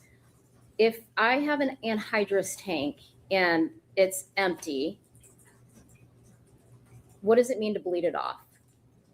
I mean, that you would open up the one of the valves in order to take the pressure out of it so that it was at the same atmospheric pressure as the environment. Okay, so now the tank is empty and it's been bled off. Is there anything dangerous about that now? I would believe that there would still be a very small amount in the bottom of the tank that's liquid. Okay, but it would no longer be what it was when it was pressurized, correct? It wouldn't be as dangerous, no. Okay. And you indicated exposure to a small amount could cause the lungs to scar. Is that accurate? Yes. That would cause coughing? Coughing, shortness of breath, inability to catch your own breath. Okay. And in severe cases, I mean, it will kill you. in a large enough amount. In a large amount, okay. It's, Now, you indicated that you had been working a lot at that point in time, but the 25th was your planned day off, is that? yes, And nobody expected you on the farm that day, correct? I don't believe so, no. Okay, But to be fair, there was not very many days that I didn't at least drive through. okay.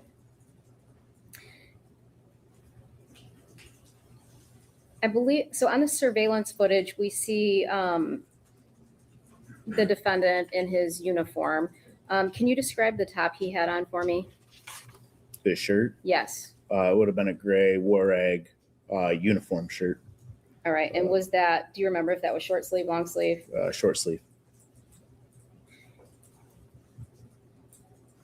Oh no, here comes the Let me red ask you arms. this. If you weld with a short arms. sleeve shirt on, what's going to Yes. happen? You are going to get something called welder burn, Yeah, which show is the kinda body like cam. sunburn. Okay. Yeah. And how soon after you get this sunburn would that appear? Within hours, if you were welding in the afternoon, by the evening time, you would experience it. Okay. And Prolonged exposure. okay. And then so it could be anywhere from hours to I would say you'd have to be welding for at least an hour, okay. pretty continuously in order to get weld burn. Like What if you were well, let me ask you this. Let me show you People's Exhibit 74. Okay, you're going to see a red arm. What does Therefore, that appear to be to you? he entombed his wife in a He's not an tank. expert on welding Look at burns. He's Look at- talked about his own experiences, got but red arms. to be able to look at a photograph and say one way or the other, I think is out of this witness. Could be from a million things. The sun. I think Working he with can gloves? testify based on The farmer's got a farmer's observing tan for the- Lucy. his There you go, own Lucy. experiences as well as observing the welding gloves Yeah. that were taken from Yeah. well, the welding gloves that were pictured on Yeah. the farm that day, Your Honor. It could happen from welding. It could happen from going out in the sun. It could happen from fucking I'm a going to million sustain the different things. objection. I don't think there's a sufficient basis for him to offer an opinion on this issue. What does it mean? Does that mean his arms are red, therefore he entombed his wife? Even if he You got talked it from about welding. the angle grinder a little That's the bit, evidence. correct? that's correct. All right. It's a fucking farmer's tan. Yeah. Could have been fixing a fence in the yard and in the sun with gloves on. Could have been doing anything with gloves on. His arms were red. Therefore, he was entombing his wife in a I'm going to tank. show you People's That's the evidence. Exhibit 38. Is that the item you were Totality. talking about? That is correct. Yes, All right. And that Totality of the item can also cut through steel, correct? that is correct. Objection leading. Yeah. If you like I'll the shit, rephrase it's it. a good tool. Can that item cut through steel? Yes, It's a fucking great tool. I got a couple of them. Yes. And if I was going to go hide a body, I wouldn't walk past 4 of my cameras carrying it. I'll tell you that right now. I'd maybe put it in a box or a bag or hide it. He's going to walk by and go in and tune your wife with a grinder. Cut a tank open to do it. It's going to be obvious. It's You cut with a indicated grinder. that on Sunday, April 25th, that when you did talk to the defendant, he was concerned that his wife was missing. yes. What does that mean? He had formed an opinion of what he thought had happened to her. He said that she must have left. I can remember him telling me that she had taken some items with her. He'd noticed that they were missing from the house, and I would say he was visibly worried about where she might be or if she might be okay. Did he express that in words to you that he was concerned about where she might be? Yes.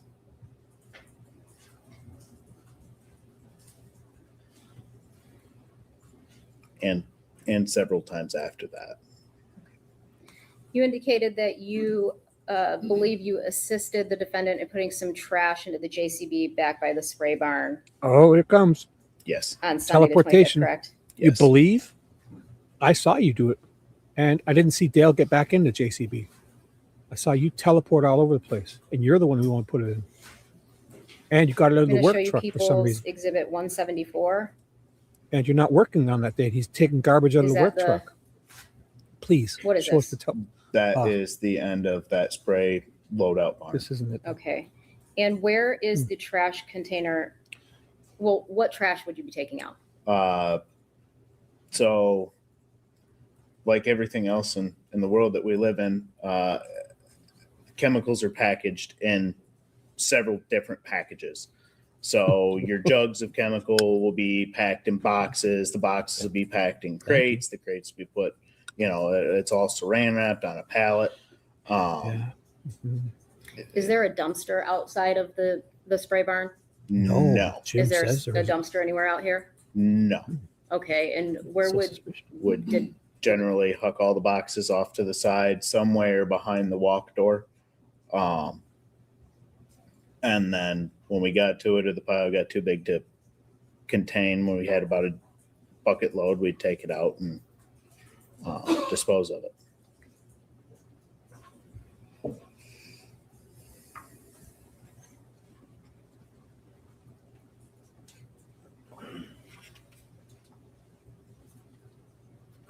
Man, this guy's he's an inch taller now. He's filled his diaper up so much. He's fucking like 2 inches taller. He's growing. I have nothing further. No. Yeah. Mary. Mr. Boyd, you indicated that an angle grinder can cut through steel. What's better to cut through steel, an angle grinder or a plasma cutter? It depends on the application, but it would be quicker to cut large amounts of metal with a plasma cutter. Thank you. I have no additional questions. Now, when you think about it, if somebody were to do that job, Dale would have access to that plasma grinder, right? The plasma cutter. Maybe somebody did it that didn't have access to it, or would it look weird them walking around with it, bringing it to where they were going to do it? But Dale would do it and nobody would question, right? Dale could take that anywhere he wanted. Maybe somebody did it on another farm and brought that tank back and they didn't have access to a plasma cutter. Because if Dale had access to it, why would he use a grinder, hand grinder, first of all? Walk past 10 cameras with the grinder, too. And then leave a shitty weld. Why would he leave an obvious weld when he can use that angle grinder to clean it up before he painted it? You would never know. If that guy did it, you would never know which one it was, because that weld would be cleaned up with the grinder. You'd clean it up. It wouldn't look like gobbledygook. And then you'd paint it. So that was left, I think, almost like a phone underneath a body. Like the angle grinder versus the plasma cutter. Is there one that's going to give me a straighter cut? The straighter cut would probably be the angle grinder. Wow. Thank you. How long would it take to cut through about 1/8 of steel with an angle grinder? How noisy would it depends on the length, but it would not take very long with either device. One of them is melting it, and one of them is cutting it. And what's not very long to you? For instance, it would take demonstration. It would take 5 seconds to cut a chunk a foot long. So what? He's saying it would probably take closer to a minute and a half to cut it with an angle grinder. So an angle grinder is going to take longer. Yes. And does it depend on how fast it's going? They're all pretty much a set speed. All set a set speed, so you don't adjust the speed? No. But the quicker of the two is going to be the plasma cutter. Yes. No additional questions. Thank you. It'd be so goddamn noisy on an empty tank. And look at the size of that tank. I bet you it would take him 3-4 hours just to cut that tank open. I guarantee it. Go get one. Let's run to the field and let's do a demonstration. Show the jurors. Yes, several questions from jurors of counsel. Grab an old tank and try to chop one of those caps off. Fucking take you hours, man. Oh, sniff time. Here you go, Lucy. Sniff, sniff. Sniff, sniff. Definitely the prosecutor has better sniff because she's got great hair. She's the worst prosecutor with nice hair. I'll give her that. I'm only kidding. Just killing time. 2x speed. This guy. Look at him. He's taking a dump on the stand. Oh my god! I slowed it down. Look at him. He is fucking shit in his pants. Seen a ghost. Watch. He's gonna look all these weird places like he saw a ghost. Oh, I should fast forward it. Too bad it blocks his face. I'll go 2x. This is in 2x. Look at his eyes. This guy's shitting bricks. Oop, turret black. That's not me.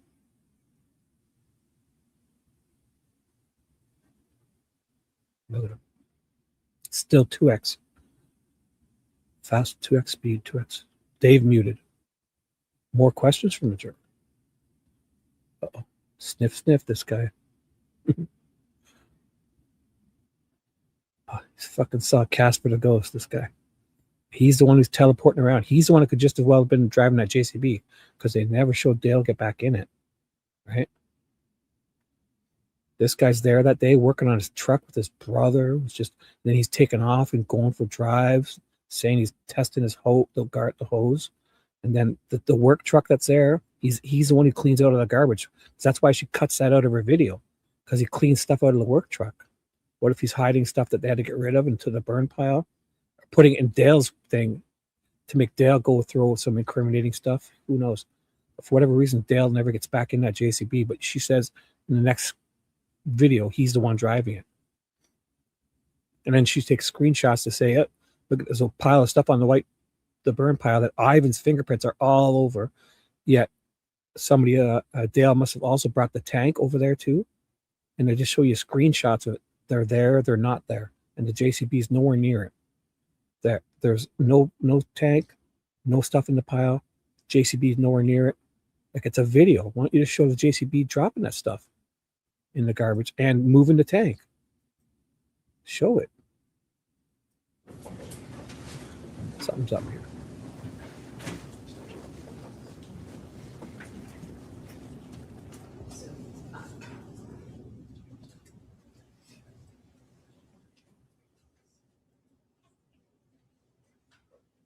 Something's up, sure.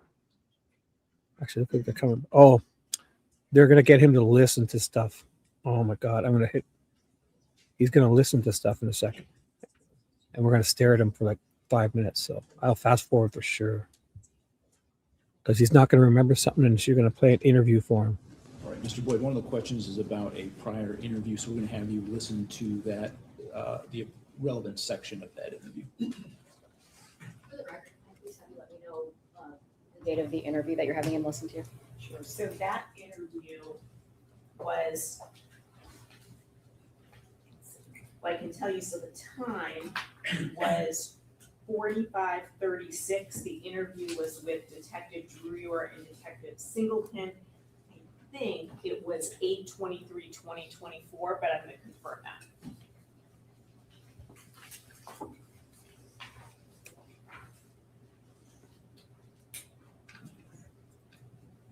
So he's got headphones, so we're not going to get to hear it. So I'll just go to when I'll just fast forward so he takes these headphones out. It was August 23rd, 2024. Thank you.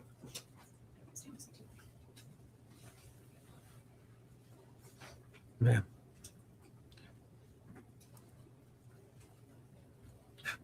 Like, why does the prosecutor show him teleporting around the garage? The garbage he gets, half of it comes from that truck. He's not the work truck, the blue one that's in that. And then Dale gets out of the JCB and she never shows him getting back in for some reason. What? Why? It's the damning evidence they're using. They have it, but aren't showing it. So therefore, I don't think they have it. Like, they created this whole little 641. He's driving by a branch. Fine. 642. He's coming in this door, dragging a big welder with a yellow tank on it, blue box, a welder. 643, he parks it and then walks back out. Okay, Which doesn't show you any of that. Just listen to is, was there something said by Mr. Boyd in his original interview about loading trash in the JCB? Yes. I did. I did in that interview say that I remembered fairly certainly that I helped him load trash out of that barn into the bucket of the JCB. Right. I don't know. But how you're the many only one who follow-up puts it in. questions, if you have any, if you want to do them questions. Wait. Dale doesn't put any trash in, does he? After this, we're going to break that down because I'm ahead of schedule, I guess. We should break it down. Question by question. Him. He throws all the garbage in. The way I think we've normally been doing it. I'd like to go question by question. Oh, okay. Sure. So that interview where you indicated you helped him take trash out was in 2024, correct? August of 2024? Yes. And you were asked if you remembered anything specifically from the 25th, correct? Yes. And did you really have a memory of 3.5 years prior? It's my best guess that's. Oh, so now she wants to. Did you really have a memory from what? So now it's like, could you have been wrong? This is such hogwash. You hear what she just said? Oh my God, I've never heard that before. That's what happened. I don't for Now he certain doesn't know? remember that. Fuck you I am guys. 60 to 70% sure that's what I did. It was a common occurrence. Oh. You know, if I went down there and Dale was loading up trash, I'd help him load it. Okay, so if you were told you were by the spray barn that day, that would have been your best guess? Yes. All right. Thank you. What was that? Mr. Boyd, when you were interviewed, you said you were 85 to 90% sure that's what happened, correct? Yes. No further questions. Thank you. No, thank you.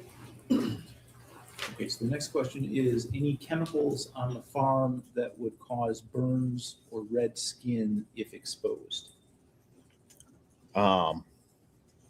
Several, depending on the length of exposure to them. I mean, most fertilizers are not real good stuff. They do have the ability to have reactions with the skin. Say they're one more time. chemicals. I dare you. Say it one more time. I dare The you. worst one by far is the anhydrous. That is the one that's going to give you say it, the most say, adverse reaction with the least amount This of guy's exposure. about to marry Zack, one of the 4 kids divvying up this farm and life insurance. And he broke up with Zack and left months after Dee went missing, this guy. One shit in his pants saying, on the stand, teleporting around. Saw a ghost. Casper just flew by. You were exposed to a chemical that caused burns to your body. How long would that exposure or that take to show? So now he's the expert to say that the red arms in the body cam mean he entombed his wife in a tank. He's the expert that's the handwriting comparison of 2 tags and a receipt, right? When the other cop, Drewyor, sat on the stand saying him and the FBI would have to have a voluminous amounts, their word, voluminous amounts of writing samples to compare and come up with anything accurate. This guy's just done it.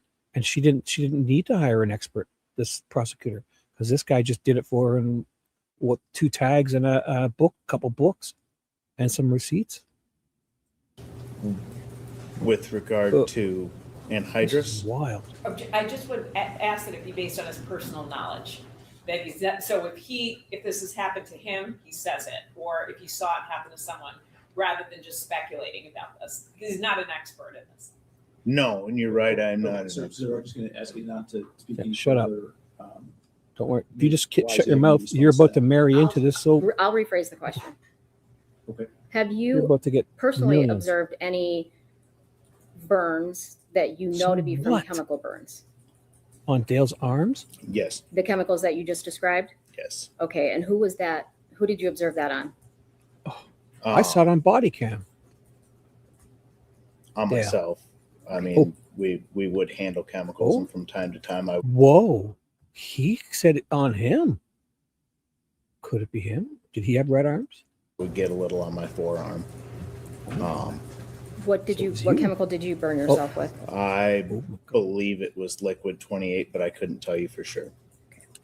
How about the sun? And did that cause Was the sun blistering or ever- anything? Did not cause blistering. Sun. Did the sun do I that? actually was covered head to toe in it, and it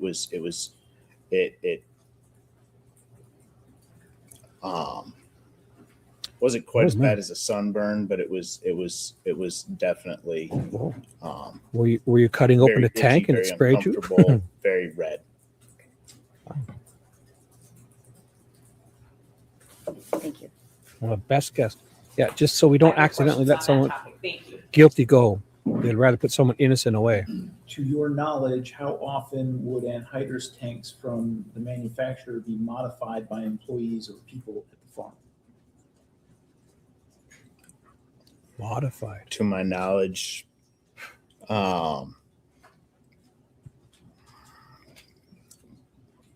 maybe 1 or 2 a year. I mean, we didn't do a ton of maintenance if something was broken, but that really wasn't my duty. That was usually done by Jim, if I remember right, as far as maintenance on the tanks.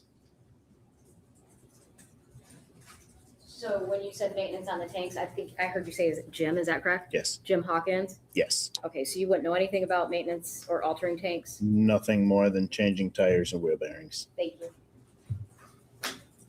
Do you know, were the tanks purchased from the manufacturer or were some of them purchased used? I believe it was a mix, but I wouldn't be able to comment really on that. Okay, thank you. What? You're a handwriting expert. Does the plasma cutter need gas No. to function or cut? You just need to ground it. No. Plasma cutters work off of, so you would supply an air source, compressed air from an air compressor, as well as usually it's a 220 volt electrical current, and that's what what it uses to cut. Hey, what's up, Lola? No follow-up, thank you. Yeah, they get all the on Does a book. Jaron Just normally work in the spray barn? Jaron. Only probably as much as I did, which Only. was fairly limited. So he's trying to minimize it. I don't believe that he even had knowledge of how to run the loadout system in that barn. Well, So he would not have been even in winning, there like closing as much cases. or less than me, to my knowledge. When you say you would have been in the spray barn as much or less than you, how often were you actually in that spray barn? In season, They don't even know what maybe happened in that spray 2 to barn. 3 times a week, maybe on, if we had a lot of customers that were doing This is all their fertilizer application. guess, a narrative. There's no proof. It's No the follow-up, way they thank you. piece it together. What is the Is spray it barn? typical There was a that tank they'll there. Spray on a day as windy as April 25th, and that's in reference to the tree moving in the camera.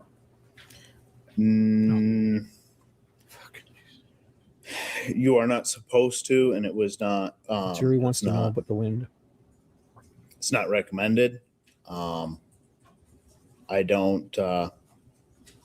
I was not around the farm when he usually sprayed, so I wouldn't have a whole lot of knowledge on that. No follow-up. No follow-up, thank you. Okay, and so that is all of the questions. Can we excuse Mr. Boyd from his subpoena at this point? Yes, Your Honor. Yes, Your Honor. Okay, so Mr. Boyd, you are released. You're free to go, or if you wanted to remain in the courtroom, you're able to do that now as well.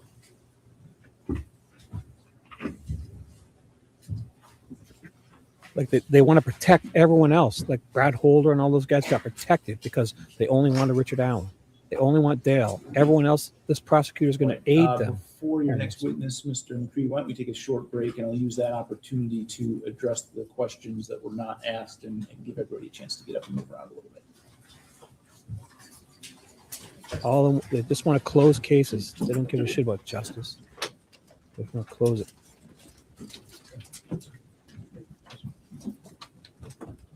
So take screenshots of videos, say something started here, something, something happened here. We'll show you a minute before and a minute after on a Okay, so we had screenshot several of the questions that were not asked, and I believe with respect to all of these, the attorneys agreed that they should not be asked.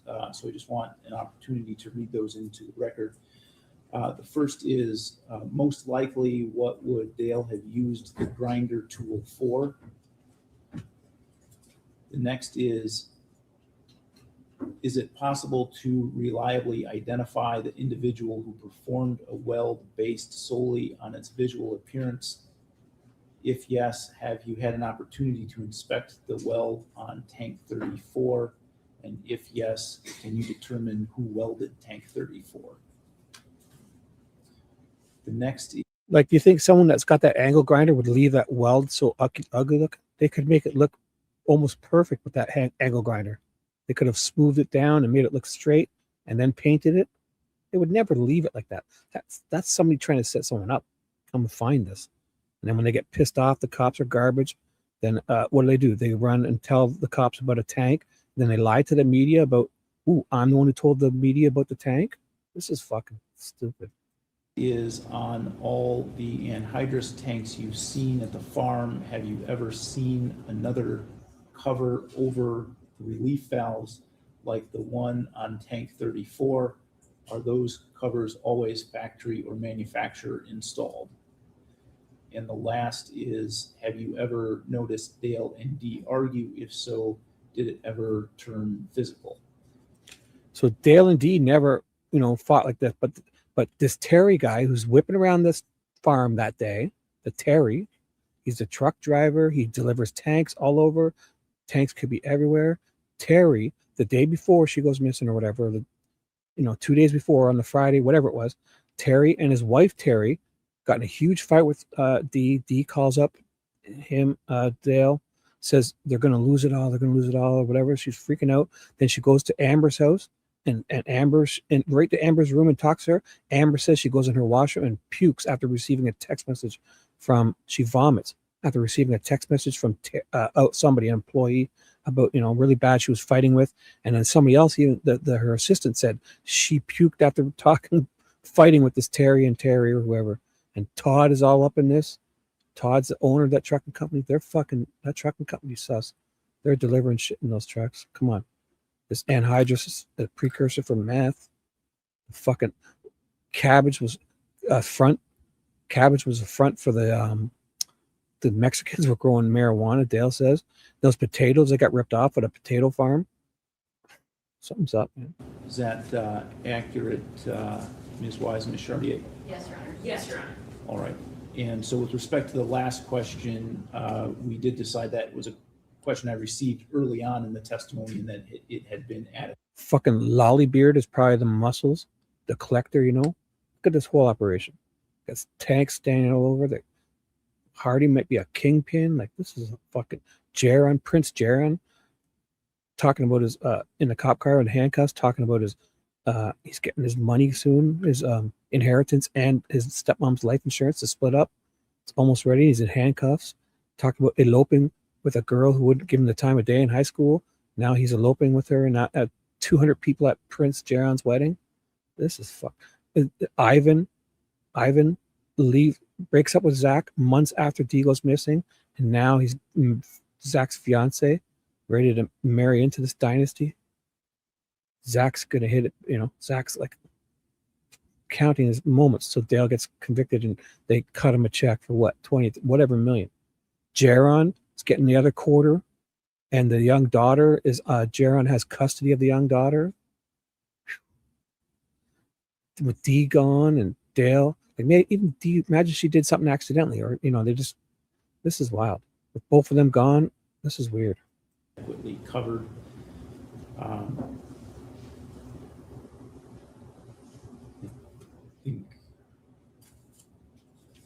think that's the only one of those that we had that issue with. All right, anything else we need to address on the record right now? I would just place on the record that we did have a witness who appeared today that was going to testify this afternoon, Jason Gravelle, and we have sent him home and asked him to return Tuesday morning at 9 a.m. All right. Anything else? Then? No, thank you, Your Honor. You know what we could do? So let's take 5 or 10 minutes. We'll come Oh, back. Jim Hawkins is up next. We still got Jim Hawkins this day. I think they changed. They say Jim Hawkins comes in. Watch. It says it on Court TV. Jim Hawkins comes in. Maybe they were able to get him to come in, and because they had extra time, and they bumped that Gravelle guy. He starts day 7. Jason Gravelle. It's another employee. So here comes Jim Hawkins. Hawkins. I don't Okay, know. are we ready to bring the jury back? Yes, Your Honor. Seems like a decent guy, but I could be fooled all the time with guys that can. It's like you get it the exact wrong. This Jim Hawkins.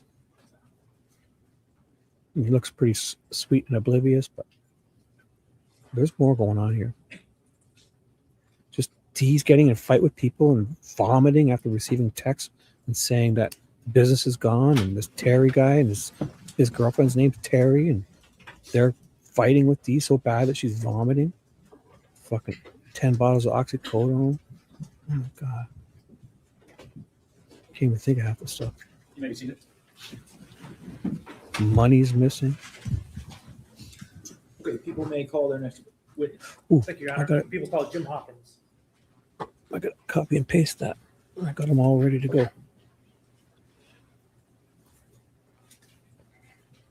I'm going to guess it's Jim Hawkins, and it's going to be Prosecutor Jackie. Oh, no, it's the guy. I made one for him, too. Look at this. Professional. Shibby. Look at this. Hurt. Copy, paste. Copy. Go to. Look Okay, at good this. afternoon, Mr. Hawkins. Before you sit down, I'll ask you to raise your right hand. Do you swear Paste. or affirm Boom. to tell the truth, the whole truth, Oh, and nothing but paste. the Oh. truth under penalty for perjury? I do. Okay, you can sit in I'll that do. chair right there. Dude, sit your ass down. David McCready, prosecutor's assistant. Good afternoon, Mr. Hawkins. Hello. Could you please state your full name and spell it for the record? James Edward Hawkins, JamesEdwardHawkins. All right, thank you, sir. Do you work at the Munger property? Yes, I do. How long have you worked there? When did you start? I started part-time in 2013 and went full-time in 2016. Okay, and you've been full-time ever since? Yes, Okay. And on Monday, you go back to the farm to work? I go back to work tomorrow. Oh, tomorrow? Yeah, okay, great. And is there one building in particular that you work in? Yes, I work in the building that's on the west side of the house. Okay, do you see the map right behind you? Yeah, that one right there. Okay, and do you see a number on it? Number 1. Okay, and what do you call that building? I call that top shop. Okay, are there 2 parts to that building? Yes, there's an upper and a lower. Okay, so you have to go down a ramp to get from one Yes. to the other? Okay. Are you in charge of the anhydrous tanks? I am in charge of getting them ready to use. Okay, That's servicing and stuff like that. sure. Let me show you People's Exhibit 160. And ask you to look at the screen. Do you recognize those 2 white tanks? Yeah, they're the mother tank and nurse tank. Okay, and what do they have those for? Those are to store the anhydrous. Okay, do you have any idea how many gallons of anhydrous are in there? The mother one, I believe, would probably be around 30,000 gallons. Okay, and then the one to the right of the big one, is That's that? the nurse. That's the nurse, okay. And if you are going to fill the anhydrous tanks that go out into the field, is this where you'd take them? Yes, And what would you do? I'd take the tanks down there. I'd hook up the hoses to them. I'd open up the valves and fill them. Okay, I'm showing you what's been marked as People's 96. Is this the a type of anhydrous tank that would go out in the field? Yes, All right, and I'm going to zoom up here. Do you see the red and yellow knobs? yes. Could you tell us what those are for? The red one is to fill the tank, and the yellow one is the vapor to expel the gases when you're filling the tank. Okay, and where do the gases go? It goes into the mother and nurse tank. Okay, so it's kind of like a circle. Yes. Okay. And could you describe how you go about filling the tank? You'd hook the red you'd hook one of the hoses up to the red valve, and hooked one up to the yellow valve. Okay, right here. This is the red valve we're talking about. Right, that's the fill valve. Okay, and then right here's the yellow one. one's the vapor valve. Okay, is there a hose that hooks up to that too? Yes. Okay. And you slowly, and you open up your anhydrous lines that go to it, and you slowly open up the valves until you get it, and these are opened, and you turn the pump on. This was and missing start. that. Okay, so white the pipe. anhydrous lines are coming from the mother and the nurse tank? Yes. Okay, and then where do you open up the valve? Is that attached to the mother valve tank? You got your two hoses that hook to that. You got two valves, one valve on each hose. Okay, And then you slowly open up the two valves on the tank, okay, and then you turn on the pump. then turn on the pump. Okay, and then how do you know when it's enough? When you're looking at the gauge when you're filling, and when they get hit 85%, you stop. Okay, and probably can't see the gauge very well, but you're saying there is a gauge on the tank? Yes. Okay, do you actually see it in that photo? I can't see it in that photo. Yeah, me either. Okay, Got to be between the yellow and the red valve. right, it would be in this On the in this tank area itself. right here, right? Yeah, it'd be in between the two valves. Yeah, okay, so that might be it right there, but in any case, so it gets to 85%, is that what you said? Or Yes. or is it 80? 85%. Okay, and how does that get measured? Like, how does the gauge know that it's at 85? It's got it senses the liquid coming up the tube on the bottom of the gauge. Okay, so there's a tube that goes down from that gauge into the tank. Yes. All right, and does that tube have a name? I don't know. This is As far as you know. part of the gauge. Okay. All right, is one of those called the draw valve? Yeah, the unload valve would be the one in the front, the red valve in the front underneath the. So are you referring to this right here? Yes, Okay, and what is that? that is the unload valve. That's where you hook it up to your equipment, and you open the valve, and that's what puts the anhydrous in the ground. Okay, so you're out in the field, you've got this hooked up to the farm implement that you're towing this with, right? Yes. Okay, and that's where the anhydrous comes out and gets onto the ground. Correct. Okay.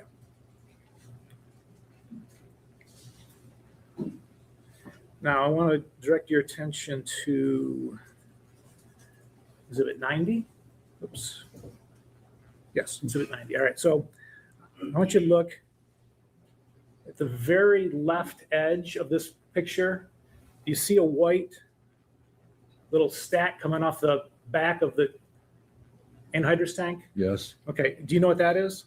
that is a cover going over what I call the pop In all honesty, off valve. I have a feeling this is the old tanks. See how it's like it's not a nice eyelet. That's the old way they used to do it. And I bet you that new one, they're trying to make it look like there's only one that has it. But that to me feels like the new style. I bet if we look at all the good ones that are in commission, they don't have this. I bet you they've all got the newer ones upgraded to that new, it's like a bar, it's like that bar. So for them to be pushing this is just another reason that makes me suspicious. This is like an old tank. Okay, and what is the pop-off valve When there the for? tank gets over pressurized, it'll blow that off. Okay, and if you're anywhere near the tank, are you going to be able to tell that that has popped off? Yeah, you see vapor and sometimes the liquid flowing up, coming out. Okay, and if that happens, is it dangerous? Is it dangerous? Not really, unless you're on it. But if you smell it, then it's not too bad. Okay, and so what would you do if that were to pop off? What would you do to fix it or to address the problem? It all depends if the tank was empty or full. Okay, if it's empty, what do you do? I'd change the valve. You I'd just change the pop off. Okay, and if it was full? And then I'd have to offload the tank in order to fix it. And how do you offload the tank? You hook up the two lines to the fill and vapor valve, and you put it into another tank. So you put it into just another field anhydrous tank? That's empty. Okay. Yes. And were the tanks always full, or were they sometimes empty, or how did that work? On the farm, I mean. Usually, if I'm working on them, they're usually empty. Okay.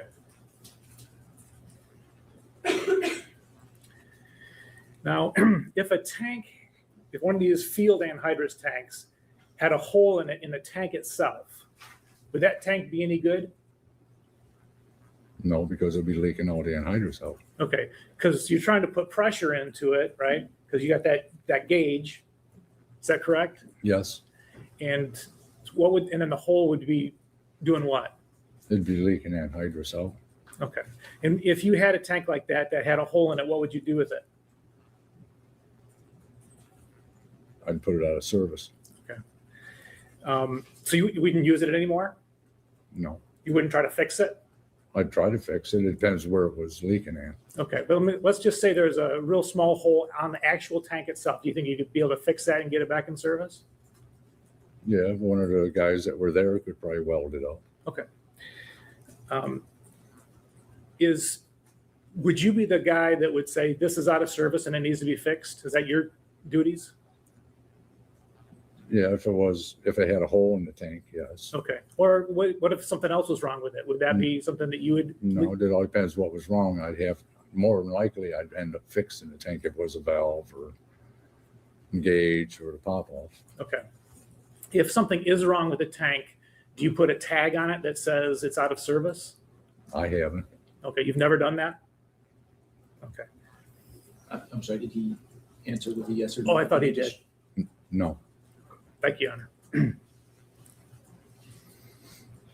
Have you ever cut the end off one of these No. field anhydrous tanks? No. Can you think of any good reason that you would do that? Objection, speculation. He's the person that is over these tanks, and he knows what they do and how they work. I think he could answer whether it makes sense to. It's not how they're used. Somebody modified it. It's nothing to do with his expertise. Have you ever cut the Nothing end to off do of with- a No. tank? Would you ever do that? No. Okay. There's no reason to. When the tanks were not at the Munger property, did you have a storage place for them? Yes. In where? We had a barn on Carson Road that was a rental property that we stored them in, and in a place on Paragon that So we these stored them tanks in. are accessible And to who 3 was the different person? properties. Were you part of the crew that got them back and forth? Sometimes, yes. Okay. And were you the main person, or was there other people that were working on this more than you?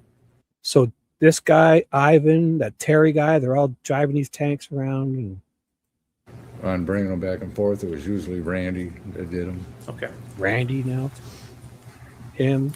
Ivan Now, said he in, did it. Terry's a driver. 2020 and 2021. So you had been there on part-time since 2013, full-time since 2016. I want to ask you about 2020 and 2021. How was the anhydrous business doing at that time? It was slow. Okay. So was there any pressure to get tanks that might be something wrong with them back into service? Do you understand what I'm asking? No. Did you need extra tanks at that No. time? Okay. Did you have plenty to go around? Yes. All right. Yeah, it's probably easier just to get a fresh one. It's got the newer ones. That's why they're upgrading. I got to check out how many of those new tanks. They act like there's only one that has that guard over it. I'm showing you people's 100. So I'm looking at the back end of that tank. Yeah. What? Here it is here. So here, I'm going to show you this because you deserve to see this. This is what they're talking about.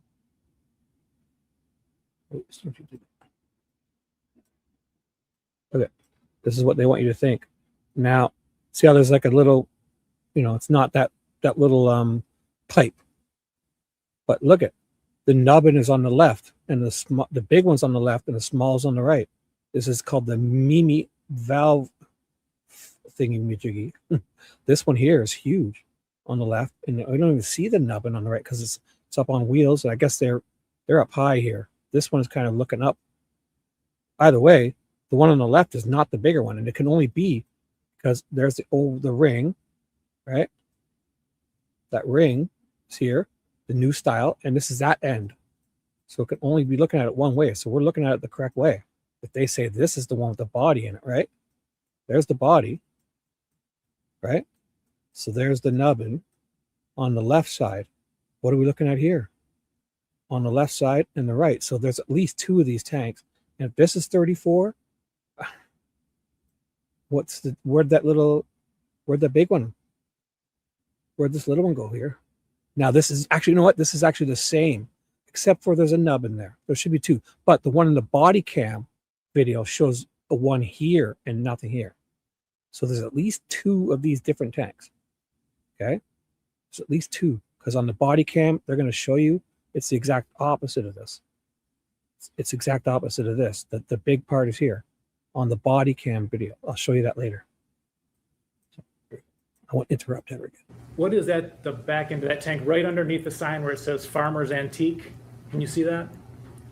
Yeah, that angle bracket is on top. Right, and do you know what would be underneath of that? That would probably be to pop off if there was something under it. Okay, so at the front, you have this. Okay, do you know what that is just by looking at it? That's a guard. Okay. So wait a second. Now, when you think about this for a second, this is the tank, right? They're sure about it. They're taking photos of it. They haven't cut the hole yet, so that means they x-rayed it and then brought it back here for this photo. Think about this. Does that make sense? Because this is the tank, right? They're taking photos of it and they know it, right? The cut would be here for them to peek in it, so they haven't done that yet. The reason they know it is why? Because they x-rayed it, right? That's how they know before they do the cut.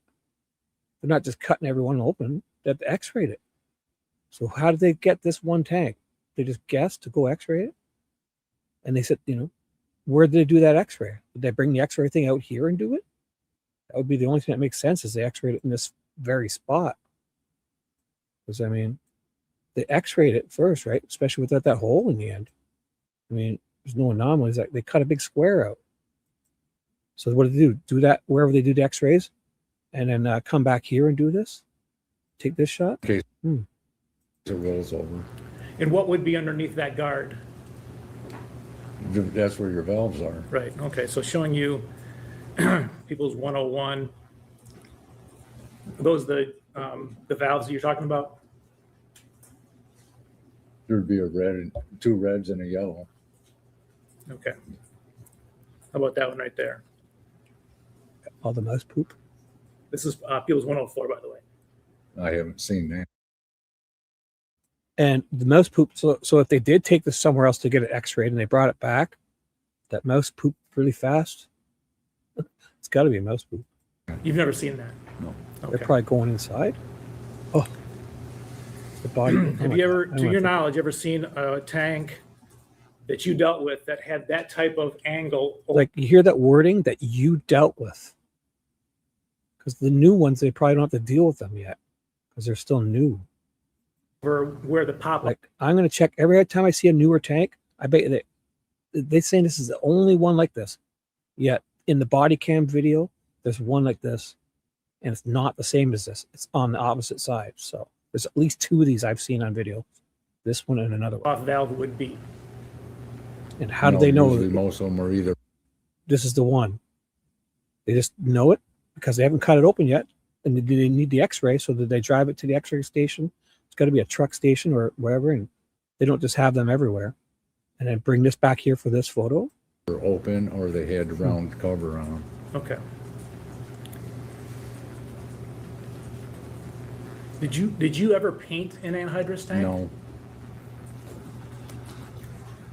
If the pop-off valve came off and the tank was actively leaking or venting, would there be any reason to take it indoors to work on it as it's actively leaking?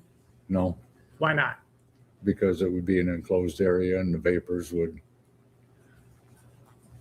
probably end up being too bad, and you'd have the anhydrous leaking on the floor too. Okay. Hey, Ted. what's up? Now, did your duties take you into the spray barn at all? Yes, What would you do in the spray barn? I'd take the JCB down there and pick up all Dale's empty cans from spraying. Okay. Is the JCB also known as a front end loader? Yes, Okay. During spraying season, how often would you go up there and get the empty bottles? quite often. Like more than once a week? Once, twice a week. Okay. Depends how busy he was. When you were up there in the spray barn, did you ever see the extra parts for the anhydrous tanks in the spray barn? No, Where were those kept? they were kept either in anhydrous barn or in the bottom of the top shop. Okay. And those would be like extra valves, that kind of thing? Extra valves, the seals, the gauges, the pop-offs, yes. Okay.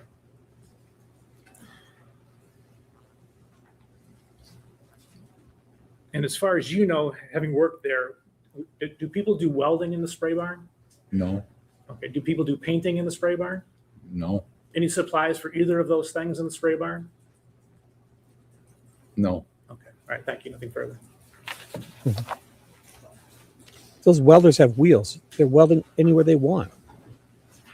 They're like little dollies. They wheel them everywhere, except on camera. Who is it? Vinsky.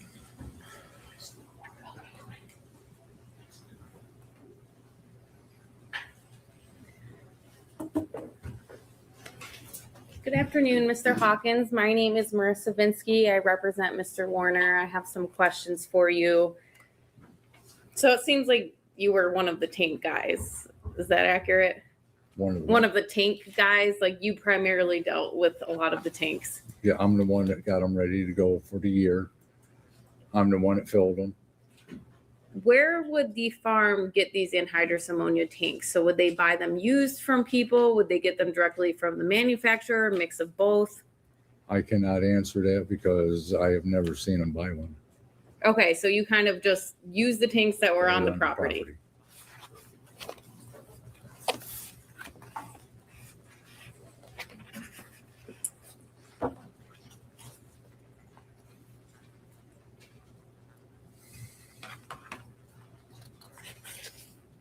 Have you ever seen used tanks come onto the property? Have I ever seen used tanks? Yes. From other people that I filled. Okay, so people would bring their tanks that were theirs onto the property. You would fill them. They would take them off.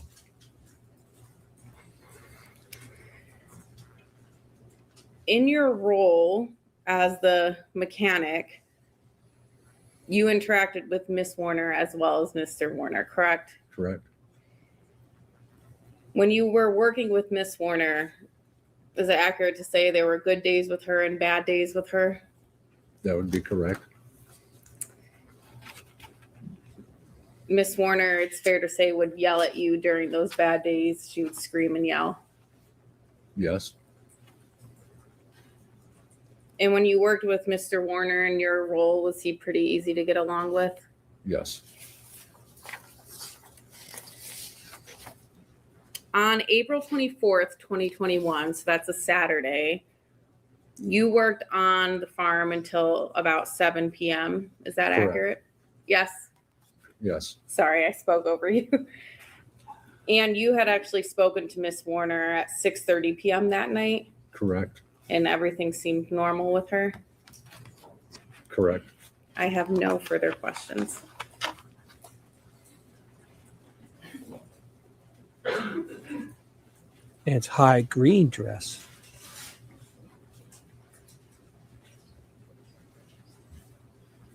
$5:49. There's 10 minutes, 8 minutes left, I guess. I don't have brief right now. Okay, we do have a couple questions to review. Jury's gonna have questions. They gotta review them. Can we look at them? Can we not? We're gonna do some hair sniffing. Sniff, sniff. This guy sniffs. This guy sniffs. Hair sniffing. Sniff, sniff for Lucy. Doesn't want to show his farmer's tan to Lucy. I'm on 2x speed, so if they look like they're moving funny, it's 2x. They've muted it. There's like not even 5 minutes left on the timer. Jim Hawkins is going into work tomorrow. It looks like he's 80. Keep moving, young man. Keep moving. Don't you dare slow down. You might not get started again. Well, he's working till 7 on a Saturday night, and I usually sleep to that much time on night shift. Oh. We have two questions. My understanding that the parties agree on asking both of them. Is that accurate? Yes, Your Honor. That's correct, Your Honor. Okay. Mr. Hawkins, did you ever notice a fresh weld on tank 34? No. Would exposure to anhydrous cause a burn on skin? Yes. The liquid. would. Oh, could you want to say that once more? I don't think. I said yes, but only the liquid.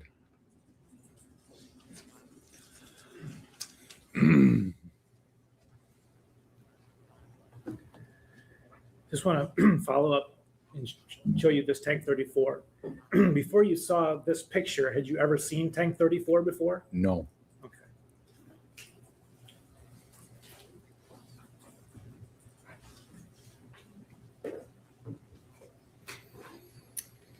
If you know, are there any other chemicals that would cause burns on the skin?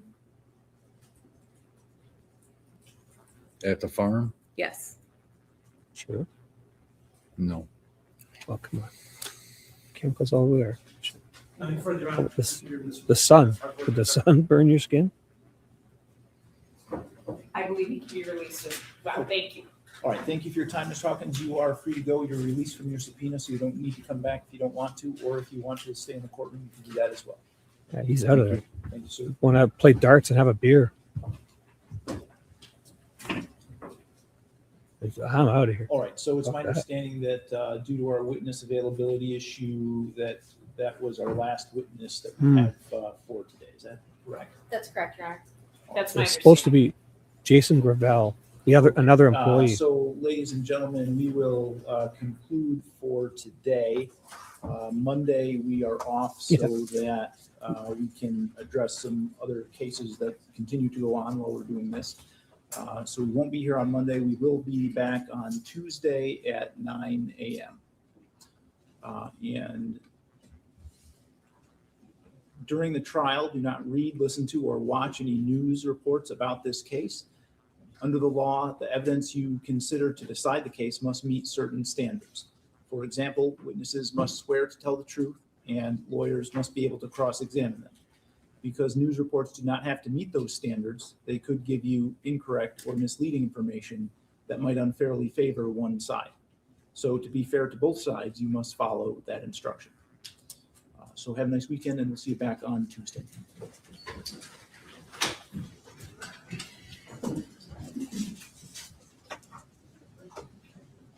So up next is Jason Gravelle guy. They don't show anything else.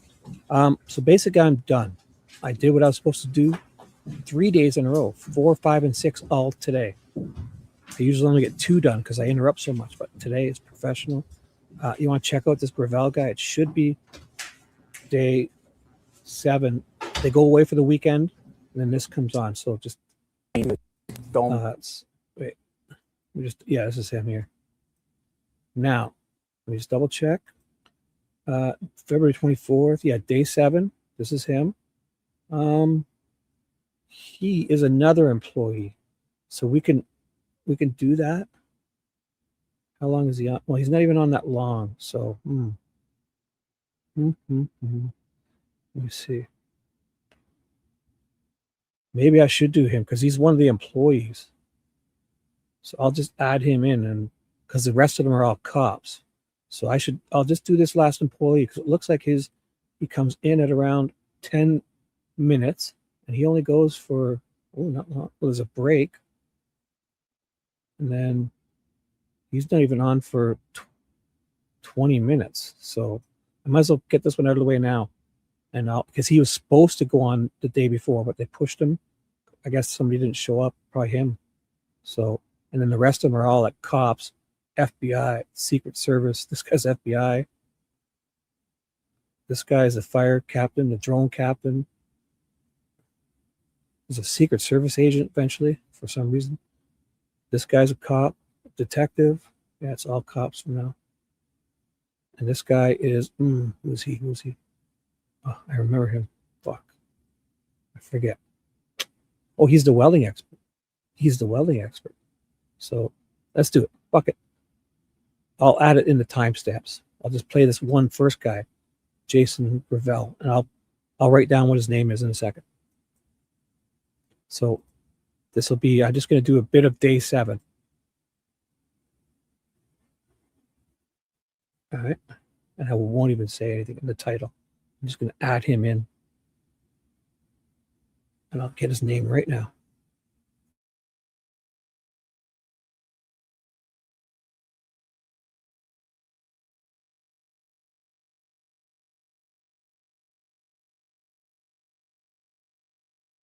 So they have it muted, not me. Don't you worry.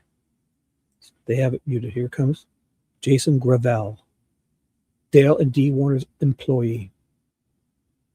And technically, this is the start of day 7, 2/24/26. Wait, something's wrong here. I have the volume on, but it's not. Probably me. So their volume's not working there. Their volume, whatever he does here, he just gets them to spell his name. Oh, that's probably why they stop here, because they realize the volume's not working. I bet. Yeah, look at, because then they stop real quickly for some reason. So they're gonna have to do that all over again, looks like. So they had a little technical problem. I guarantee it. Jason Gravelle, take 2. I'm not 2 speed. No, he is. He just says he's a witness. Jason Gravelle was an employee of Dale and D. Warner. His immediate supervisor was Dale. He did not work on Sunday. Dale Warner. Oh, he's probably the one they say moved the tank in, I guess. So it's in 2x speed, if it sounds weird. Oh. Yeah, technical difficulties, I think. So I think this guy was supposed to go the day before anyways, but they pushed him to the next day for some reason. And they probably called that Jim Hawkins. So they missed the beginning of his. Were you And they didn't make up for it. So, oh, sorry. I'm just going to let it play.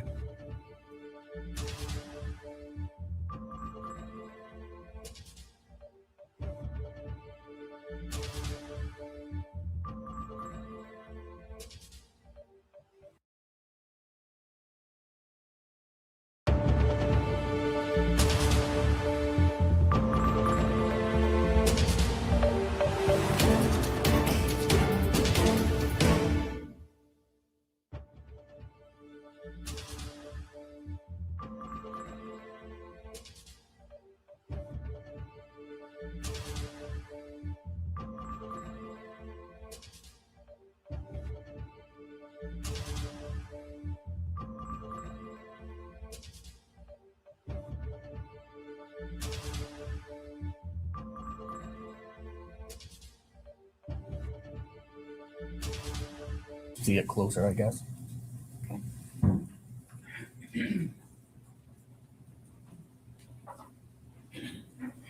Were you previously able to identify that person? I think at one point you showed me a really close-up image of it, maybe.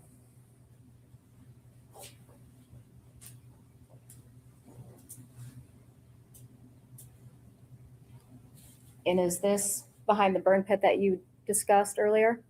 Yes. Is that in the same location that you were asked to retrieve a tank for Dale?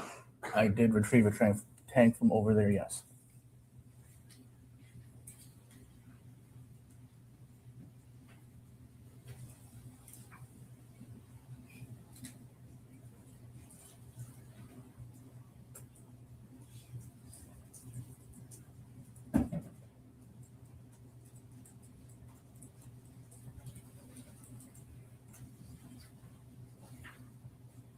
Do you see the movement onto the left of the semis? Yes. Okay, and is that the area that you retrieved the tank? Yes, I believe so.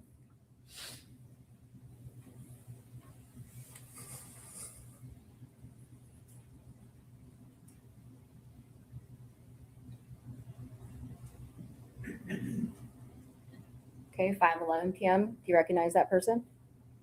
Nope, still too far away. Okay.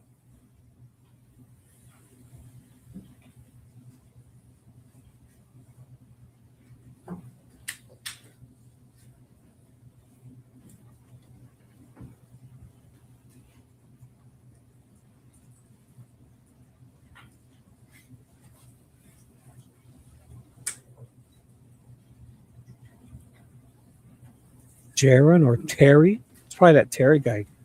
He's been lurking around like crazy.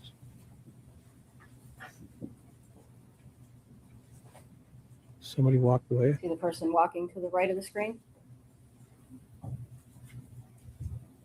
Now it's 5:25. Walking back down towards that burn pile. Okay. Do you know who that is? Still too far away for me to tell. Okay.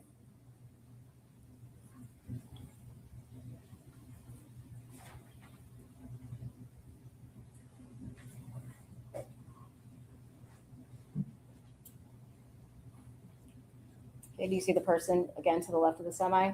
Yep.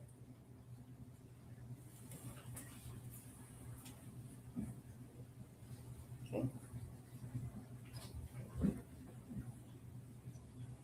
5:41.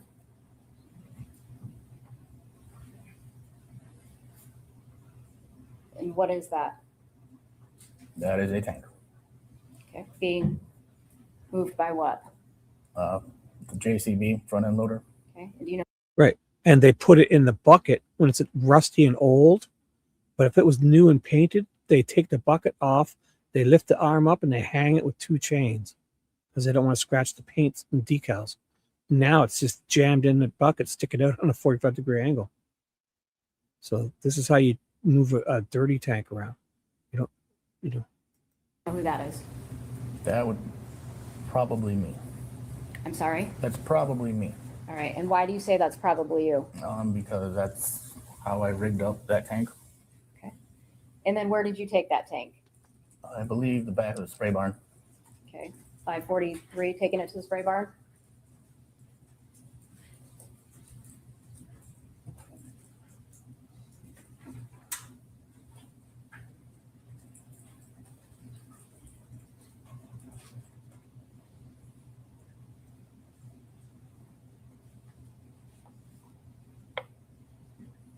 Ignore now the 5 date. Ignore the date. She's going to say it's 5 something. 10:41 p.m. It's fucking daylight. September 22nd, 2012. It's now, before it was September 20th. Now it's the 22nd. 53, Is it though? JCB, next to the new shop. Is that where that is? Yeah. 10:41 at night. I would say that would be in front of what I would call my shop.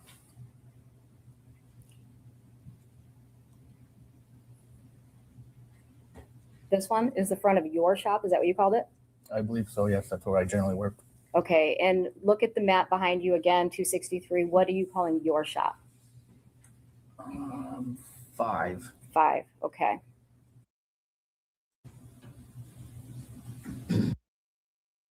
Wait, so he's getting the dirty tank on the 22nd of this video, but on the other one it says September 20th, 20, when he's bringing the tank,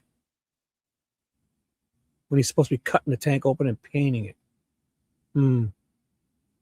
I guess that could work. No, yeah, how can you get, because on the, no, wait a second, this can't work. Because the tank is already painted by the 20th, and they just showed him picking it up on the 22nd of this video. Right? If he just picked up the dirty tank, when they show this video, September 20th, when it's off, is when he's supposedly cutting it open. So it hasn't been cut open yet. Oops, that doesn't make no sense, does it?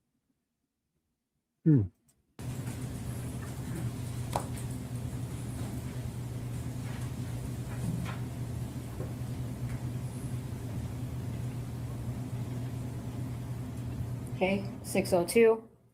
Right. So it does make sense because on September 20th, it was cut open, she says. On the other one, it said September 20th, whatever day they said it was, the day they actually did this. And he painted it all that same day. So then 2 days later on that wrong timestamp, he's picking it up and it's still rusty and bringing it to the barn. Like if it's wrong, that timestamp, it's still going to be wrong in accordance with the other one that's wrong. That couldn't have happened on the 22nd in that September 22nd because it was already cut open and cleaned up and put out there to the pile on September 20th, which was the wrong time. And who that is? That looks like me. All right, and where are you at there? That would be the upper shop where Jim usually worked. Okay, if you look at the map, can you tell me which building that is? That would be 1. All right, and what were you doing in there? Looks like punching out. Okay, and so that's 6:02 p.m. Yeah. 2:03. Is that a yes? The time? Yes. I don't know what time it is then. Okay. If the surveillance footage at 6:02 p.m., you wouldn't have a reason to doubt that, correct? No. If Did Dale tell Yeah. you why he needed that that tank moved? I think he wanted to clean it up. Is that what he told you? I believe so. so, she's saying that the tank was moved on September 22nd, 2012, but then he already cut it open and painted it on September 20th, 2012 in her closing statements. And that one that's wrong, and that red barn one. So remember that. I'm going to remember this. I'm writing this timestamp down. 22 minutes. Here it is right in front of you. She's lying again. Because in her closing statements, that September time, it says this. It says, I'm positive. Oh, I have a photo of it here too. Oh my God, I have a fucking photo I've saved of that. The other timestamp. Oh my God, let me just find it. I literally have, I've been showing that. 1 second, I've got it right. Oh my God, where are you? It's got to be right here somewhere. I've been saving that. Oh, I've got it here somewhere. Trust me, I have it. Oh my God, when I find it, you're going to be so excited. I could be wrong. Oh, I'm going to find it. Fuck, where did I put it? Of course, you know, it's like these times when you want something, you can never ever find it. Shit, where the fuck is it? Damn it.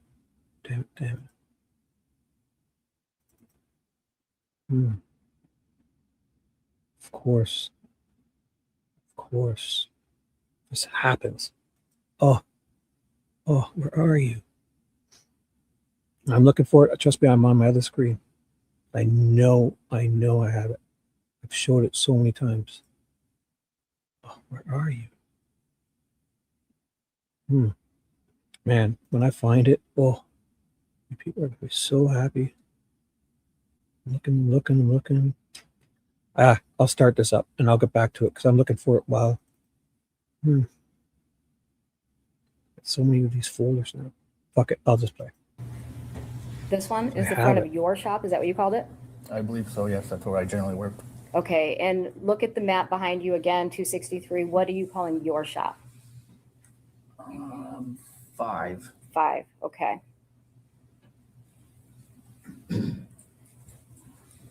This one here. So I've got this one and it says September 20th is when it's already cut open and fixed. So,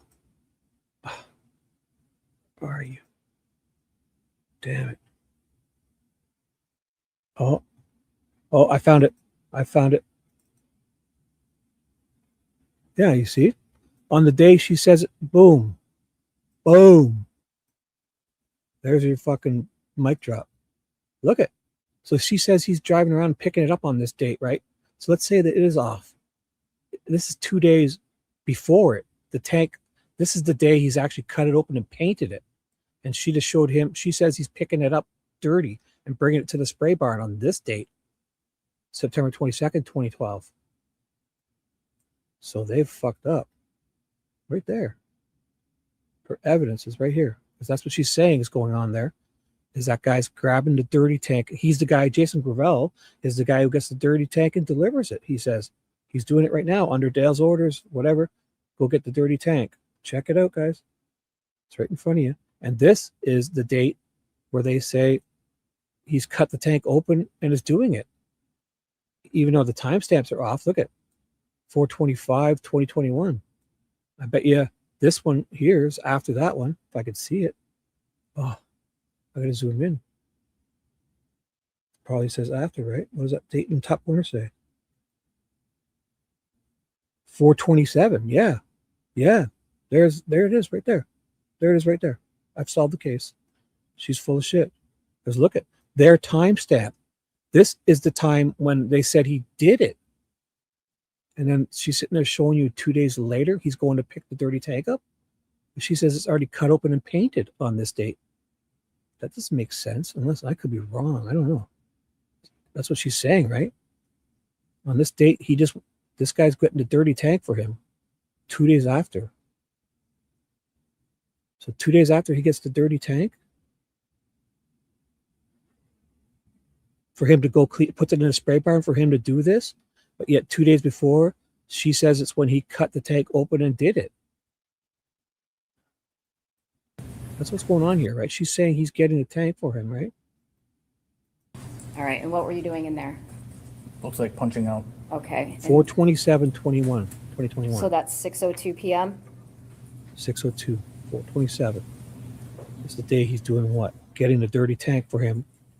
Yet she says on Said yes. 4/25 is the day that The time? Yes. he I don't cut it open, know what painted time it. it is then. Okay. If the surveillance footage at 6:02 p.m., you wouldn't have a reason to doubt that, correct? No, you wouldn't, eh?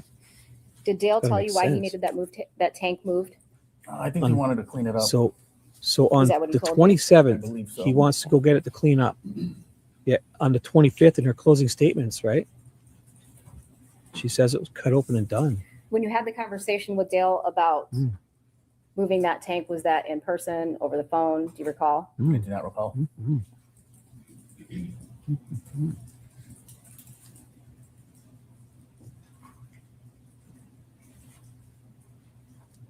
Right. This I'm reading Court TV. It says Dale Warner wanted this Gravelle guy.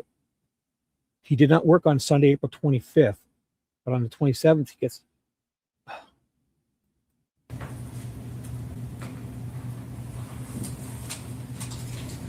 Wait, Sunday the 25th is when he says. It doesn't she say he does the tank on that day, cuts it open and does it. So how is he picking up the dirty tank? If it's 2 days earlier, he's supposedly cut it open on the 25th and painted it. When is that drone video? I guarantee it. They're in this video too, the drone guy. Oh, it's all here. I'm going to show you What day is people's that? 168. What day is that? I could be off.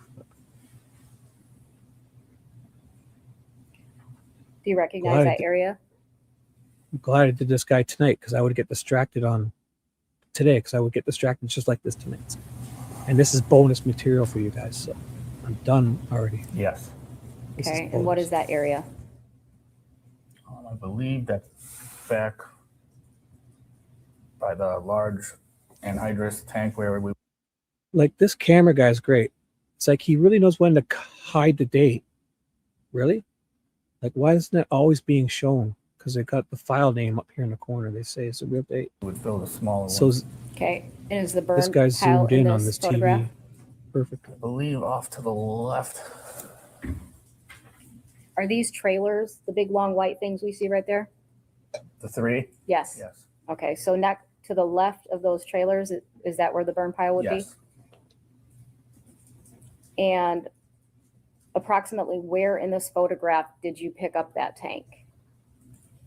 I believe either behind the trailers or just to the right of them, maybe. Well, I guess it'd be to the left. Behind and to the left of the trailers? Yeah.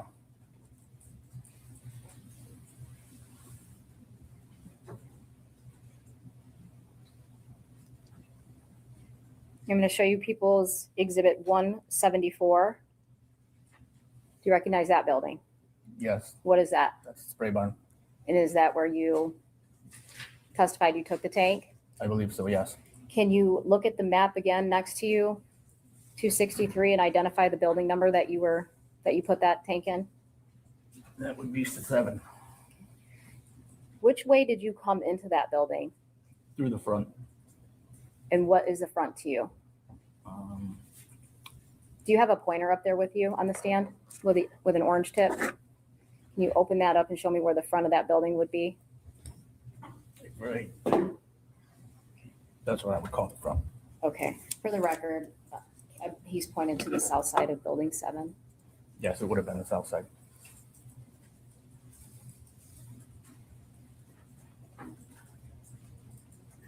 People's exhibit 175. What's that? The inside of the spray barn. Okay. Do you see that tank in there? Yes. Is that the tank that you put in there? Looks like it, yes.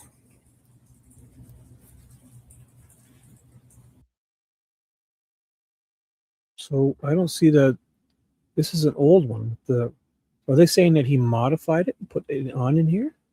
And this is the safe here where he's keeping her body?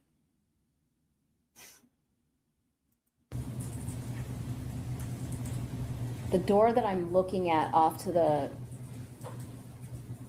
right of the photograph, would that be towards the back of that spray barn or the front of that spray barn? That would be toward the back of the spray barn.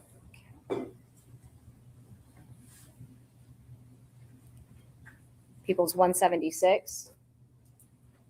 And so that would be the front door to the spray barn? Correct. And that would be the way that you drove that in there? Yes. It looks like it's been moved. Why is it so far up that way? Doesn't seem that far up.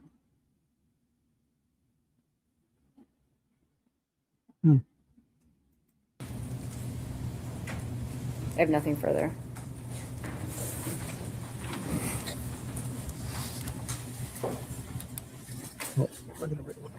Mr. Gravelle, good morning. My name is Mary Chartier and I represent Mr. Warner. I want to start off with, you had a serious medical event happen within the last 6 months or so. Is that correct?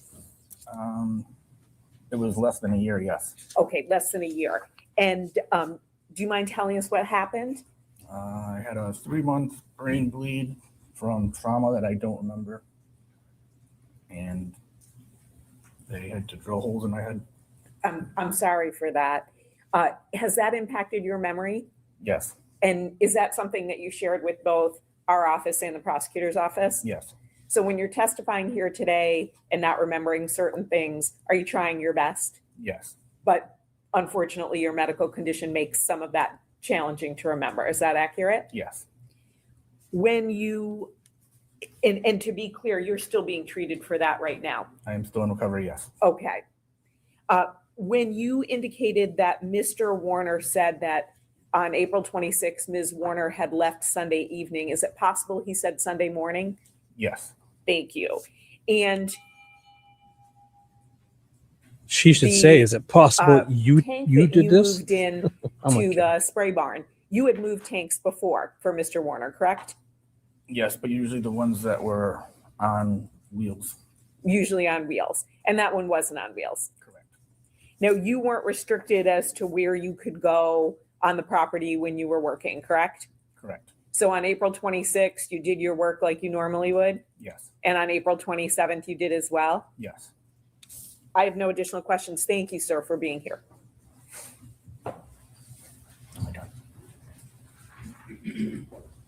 And if records show that you were not at work on Sunday, April 25th, 2021, would that be accurate? Yes, I do not believe I worked that Sunday. Okay, thank you. Nothing further. Okay, can we excuse Mr. Gravelle? Oh, I'm sorry, we have. Go ahead.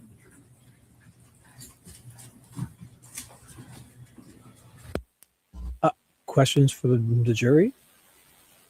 So I could probably have that wrong, but it seems weird that, because, like, or is the implication he takes it in there and does it all in that spray barn, cuts it open, because the chain is in there, right?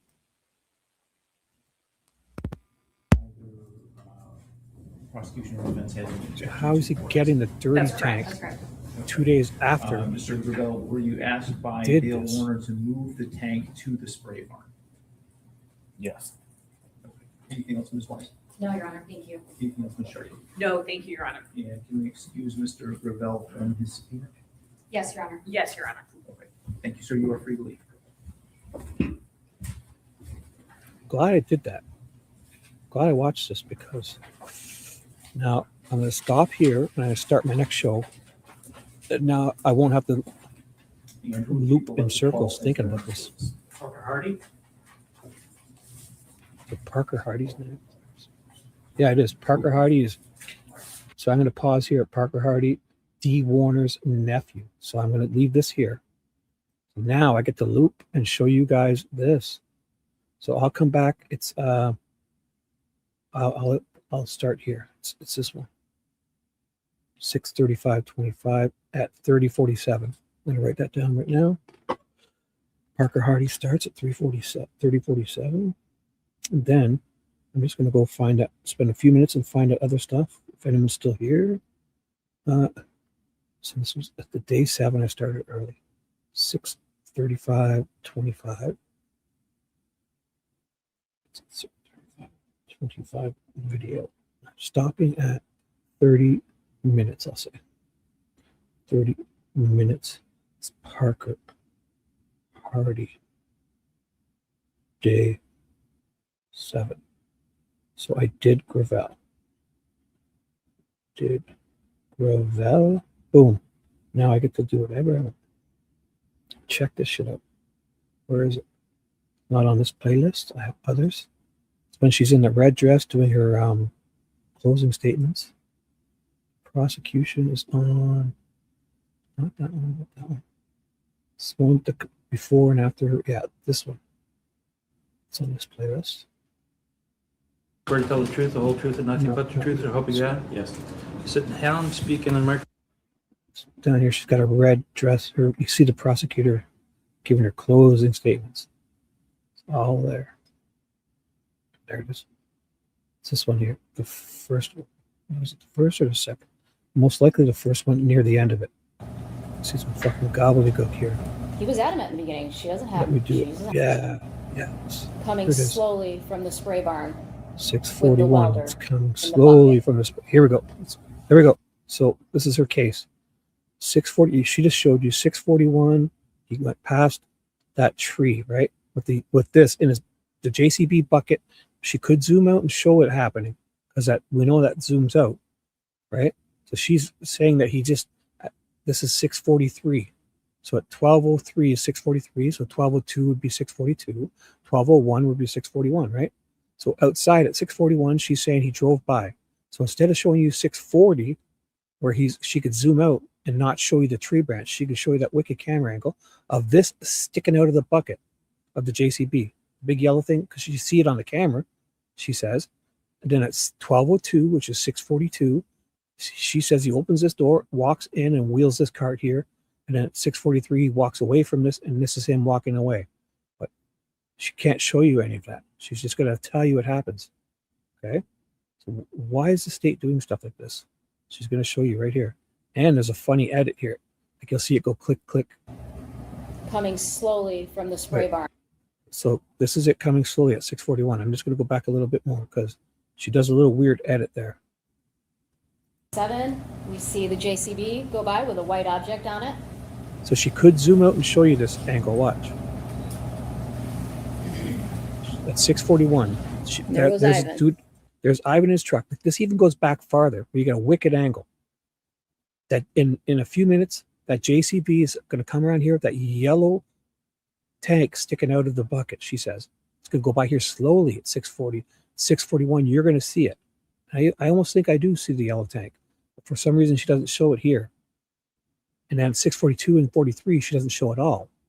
And there's going to be a weird click, zooming in on this.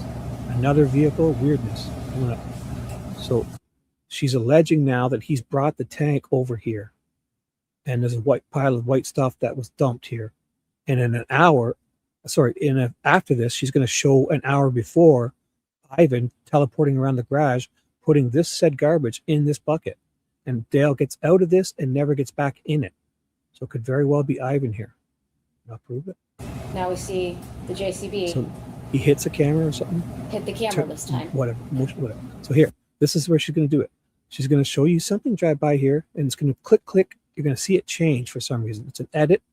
She's going to say it drives by slowly here, and you're going to see through here of the yellow tank sticking out of the JCB, because that's what he's going to do, is take it back right now. And he drives by here, but she doesn't show you. And she very well could just zoom this out. Because this is a zoomed in, man. Watch the edit. Right here, click. You see that? 641. She's all stammering too. So she says she sees the yellow tank Coming right there. slow. I think I even see it. The JCB just went slowly past this camera that she could have showed you.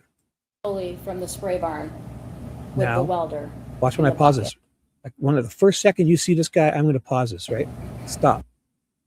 See how close I got that? Where is he walking from? Is he walking from down here? It looks to me like somebody was just walking by. Maybe he went for the washroom or lunchroom, whatever. I don't know. This guy's not. If he's coming from here, why doesn't she show him at least standing here, curving around?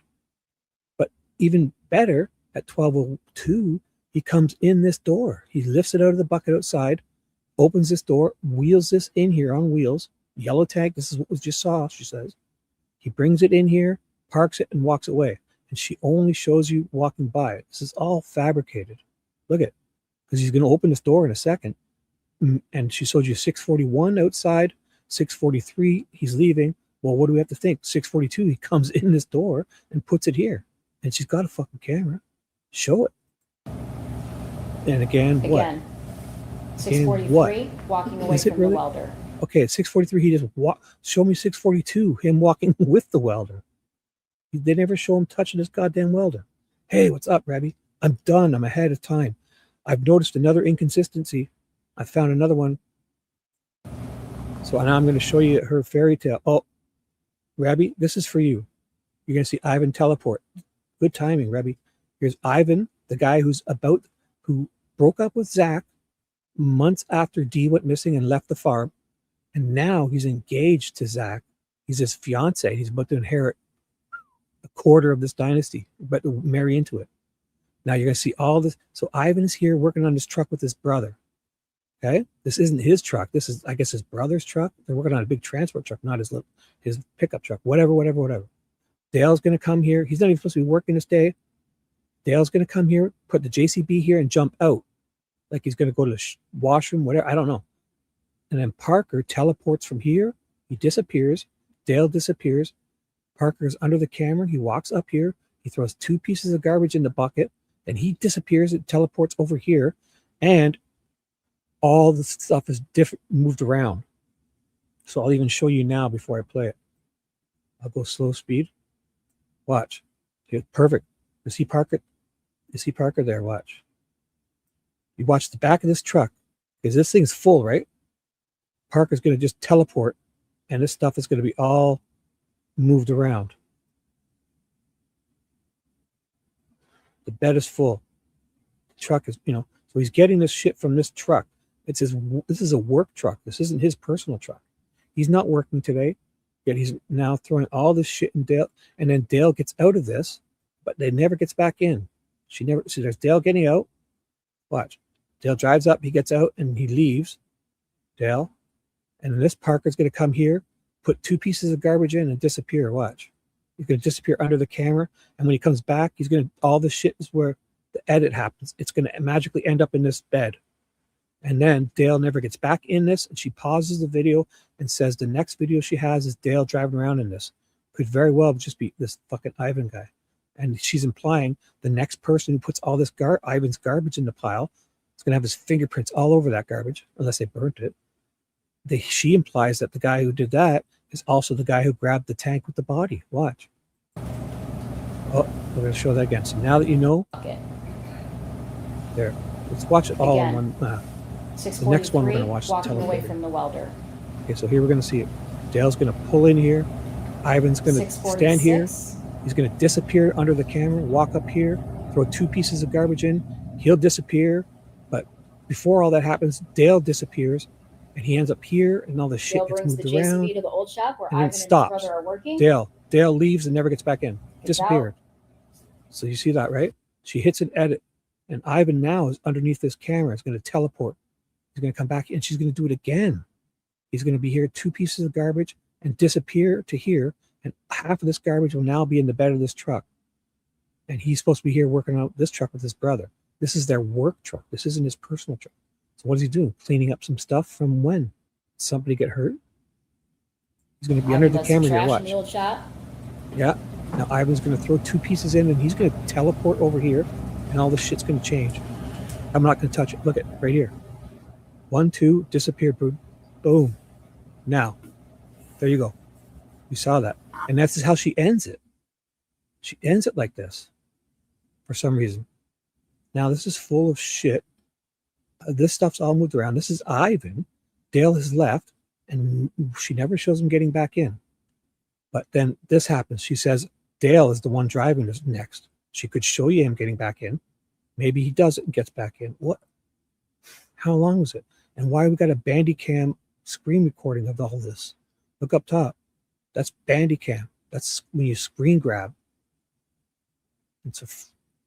Well, it's not the free version because they'd have the watermark. So I wish I could see this clock here. Watch, she's going to end it here. I'm going to hit play, and the next person, she's going to allege Dale's back in this, but never show you. And the person who dumps this garbage is the one who gets this tank with the body. Was it this guy? Here it is. Hit play. She just ends it. This is For some 607. The old fuel. The old The old I- shop fuel can. I didn't edit that. So now she's gone back to 607. So she's gone 641 is all that stuff. Then she goes back to 537, and now it's going ahead to 6. This is the whole confusion.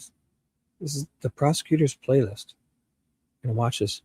So you're gonna see it all in one fell swoop. You're gonna see it all. It's gonna be 641. Nothing's gonna happen. Then she's gonna go back to 537 for some reason. Listen to how she's staring this whole time.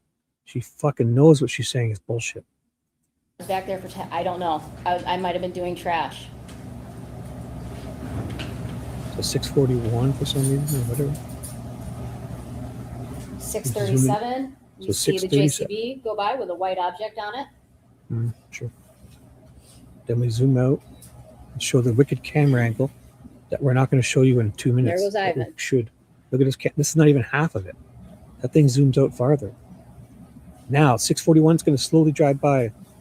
Now we So- see the JCB.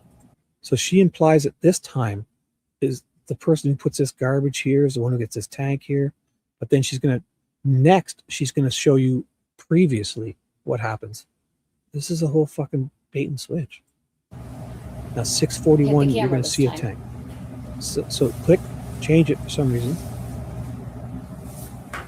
Right there, 641. stammer. Now the Coming tank, I see the slowly yellow. from the spray barn. You could have showed me, the but now welder, 643, what do you bucket. see? Tell me what you see right here. Did Again. Dale just walk in here and put this here? She says he did. She's fucking got it on video. But she showed you a guy walking from the fucking shitter or anywhere. Show me him standing right here. I'd be very happy. She shows him up here. He just put this there. 643. Walking away from the welder. Yeah, he just walked away from it. So show me the 642, 1202 with him walking to the parking spot with the welder. God. Fucking teleportation. right here. 646. This is her closing goddamn statements. And the fucking juror, listen to that juror say, when they saw this, that fucking guy was doomed for life after watching this gobbledygook.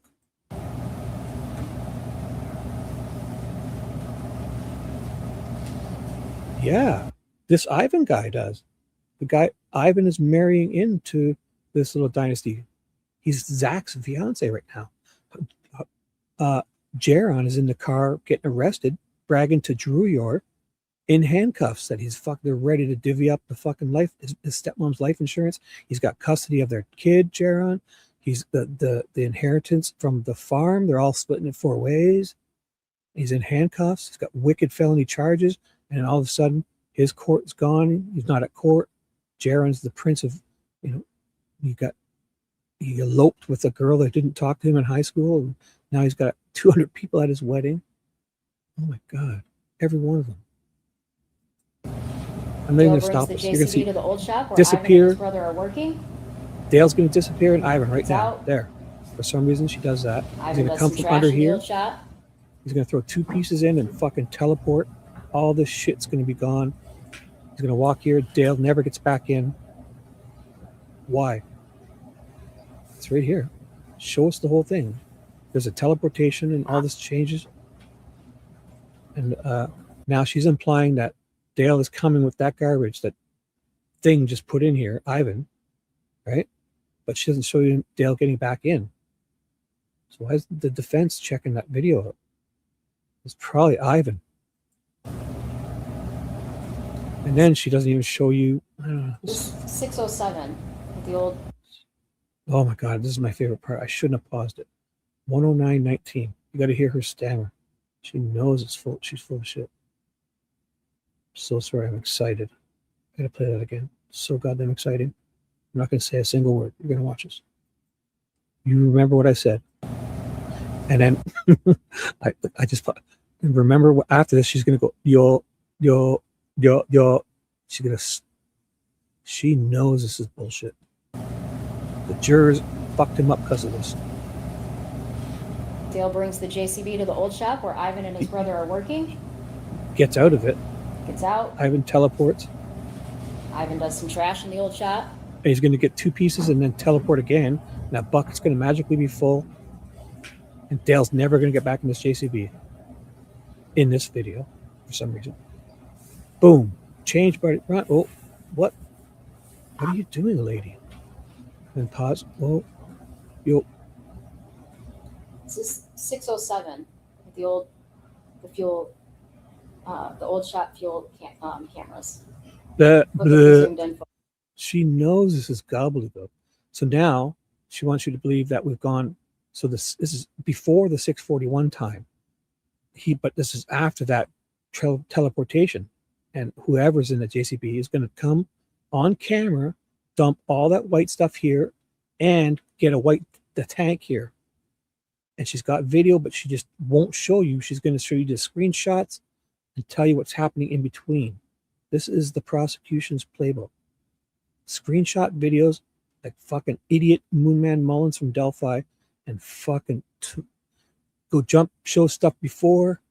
This is now we're instead of showing you 641, they show you 641 first. Now they're showing you 5037, then 607, They're going back to show you stuff afterwards. It's fucking amazing. It's ridiculous. The jurors convicted this guy because of this. Photograph. There's nothing She's back going to there. show you screenshots of a video instead of just showing you the video. Look at, she's going to tell you that this is a video, but here's a screenshot of the JCB. The white stuff is now in the garbage, and the tank is here. Right? And look at the times.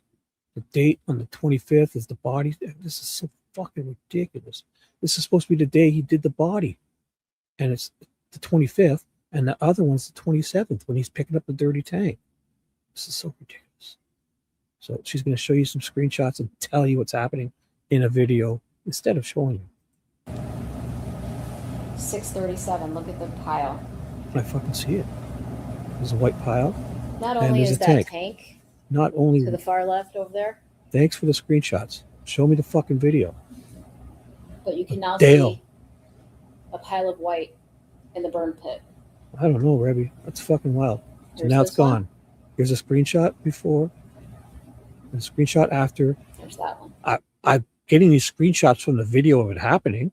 Yeah, I'm not showing you for some reason. Fucking amazing. Goddamn amazing. Any idiot would fucking think this is how you put someone away. I mean, did the guy do it? Not like this. And if he did, I swear to God, I thought for sure, even if I saw him do it, I would think this idiot performance is going to, this guy's walking out of here after this. And she almost, those jury was like, thank God they browbeat those last few, because there was a couple that were ready to not vote guilty. They had to go for days and days and pressure them probably that whole day. Imagine Tuesday, all day Friday and all day Tuesday. Those holdouts fucking caved because of the pressure of those people. Fuck yeah. Okay, fine. Just let me out of here. That's what happens. That's exactly what's happening in every goddamn court case we watch. After Dee's body is found, the police go back and look at evidence Show me from goddamn Tuesday. So now we've got to go back in time to Tuesday. Where we have to when a Jason field. Gravelle. So this 5 is o'clock, different Jason here, right? Gravelle moves. So she's gone back 3 or 4 days or whatever it is, 5 days to Tuesday. And I don't know. Okay, so 5 days earlier, all these lines were in this field. And I guess they could be flattened, or I don't know what happens, because in 5 days, which she just showed you, this isn't fucking all lines here. So maybe it's nothing. And then she says this is when he's getting the tank. See? But she said it in her arguments. She was saying this was the 27th. So now 5 days earlier, this is what she just showed us. This is why I came here. And now she's saying this is, 5 days earlier. She makes no sense. This is what she just showed us. Old She rusty said it was tank the 8. 27th. Dale says, go move a tank. You know what? This is why they don't zoom in on. This is why I want now it makes sense. Look up in the top. I can't see the date that she tries to say it is, because this camera guy's been probably instructed to cut it off the top. Because this is the TV. It's this camera guy that zoomed in. The file name is right there with the date. And that's probably going to, now, because she knew it said 27, this is why she's fucking stammering. Because she's now pretending it's not the 27th. Or whatever, you know. She's doing it intentionally. Where's that file name? Why can't I see it? From out back for me by the burn pile, take it and put it in the spray barn. Yeah. So This is after the police were there earlier in the day. This is after the police were there earlier in the day. This is after the police. So are they implying the body was in there? Or does he cut it open and put her in there? Yet she said that cutting open had happened 2 days before this, according to that other video on the 25th. And they said, and Dale says to him, come back tomorrow or whenever. I mean, Like, you hear her stammering? She knows this is fucking bullshit. Because earlier in the beginning of this trial, she fucked up and told you on the 27th this was happening. But it couldn't because he did it all on the 25th, didn't he? if you let me know, you can come back, but you can't be here today. So Gravelle goes to move tank 8 at the request of the defendant to What put that day? in there so he can work on it. Right. What day is that?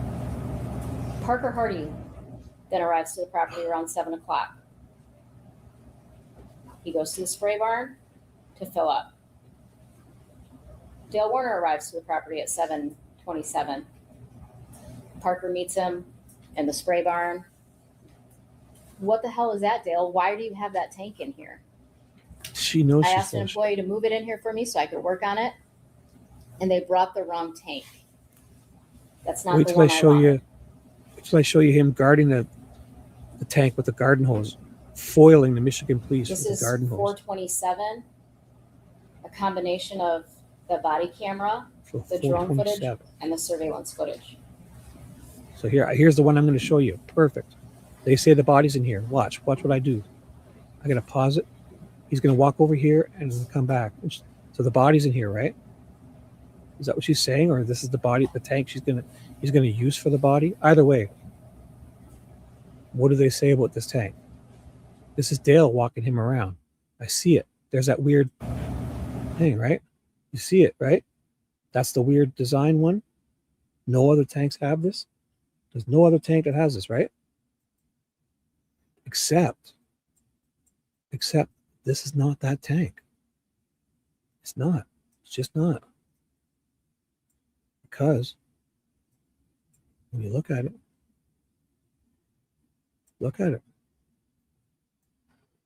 only one way you can look at these tanks, right? Because the big doll this is the busy end, right? This is where they cut it. So and how is it? We don't see that whole. Oh, I can't get on this. So many things wrong. So they X-rayed this, and I guess they X-rayed it, took it back to that barn to get a nice photo of it before they chop it open. Oh, I keep doing that. Sorry. So here, look at. So here's what she's trying to tell you: the tank, the body's in this tank because of this unique design. Yet the nubbin is on the left, right, closest to the end. Well, the circle is here. I see the circle to hang the chains. I see the circle. So this is the right end. There's only one way you can look at this. The nubbin is on the right. There's nothing on the left. Or there's a tiny little bump. And we can only see that because it's not on wheels. We're looking down on it. Where's this one? Is there a nubbin on the left? No, it's a big one on the right. If there's a nubbin, it's here. It's not. The one on the right is bigger here. It's huge. The one on the left is. So what is she trying to say? That the body's in here?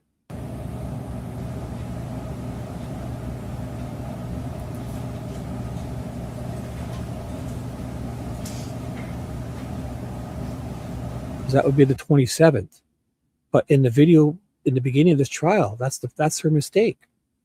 That's her mistake. Because in the beginning, she wanted you to think that Gravelle got the tank on the 27th.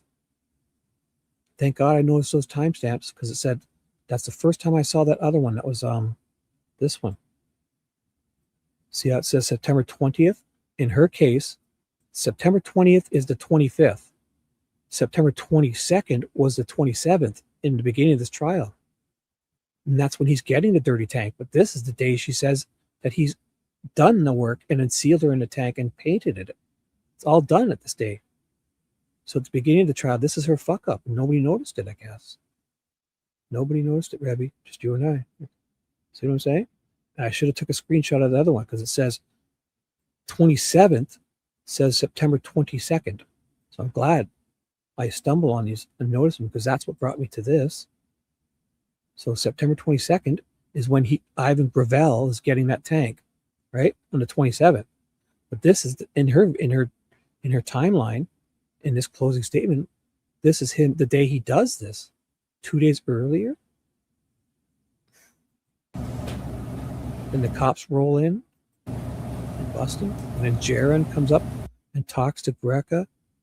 And then Greca has to take his body camera off because he's evil. And Jaron's in the car with this new Drewyor, the cleanup guy, fucking in handcuffs, going on about his inheritance and his stepmom's life insurance. And he's got custody of their child. And he's marrying a childhood sweetheart who wouldn't even talk to him in high school. She wouldn't even look at him. And now she's marrying him. He's probably got some hot wife. She's marrying into a dynasty too. Just like fucking Ivan. Oh, God. Prince Jaron, 200 people at his wedding. Fucking bragging to Drewyor as he's getting wicked 2 felony charges. And he's bragging about his inheritance and his stepmom's life insurance. He's got custody of his little sister, guardianship, whatever. And then he goes all his court, and all of a sudden it magically disappears. He makes a phone call to his dad. That sounds goddamn suspicious. He's not supposed to know about a body, but that's bullshit. Everything's bullshit. It's all goddamn bullshit. And then he's walking with no charges. He's not. Jaron doesn't even have to come to the court. That should tell you right there. Took a deal. Good job. You're fucking right. A fucking idiot like me who barely got through high school doing this. Approximately 8:30 at night when they come back, 8:35 at night when they come back with a search warrant. Yeah. I mean, I could be off, but thank God I noticed this now. I just got to show you one more before we're done, Rabbi. Here, let's close this out with style. Let's close it out with him warning them about their dog. So here's the camera angle she could have showed you. This is the full zoom. So in her closing statement, she zooms in here and tells you the JCB just drove past here with that yellow welder and blue thing in its bucket standing up, because we almost do see it. She zooms in on this little part, right? Yet at 6:41 we see it. So at 6:40 she could fucking just show the JCB driving by here, and this yellow tank will be sticking out like a banana, like an erect banana popped out right out. It's in the bucket. It's all a lie. Why wouldn't she show you this and then zoom in and show us 6:40? Show us 6:40. Fucking slowly drives by here. She says it in her idiot fucking presentation and zooms in. Fine. I'll take the zoom in. I want the zoom out. 6:40. And where's 6:42 or the beginning of 6:43? She just says, oh, he's walking away from the welder. No. Show me him. Open that door and bring it in. Parking the welder there and actually touching it and walking away. She can't. Why? This is her goddamn closing statement. And the juror had never seen it before. And if you listen to that juror's interview when he talks about this, I should play that. The juror, I'll finish this first. I'll play that juror saying it.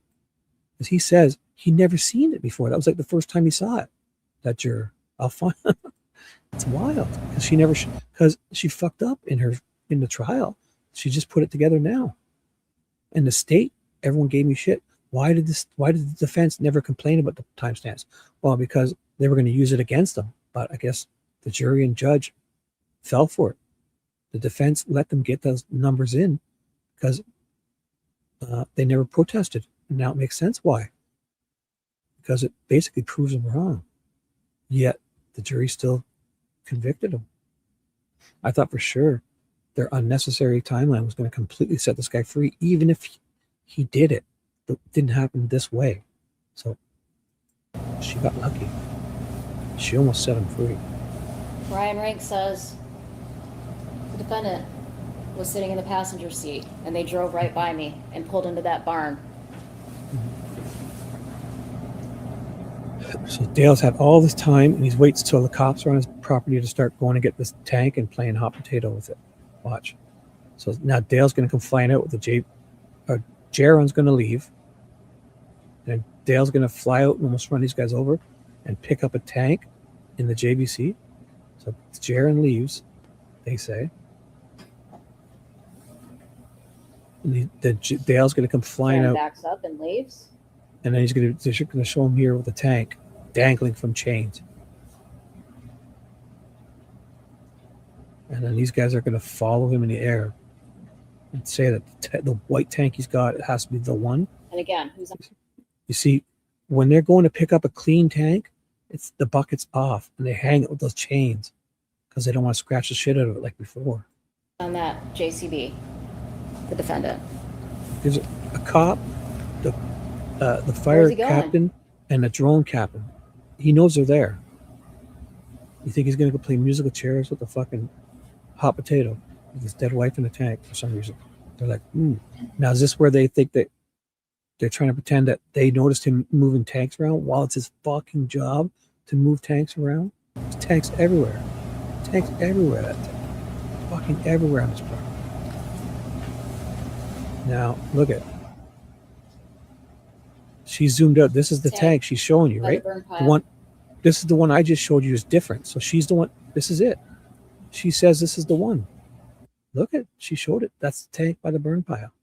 Yeah, I just showed you. That's the one where the cop checked it. So it's obviously not the one, because the one that she says, she's saying that's this one. She's saying it's this one. The one that I showed you, but the nipple on this one is on the right. The nipple on the one with the body is the one on the left. She's now trying to tell you that's the one I compared it to, because the cop, he looked in this truck, he walked all around this area, and that's when they were walking past this. When I stopped it, they came right out here, and this is when I paused it. She's implying that this is him putting the tank here, right? So this is the body tank.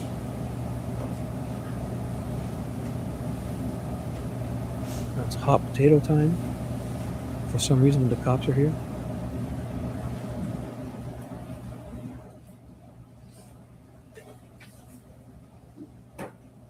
And drives away with it. Is it though? Is it? It's a tank. Now these guys are going to follow him 200 feet in the air. Like, now is every tank the tank? Look at, wait. So if every tank's the tank, look at her own shot. 1, 2, 3, 4, 5, 6. They're lined up everywhere. Is this the one with the body in it? I mean, is this number 34 now? Like, she says it could be, right? We're looking at it fucking 200 feet in the air.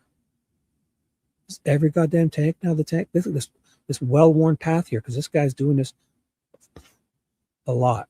This is a well-worn path. This guy's doing this. And he's trying to work, and this guy's on his that fucking caught my property. attention. Caught his Something was wrong. attention. Something was wrong. What? He's got a tank. Like, is this proof to people? There's a white tank when there could be one of a 50. So I followed it. And there's more here. Look at them all. Look at the tanks. Where's the Everywhere. defendant go? He's taking a tank somewhere. She's going to insist that it's the tank without Straight proving back it to the spray barn. Yeah. Yeah, he's going to the spray barn because that's where they spray things. It's the name. Spray barn. You're going to say something about a truck What do for you some see reason? parked up there now? Is that Jaron? Jaron's truck? Did he come back? What? Vehicle. Fucking amazing. Now watch. He's going to guard it with the fucking garden hose. So amazing. Now, you see how they got to go back and forth to confuse people? They're continuing to look through the evidence that we've missed Jury for just so long. wouldn't- They go back. Well, they confuse them with this gobbledygook. And then they take, so, but still, if I was on the jury, we would still be holding out now. and I'd be sitting in a corner and I'd have 11 people poking at me. I'd be like, fuck you, fuck you, fuck you, fuck you, and all of you. I ain't fucking voting this guy guilty on this gobbledygook. Show me some evidence. Yeah. Fucking ridiculous. She knows it too. Even if he is the guy, it's just not this way. She wants you to think that in 3 hours, he's just moving this tank around, taking it, chopping it open with a hand, walking past all these cameras that he knows are there with the grinder in his hand to go and entomb his wife in a tank while using a grinder. He's going to walk past 4 cameras while he's got a fucking plasma cutter at his disposal. Oh my God. And then all this in 2.5, 3 hours. So easy. Hook it up to a forklift, weld a chain to it.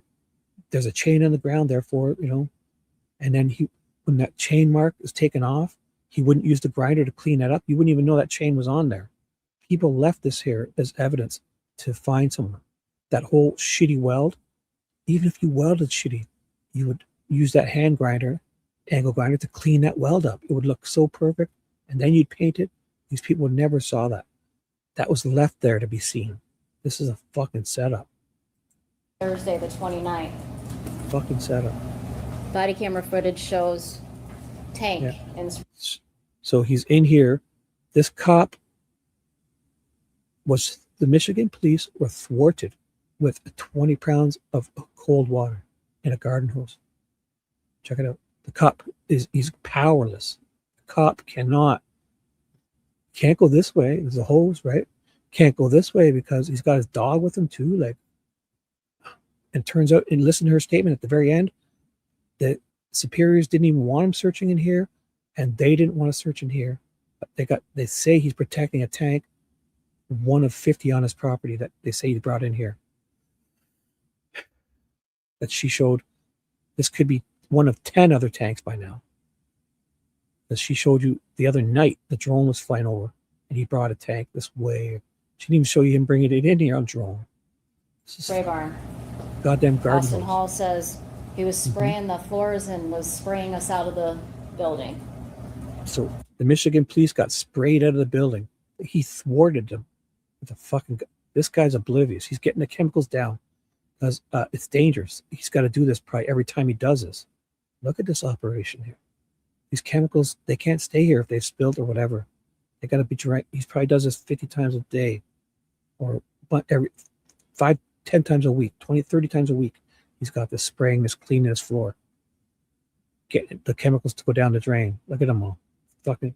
Because he says in the body cam video, he warns the cop, the good-looking canine cop, that a few years ago they had a shepherd run through here, probably a summer day with both ends open. The dog went through here and got this shit on his feet and must have licked it off and died. A dog died, one of their family dogs. So he was warning the canine, not to go in there. Like before, I've told you not to go in there. Now that I've told you, do what you want. But they act like he's told them not to come in here. He's blocking them. And they're going to show another picture of this guy's body cam of him closer to the tank. The Michigan police were thwarted. It turns out right after she's done saying this, they don't even want to be in here anyways. The superiors didn't want them, but they could have if they. It makes no sense. Here he is here. Watch, they're going to zoom in. The fucking guy is guarding the tank. This is like just spitting out, it's curving this water. He's fucking finishing up. Probably just turned the hose up. I mean, they've been thwarted. Oh God. So this is painted now. So it has the old-fashioned one on here. This is wild. They act like the fucking Michigan police have been stymied. Like, what are they to do? They can't get past this garden hose. This is cold water he's spraying here. So, like I said, if the Michigan police come to your house to search for dead bodies, pull your fucking garden hose out because they can't get past it, right, Nicole? Michigan police, call your Michigan police up and tell them this prosecutor thinks they're all fucking idiots and they can't get past this guy's garden hose. This prosecutor called the whole Michigan Police Department stupid idiots. right here. She's calling him because they've just got chased out of here with a garden hose. And it turns out they don't even want to be in here. Watch. There's a close-up of the tank at the end of the barn. He's protecting it. They've got thwarted. No decals on it yet. Not yet. No. And now here she's going to tell you there's a safe. They're going to apply the bodies in here with no hits on it from the dogs. A safe. The dog would walk near this. If there's a body in here within the last 6 months, the dog would smell it. Tiny piece of hair, no blood, no foot, nothing. They imply she's in here or was in here, and he put her in there, and he used this chain. And the truck, he could have used this. He could have used a piece of wood. He could have, should have, would have. Oh my God, listen to this. And also take note, there's another hose here ready. If Dale has to run over and thwart them. What else do we see? We see this big safe. Yeah, I see it. We see a chain. Is that where the body was? I see a chain. The pallet jacks. I see the yeah. The chain, the pallet jacks were all directly in front of the safe. They're right there, and the safe's on a pallet. Remember what Justin said. Yeah, I'll remember the welder. You would need something to cradle the bottom of that. To cradle the bottom. Line it up. To line it up. Essentially, You would. the weld. He could tell the weld was started on the bottom. He could tell the weld. The top fit. The top didn't fit. There, top. So this. He needed something to support. So she has. This is all fucking fairy tale theory she's thrown together here. Like, could the gloves? You could put gloves on and strangle someone. Could you then look at those gloves and say that's what the person wore when they strangled them? I mean, this is fucking amazing. He said that pallet jack. He said would have worked. Sure. There was some blocks of 2x4s in there. He said there was. Would have worked. They would have worked. But these items are directly in front of the safe. The safe that we have no proof the body was ever fucking in, ever even used. This guy wants to put millions of dollars in here. He wants to stash it because everyone's fucking around on him. He wants to get some cash in here, not a dead wife. Oh my God. Oh my God. My brain's melting. This one. Again, on 420. I'm going to pause it. I'm going to take my banner off, and you're going to listen to this guy with closed captioning. He's going to warn this good-looking cop with that white garbage in here. I don't even care. This good-looking cop's going to get warned because they're canine.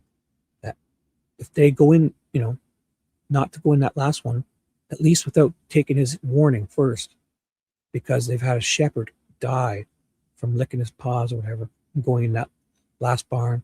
And after all this gobbledygook, she says it's suspicious, this. He blocked them, he stopped them. They've got a warrant. He can't tell them what to do. That their superiors didn't even want him to go that way. None of it makes. And then she says at the end, they didn't even want to look in there anyways. Yet all this, she's implying that he's fucking blocking stuff. 9. That good-looking fella, canine officer, walks up and. This is two minutes out. The building, this is to show you too if you wanted to, but it's the far east building is a chemical one, it's just whatever. That's all insecticide and fungicides. Sure. I just didn't want you to take the dog in there because the floor is still covered with it and they'll soak up to your feet. We lost one of our shepherds and that's what you get. See that? Like, I just didn't want you to take the dogs in there. Like, before I told you. It's not, I didn't want you to take them in there. Like, you can't go in there. Because if they're there with a search warrant, he can't tell them where they can go. That to me says that the guy is saying, I didn't want you to do it before I warned you of this. He said would have worked, but these items are directly in front fucking of the gobbledygook. This guy got Again, on committed. 429. This good-looking canine gets warned. That good-looking fella, canine officer, walks up and. So just know they're here with the search warrant on this date, right? The cavalry rushed in at this time. Even if he did say not to go in that building, what would that mean? But he's not. He's warning them that he's had a dog die. And at least I'm warning you, like, I didn't want you to go in there before I at least told you that last one with all the chemicals is dangerous for dogs. The floor's wet, it's dangerous. I care about your dog. I don't want you to die. This guy's been nothing but fucking nice to all these people. He's never freaked out on people. He's fucking pointed a finger at 30 other people. I mean, if he did it, man, he's an amazing actor. Fucking people. She's been flying off the handle. Sir, she's dead. I don't want to talk bad about her. But she's flown off the handle constantly. Everyone said she was flying off the handle, fighting with people, vomiting afterwards. And this fucking guy's raised his voice at one worker that Ivan said deserved it. Everyone else, every one of his kids, none of them mentioned that he was abusive. Not one of them. Raquel's been up. Amber, Dustin Beardface, fucking Zack. Did any of them say that he was fucking violent or physically, besides screaming and yelling at each other? Now, V will get pissed off at me and say that, ooh, she might not have told anybody, which is possible, but then that would mean nobody knows about it. Therefore, how do we know what happened? So, and that's very possible it was that he's so goddamn abusive. This D is afraid to say to anybody? No way. She's got Dustin Beardface. She's got all these people around her that if she even squeaked that he was abusive to her, they would kick his ass. D's older brother, if D said to him that Hardy would kick his ass. That fucking Beardface, his beard alone would kick his ass. If he was physically abusive to that woman, or she's not telling any of them because they didn't tell the court. And she's the one flipping off on all these people, freaking out, yelling, screaming, and yelling. And I get it. But sounds like they were just argued like a bickering couple that everyone knows that couple that bicker, right? It's almost embarrassing when they're fighting in front of you. Listen to what he says. Don't go in there.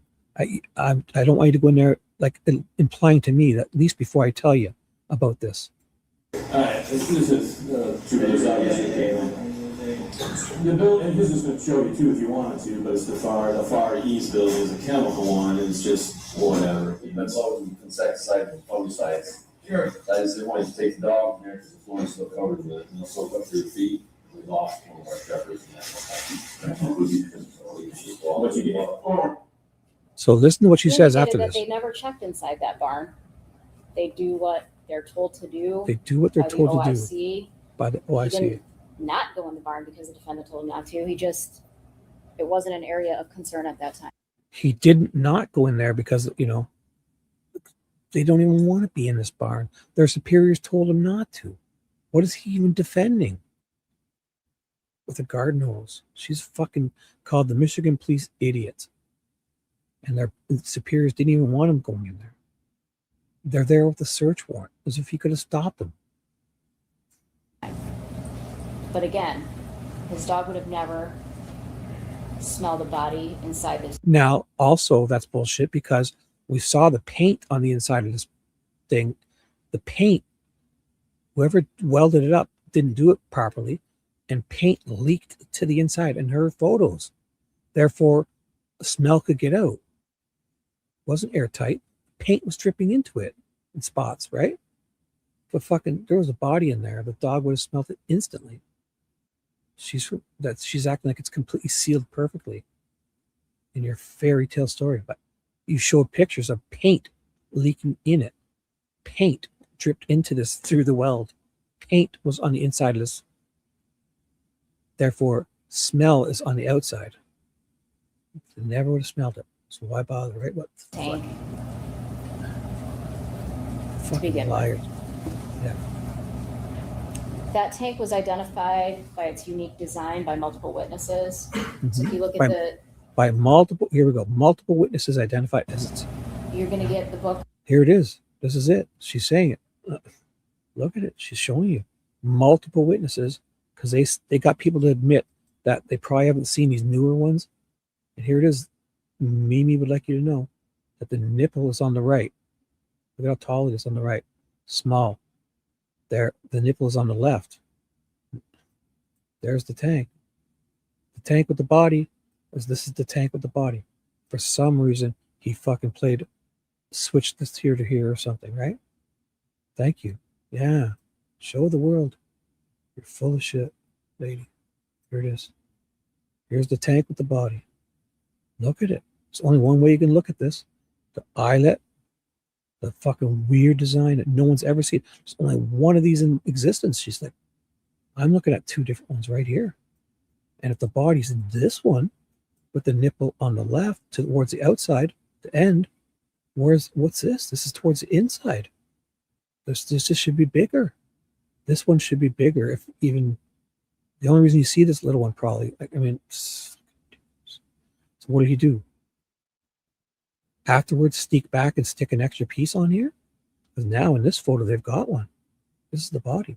But she's insisting the body's here. And then in the photo, once they get their hands on it, days or weeks later, they've got this here now. So he snuck back to put extra pieces on. It's right here in front of you. There's only one of these in existence. Right here. These are different. Different. And if this is the one with the shitty weld, wouldn't that show up in this photo? Look at it. That fucking weld that she showed us on this fucking photo looks so goddamn, it looked fucking like somebody took a shit and wiped it on there with Bondo and JB Weld or whatever. I don't know. Just looked so goddamn I mean, sure, you would see that. It didn't even look straight. The other one was like, oh, where is that?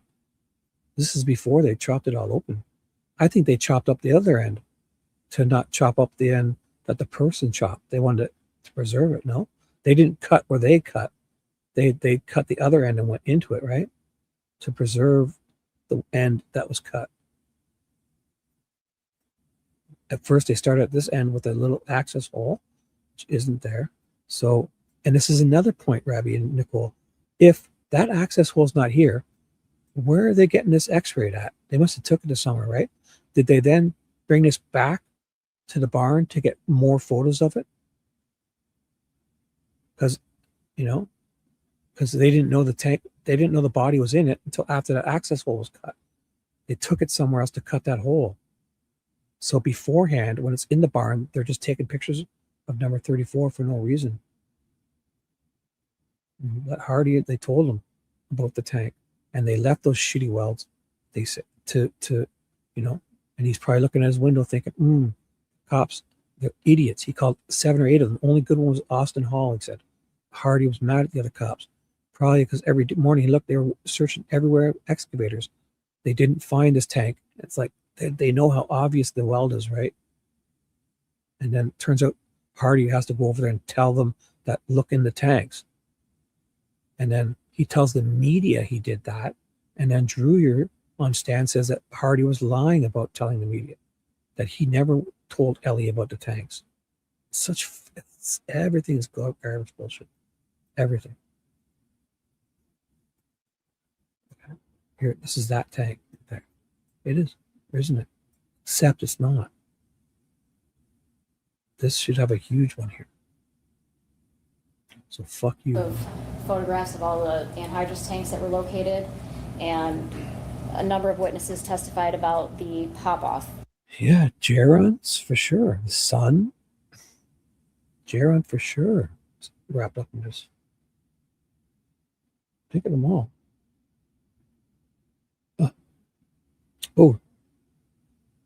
There's Geron, and then there's Ivan Boyd is about Ivan Boyd was on the stand as an expert implicating Dale with his handwriting and everything, right?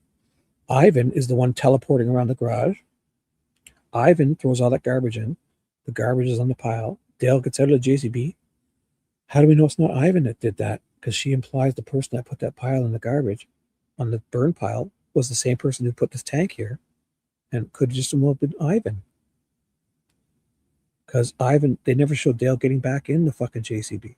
And Ivan, a few months after Dee goes missing, he breaks up with Zack and leaves the property. And Zack's been stealing money from the businesses too and that. And, oh my God. And there's all these fucking Mexicans hiding cabbage in the trucks. And Dee's fighting with Terry. And Terry's got a wife named Terry. And Todd is driving this truck. Todd and Terry's, or whoever the drivers are, can drive these tanks all over the place. And Ivan works and delivers these tanks all over. These tanks are being stored at 2 or 3 other places, and the Hardys are able to access to fill up their own tanks. Man, were the Hardys fucking selling that anhydrous stuff and the TJ Hardy and all those other people? And they got access to they could use the scales all by themselves, fill up their own tanks, come and go when they wanted. Tanks everywhere. There's more to this, man. And then, even if it's something simple like maybe let's not say it, but let's just say an example like D commits suicide or just dies, right? And they think, oh my God, we can get rid of Dale. I mean, she's dead now. This is hard enough. Let's do this and get rid of Dale too. Because with D gone, out of his hands especially, the life insurance comes in, with him gone, they got this place, the whole fucking property, 50-something, whatever $1 million this is all worth. The father, the great-grandfather, grandfather, I don't know if it's the Hardys or what, but they get, the family had personal properties here for like 230 years, and they got to choose. Jaron says in the police car that they get to pick, buy the properties up that meant stuff to them, and the LLC, and they're going to divvy up the planets, all the businesses. Fucking the potato business they bought, they lost $20 million on it because somebody told them they had contracts. Sounds like they were getting businesses and shipping weed in these trucks, like buying vegetable businesses. And the potato one, they got ripped off because the people said we had contracts to sell these potatoes and customers to sell them, established business. Turns out they get ripped off by someone. Then their cabbage business has fucking 150 Mexicans picking cabbage, and there's 25 living on the property or something, and 5 at a time are picking cabbage, and the other they're growing. They're living on this property in housing. They made housing for them, and the Mexicans are growing weed in the ditches and everything, shipping it underneath the cabbage in these trucks. These trucks, oh my God, so many fucking things wrong here. It's not even funny. On top, on the end, the round cover. And here we don't have that. We have this unique tank. Unique, one of a kind. Ivan's never seen one. Ivan's never seen one. Of course, Ivan hasn't. Ivan's about to inherit the motherlode. He's marrying into the dynasty, Ivan. Ivan's fiance, Zack's fiance now. Of course, Ivan's never seen one like that. He'll say anything he wants. Him and Zack are fucking cuddling right now in a big heart-shaped hot tub, waiting for the fucking check to clear. The D's insurance and the inheritance from the farm, everything. The 4 kids, they're going to split up 4 ways, and dude's going to marry into that. One like this. Jim's never seen one like this. Ryan Rank's never seen one. Nobody's seen one like this. No, never. This Nobody is ever will. April 27th. No one's ever seen one like this, or no one's ever seen one like this. They haven't seen one like this or this. Yeah, I've seen 2 right here. They're different. 2021. This is going to be the worst presentation I've ever seen. I got to play it again, and I'm not going to stop it, and then I'm going to finish. So you're going to watch it all, and I'm not going to interrupt, except a bit. And this part's boring. I got to play the 641 stuff. It's just fucking amazing. The whole teleportation, 641. I could show you close up. Look at the angle we've got. I could show you close up. 620. Let's go to 641. Then let's go back to 537. Spin this fucking. The jurors are confused. The jurors watched this presentation and they convicted this guy after watching this. 28. Ivan says, I don't know. I was back. Ivan. Just listen to her stammer. I'm sorry. I said I wouldn't stop it, and within 3 seconds. There for I don't know. I might have been doing trash. Blah, blah. I might have been doing trash. What do you mean you might have been? You brought him on video. And he's teleporting. Look at her. She's so unsure of herself. 637. So at 637, she wants to zoom in and show you some branches. Okay. We see Watch the where she goes. JCB go by with a white object on it. I saw it. Yeah. Awesome. And there goes Ivan. There he goes. There's Ivan. 641. I'm going to zoom in. Oh, he's going to hit the camera Now or we something. see the JCB So now it's hit the camera this time. the click. 641. She stammered again. Coming There it is. I see the yellow tank, I think, in the bucket. It just drove past here at 640. Who cares? I could get this camera angle. Why show me the one, that wicked one we have? It just went by slowly. That would be great. Zoom out, rewind it, 1 minute. slowly from the spray barn Yeah, yeah. with the welder. And then watch, in the bucket. stop. Watch when I stop. And stop right when I see him. Boom. I stopped. I mean, I could go back one step. But was he coming from here? Was he though? Was he? This is fucking just all thrown together. He's not. This probably thing hasn't moved for days, I bet you. In this photo, it could have been there for 2 days. She says a minute ago he just walked in this door and parked this here and walked away from it on camera. She's not showing you. Listen to her. Again, what? Again, 643, walking away from the welder. Yeah, you say this. What? Tell me. 646. Okay, so the last time I'm having fun. I'm love this. This is a good loop. I'm going to bed right now after this. Dale pulls up. The bucket's there. Ivan walks out. He's working with his brother. He's not supposed to be here this day. It's Sunday. This isn't his truck. This is a big 18-wheeler. This is the work truck. For some reason, Ivan's going to clean the work truck on a day he's not working. Maybe there's some stuff that needs to be cleaned up here. Whew. Could somebody have got hurt? I don't know. Ivan is going to walk out, disappear, go under the camera, come walking out from under the camera, throw 2 pieces of garbage, grab for the third one, and disappear. Click, click. He's going to be over here, walking this way. This shit's all shuffled around. And Dale also gets out and leaves and never gets back in. Ivan stops here, and then she goes to the next one. Instead of just showing you Dale get back in and take this garbage away, she's going to tell you what happened. Watch. 6. Disappear. There's a teleportation, and Dale's going to get out and walk away. Ivan's going to disappear under the camera. Dale All in one brings the fell JCB swoop. to the old shop where Ivan and Does his he? brother are working. Right here, and then he's going to disappear, both of them. It's out. Yeah, he got out and Ivan disappeared. does some trash in the old shop. He's up in Star Trek Enterprise right now. Scotty beamed him up, and this fucking guy comes out of nowhere. He's going to do it again. 2 pieces of garbage. Third one he's about to grab. Then the bed is, this bucket's full, and all this shit gets moved around. Ivan stops here. Dell never gets back in. This person who takes this garbage is the one who puts it in the pile and gets the tank, she says. Is it Dale? She says it is. She doesn't show you. 2 pieces, the third one, just teleportation of the best. Right here, boom. Why? Why are you doing this, woman? Why are you doing this to me? Because in that teleportation, all this shit changes here. I can show you. I'll do it. I love it. Fucking love it. I'll show you one more time. Look at this one. She just fucking knows it's garbage. Oh, here's the arms too. Yeah.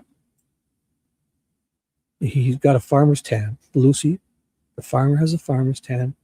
Therefore, it's from welding his wife in the tank. I can prove it. Yeah. Where is it? Oh, was it back or forward? Did I go back too far? No, I got to go this way. Sorry, I'll just play it. Look at the tank. Oh, where was it? I should do better. So whenever I pick it up to do that, yeah, it's here. Here it is. So it's at 108.41. Where's 108.41? Shit, I can't see it. Oh, I can see it. I can see it. I see it. 108.41. Here it is here. So here it is. Look at the back of that truck. You never see him get stuff out of the back of this truck, right? But that shit is all moved around. And that bucket's full. Look at the back of the truck. The bed of this is the truck he's not working on. He's working on this with his brother for some reason. On their day off, he's there at the, this is their work truck, not his personal truck that's somewhere else. It was here earlier, his personal one, because Dale hid behind his personal truck, they said. This is a huge truck. So why does all this get shuffled around? And then why does Dale not get back into this? She'll never tell you. But the jury saw this and fucking thought, oh my God. I don't know what they thought. Look at the bed of that truck. Look at it all. Why is he entering this? Did someone get hurt? Do you know something, Ivan? How do you teleport, young man? Teleport yourself right into Zack's heart. You guys are rich now. You're a handwriting expert to just put this guy away for fucking life. And married his son. Oh my God. Fucking genius. Boom, boom. That's it. I can't take it. I'm going to bed. Shut her down. All right, guys. Have a good day. I'll continue tonight with, I'll start day 7. That Gravelle guy will skip because it's going to be a whole bunch of cops. Day 7 tonight. 8. No, day 7. 8 is the jury goes away to visit the scene. So this day 7, 9, and 10. And then days 11 and 12 is the closing statements. And 13 is the deliberation stuff. So the next 2 shows, I'll have this finished properly like this. 3 times a show, no farting around. All right. So, and what was I about to do? Yeah, I was going to end it. Have a good day, guys. And bye. Oh, I'll be on Ted's tonight, 9 p.m. East. I'm going to share the link on my thing right out. He just sent it to me. I bet he made a cool thumbnail calling me an expert or something. Calls me an expert witness, Shibby. So we're doing a Delphi thing. I think Dee Dee's coming on too.